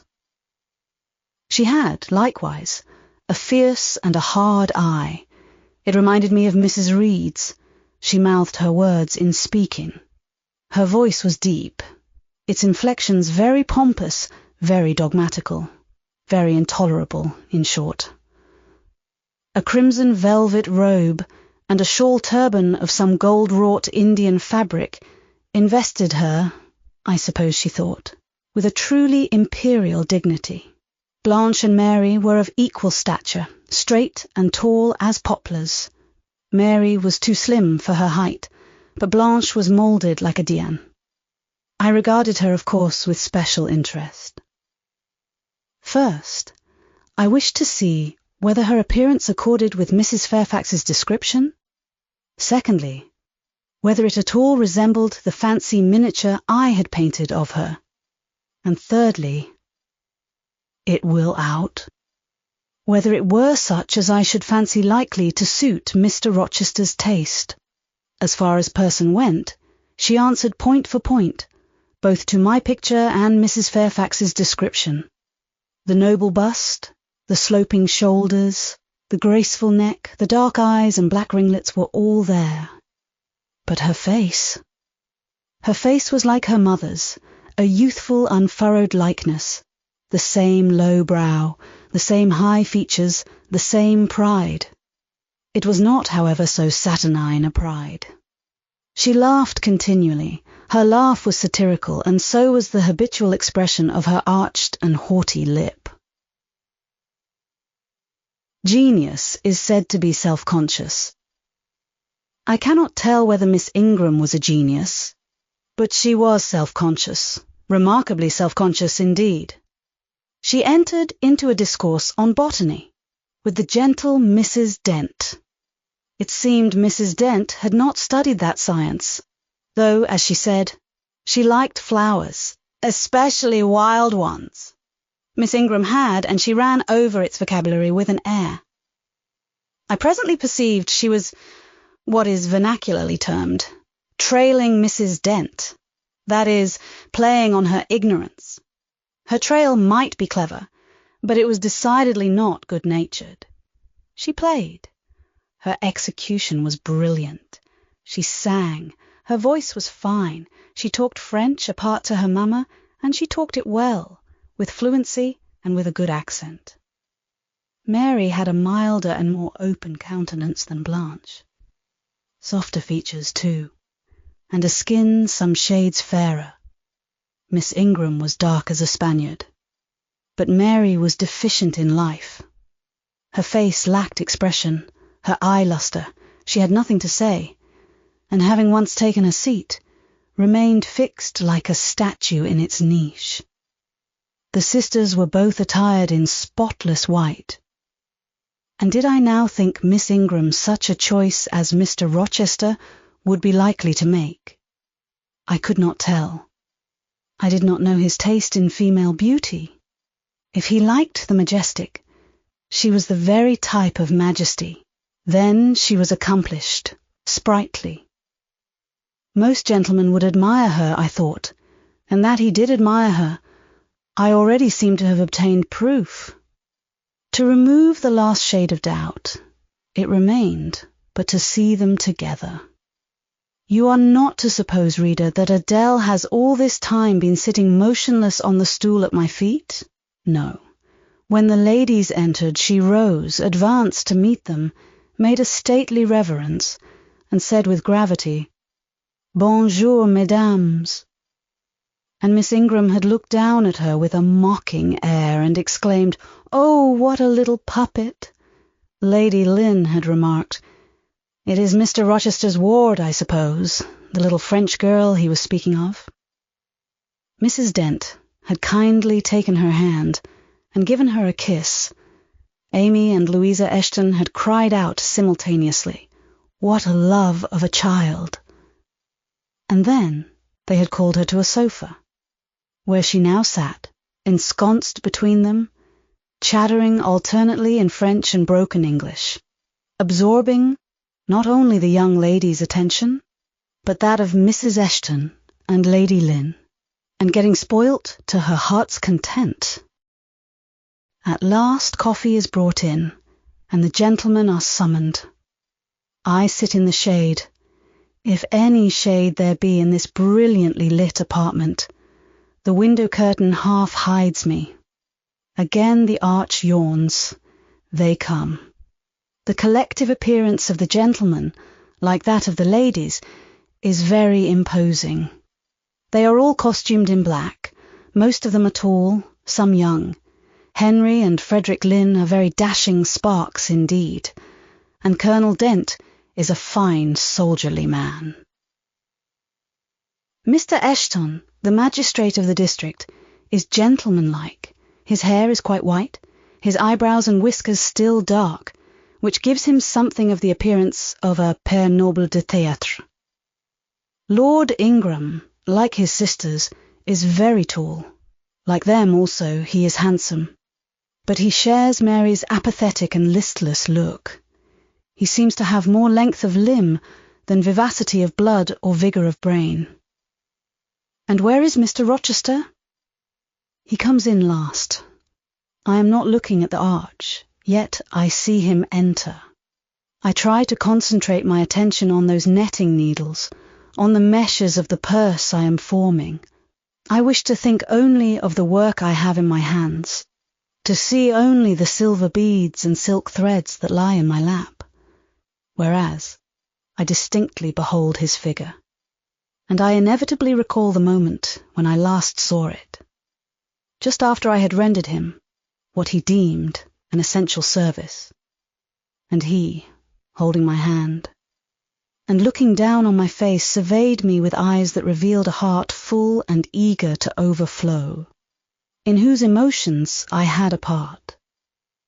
How near had I approached him at that moment? What had occurred since, calculated to change his and my relative positions? Yet now, how distant, how far estranged we were. So far estranged that I did not expect him to come and speak to me. I did not wonder when, without looking at me, he took a seat at the other side of the room and began conversing with some of the ladies. No sooner did I see that his attention was riveted on them, and that I might gaze without being observed, than my eyes were drawn involuntarily to his face. I could not keep their lids under control. They would rise, and the irids would fix on him.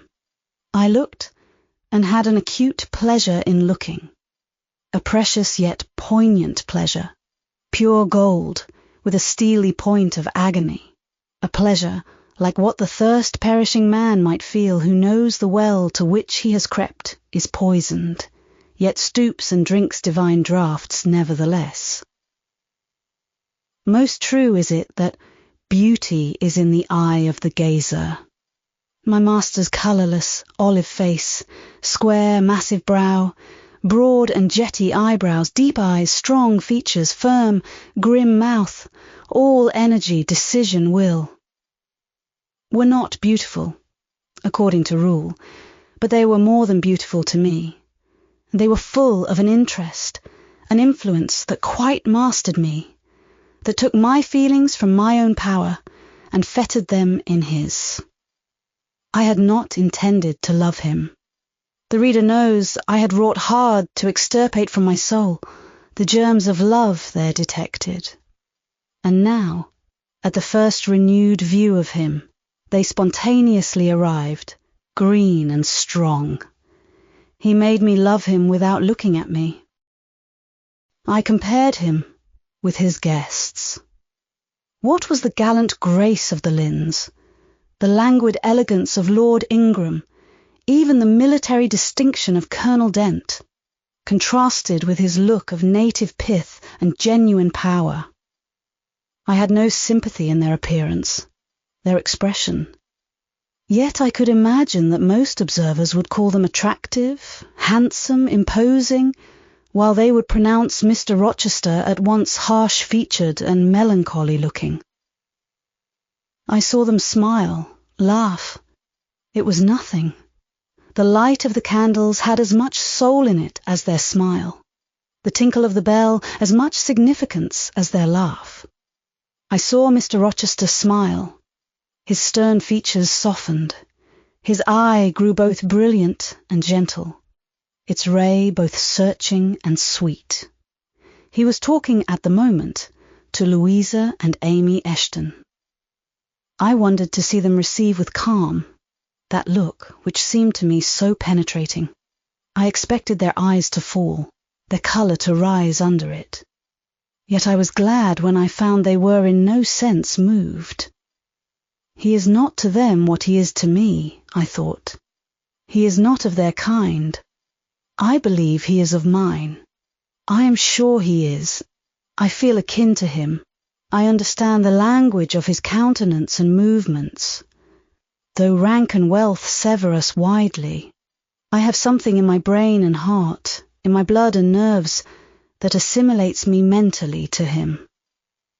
Did I say, a few days since, that I had nothing to do with him but to receive my salary at his hands? Did I forbid myself to think of him in any other light than as a paymaster? Blasphemy against nature. Every good, true, vigorous feeling I have gathers impulsively round him. I know I must conceal my sentiments. I must smother hope. I must remember that he cannot care much for me. For when I say that I am of his kind, I do not mean that I have his force to influence and his spell to attract. I mean only that I have certain tastes and feelings in common with him. I must then repeat continually that we are forever sundered. And yet, while I breathe and think, I must love him. Coffee is handed. The ladies, since the gentlemen entered, have become lively as larks. Conversation waxes brisk and merry. Colonel Dent and Mr. Eshton argue on politics. Their wives listen. The two proud dowagers, Lady Lynn and Lady Ingram, confabulate together. Sir George, whom, by the by, I have forgotten to describe, a very big and very fresh-looking country gentleman, stands before their sofa, coffee cup in hand, and occasionally puts in a word. Mr. Frederick Lynn has taken a seat beside Mary Ingram, and is showing her the engravings of a splendid volume. She looks, smiles now and then, but apparently says little. The tall and phlegmatic Lord Ingram leans with folded arms on the chair back of the little and lively Amy Eshton. She glances up at him and chatters like a wren. She likes him better than she does Mr. Rochester. Henry Lynn has taken possession of an ottoman at the feet of Louisa. Adele shares it with him. He is trying to talk French with her, and Louisa laughs at his blunders. With whom will Blanche Ingram pair? She is standing alone at the table, bending gracefully over an album. She seems waiting to be sought, but she will not wait too long. She herself selects a mate. Mr. Rochester, having quitted the Eshtons, stands on the hearth as solitary as she stands by the table. She confronts him, taking her station on the opposite side of the mantelpiece. Mr. Rochester, I thought you were not fond of children. Nor am I. Then what induced you to take charge of such a little doll as that? Pointing to Adele. Where did you pick her up? I did not pick her up. She was left on my hands. You should have sent her to school. I could not afford it. Schools are so dear. Why, I suppose you have a governess for her. I saw a person with her just now. Is she gone? Oh no, there she is still, behind the window curtain. You pay her, of course. I should think it quite as expensive, more so. For you have them both to keep in addition. I feared, or should I say hoped, the allusion to me would make Mr. Rochester glance my way, and I involuntarily shrank farther into the shade, but he never turned his eyes. I have not considered the subject, said he indifferently, looking straight before him. No, you men never do consider economy and common sense. You should hear Mamma on the chapter of governesses. Mary and I have had, I should think, a dozen at least in our day, half of them detestable and the rest ridiculous, and all incubi, were they not, Mamma? Did you speak, my own? The young lady, thus claimed as the Dowager's special property, reiterated her question with an explanation. My dearest, don't mention governesses. The word makes me nervous. I have suffered a martyrdom from their incompetency and caprice. I thank heaven I have now done with them. Mrs. Dent here bent over to the pious lady and whispered something in her ear. I suppose, from the answer elicited, it was a reminder that one of the anathematized race was present. Tant pis, said her ladyship. I hope it may do her good. Then, in a lower tone but still loud enough for me to hear, I noticed her. I am a judge of physiognomy, and in hers I see all the faults of her class. What are they, madam? Inquired Mr. Rochester aloud. I will tell you in your private ear, replied she, wagging her turban 3 times with portentous significancy. But my curiosity will be past its appetite. It craves food now. Ask Blanche. She is nearer you than I. Oh, don't refer him to me, Mamma. I have just one word to say of the whole tribe. They are a nuisance. Not that I ever suffered much from them.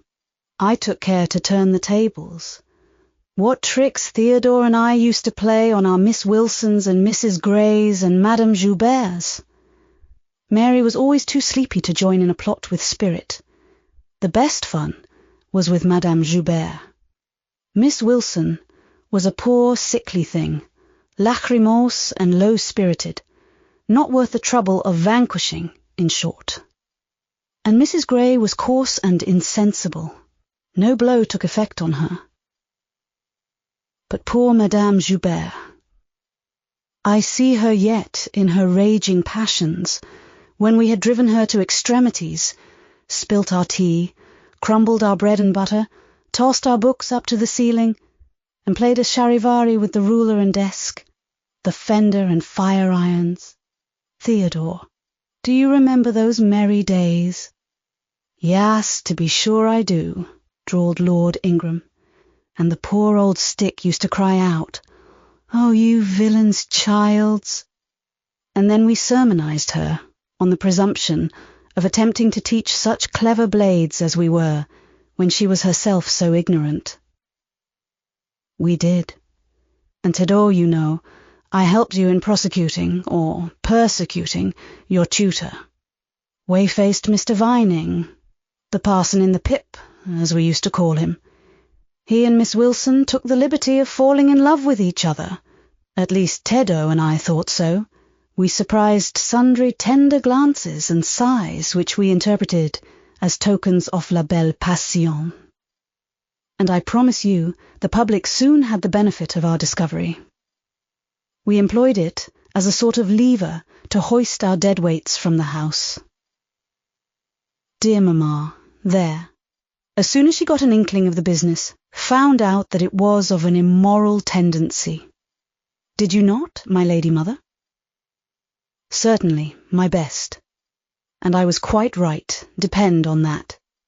There are 1,000 reasons why liaisons between governesses and tutors should never be tolerated a moment in any well-regulated house.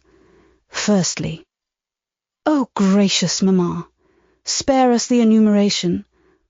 Au reste, we all know them. Danger of bad example to innocence of childhood.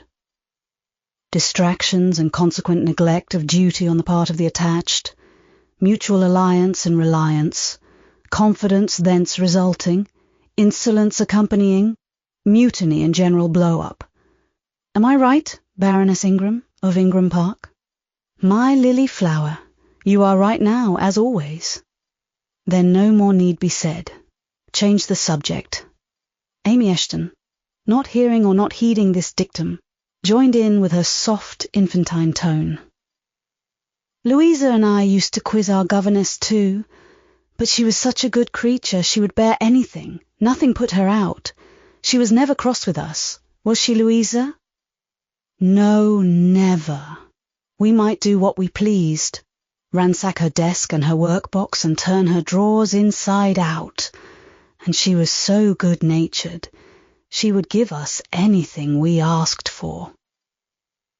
I suppose now, said Miss Ingram, curling her lips sarcastically, we shall have an abstract of the memoirs of all the governesses extant. In order to avert such a visitation, I again move the introduction of a new topic.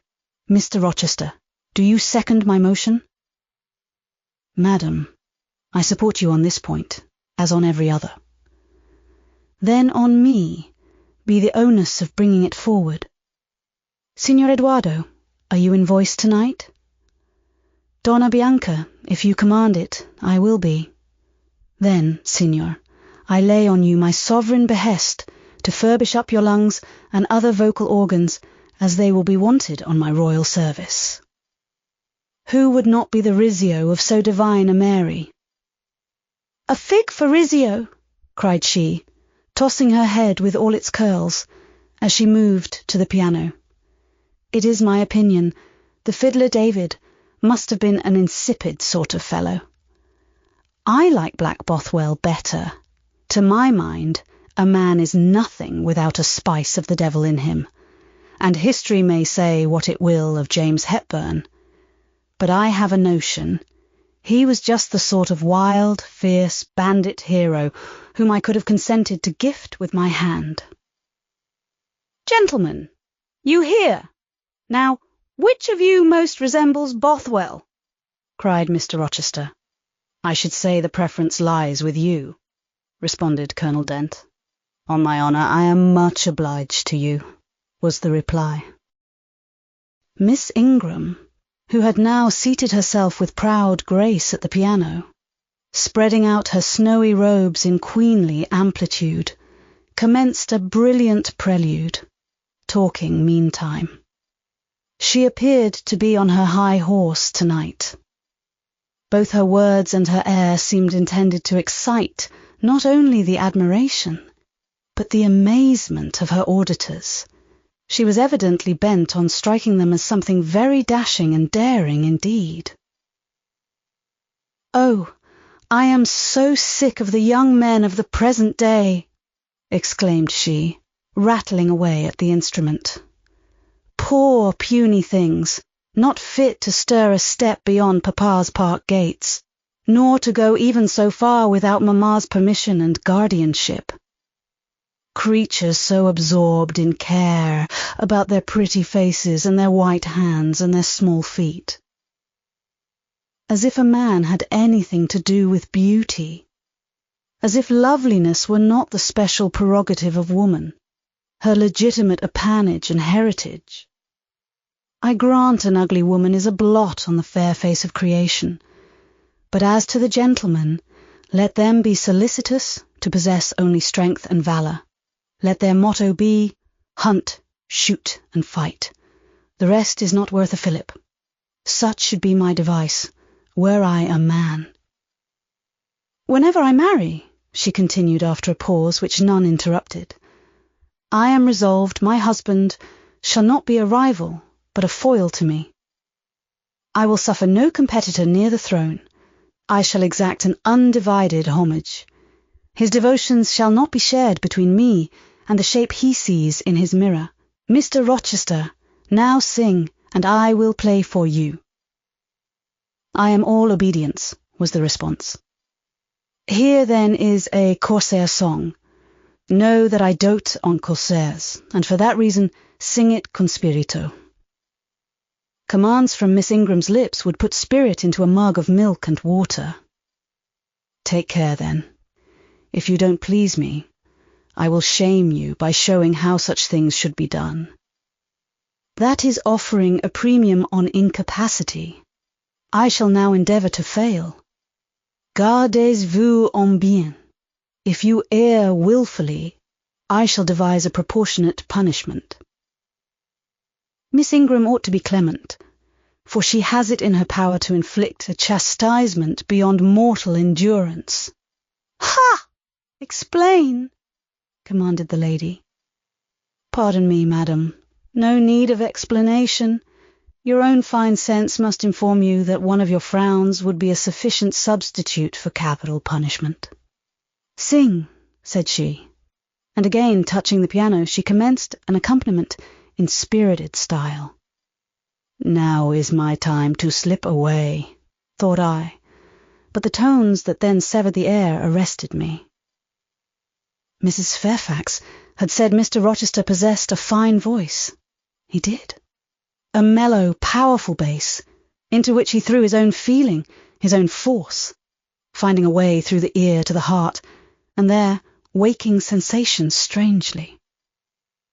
I waited till the last deep and full vibration had expired, till the tide of talk, checked an instant, had resumed its flow. I then quitted my sheltered corner and made my exit by the side door, which was fortunately near. Thence a narrow passage led into the hall. In crossing it, I perceived my sandal was loose. I stopped to tie it, kneeling down for that purpose on the mat at the foot of the staircase. I heard the dining-room door unclose. A gentleman came out. Rising hastily, I stood face to face with him. It was Mr. Rochester. "How do you do?" he asked. "I am very well, sir." "Why did you not come and speak to me in the room?" I thought I might have retorted the question on him who put it, but I would not take that freedom. I answered, "I did not wish to disturb you, as you seemed engaged, sir." "What have you been doing during my absence?" "Nothing particular. Teaching Adele, as usual." "And getting a good deal paler than you were, as I saw at first sight. What is the matter?" "Nothing at all, sir." "Did you take any cold that night you half drowned me?"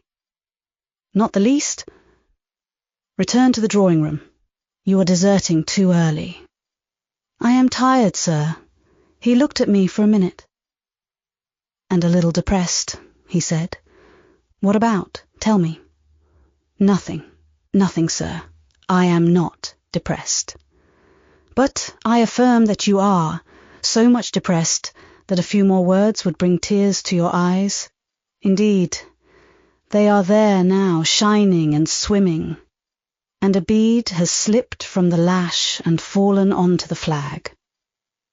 If I had time, and was not in mortal dread of some prating prig of a servant passing, I would know what all this means.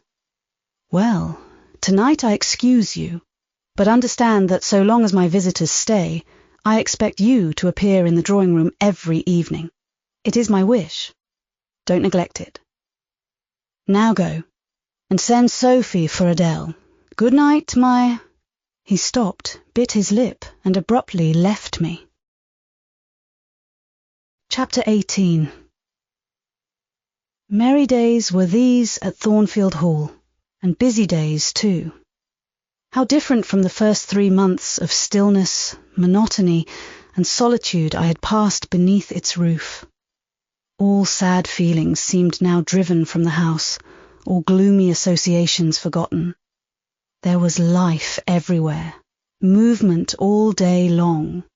You could not now traverse the gallery, once so hushed, nor enter the front chambers, once so tenantless, without encountering a smart lady's maid or a dandy valet.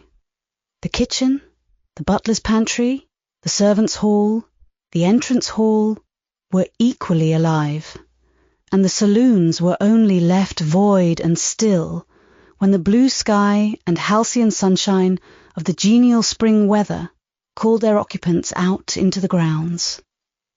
Even when that weather was broken, and continuous rain set in for some days, no damp seemed cast over enjoyment. Indoor amusements only became more lively and varied in consequence of the stop put to outdoor gaiety. I wondered what they were going to do the first evening a change of entertainment was proposed. They spoke of playing charades, but in my ignorance I did not understand the term.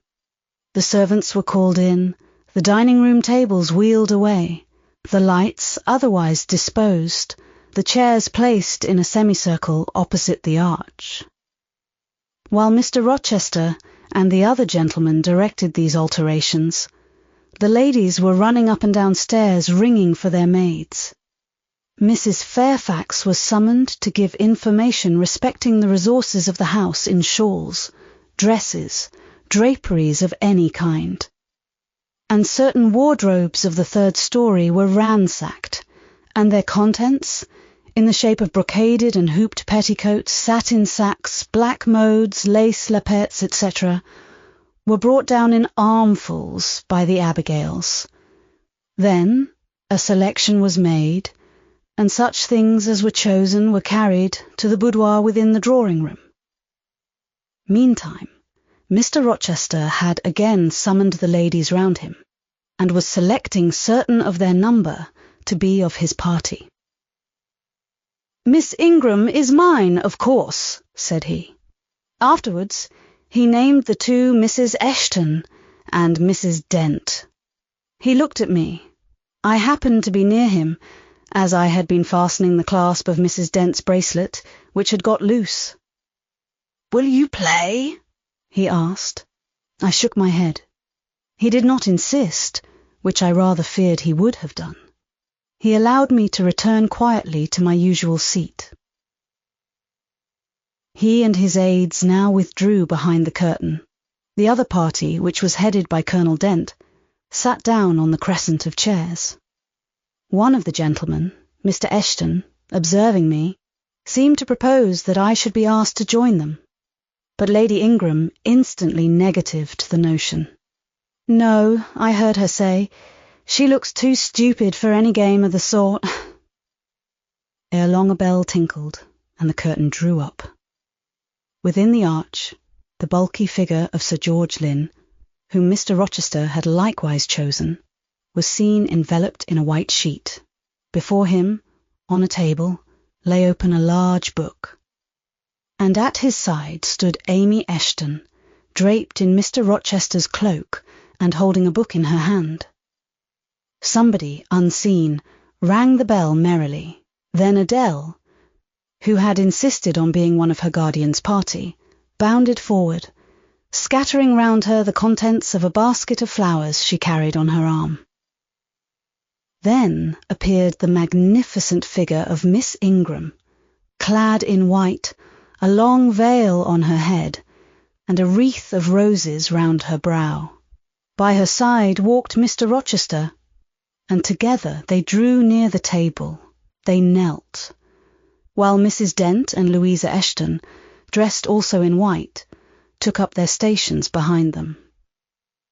A ceremony followed, in dumb show, in which it was easy to recognize the pantomime of a marriage. At its termination, Colonel Dent and his party consulted in whispers for 2 minutes. Then the Colonel called out, "Bride." Mr. Rochester bowed, and the curtain fell. A considerable interval elapsed before it again rose. Its second rising displayed a more elaborately prepared scene than the last. The drawing-room, as I have before observed, was raised 2 steps above the dining-room, and on the top of the upper step, placed a yard or 2 back within the room, appeared a large marble basin, which I recognized as an ornament of the conservatory, where it usually stood, surrounded by exotics and tenanted by goldfish. and whence it must have been transported with some trouble on account of its size and weight. Seated on the carpet by the side of this basin was seen Mr. Rochester, costumed in shawls, with a turban on his head. His dark eyes and swarthy skin and Paynim features suited the costume exactly. He looked the very model of an Eastern emir, an agent or a victim of the bowstring. Presently advanced into view Miss Ingram. She, too, was attired in Oriental fashion, a crimson scarf tied sash-like round the waist, an embroidered handkerchief knotted about her temples, her beautifully moulded arms bare, one of them upraised in the act of supporting a pitcher, poised gracefully on her head. Both her cast of form and feature, her complexion, and her general air suggested the idea of some Israelitish princess of the patriarchal days, and such was doubtless the character she intended to represent. She approached the basin and bent over it as if to fill her pitcher. She again lifted it to her head. The personage on the well brink now seemed to accost her.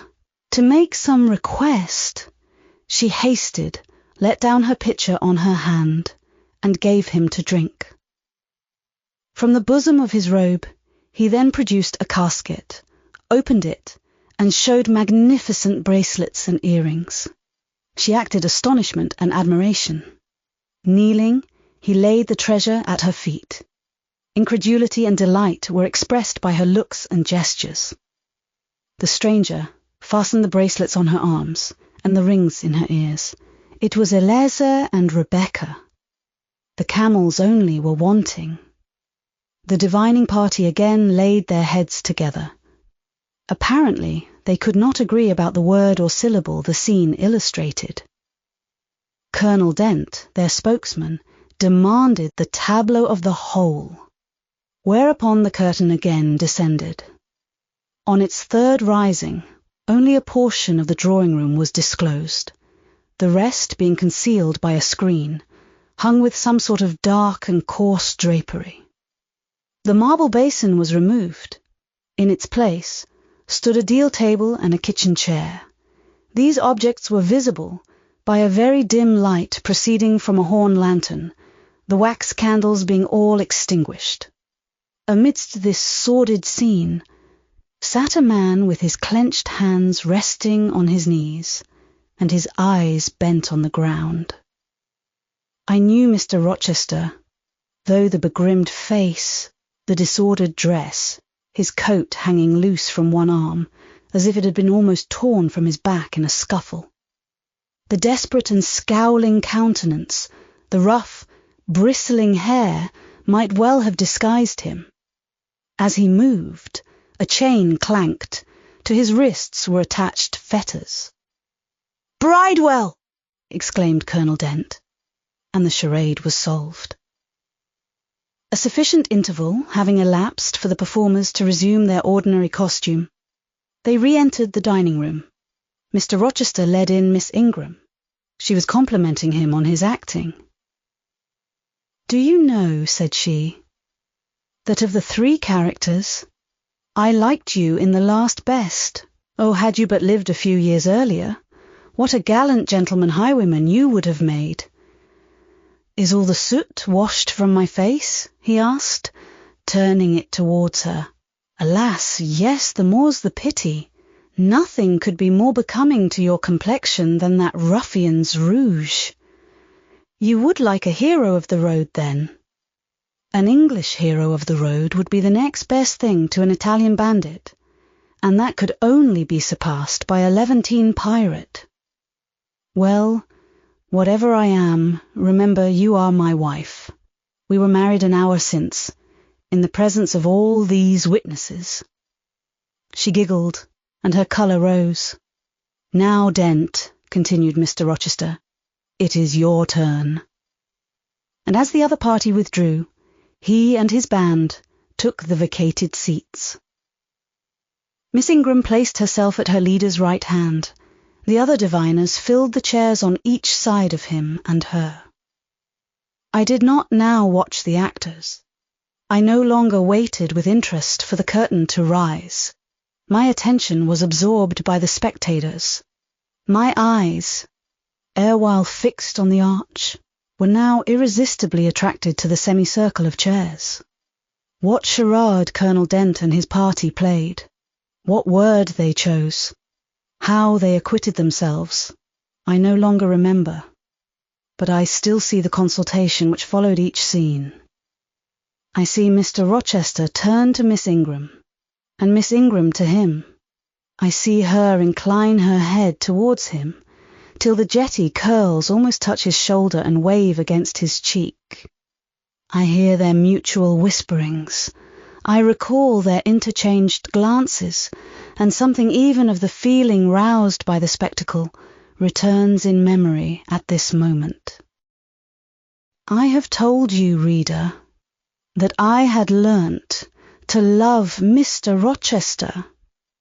I could not unlove him now, merely because I found that he had ceased to notice me, because I might pass hours in his presence, and he would never once turn his eyes in my direction, because I saw all his attentions appropriated by a great lady, who scorned to touch me with the hem of her robes as she passed, who, if ever her dark and imperious eye fell on me by chance, would withdraw it instantly as from an object too mean to merit observation.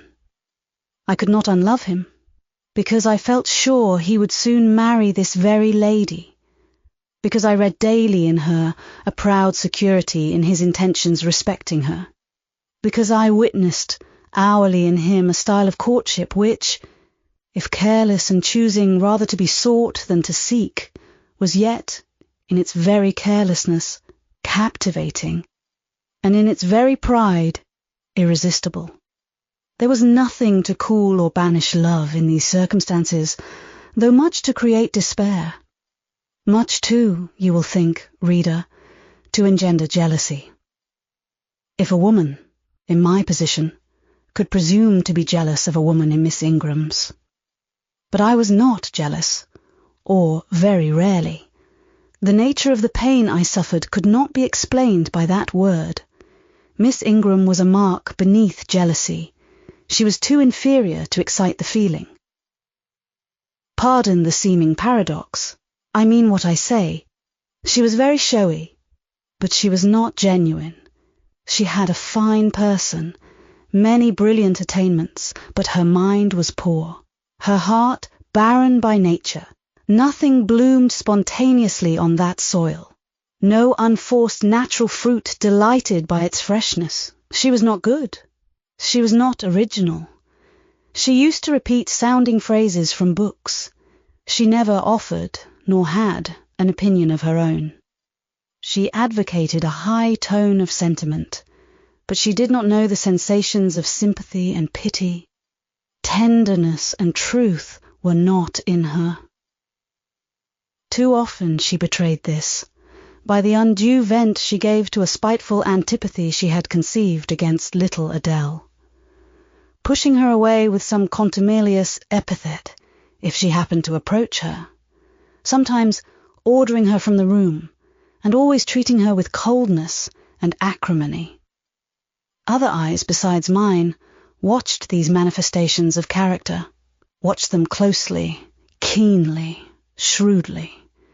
Yes, the future bridegroom, Mr. Rochester himself, exercised over his intended a ceaseless surveillance, and it was from this sagacity, this guardedness of his, this perfect, clear consciousness of his fair one's defects, this obvious absence of passion in his sentiments towards her, that my ever-torturing pain arose. I saw he was going to marry her, for family, perhaps political reasons, because her rank and connections suited him. I felt he had not given her his love, and that her qualifications were ill adapted to win from him that treasure. This was the point. This was where the nerve was touched and teased. This was where the fever was sustained and fed. She could not charm him. If she had managed the victory at once, and he had yielded and sincerely laid his heart at her feet, I should have covered my face, turned to the wall, and, figuratively, have died to them.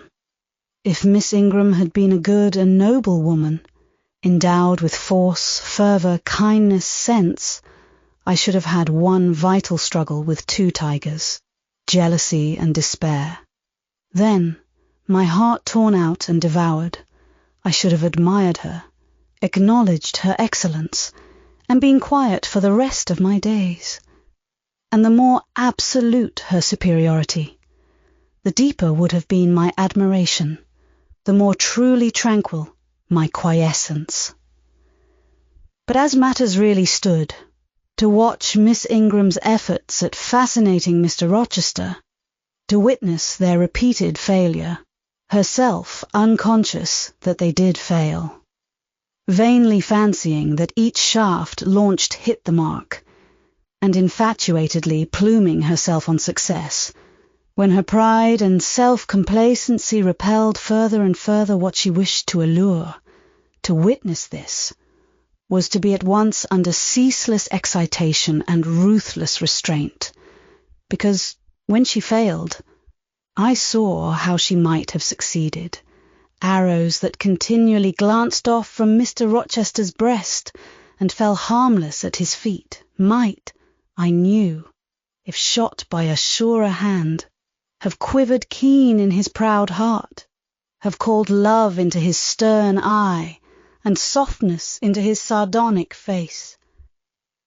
Or, better still, without weapons a silent conquest might have been won. Why can she not influence him more, when she is privileged to draw so near to him? I ask myself. Surely she cannot truly like him, or not like him with true affection.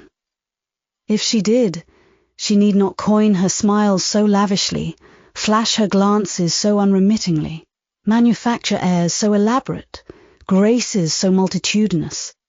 It seems to me that she might, by merely sitting quietly at his side, saying little and looking less, get nigher his heart. I have seen in his face a far different expression from that which hardens it now, while she is so vivaciously accosting him. But then it came of itself. It was not elicited by meretricious arts and calculated manoeuvres, and one had but to accept it, to answer what he asked without pretension, to address him when needful without grimace, and it increased and grew kinder and more genial, and warmed one like a fostering sunbeam. How will she manage to please him when they are married? I do not think she will manage it, and yet it might be managed, and his wife might, I verily believe, be the very happiest woman the sun shines on. I have not yet said anything condemnatory of Mr. Rochester's project of marrying for interest and connections. It surprised me when I first discovered that such was his intention. I had thought him a man unlikely to be influenced by motives so commonplace in his choice of a wife.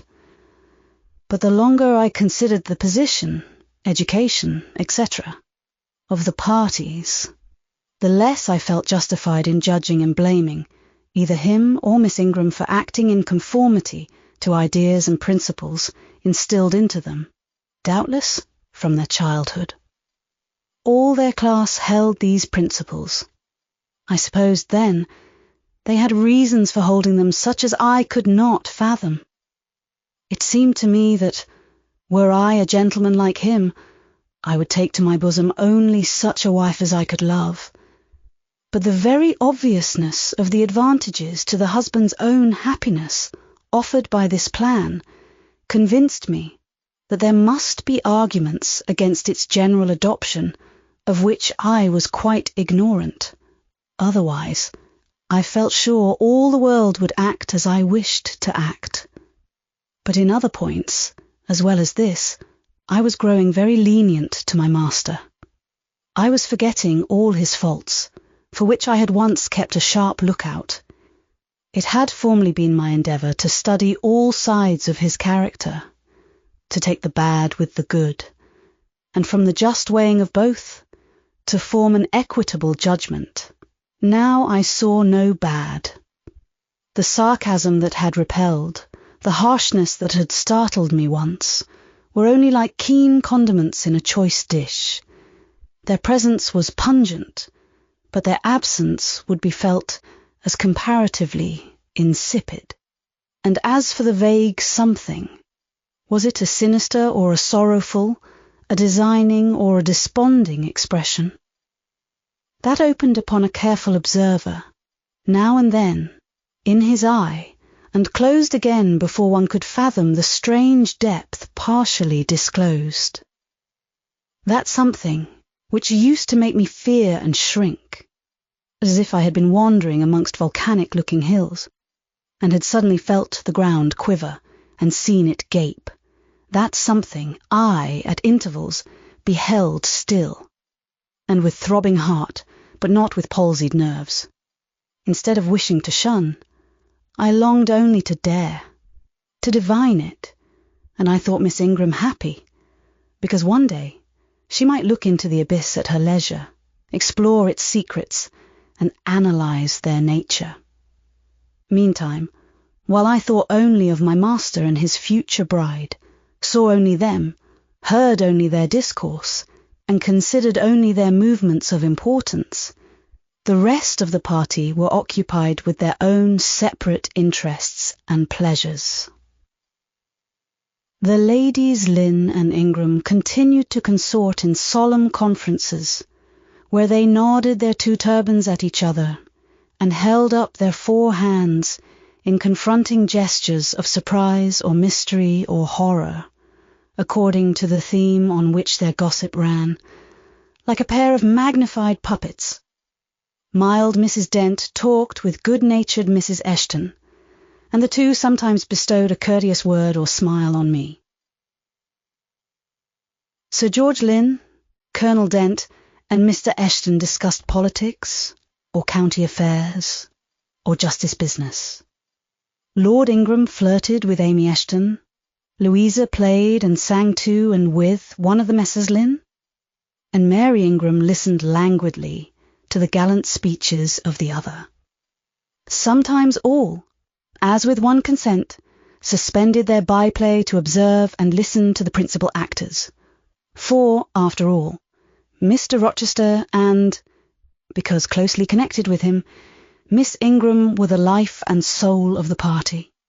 If he was absent from the room an hour, a perceptible dullness seemed to steal over the spirits of his guests, and his re-entrance was sure to give a fresh impulse to the vivacity of conversation.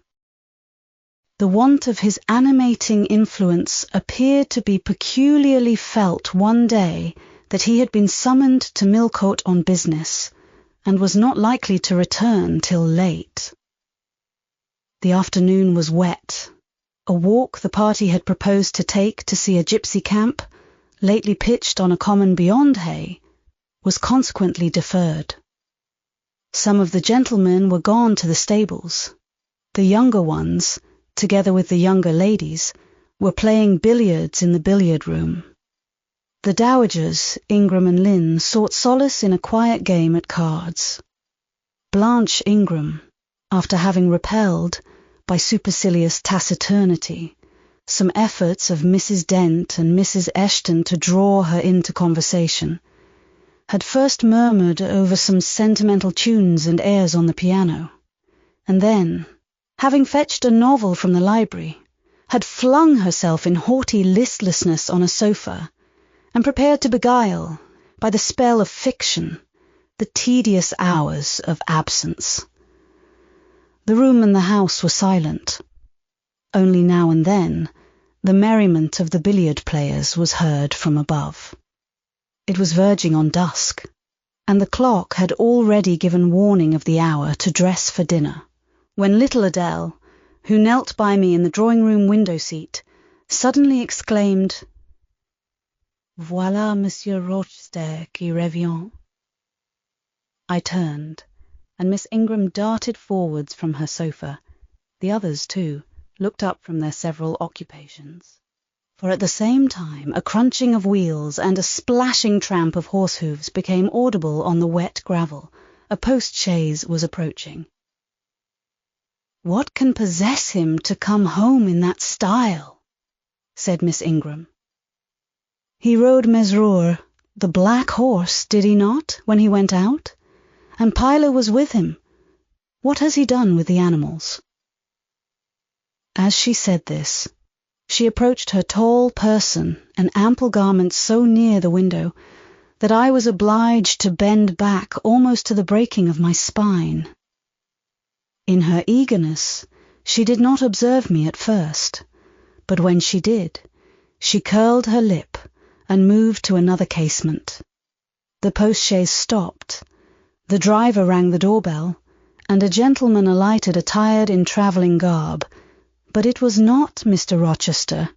It was a tall, fashionable-looking man, a stranger. "How provoking!"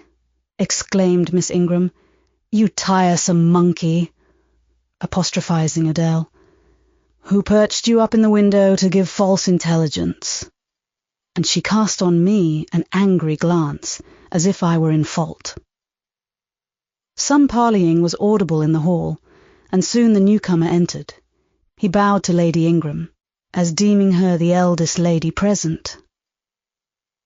"It appears I come at an inopportune time, madam," said he, "when my friend Mr. Rochester is from home. But I arrive from a very long journey, and I think I may presume so far on old and intimate acquaintance as to install myself here till he returns." His manner was polite. His accent, in speaking, struck me as being somewhat unusual, not precisely foreign, but still not altogether English. His age might be about Mr. Rochester's, between 30 and 40. His complexion was singularly sallow. Otherwise he was a fine-looking man, at first sight especially. On closer examination, you detected something in his face that displeased, or rather that failed to please. His features were regular but too relaxed. His eye was large and well cut, but the life looking out of it was a tame, vacant life, at least so I thought. The sound of the dressing bell dispersed the party. It was not till after dinner that I saw him again. He then seemed quite at his ease, but I liked his physiognomy even less than before. It struck me as being at the same time unsettled and inanimate. His eye wandered, and had no meaning in its wandering. This gave him an odd look, such as I never remembered to have seen. For a handsome and not an unamiable-looking man, he repelled me exceedingly. There was no power in that smooth-skinned face of a full oval shape. No firmness in that aquiline nose and small cherry mouth. There was no thought on the low, even forehead, no command in that blank, brown eye. As I sat in my usual nook, and looked at him with the light of the girandoles on the mantelpiece beaming full over him, for he occupied an armchair drawn close to the fire, and kept shrinking still nearer, as if he was cold, I compared him with Mr. Rochester. I think, with deference be it spoken, the contrast could not be much greater between a sleek gander and a fierce falcon, between a meek sheep and the rough-coated, keen-eyed dog, its guardian. He had spoken of Mr. Rochester as an old friend. A curious friendship theirs must have been. A pointed illustration, indeed, of the old adage that extremes meet. 2 or 3 of the gentlemen sat near him, and I caught at times scraps of their conversation across the room. At first, I could not make much sense of what I heard, for the discourse of Louisa Eshton and Mary Ingram, who sat nearer to me, confused the fragmentary sentences that reached me at intervals. These last were discussing the stranger. They both called him a beautiful man. Louisa said he was a love of a creature, and she adored him, and Mary instanced his pretty little mouth and nice nose as her ideal of the charming. "And what a sweet-tempered forehead he has," cried Louisa. "So smooth, none of those frowning irregularities I dislike so much, and such a placid eye and smile."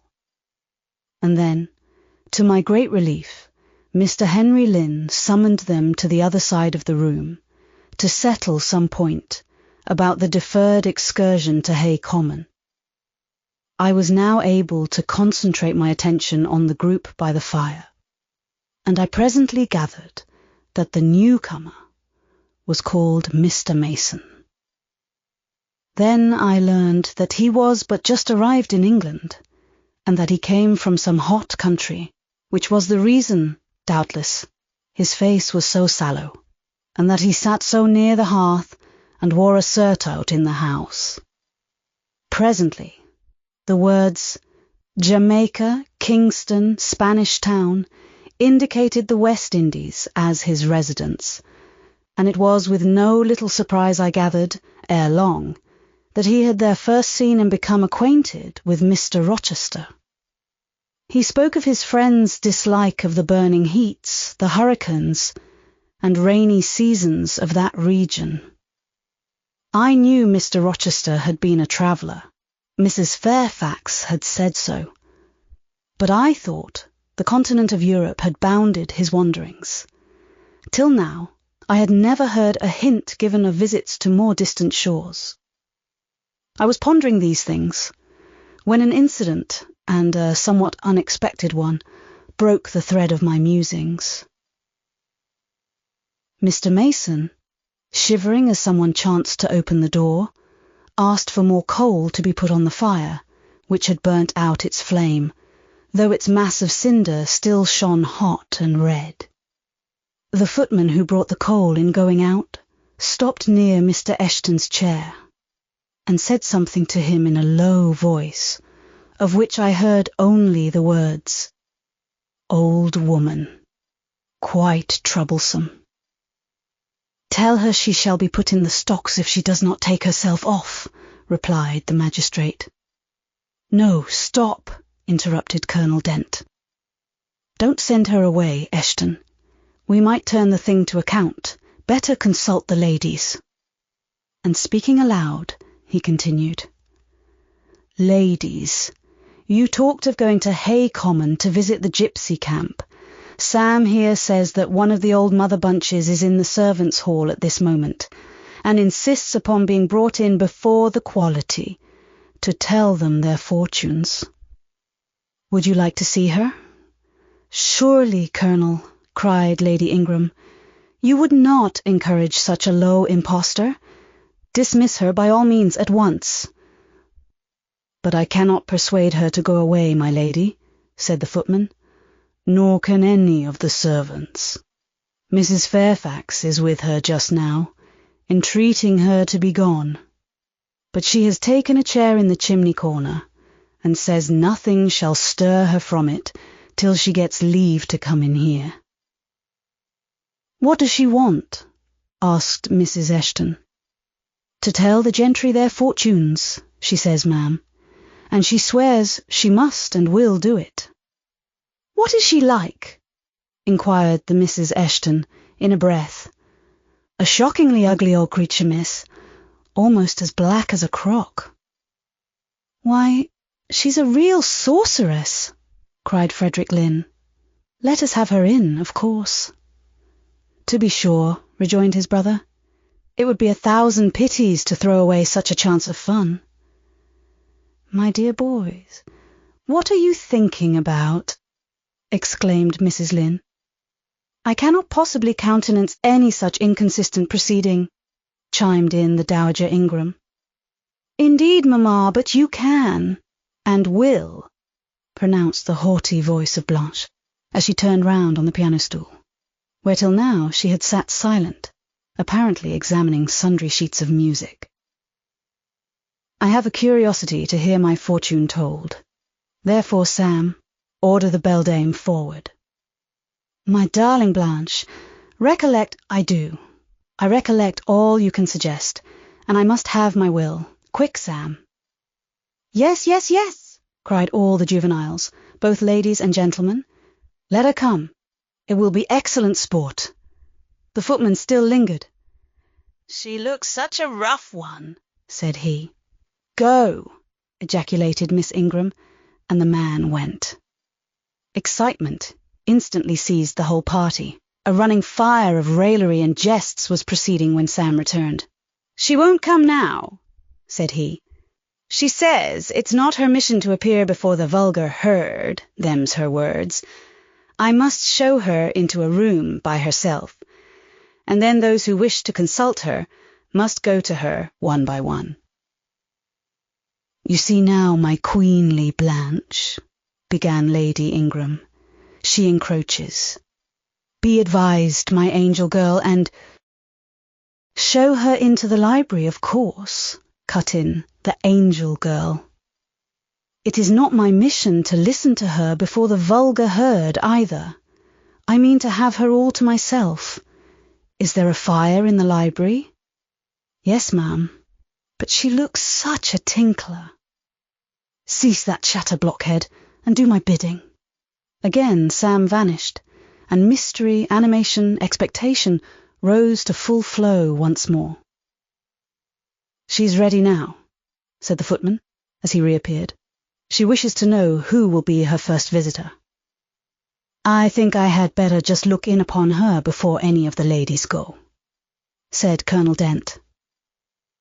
Tell her, Sam, a gentleman is coming. Sam went and returned. She says, sir, that she'll have no gentlemen. They need not trouble themselves to come near her, nor, he added, with difficulty suppressing a titter, any ladies either, except the young and single. By Jove, she has taste, exclaimed Henry Lynn. Miss Ingram rose solemnly. I go first, she said, in a tone which might have befitted the leader of a forlorn hope, mounting a breach in the van of his men. Oh, my best, oh, my dearest, pause, reflect, was her mamma's cry, but she swept past her in stately silence, passed through the door which Colonel Dent held open, and we heard her enter the library. A comparative silence ensued. Lady Ingram thought it le casse to wring her hands, which she did accordingly. Miss Mary declared she felt, for her part, she never dared venture. Amy and Louisa Eshton tittered under their breath and looked a little frightened. The minutes passed very slowly. 15 were counted before the library door again opened. Miss Ingram returned to us through the arch. Would she laugh? Would she take it as a joke? All eyes met her with a glance of eager curiosity, and she met all eyes with one of rebuff and coldness. She looked neither flurried nor merry. She walked stiffly to her seat and took it in silence. Well, Blanche, said Lord Ingram. What did she say, sister? Asked Mary. What did you think? How do you feel? Is she a real fortune-teller? Demanded the Mrs. Eshton. Now, good people, returned Miss Ingram, don't press upon me. Really, your organs of wonder and credulity are easily excited. You seem, by the importance of you all, my good mamma included, ascribe to this matter absolutely to believe we have a genuine witch in the house, who is in close alliance with the old gentleman. I have seen a gypsy vagabond. She has practised in hackneyed fashion the science of palmistry, and told me what such people usually tell. My whim is gratified, and now I think Mr. Eshton will do well to put the hag in the stocks tomorrow morning, as he threatened. Miss Ingram took a book, leant back in her chair, and so declined further conversation. I watched her for nearly half an hour. During all that time she never turned a page, and her face grew momently darker, more dissatisfied, and more sourly expressive of disappointment. She had obviously not heard anything to her advantage, and it seemed to me, from her prolonged fit of gloom and taciturnity, that she herself, notwithstanding her professed indifference, attached undue importance to whatever revelations had been made her. Meantime, Mary Ingram, Amy, and Louisa Eshton declared they dared not go alone, and yet they all wished to go. A negotiation was opened through the medium of the ambassador, Sam, and after much pacing to and fro, till, I think, the said Sam's calves must have ached with the exercise, permission was at last, with great difficulty, extorted from the rigorous Sybil, for the three to wait upon her in a body. Their visit was not so still as Miss Ingram's had been. We heard hysterical giggling and little shrieks proceeding from the library, and at the end of about 20 minutes they burst the door open and came running across the hall as if they were half scared out of their wits. "I am sure she is something not right," they cried, one and all. "She told us such things. She knows all about us." And they sank breathless into the various seats the gentleman hastened to bring them. Pressed for further explanation, they declared she had told them of things they had said and done when they were mere children, described books and ornaments they had in their boudoirs at home, keepsakes that different relations had presented to them. They affirmed that she had even divined their thoughts, and had whispered in the ear of each the name of the person she liked best in the world, and informed them of what they most wished for. Here the gentleman interposed with earnest petitions to be further enlightened on these two last-named points, but they got only blushes, ejaculations, tremors, and titters in return for their importunity. The matrons, meantime, offered vinaigrettes and wielded fans, and again reiterated the expression of their concern that their warning had not been taken in time, and the elder gentleman laughed, and the younger urged their services on the agitated fair ones. In the midst of the tumult, and while my eyes and ears were fully engaged in the scene before me, I heard a hem close at my elbow. I turned and saw Sam. "If you please, miss, the gypsy declares that there is another young single lady in the room who has not been to her yet, and she swears she will not go till she has seen all. I thought it must be you. There is no one else for it. What shall I tell her?" "Oh, I will go by all means," I answered, and I was glad of the unexpected opportunity to gratify my much excited curiosity. I slipped out of the room, unobserved by any eye, for the company were gathered in one mass about the trembling trio just returned, and I closed the door quietly behind me. "If you like, miss," said Sam, "I'll wait in the hall for you, and if she frightens you, just call and I'll come in." "No, Sam, return to the kitchen. I am not in the least afraid." Nor was I, but I was a good deal interested and excited. Chapter 19. The library looked tranquil enough as I entered it, and the Sybil, if Sybil she were, was seated snugly enough in an easy chair at the chimney corner. She had on a red cloak and a black bonnet, or rather a broad-brimmed gypsy hat, tied down with a striped handkerchief under her chin. An extinguished candle stood on the table. She was bending over the fire, and seemed reading in a little black book, like a prayer book, by the light of the blaze. She muttered the words to herself, as most old women do, while she read. She did not desist immediately on my entrance. It appeared she wished to finish a paragraph. I stood on the rug and warmed my hands, which were rather cold with sitting at a distance from the drawing-room fire. I felt now as composed as ever I did in my life. There was nothing, indeed, in the gypsy's appearance to trouble one's calm. She shut her book and slowly looked up. Her hat brim partially shaded her face, yet I could see, as she raised it, that it was a strange one. It looked all brown and black. Elf locks bristled out from beneath a white band which passed under her chin and came half over her cheeks, or rather jaws. Her eye confronted me at once, with a bold and direct gaze. "Well, and you want your fortune told?" she said, in a voice as decided as her glance, as harsh as her features. "I don't care about it, Mother. You may please yourself. But I ought to warn you I have no faith. It's like your impudence to say so. I expected it of you. I heard it in your step as you crossed the threshold." "Did you? You've a quick ear." "I have. And a quick eye, and a quick brain. You need them all in your trade." "I do, especially when I've customers like you to deal with. Why don't you tremble?" "I'm not cold." "Why don't you turn pale?" "I am not sick." "Why don't you consult my art?" "I'm not silly." The old crone nished a laugh under her bonnet and bandage.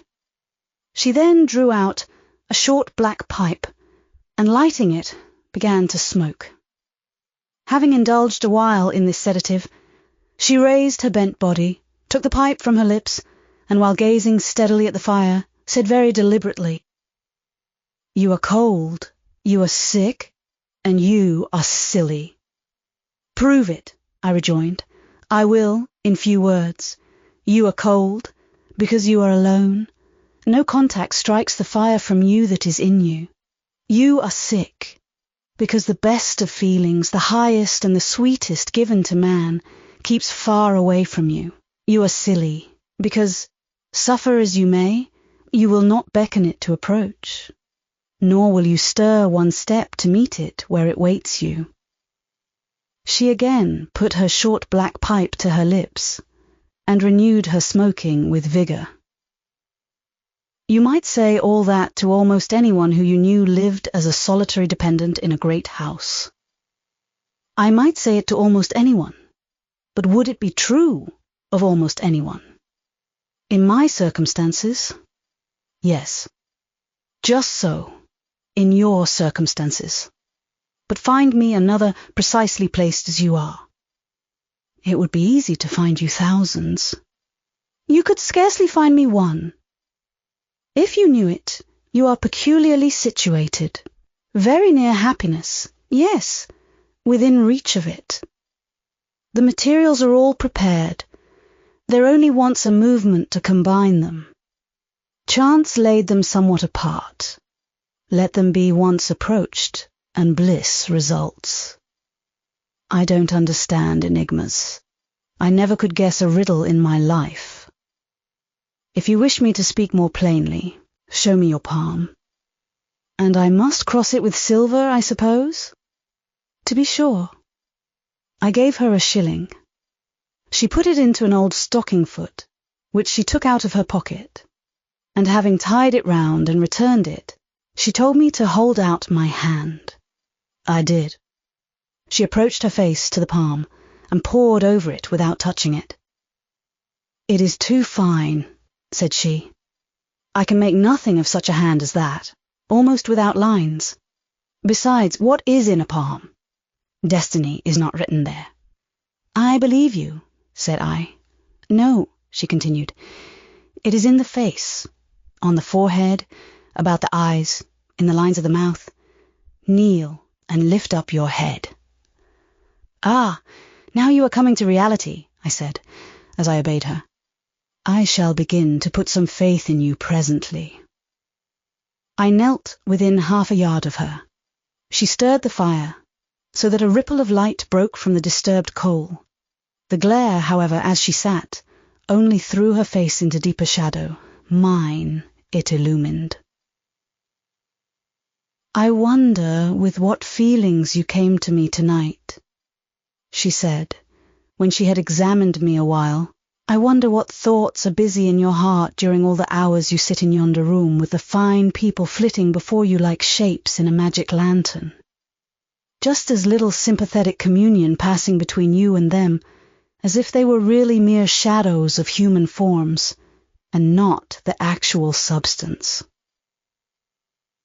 I feel tired often, sleepy sometimes, but seldom sad. Then you have some secret hope to buoy you up and please you with whispers of the future. Not I. The utmost I hope is to save money enough out of my earnings to set up a school some day in a little house rented by myself. A mean nutriment for the spirit to exist on, and sitting in that window seat, you see I know your habits. You have learned them from the servants. Ah, you think yourself sharp? Well, perhaps I have. To speak truth, I have an acquaintance with one of them, Mrs. Poole. I started to my feet when I heard the name. You have you? Thought I. There is diablerie in the business after all, then. Don't be alarmed, continued the strange being.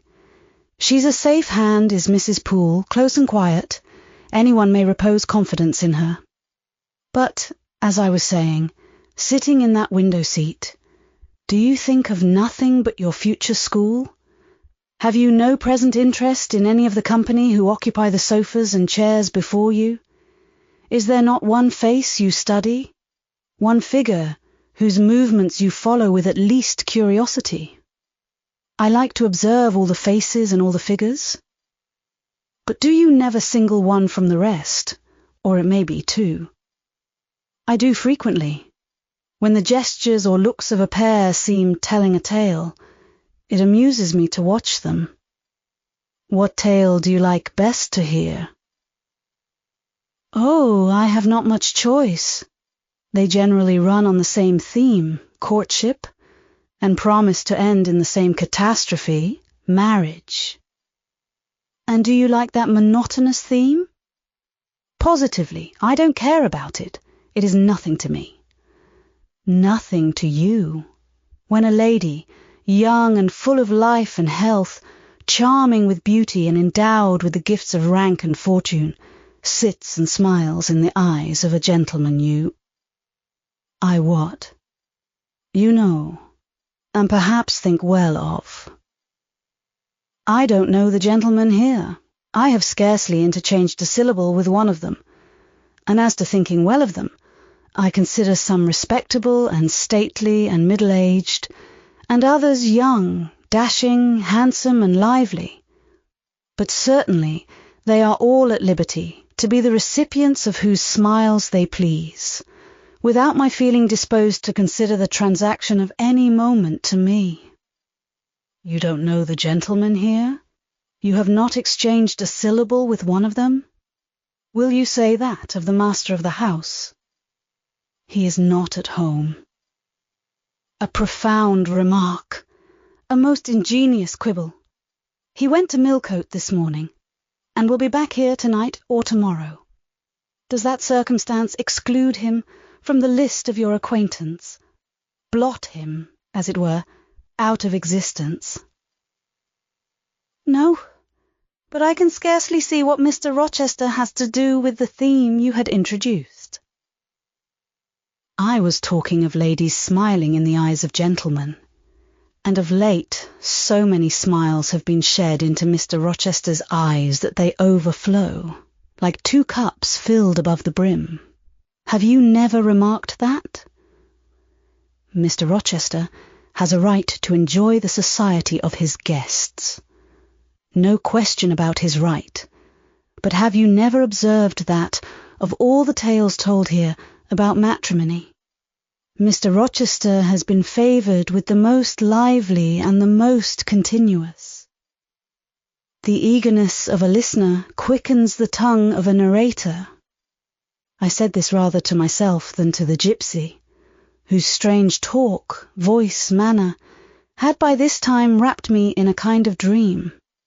One unexpected sentence came from her lips after another, till I got involved in a web of mystification, and wondered what unseen spirit had been sitting for weeks by my heart watching its workings and taking record of every pulse.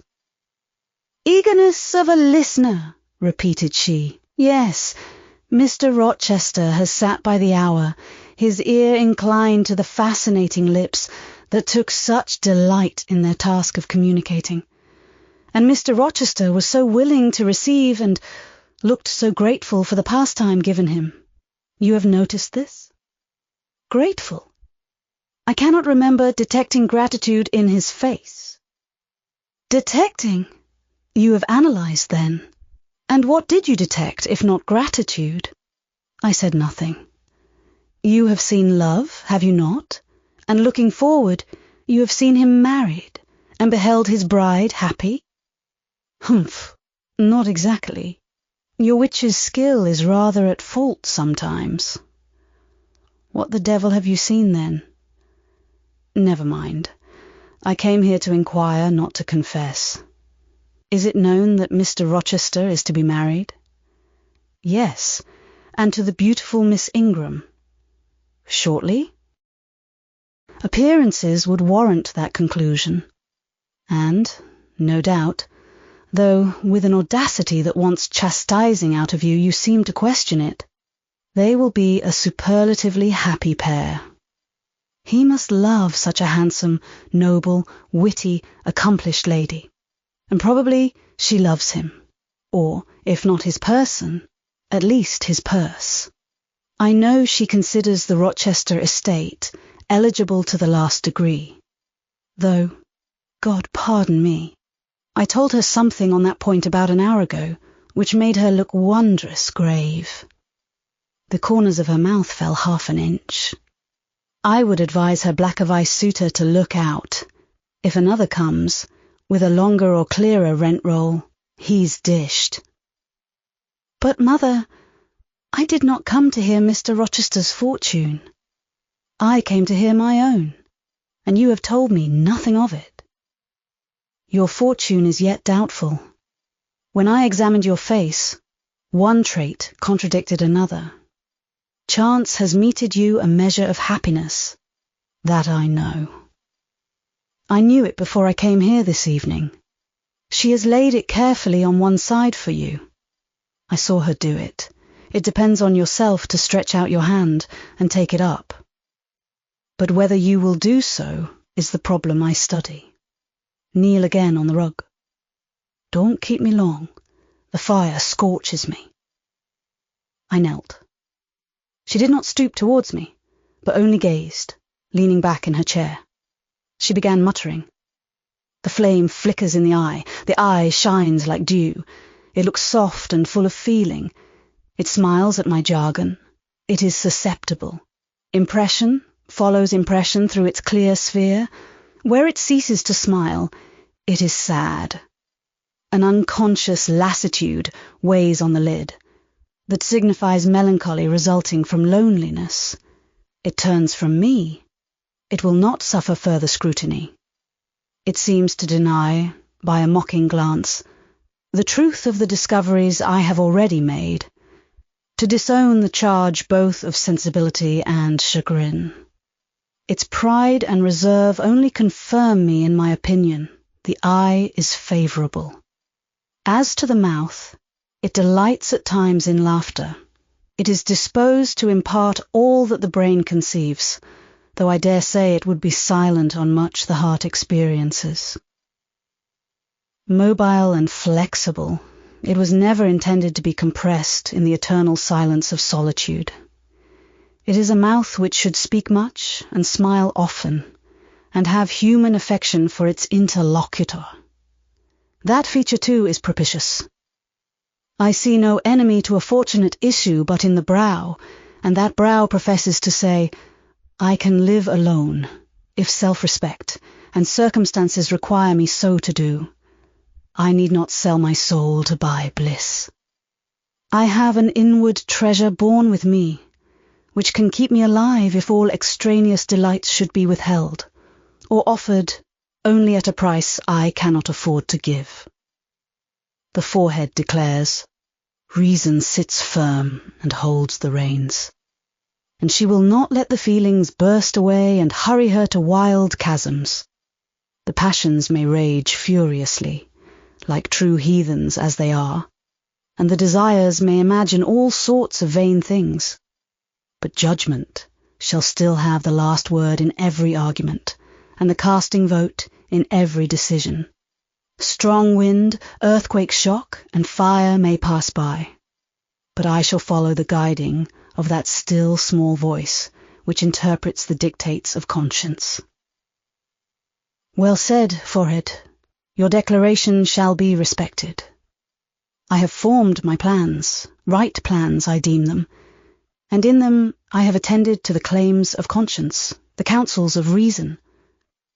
I know how soon youth would fade and bloom perish, if, in the cup of bliss offered, but one dreg of shame or one flavour of remorse were detected, and I do not want sacrifice, sorrow, dissolution. Such is not my taste. I wish to foster, not to blight, to earn gratitude, not to wring tears of blood, no, nor of brine. My harvest must be in smiles, in endearments, in sweet. That will do. I think I rave in a kind of exquisite delirium. I should wish now to protract this moment ad infinitum, but I dare not. So far I have governed myself thoroughly. I have acted as I inwardly swore I would act, but further might try me beyond my strength. Rise, Miss Eyre, leave me. The play is played out. Where was I? Did I wake or sleep? Had I been dreaming? Did I dream still? The old woman's voice had changed. Her accent, her gesture, and all were familiar to me as my own face in a glass, as the speech of my own tongue. I got up, but did not go. I looked. I stirred the fire, and I looked again, but she drew her bonnet and her bandage closer about her face, and again beckoned me to depart. The flame illuminated her hand stretched out, roused now, and on the alert for discoveries, I at once noticed that hand. It was no more the withered limb of eld than my own. It was a rounded, supple member, with smooth fingers, symmetrically turned. A broad ring flashed on the little finger, and stooping forward, I looked at it, and saw a gem I had seen 100 times before. Again I looked at the face, which was no longer turned from me. On the contrary, the bonnet was doffed, the bandage displaced, the head advanced. "Well, Jane, do you know me?" asked the familiar voice. "Only take off the red cloak, sir, and then—" "But the string is in a knot. Help me." "Break it, sir. There, then, off your lendings." And Mr. Rochester stepped out of his disguise. Now, sir, what a strange idea. But well carried out, eh? Don't you think so? With the ladies you must have managed well. But not with you. You did not act the character of a gypsy with me. What character did I act? My own? No, some unaccountable one. In short, I believe you have been trying to draw me out, or in. You have been talking nonsense to make me talk nonsense. It is scarcely fair, sir. Do you forgive me, Jane? I cannot tell till I've thought it all over. If, on reflection, I find I have fallen into no great absurdity, I shall try to forgive you. But it was not right. Oh, you have been very correct, very careful, very sensible. I reflected, and thought on the whole I had. It was a comfort. But indeed, I had been on my guard almost from the beginning of the interview. Something of masquerade I suspected. I knew gypsies and fortune-tellers did not express themselves as this seeming old woman had expressed herself. Besides, I had noted her feigned voice, her anxiety to conceal her features. But my mind had been running on Grace Poole, that living enigma, that mystery of mysteries, as I considered her. I had never thought of Mr. Rochester. Well, said he. "What are you musing about? What does that grave smile signify?" "Wonder and self-congratulation, sir. I have your permission to retire now, I suppose." "No, stay a moment, and tell me what the people in the drawing-room yonder are doing." "Discussing the gypsy, I dare say." "Sit down. Let me hear what they said about me." "I had better not stay long, sir. It must be near 11 o'clock. Oh, are you aware, Mr. Rochester, that a stranger has arrived here since you left this morning?" "A stranger? No. Who can it be? I expected no one. Is he gone?" "No. He said he had known you long, and that he could take the liberty of installing himself here till you returned." "The devil he did! Did he give his name?" "His name is Mason, sir, and he comes from the West Indies, from Spanish Town, in Jamaica, I think." Mr. Rochester was standing near me. He had taken my hand, as if to lead me to a chair. As I spoke, he gave my wrist a convulsive grip. The smile on his lips froze. Apparently, a spasm caught his breath. "Mason, the West Indies," he said, in the tone one might fancy a speaking automaton to announce its single words. "Mason, the West Indies," he reiterated, and he went over the syllables 3 times, growing in the intervals of speaking whiter than ashes. He hardly seemed to know what he was doing. "Do you feel ill, sir?" I inquired. "Jane, I've got a blow, Jane," he staggered. "Oh, lean on me, sir."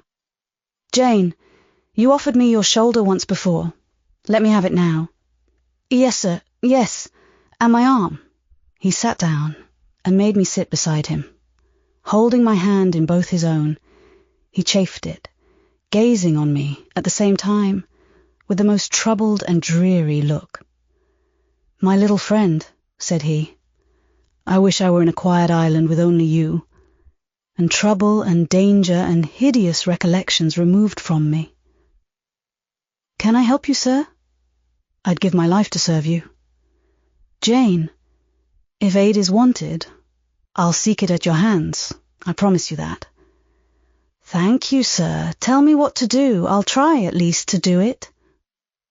"Fetch me now, Jane, a glass of wine from the dining room. They will be at supper there. And tell me if Mason is with them, and what he is doing." I went. I found all the party in the dining room at supper, as Mr. Rochester had said. They were not seated at table. The supper was arranged on the sideboard.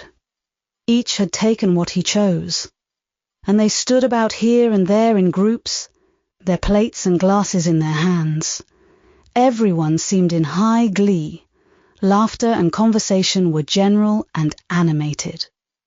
Mr. Mason stood near the fire, talking to Colonel and Mrs. Dent, and appeared as merry as any of them. I filled a wine-glass. I saw Miss Ingram watch me frowningly as I did so. She thought I was taking a liberty, I dare say, and I returned to the library. Mr. Rochester's extreme pallor had disappeared, and he looked once more firm and stern. He took the glass from my hand. "Here is to your health, ministrant spirit," he said. He swallowed the contents and returned it to me. "What are they doing, Jane?" "Laughing and talking, sir." "They don't look grave and mysterious, as if they had heard something strange?" "Not at all. They are full of jests and gaiety." "And Mason?" "He was laughing too." "If all these people came in a body and spat at me, what would you do, Jane?" "Turn them out of the room, sir, if I could." He half smiled. "But if I were to go to them, and they only looked at me coldly, and whispered sneeringly amongst each other, and then dropped off and left me one by one, what then? Would you go with them?" "I rather think not, sir. I should have more pleasure in staying with you." "To comfort me?" "Yes, sir, to comfort you as well as I could." And if they laid you under a ban for adhering to me, I, probably, should know nothing about their ban, and if I did, I should care nothing about it. Then you could dare censure for my sake. I could dare it for the sake of any friend who deserved my adherence, as you, I am sure, do. Go back now into the room, step quietly up to Mason, and whisper in his ear that Mr. Rochester is come and wishes to see him. Show him in here, and then leave me. Yes, sir. I did his behest. The company all stared at me as I passed straight among them. I sought Mr. Mason, delivered the message, and preceded him from the room. I ushered him into the library, and then I went upstairs. At a late hour, after I had been in bed some time, I heard the visitors repair to their chambers. I distinguished Mr. Rochester's voice, and heard him say, "This way, Mason, this is your room." He spoke cheerfully. The gay tones set my heart at ease. I was soon asleep. Chapter 20. I had forgotten to draw my curtain, which I usually did, and also to let down my window blind.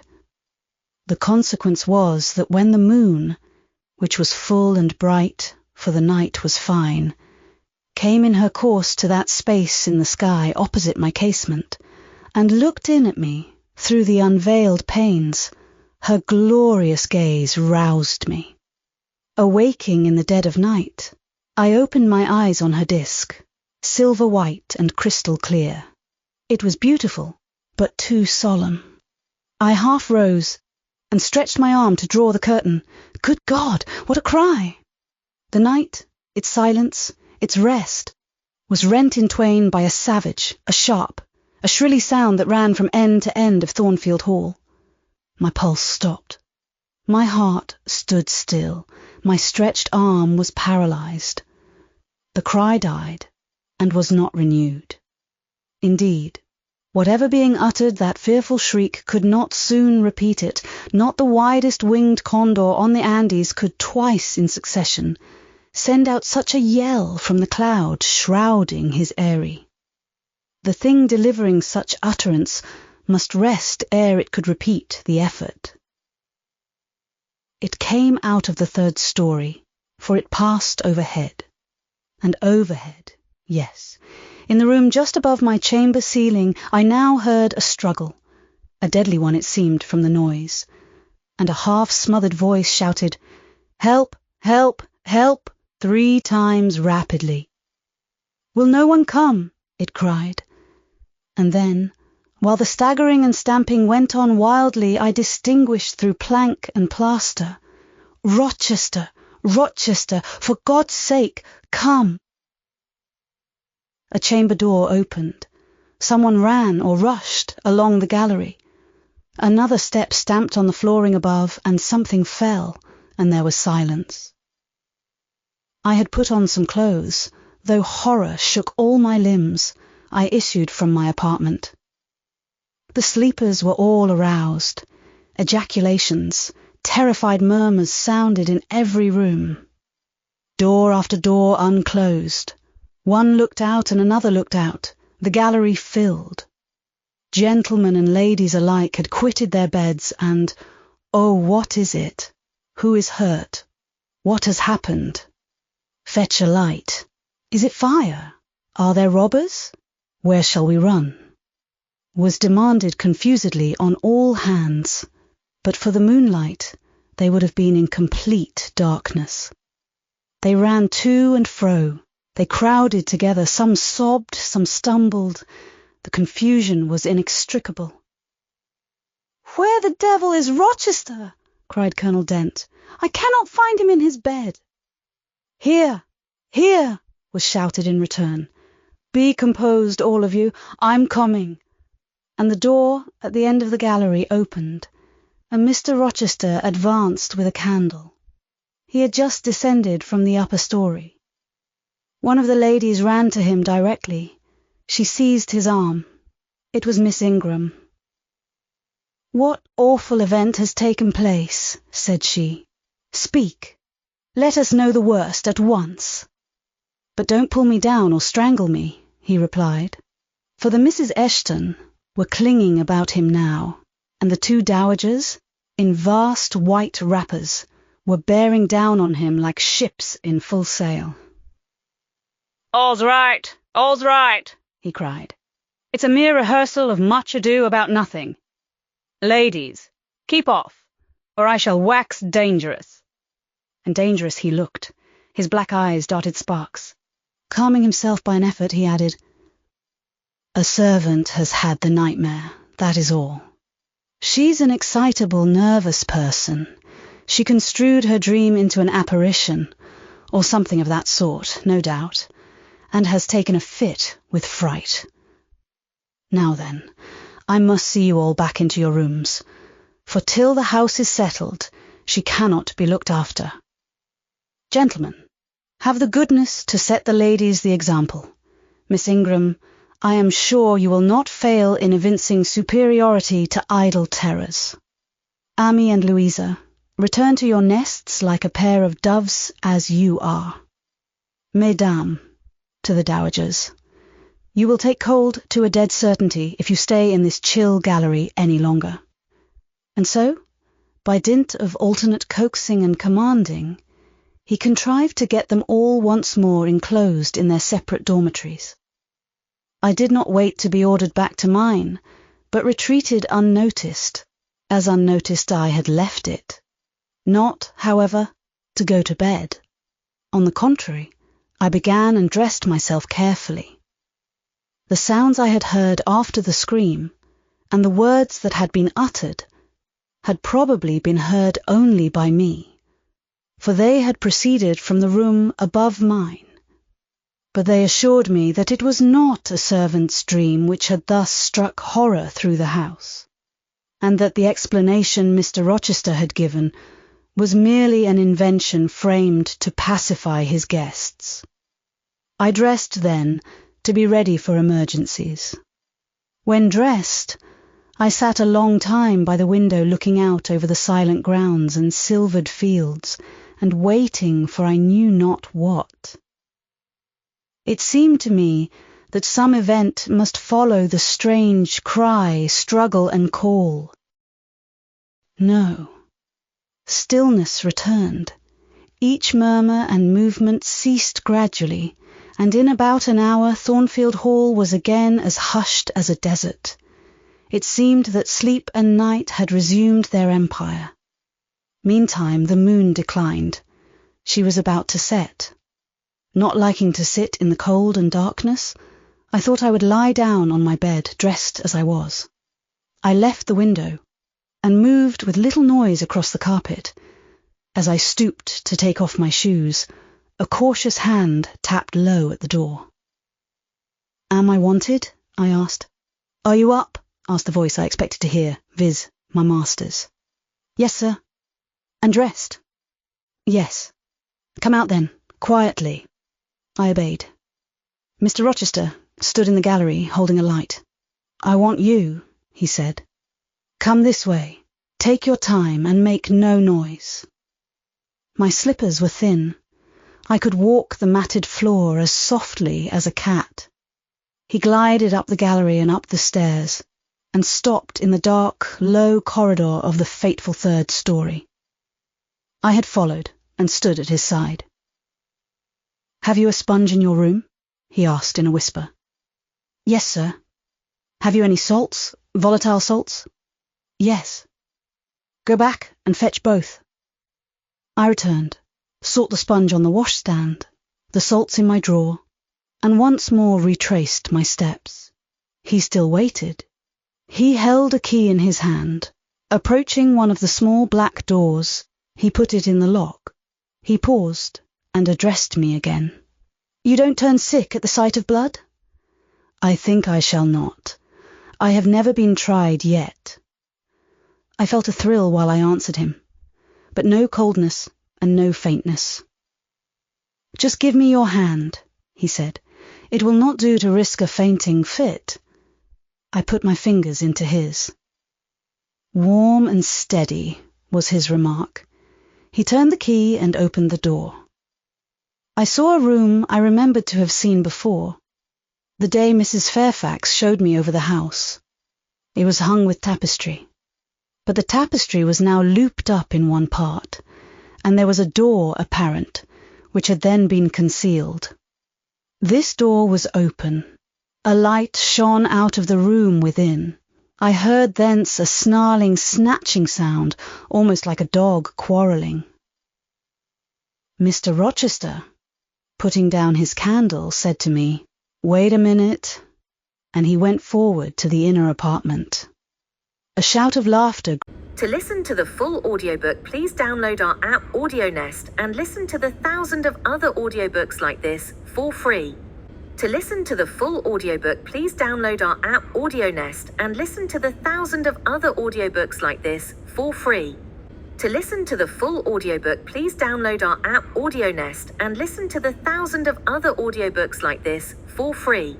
To listen to the full audiobook, please download our app AudioNest and listen to the thousands of other audiobooks like this for free. To listen to the full audiobook, please download our app AudioNest and listen to the thousands of other audiobooks like this for free. To listen to the full audiobook, please download our app AudioNest and listen to the thousands of other audiobooks like this for free. To listen to the full audiobook, please download our app AudioNest and listen to the thousands of other audiobooks like this for free. To listen to the full audiobook, please download our app AudioNest and listen to the thousands of other audiobooks like this for free. To listen to the full audiobook, please download our app AudioNest and listen to the thousands of other audiobooks like this for free. To listen to the full audiobook, please download our app AudioNest and listen to the thousands of other audiobooks like this for free. To listen to the full audiobook, please download our app AudioNest and listen to the thousands of other audiobooks like this for free. To listen to the full audiobook, please download our app AudioNest and listen to the thousands of other audiobooks like this for free. To listen to the full audiobook, please download our app AudioNest and listen to the thousands of other audiobooks like this for free. To listen to the full audiobook, please download our app AudioNest and listen to the thousands of other audiobooks like this for free. To listen to the full audiobook, please download our app AudioNest and listen to the thousands of other audiobooks like this for free. To listen to the full audiobook, please download our app AudioNest and listen to the thousands of other audiobooks like this for free. To listen to the full audiobook, please download our app AudioNest and listen to the thousands of other audiobooks like this for free. To listen to the full audiobook, please download our app AudioNest and listen to the thousands of other audiobooks like this for free. To listen to the full audiobook, please download our app AudioNest and listen to the thousands of other audiobooks like this for free.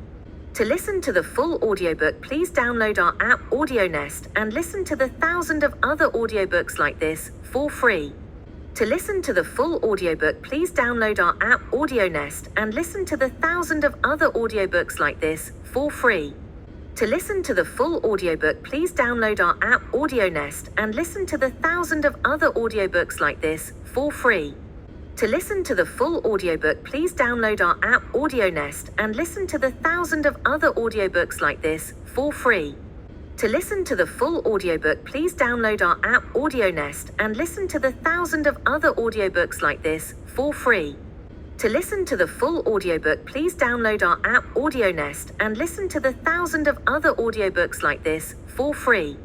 To listen to the full audiobook, please download our app AudioNest and listen to the thousands of other audiobooks like this for free.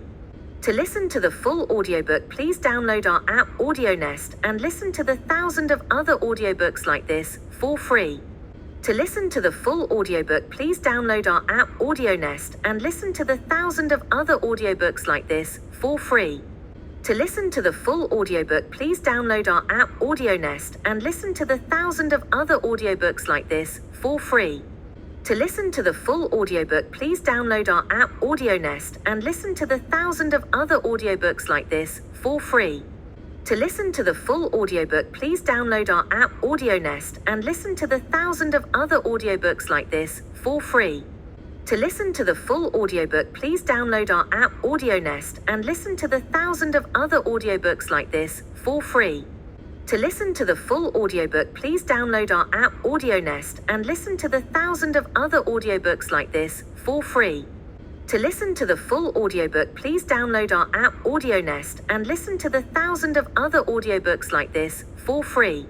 To listen to the full audiobook, please download our app AudioNest and listen to the thousands of other audiobooks like this for free. To listen to the full audiobook, please download our app AudioNest and listen to the thousands of other audiobooks like this for free. To listen to the full audiobook, please download our app AudioNest and listen to the thousands of other audiobooks like this for free. To listen to the full audiobook, please download our app AudioNest and listen to the thousands of other audiobooks like this for free. To listen to the full audiobook, please download our app AudioNest and listen to the thousands of other audiobooks like this for free. To listen to the full audiobook, please download our app AudioNest and listen to the thousands of other audiobooks like this for free. To listen to the full audiobook, please download our app AudioNest and listen to the thousands of other audiobooks like this for free. To listen to the full audiobook, please download our app AudioNest and listen to the thousands of other audiobooks like this for free. To listen to the full audiobook, please download our app AudioNest and listen to the thousands of other audiobooks like this for free. To listen to the full audiobook, please download our app AudioNest and listen to the thousands of other audiobooks like this for free. To listen to the full audiobook, please download our app AudioNest and listen to the thousands of other audiobooks like this for free. To listen to the full audiobook, please download our app AudioNest and listen to the thousands of other audiobooks like this for free. To listen to the full audiobook, please download our app AudioNest and listen to the thousands of other audiobooks like this for free. To listen to the full audiobook, please download our app AudioNest and listen to the thousands of other audiobooks like this for free. To listen to the full audiobook, please download our app AudioNest and listen to the thousands of other audiobooks like this for free. To listen to the full audiobook, please download our app AudioNest and listen to the thousands of other audiobooks like this for free. To listen to the full audiobook, please download our app AudioNest and listen to the thousands of other audiobooks like this for free. To listen to the full audiobook, please download our app AudioNest and listen to the thousands of other audiobooks like this for free. To listen to the full audiobook, please download our app AudioNest and listen to the thousands of other audiobooks like this for free. To listen to the full audiobook, please download our app AudioNest and listen to the thousands of other audiobooks like this for free. To listen to the full audiobook, please download our app AudioNest and listen to the thousands of other audiobooks like this for free. To listen to the full audiobook, please download our app AudioNest and listen to the thousands of other audiobooks like this for free. To listen to the full audiobook, please download our app AudioNest and listen to the thousands of other audiobooks like this for free. To listen to the full audiobook, please download our app AudioNest and listen to the thousands of other audiobooks like this for free. To listen to the full audiobook, please download our app AudioNest and listen to the thousands of other audiobooks like this for free. To listen to the full audiobook, please download our app AudioNest and listen to the thousands of other audiobooks like this for free. To listen to the full audiobook, please download our app AudioNest and listen to the thousands of other audiobooks like this for free. To listen to the full audiobook, please download our app AudioNest and listen to the thousands of other audiobooks like this for free. To listen to the full audiobook, please download our app AudioNest and listen to the thousands of other audiobooks like this for free. To listen to the full audiobook, please download our app AudioNest and listen to the thousands of other audiobooks like this for free. To listen to the full audiobook, please download our app AudioNest and listen to the thousands of other audiobooks like this for free. To listen to the full audiobook, please download our app AudioNest and listen to the thousands of other audiobooks like this for free. To listen to the full audiobook, please download our app AudioNest and listen to the thousands of other audiobooks like this for free. To listen to the full audiobook, please download our app AudioNest and listen to the thousands of other audiobooks like this for free. To listen to the full audiobook, please download our app AudioNest and listen to the thousands of other audiobooks like this for free. To listen to the full audiobook, please download our app AudioNest and listen to the thousands of other audiobooks like this for free. To listen to the full audiobook, please download our app AudioNest and listen to the thousands of other audiobooks like this for free. To listen to the full audiobook, please download our app AudioNest and listen to the thousands of other audiobooks like this for free. To listen to the full audiobook, please download our app AudioNest and listen to the thousands of other audiobooks like this for free. To listen to the full audiobook, please download our app AudioNest and listen to the thousands of other audiobooks like this for free. To listen to the full audiobook, please download our app AudioNest and listen to the thousands of other audiobooks like this for free. To listen to the full audiobook, please download our app AudioNest and listen to the thousands of other audiobooks like this for free. To listen to the full audiobook, please download our app AudioNest and listen to the thousands of other audiobooks like this for free.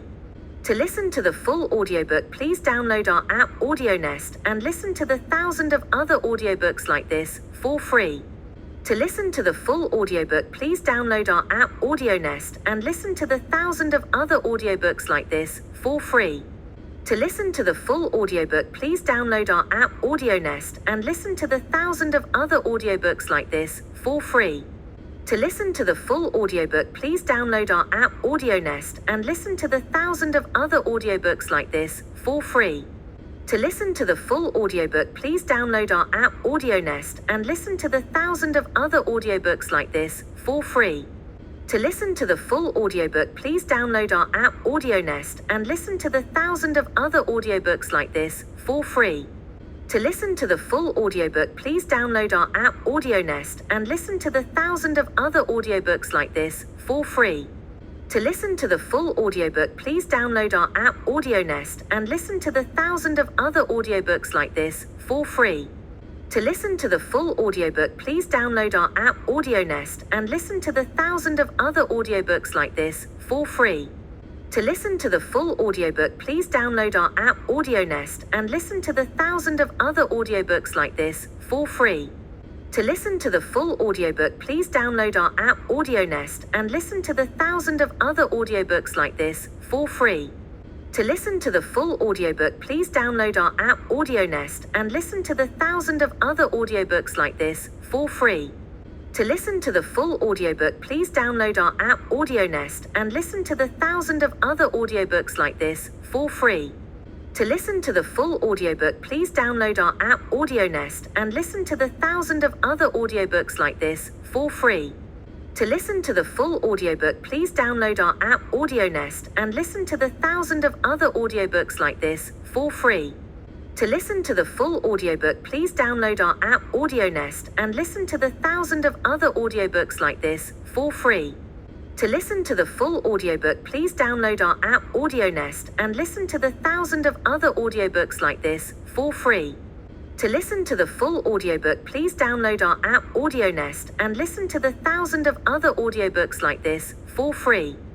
To listen to the full audiobook, please download our app AudioNest and listen to the thousands of other audiobooks like this for free.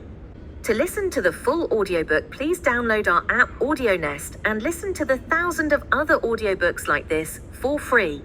To listen to the full audiobook, please download our app AudioNest and listen to the thousands of other audiobooks like this for free. To listen to the full audiobook, please download our app AudioNest and listen to the thousands of other audiobooks like this for free. To listen to the full audiobook, please download our app AudioNest and listen to the thousands of other audiobooks like this for free. To listen to the full audiobook, please download our app AudioNest and listen to the thousands of other audiobooks like this for free. To listen to the full audiobook, please download our app AudioNest and listen to the thousands of other audiobooks like this for free. To listen to the full audiobook, please download our app AudioNest and listen to the thousands of other audiobooks like this for free. To listen to the full audiobook, please download our app AudioNest and listen to the thousands of other audiobooks like this for free.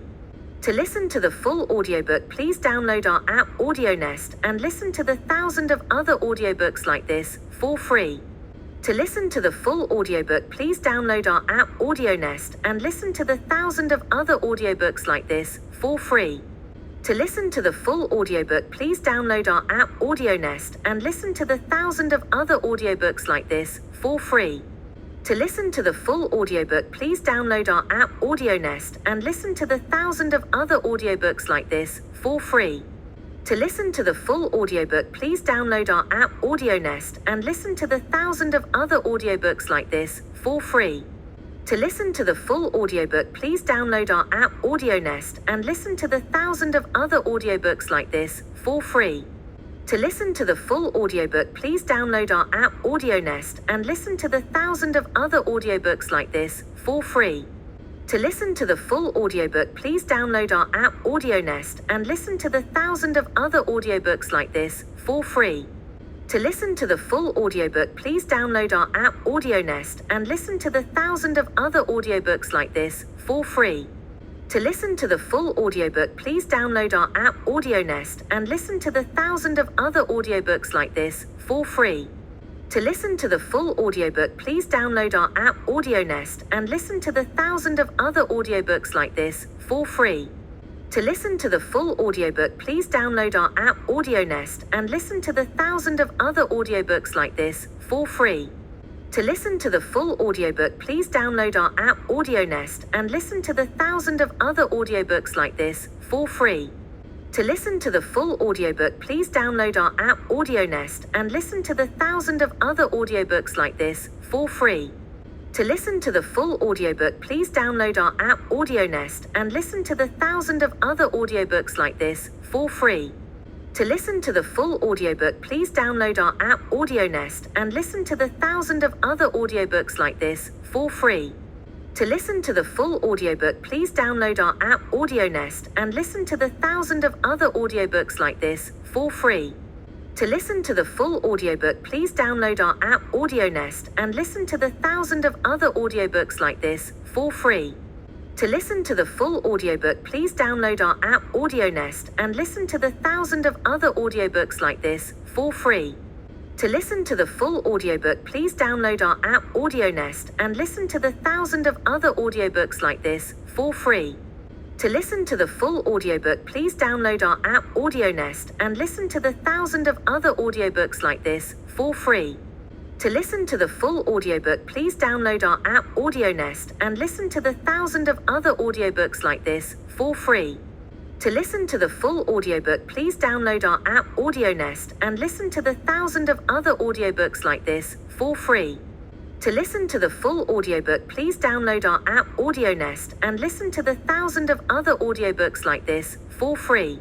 To listen to the full audiobook, please download our app AudioNest and listen to the thousands of other audiobooks like this for free. To listen to the full audiobook, please download our app AudioNest and listen to the thousands of other audiobooks like this for free. To listen to the full audiobook, please download our app AudioNest and listen to the thousands of other audiobooks like this for free. To listen to the full audiobook, please download our app AudioNest and listen to the thousands of other audiobooks like this for free. To listen to the full audiobook, please download our app AudioNest and listen to the thousands of other audiobooks like this for free. To listen to the full audiobook, please download our app AudioNest and listen to the thousands of other audiobooks like this for free. To listen to the full audiobook, please download our app AudioNest and listen to the thousands of other audiobooks like this for free. To listen to the full audiobook, please download our app AudioNest and listen to the thousands of other audiobooks like this for free. To listen to the full audiobook, please download our app AudioNest and listen to the thousands of other audiobooks like this for free. To listen to the full audiobook, please download our app AudioNest and listen to the thousands of other audiobooks like this for free. To listen to the full audiobook, please download our app AudioNest and listen to the thousands of other audiobooks like this for free.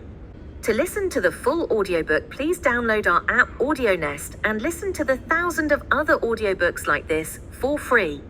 To listen to the full audiobook, please download our app AudioNest and listen to the thousands of other audiobooks like this for free. To listen to the full audiobook, please download our app AudioNest and listen to the thousands of other audiobooks like this for free. To listen to the full audiobook, please download our app AudioNest and listen to the thousands of other audiobooks like this for free. To listen to the full audiobook, please download our app AudioNest and listen to the thousands of other audiobooks like this for free. To listen to the full audiobook, please download our app AudioNest and listen to the thousands of other audiobooks like this for free. To listen to the full audiobook, please download our app AudioNest and listen to the thousands of other audiobooks like this for free. To listen to the full audiobook, please download our app AudioNest and listen to the thousands of other audiobooks like this for free. To listen to the full audiobook, please download our app AudioNest and listen to the thousands of other audiobooks like this for free. To listen to the full audiobook, please download our app AudioNest and listen to the thousands of other audiobooks like this for free. To listen to the full audiobook, please download our app AudioNest and listen to the thousands of other audiobooks like this for free. To listen to the full audiobook, please download our app AudioNest and listen to the thousands of other audiobooks like this for free. To listen to the full audiobook, please download our app AudioNest and listen to the thousands of other audiobooks like this for free. To listen to the full audiobook, please download our app AudioNest and listen to the thousands of other audiobooks like this for free. To listen to the full audiobook, please download our app AudioNest and listen to the thousands of other audiobooks like this for free.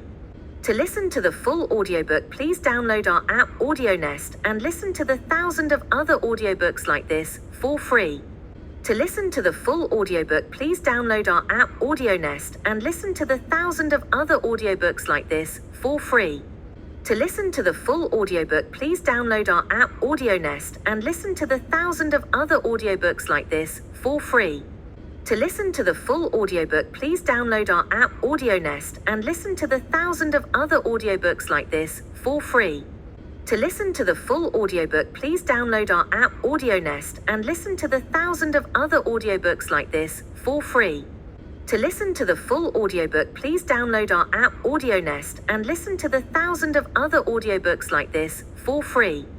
To listen to the full audiobook, please download our app AudioNest and listen to the thousands of other audiobooks like this for free. To listen to the full audiobook, please download our app AudioNest and listen to the thousands of other audiobooks like this for free. To listen to the full audiobook, please download our app AudioNest and listen to the thousands of other audiobooks like this for free. To listen to the full audiobook, please download our app AudioNest and listen to the thousands of other audiobooks like this for free. To listen to the full audiobook, please download our app AudioNest and listen to the thousands of other audiobooks like this for free. To listen to the full audiobook, please download our app AudioNest and listen to the thousands of other audiobooks like this for free. To listen to the full audiobook, please download our app AudioNest and listen to the thousands of other audiobooks like this for free. To listen to the full audiobook, please download our app AudioNest and listen to the thousands of other audiobooks like this for free. To listen to the full audiobook, please download our app AudioNest and listen to the thousands of other audiobooks like this for free.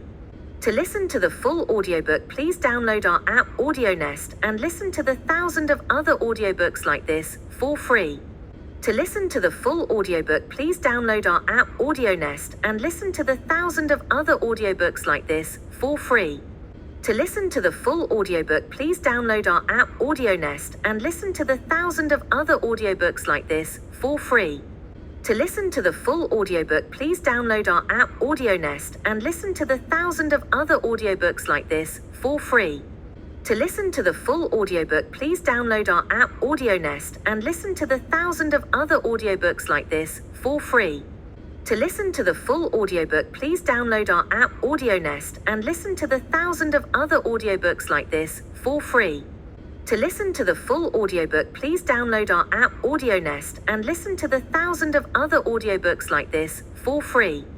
To listen to the full audiobook, please download our app AudioNest and listen to the thousands of other audiobooks like this for free.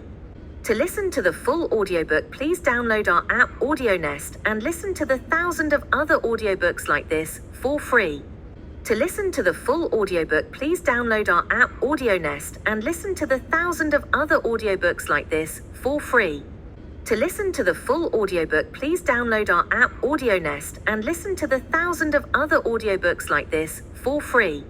To listen to the full audiobook, please download our app AudioNest and listen to the thousands of other audiobooks like this for free. To listen to the full audiobook, please download our app AudioNest and listen to the thousands of other audiobooks like this for free. To listen to the full audiobook, please download our app AudioNest and listen to the thousands of other audiobooks like this for free. To listen to the full audiobook, please download our app AudioNest and listen to the thousands of other audiobooks like this for free. To listen to the full audiobook, please download our app AudioNest and listen to the thousands of other audiobooks like this for free. To listen to the full audiobook, please download our app AudioNest and listen to the thousands of other audiobooks like this for free. To listen to the full audiobook, please download our app AudioNest and listen to the thousands of other audiobooks like this for free. To listen to the full audiobook, please download our app AudioNest and listen to the thousands of other audiobooks like this for free. To listen to the full audiobook, please download our app AudioNest and listen to the thousands of other audiobooks like this for free. To listen to the full audiobook, please download our app AudioNest and listen to the thousands of other audiobooks like this for free. To listen to the full audiobook, please download our app AudioNest and listen to the thousands of other audiobooks like this for free. To listen to the full audiobook, please download our app AudioNest and listen to the thousands of other audiobooks like this for free. To listen to the full audiobook, please download our app AudioNest and listen to the thousands of other audiobooks like this for free. To listen to the full audiobook, please download our app AudioNest and listen to the thousands of other audiobooks like this for free. To listen to the full audiobook, please download our app AudioNest and listen to the thousands of other audiobooks like this for free. To listen to the full audiobook, please download our app AudioNest and listen to the thousands of other audiobooks like this for free.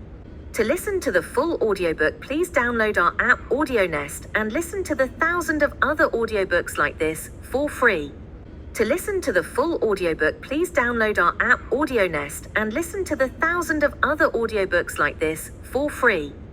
To listen to the full audiobook, please download our app AudioNest and listen to the thousands of other audiobooks like this for free. To listen to the full audiobook, please download our app AudioNest and listen to the thousands of other audiobooks like this for free. To listen to the full audiobook, please download our app AudioNest and listen to the thousands of other audiobooks like this for free. To listen to the full audiobook, please download our app AudioNest and listen to the thousands of other audiobooks like this for free. To listen to the full audiobook, please download our app AudioNest and listen to the thousands of other audiobooks like this for free. To listen to the full audiobook, please download our app AudioNest and listen to the thousands of other audiobooks like this for free. To listen to the full audiobook, please download our app AudioNest and listen to the thousands of other audiobooks like this for free. To listen to the full audiobook, please download our app AudioNest and listen to the thousands of other audiobooks like this for free.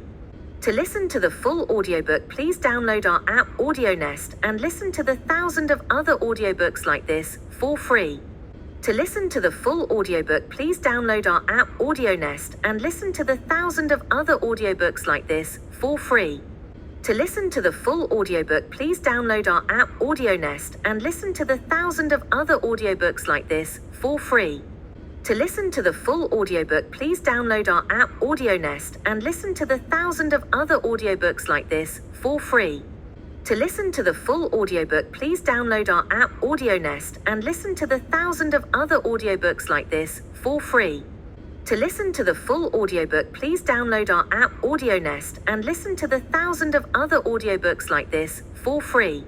To listen to the full audiobook, please download our app AudioNest and listen to the thousands of other audiobooks like this for free. To listen to the full audiobook, please download our app AudioNest and listen to the thousands of other audiobooks like this for free. To listen to the full audiobook, please download our app AudioNest and listen to the thousands of other audiobooks like this for free. To listen to the full audiobook, please download our app AudioNest and listen to the thousands of other audiobooks like this for free. To listen to the full audiobook, please download our app AudioNest and listen to the thousands of other audiobooks like this for free. To listen to the full audiobook, please download our app AudioNest and listen to the thousands of other audiobooks like this for free. To listen to the full audiobook, please download our app AudioNest and listen to the thousands of other audiobooks like this for free. To listen to the full audiobook, please download our app AudioNest and listen to the thousands of other audiobooks like this for free. To listen to the full audiobook, please download our app AudioNest and listen to the thousands of other audiobooks like this for free. To listen to the full audiobook, please download our app AudioNest and listen to the thousands of other audiobooks like this for free. To listen to the full audiobook, please download our app AudioNest and listen to the thousands of other audiobooks like this for free. To listen to the full audiobook, please download our app AudioNest and listen to the thousands of other audiobooks like this for free. To listen to the full audiobook, please download our app AudioNest and listen to the thousands of other audiobooks like this for free. To listen to the full audiobook, please download our app AudioNest and listen to the thousands of other audiobooks like this for free. To listen to the full audiobook, please download our app AudioNest and listen to the thousands of other audiobooks like this for free. To listen to the full audiobook, please download our app AudioNest and listen to the thousands of other audiobooks like this for free. To listen to the full audiobook, please download our app AudioNest and listen to the thousands of other audiobooks like this for free. To listen to the full audiobook, please download our app AudioNest and listen to the thousands of other audiobooks like this for free. To listen to the full audiobook, please download our app AudioNest and listen to the thousands of other audiobooks like this for free. To listen to the full audiobook, please download our app AudioNest and listen to the thousands of other audiobooks like this for free. To listen to the full audiobook, please download our app AudioNest and listen to the thousands of other audiobooks like this for free. To listen to the full audiobook, please download our app AudioNest and listen to the thousands of other audiobooks like this for free. To listen to the full audiobook, please download our app AudioNest and listen to the thousands of other audiobooks like this for free. To listen to the full audiobook, please download our app AudioNest and listen to the thousands of other audiobooks like this for free. To listen to the full audiobook, please download our app AudioNest and listen to the thousands of other audiobooks like this for free. To listen to the full audiobook, please download our app AudioNest and listen to the thousands of other audiobooks like this for free. To listen to the full audiobook, please download our app AudioNest and listen to the thousands of other audiobooks like this for free. To listen to the full audiobook, please download our app AudioNest and listen to the thousands of other audiobooks like this for free. To listen to the full audiobook, please download our app AudioNest and listen to the thousands of other audiobooks like this for free. To listen to the full audiobook, please download our app AudioNest and listen to the thousands of other audiobooks like this for free. To listen to the full audiobook, please download our app AudioNest and listen to the thousands of other audiobooks like this for free. To listen to the full audiobook, please download our app AudioNest and listen to the thousands of other audiobooks like this for free. To listen to the full audiobook, please download our app AudioNest and listen to the thousands of other audiobooks like this for free. To listen to the full audiobook, please download our app AudioNest and listen to the thousands of other audiobooks like this for free. To listen to the full audiobook, please download our app AudioNest and listen to the thousands of other audiobooks like this for free. To listen to the full audiobook, please download our app AudioNest and listen to the thousands of other audiobooks like this for free. To listen to the full audiobook, please download our app AudioNest and listen to the thousands of other audiobooks like this for free. To listen to the full audiobook, please download our app AudioNest and listen to the thousands of other audiobooks like this for free. To listen to the full audiobook, please download our app AudioNest and listen to the thousands of other audiobooks like this for free. To listen to the full audiobook, please download our app AudioNest and listen to the thousands of other audiobooks like this for free. To listen to the full audiobook, please download our app AudioNest and listen to the thousands of other audiobooks like this for free.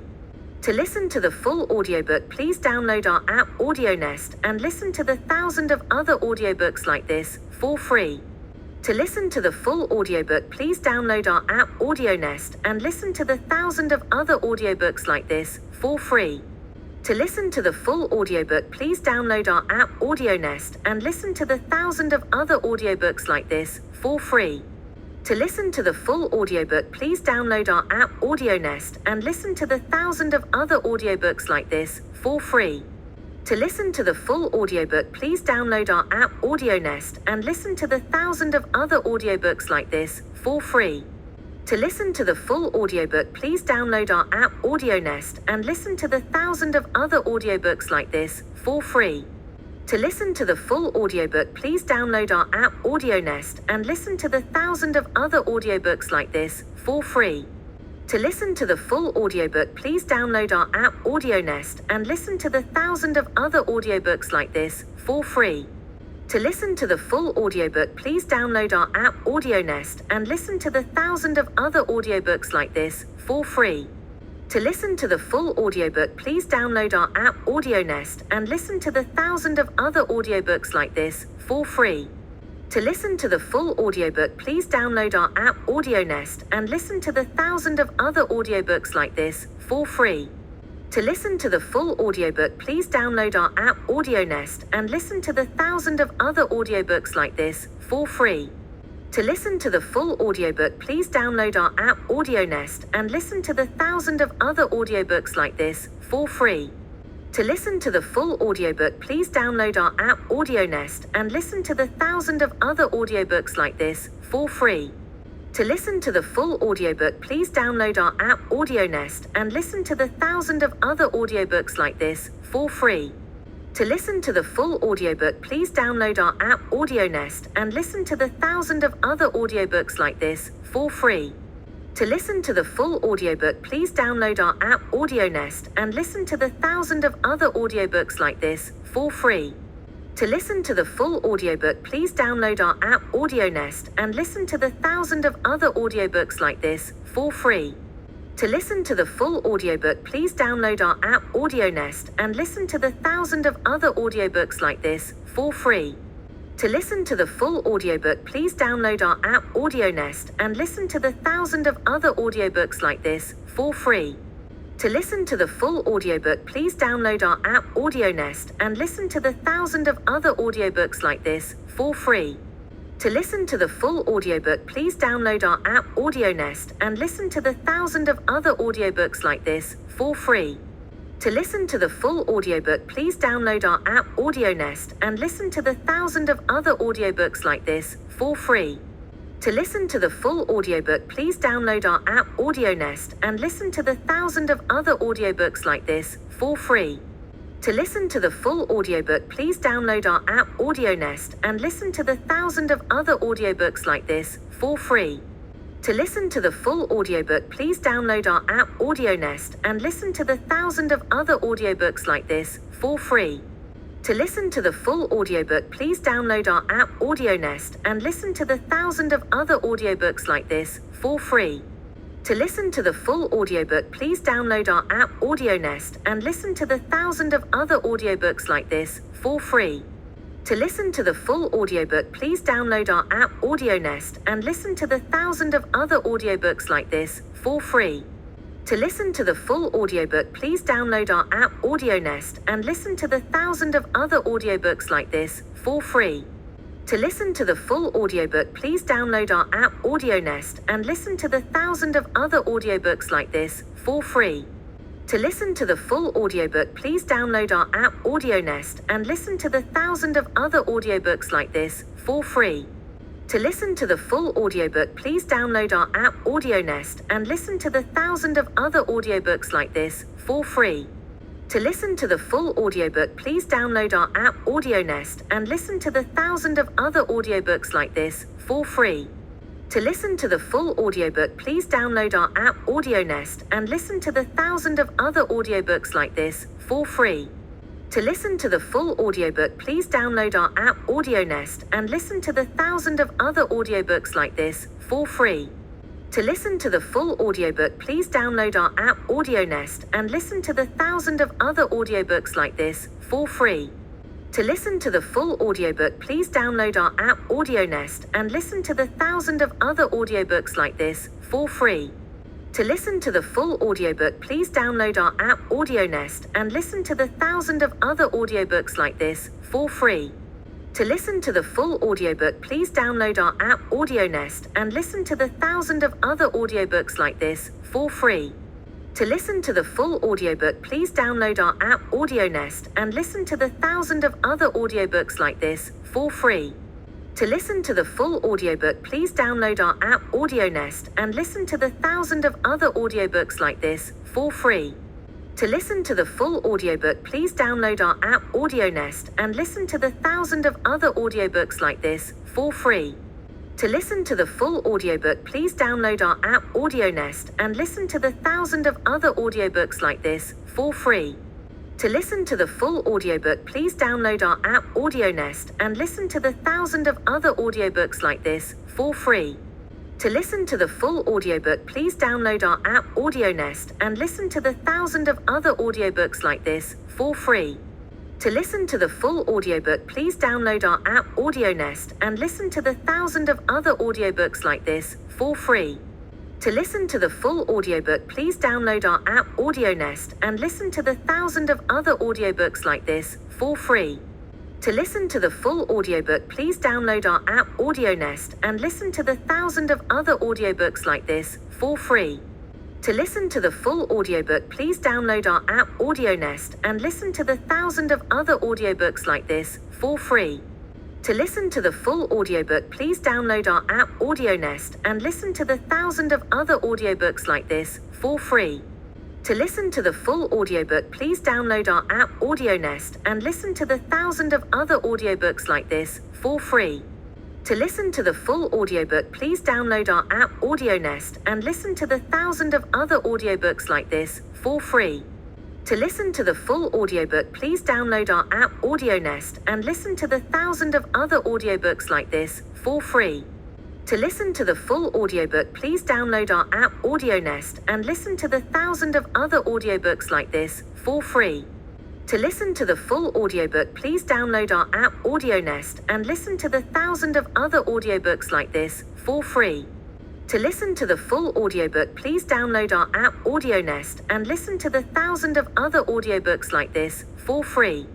To listen to the full audiobook, please download our app AudioNest and listen to the thousands of other audiobooks like this for free. To listen to the full audiobook, please download our app AudioNest and listen to the thousands of other audiobooks like this for free. To listen to the full audiobook, please download our app AudioNest and listen to the thousands of other audiobooks like this for free. To listen to the full audiobook, please download our app AudioNest and listen to the thousands of other audiobooks like this for free. To listen to the full audiobook, please download our app AudioNest and listen to the thousands of other audiobooks like this for free. To listen to the full audiobook, please download our app AudioNest and listen to the thousands of other audiobooks like this for free. To listen to the full audiobook, please download our app AudioNest and listen to the thousands of other audiobooks like this for free. To listen to the full audiobook, please download our app AudioNest and listen to the thousands of other audiobooks like this for free. To listen to the full audiobook, please download our app AudioNest and listen to the thousands of other audiobooks like this for free. To listen to the full audiobook, please download our app AudioNest and listen to the thousands of other audiobooks like this for free. To listen to the full audiobook, please download our app AudioNest and listen to the thousands of other audiobooks like this for free. To listen to the full audiobook, please download our app AudioNest and listen to the thousands of other audiobooks like this for free. To listen to the full audiobook, please download our app AudioNest and listen to the thousands of other audiobooks like this for free. To listen to the full audiobook, please download our app AudioNest and listen to the thousands of other audiobooks like this for free. To listen to the full audiobook, please download our app AudioNest and listen to the thousands of other audiobooks like this for free. To listen to the full audiobook, please download our app AudioNest and listen to the thousands of other audiobooks like this for free. To listen to the full audiobook, please download our app AudioNest and listen to the thousands of other audiobooks like this for free. To listen to the full audiobook, please download our app AudioNest and listen to the thousands of other audiobooks like this for free. To listen to the full audiobook, please download our app AudioNest and listen to the thousands of other audiobooks like this for free. To listen to the full audiobook, please download our app AudioNest and listen to the thousands of other audiobooks like this for free. To listen to the full audiobook, please download our app AudioNest and listen to the thousands of other audiobooks like this for free. To listen to the full audiobook, please download our app AudioNest and listen to the thousands of other audiobooks like this for free. To listen to the full audiobook, please download our app AudioNest and listen to the thousands of other audiobooks like this for free. To listen to the full audiobook, please download our app AudioNest and listen to the thousands of other audiobooks like this for free. To listen to the full audiobook, please download our app AudioNest and listen to the thousands of other audiobooks like this for free. To listen to the full audiobook, please download our app AudioNest and listen to the thousands of other audiobooks like this for free. To listen to the full audiobook, please download our app AudioNest and listen to the thousands of other audiobooks like this for free. To listen to the full audiobook, please download our app AudioNest and listen to the thousands of other audiobooks like this for free. To listen to the full audiobook, please download our app AudioNest and listen to the thousands of other audiobooks like this for free. To listen to the full audiobook, please download our app AudioNest and listen to the thousands of other audiobooks like this for free. To listen to the full audiobook, please download our app AudioNest and listen to the thousands of other audiobooks like this for free. To listen to the full audiobook, please download our app AudioNest and listen to the thousands of other audiobooks like this for free. To listen to the full audiobook, please download our app AudioNest and listen to the thousands of other audiobooks like this for free. To listen to the full audiobook, please download our app AudioNest and listen to the thousands of other audiobooks like this for free. To listen to the full audiobook, please download our app AudioNest and listen to the thousands of other audiobooks like this for free. To listen to the full audiobook, please download our app AudioNest and listen to the thousands of other audiobooks like this for free. To listen to the full audiobook, please download our app AudioNest and listen to the thousands of other audiobooks like this for free. To listen to the full audiobook, please download our app AudioNest and listen to the thousands of other audiobooks like this for free. To listen to the full audiobook, please download our app AudioNest and listen to the thousands of other audiobooks like this for free. To listen to the full audiobook, please download our app AudioNest and listen to the thousands of other audiobooks like this for free. To listen to the full audiobook, please download our app AudioNest and listen to the thousands of other audiobooks like this for free. To listen to the full audiobook, please download our app AudioNest and listen to the thousands of other audiobooks like this for free. To listen to the full audiobook, please download our app AudioNest and listen to the thousands of other audiobooks like this for free. To listen to the full audiobook, please download our app AudioNest and listen to the thousands of other audiobooks like this for free.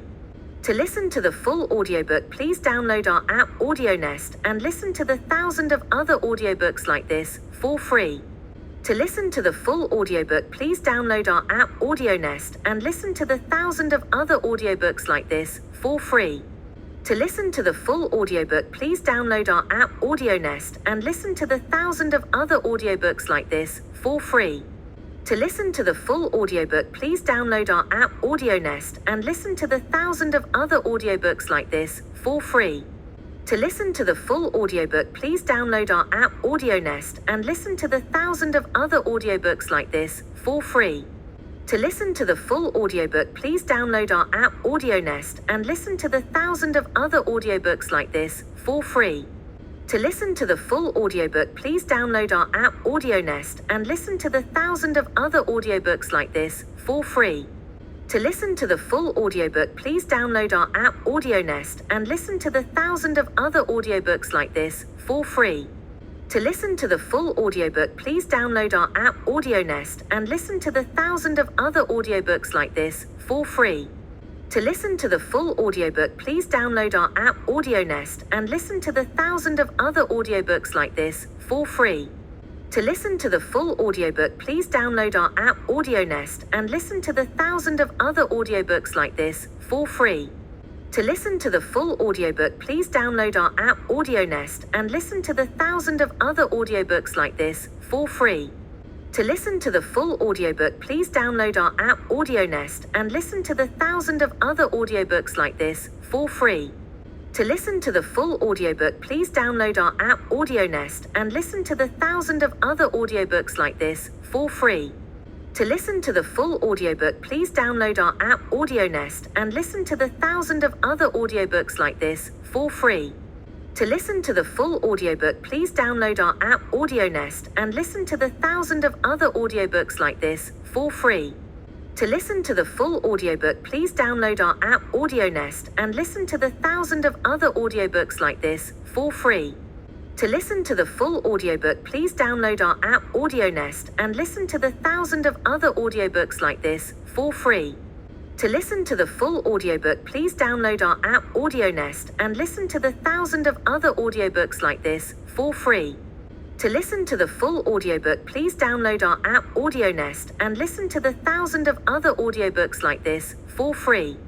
To listen to the full audiobook, please download our app AudioNest and listen to the 1,000 of other audiobooks like this for free.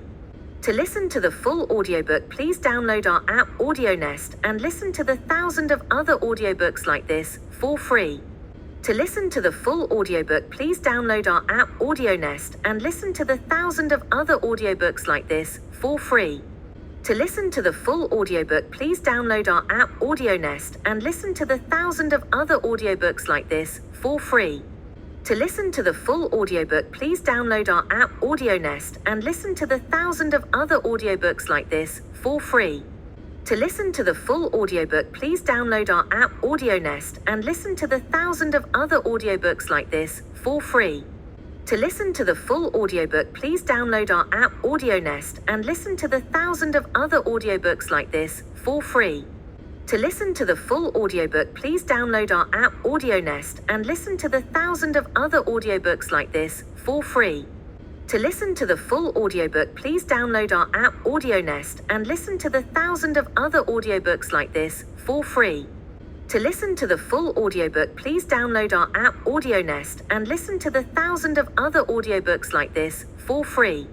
To listen to the full audiobook, please download our app AudioNest and listen to the 1,000 of other audiobooks like this for free. To listen to the full audiobook, please download our app AudioNest and listen to the 1,000 of other audiobooks like this for free. To listen to the full audiobook, please download our app AudioNest and listen to the 1,000 of other audiobooks like this for free. To listen to the full audiobook, please download our app AudioNest and listen to the 1,000 of other audiobooks like this for free. To listen to the full audiobook, please download our app AudioNest and listen to the 1,000 of other audiobooks like this for free. To listen to the full audiobook, please download our app AudioNest and listen to the 1,000 of other audiobooks like this for free. To listen to the full audiobook, please download our app AudioNest and listen to the 1,000 of other audiobooks like this for free. To listen to the full audiobook, please download our app AudioNest and listen to the thousands of other audiobooks like this for free. To listen to the full audiobook, please download our app AudioNest and listen to the thousands of other audiobooks like this for free. To listen to the full audiobook, please download our app AudioNest and listen to the thousands of other audiobooks like this for free. To listen to the full audiobook, please download our app AudioNest and listen to the thousands of other audiobooks like this for free. To listen to the full audiobook, please download our app AudioNest and listen to the thousands of other audiobooks like this for free. To listen to the full audiobook, please download our app AudioNest and listen to the thousands of other audiobooks like this for free. To listen to the full audiobook, please download our app AudioNest and listen to the thousands of other audiobooks like this for free. To listen to the full audiobook, please download our app AudioNest and listen to the thousands of other audiobooks like this for free. To listen to the full audiobook, please download our app AudioNest and listen to the thousands of other audiobooks like this for free. To listen to the full audiobook, please download our app AudioNest and listen to the thousands of other audiobooks like this for free. To listen to the full audiobook, please download our app AudioNest and listen to the thousands of other audiobooks like this for free. To listen to the full audiobook, please download our app AudioNest and listen to the thousands of other audiobooks like this for free. To listen to the full audiobook, please download our app AudioNest and listen to the thousands of other audiobooks like this for free. To listen to the full audiobook, please download our app AudioNest and listen to the thousands of other audiobooks like this for free. To listen to the full audiobook, please download our app AudioNest and listen to the thousands of other audiobooks like this for free. To listen to the full audiobook, please download our app AudioNest and listen to the thousands of other audiobooks like this for free. To listen to the full audiobook, please download our app AudioNest and listen to the thousands of other audiobooks like this for free. To listen to the full audiobook, please download our app AudioNest and listen to the thousands of other audiobooks like this for free. To listen to the full audiobook, please download our app AudioNest and listen to the thousands of other audiobooks like this for free. To listen to the full audiobook, please download our app AudioNest and listen to the thousands of other audiobooks like this for free. To listen to the full audiobook, please download our app AudioNest and listen to the thousands of other audiobooks like this for free. To listen to the full audiobook, please download our app AudioNest and listen to the thousands of other audiobooks like this for free. To listen to the full audiobook, please download our app AudioNest and listen to the thousands of other audiobooks like this for free. To listen to the full audiobook, please download our app AudioNest and listen to the thousands of other audiobooks like this for free. To listen to the full audiobook, please download our app AudioNest and listen to the thousands of other audiobooks like this for free. To listen to the full audiobook, please download our app AudioNest and listen to the thousands of other audiobooks like this for free. To listen to the full audiobook, please download our app AudioNest and listen to the thousands of other audiobooks like this for free. To listen to the full audiobook, please download our app AudioNest and listen to the thousands of other audiobooks like this for free. To listen to the full audiobook, please download our app AudioNest and listen to the thousands of other audiobooks like this for free. To listen to the full audiobook, please download our app AudioNest and listen to the thousands of other audiobooks like this for free. To listen to the full audiobook, please download our app AudioNest and listen to the thousands of other audiobooks like this for free. To listen to the full audiobook, please download our app AudioNest and listen to the thousands of other audiobooks like this for free. To listen to the full audiobook, please download our app AudioNest and listen to the thousands of other audiobooks like this for free. To listen to the full audiobook, please download our app AudioNest and listen to the thousands of other audiobooks like this for free.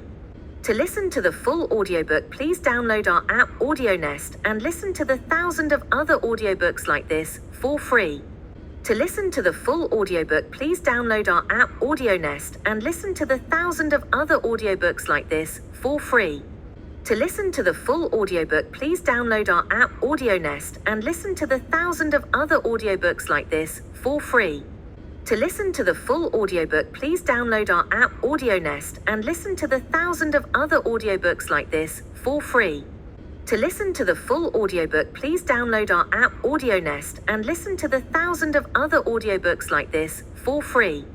To listen to the full audiobook, please download our app AudioNest and listen to the thousands of other audiobooks like this for free. To listen to the full audiobook, please download our app AudioNest and listen to the thousands of other audiobooks like this for free.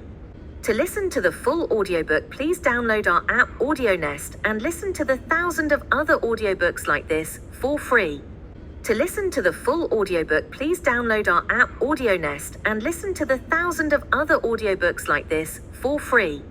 To listen to the full audiobook, please download our app AudioNest and listen to the thousands of other audiobooks like this for free.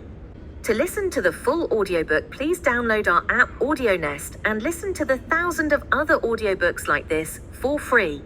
To listen to the full audiobook, please download our app AudioNest and listen to the thousands of other audiobooks like this for free. To listen to the full audiobook, please download our app AudioNest and listen to the thousands of other audiobooks like this for free. To listen to the full audiobook, please download our app AudioNest and listen to the thousands of other audiobooks like this for free. To listen to the full audiobook, please download our app AudioNest and listen to the thousands of other audiobooks like this for free. To listen to the full audiobook, please download our app AudioNest and listen to the thousands of other audiobooks like this for free.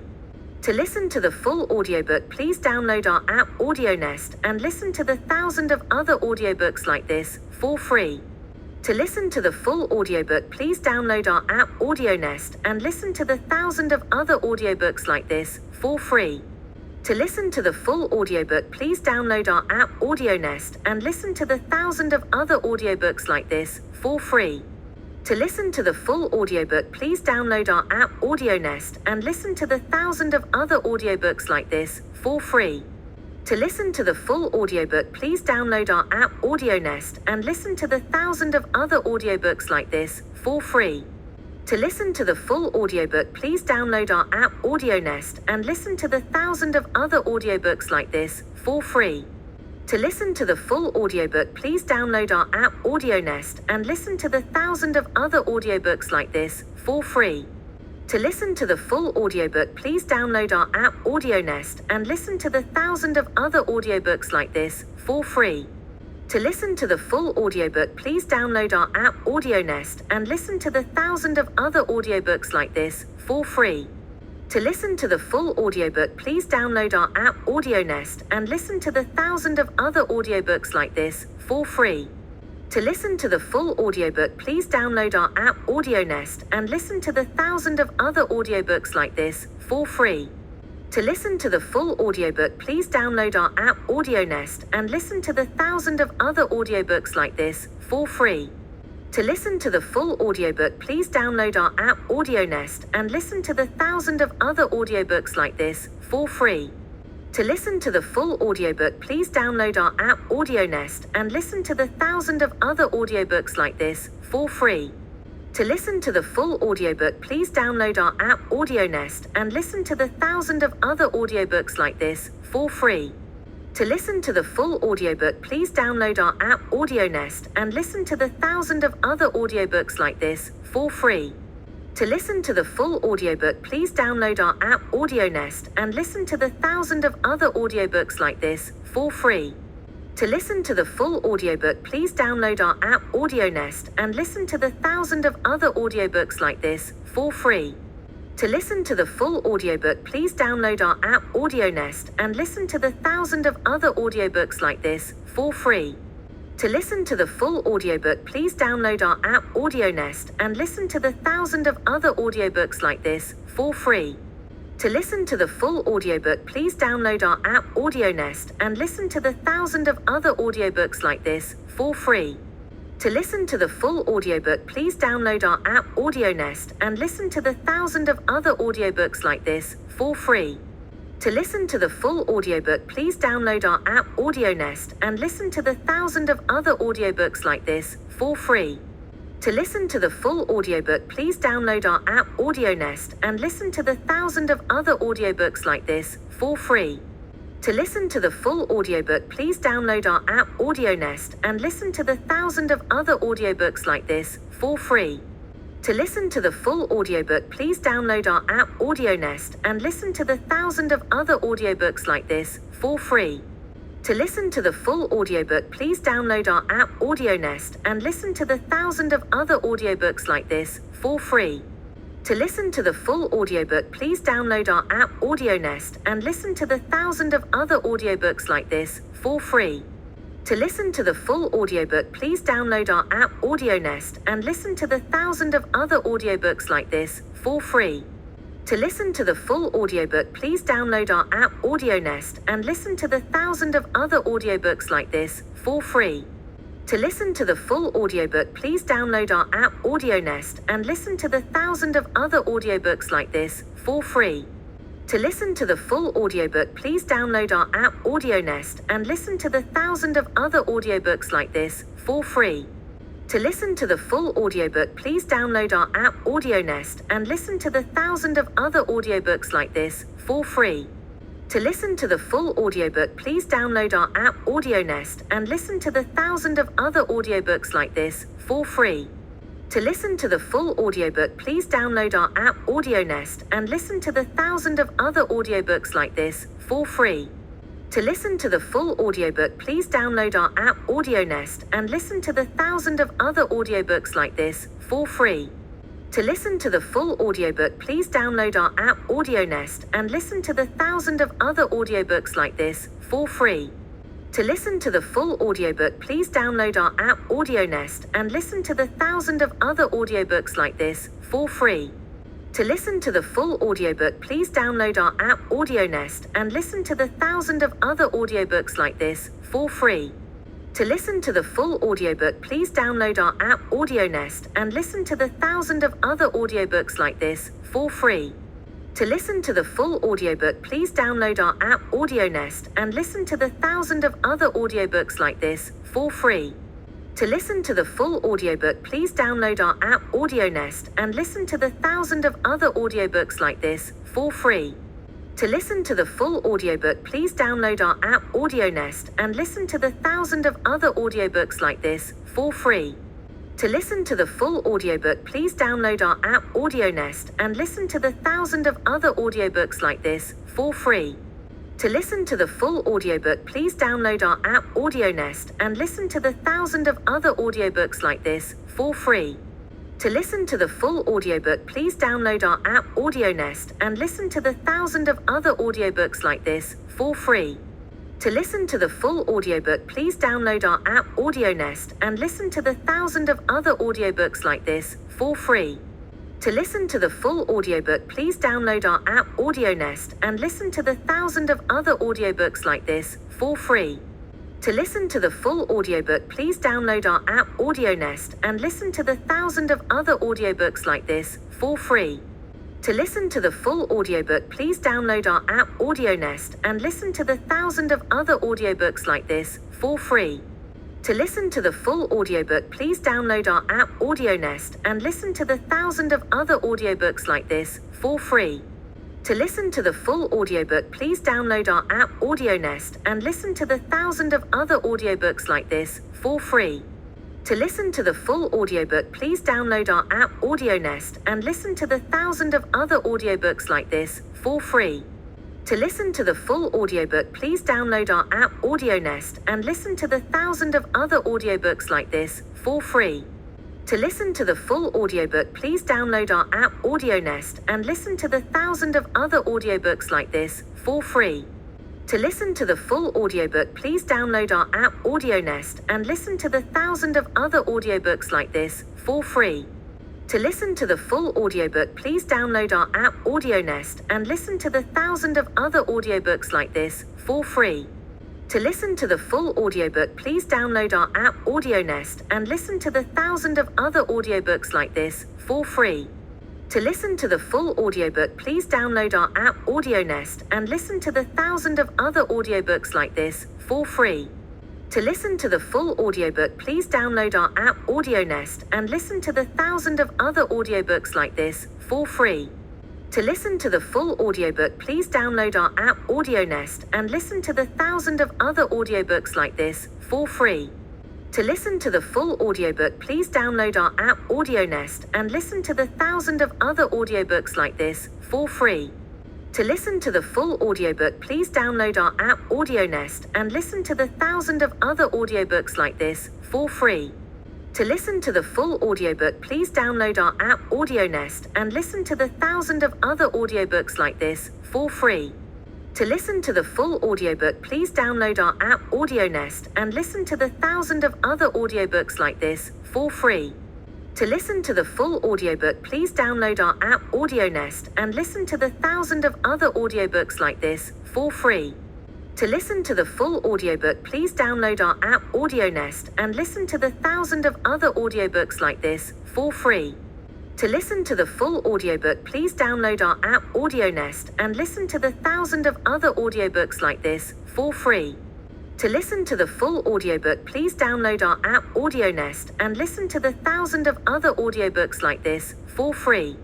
To listen to the full audiobook, please download our app AudioNest and listen to the thousands of other audiobooks like this for free. To listen to the full audiobook, please download our app AudioNest and listen to the thousands of other audiobooks like this for free.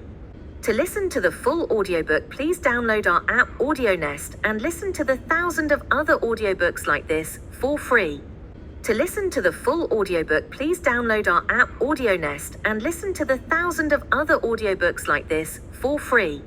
To listen to the full audiobook, please download our app AudioNest and listen to the thousands of other audiobooks like this for free. To listen to the full audiobook, please download our app AudioNest and listen to the thousands of other audiobooks like this for free. To listen to the full audiobook, please download our app AudioNest and listen to the thousands of other audiobooks like this for free. To listen to the full audiobook, please download our app AudioNest and listen to the thousands of other audiobooks like this for free. To listen to the full audiobook, please download our app AudioNest and listen to the thousands of other audiobooks like this for free. To listen to the full audiobook, please download our app AudioNest and listen to the thousands of other audiobooks like this for free. To listen to the full audiobook, please download our app AudioNest and listen to the thousands of other audiobooks like this for free. To listen to the full audiobook, please download our app AudioNest and listen to the thousands of other audiobooks like this for free. To listen to the full audiobook, please download our app AudioNest and listen to the thousands of other audiobooks like this for free. To listen to the full audiobook, please download our app AudioNest and listen to the thousands of other audiobooks like this for free. To listen to the full audiobook, please download our app AudioNest and listen to the thousands of other audiobooks like this for free. To listen to the full audiobook, please download our app AudioNest and listen to the thousands of other audiobooks like this for free. To listen to the full audiobook, please download our app AudioNest and listen to the thousands of other audiobooks like this for free. To listen to the full audiobook, please download our app AudioNest and listen to the thousands of other audiobooks like this for free. To listen to the full audiobook, please download our app AudioNest and listen to the thousands of other audiobooks like this for free. To listen to the full audiobook, please download our app AudioNest and listen to the thousands of other audiobooks like this for free. To listen to the full audiobook, please download our app AudioNest and listen to the thousands of other audiobooks like this for free. To listen to the full audiobook, please download our app AudioNest and listen to the thousands of other audiobooks like this for free. To listen to the full audiobook, please download our app AudioNest and listen to the thousands of other audiobooks like this for free. To listen to the full audiobook, please download our app AudioNest and listen to the thousands of other audiobooks like this for free. To listen to the full audiobook, please download our app AudioNest and listen to the thousands of other audiobooks like this for free. To listen to the full audiobook, please download our app AudioNest and listen to the thousands of other audiobooks like this for free. To listen to the full audiobook, please download our app AudioNest and listen to the thousands of other audiobooks like this for free. To listen to the full audiobook, please download our app AudioNest and listen to the thousands of other audiobooks like this for free. To listen to the full audiobook, please download our app AudioNest and listen to the thousands of other audiobooks like this for free. To listen to the full audiobook, please download our app AudioNest and listen to the thousands of other audiobooks like this for free. To listen to the full audiobook, please download our app AudioNest and listen to the thousands of other audiobooks like this for free. To listen to the full audiobook, please download our app AudioNest and listen to the thousands of other audiobooks like this for free. To listen to the full audiobook, please download our app AudioNest and listen to the thousands of other audiobooks like this for free. To listen to the full audiobook, please download our app AudioNest and listen to the thousands of other audiobooks like this for free. To listen to the full audiobook, please download our app AudioNest and listen to the thousands of other audiobooks like this for free. To listen to the full audiobook, please download our app AudioNest and listen to the thousands of other audiobooks like this for free. To listen to the full audiobook, please download our app AudioNest and listen to the thousands of other audiobooks like this for free. To listen to the full audiobook, please download our app AudioNest and listen to the thousands of other audiobooks like this for free. To listen to the full audiobook, please download our app AudioNest and listen to the thousands of other audiobooks like this for free. To listen to the full audiobook, please download our app AudioNest and listen to the thousands of other audiobooks like this for free. To listen to the full audiobook, please download our app AudioNest and listen to the thousands of other audiobooks like this for free. To listen to the full audiobook, please download our app AudioNest and listen to the thousands of other audiobooks like this for free. To listen to the full audiobook, please download our app AudioNest and listen to the thousands of other audiobooks like this for free. To listen to the full audiobook, please download our app AudioNest and listen to the thousands of other audiobooks like this for free. To listen to the full audiobook, please download our app AudioNest and listen to the thousands of other audiobooks like this for free. To listen to the full audiobook, please download our app AudioNest and listen to the thousands of other audiobooks like this for free. To listen to the full audiobook, please download our app AudioNest and listen to the thousands of other audiobooks like this for free. To listen to the full audiobook, please download our app AudioNest and listen to the thousands of other audiobooks like this for free.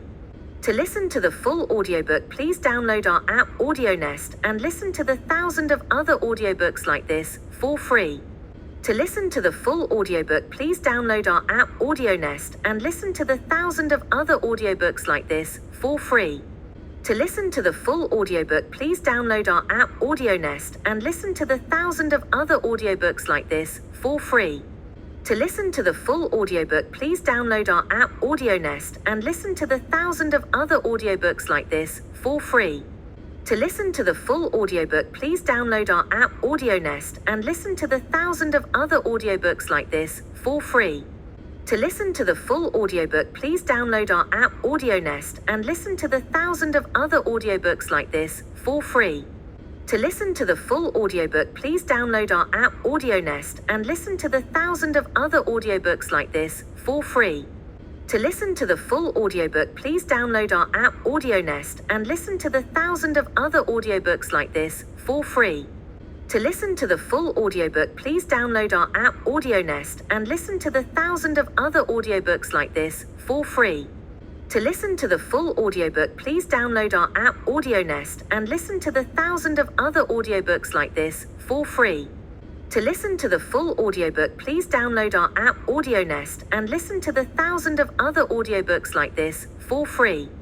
To listen to the full audiobook, please download our app AudioNest and listen to the thousands of other audiobooks like this for free. To listen to the full audiobook, please download our app AudioNest and listen to the thousands of other audiobooks like this for free. To listen to the full audiobook, please download our app AudioNest and listen to the thousands of other audiobooks like this for free. To listen to the full audiobook, please download our app AudioNest and listen to the thousands of other audiobooks like this for free. To listen to the full audiobook, please download our app AudioNest and listen to the thousands of other audiobooks like this for free. To listen to the full audiobook, please download our app AudioNest and listen to the thousands of other audiobooks like this for free. To listen to the full audiobook, please download our app AudioNest and listen to the thousands of other audiobooks like this for free.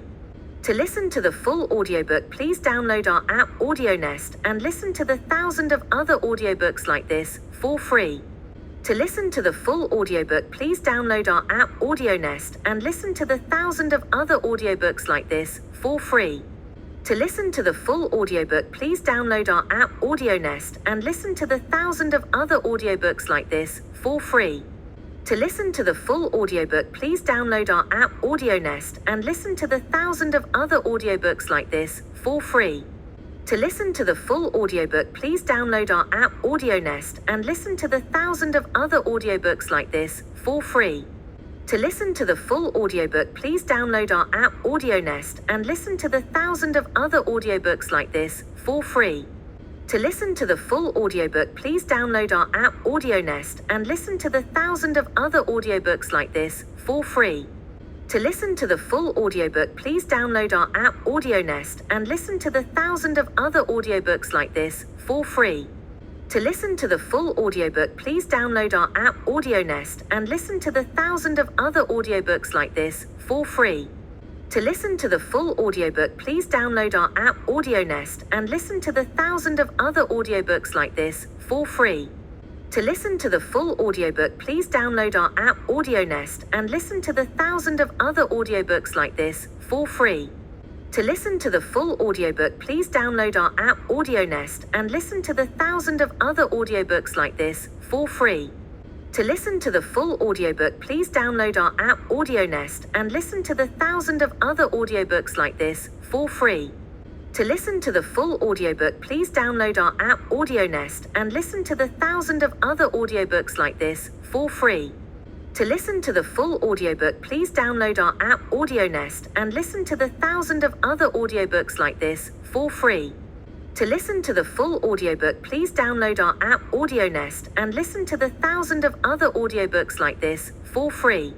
To listen to the full audiobook, please download our app AudioNest and listen to the thousands of other audiobooks like this for free. To listen to the full audiobook, please download our app AudioNest and listen to the thousands of other audiobooks like this for free. To listen to the full audiobook, please download our app AudioNest and listen to the thousands of other audiobooks like this for free. To listen to the full audiobook, please download our app AudioNest and listen to the thousands of other audiobooks like this for free. To listen to the full audiobook, please download our app AudioNest and listen to the thousands of other audiobooks like this for free. To listen to the full audiobook, please download our app AudioNest and listen to the thousands of other audiobooks like this for free. To listen to the full audiobook, please download our app AudioNest and listen to the thousands of other audiobooks like this for free. To listen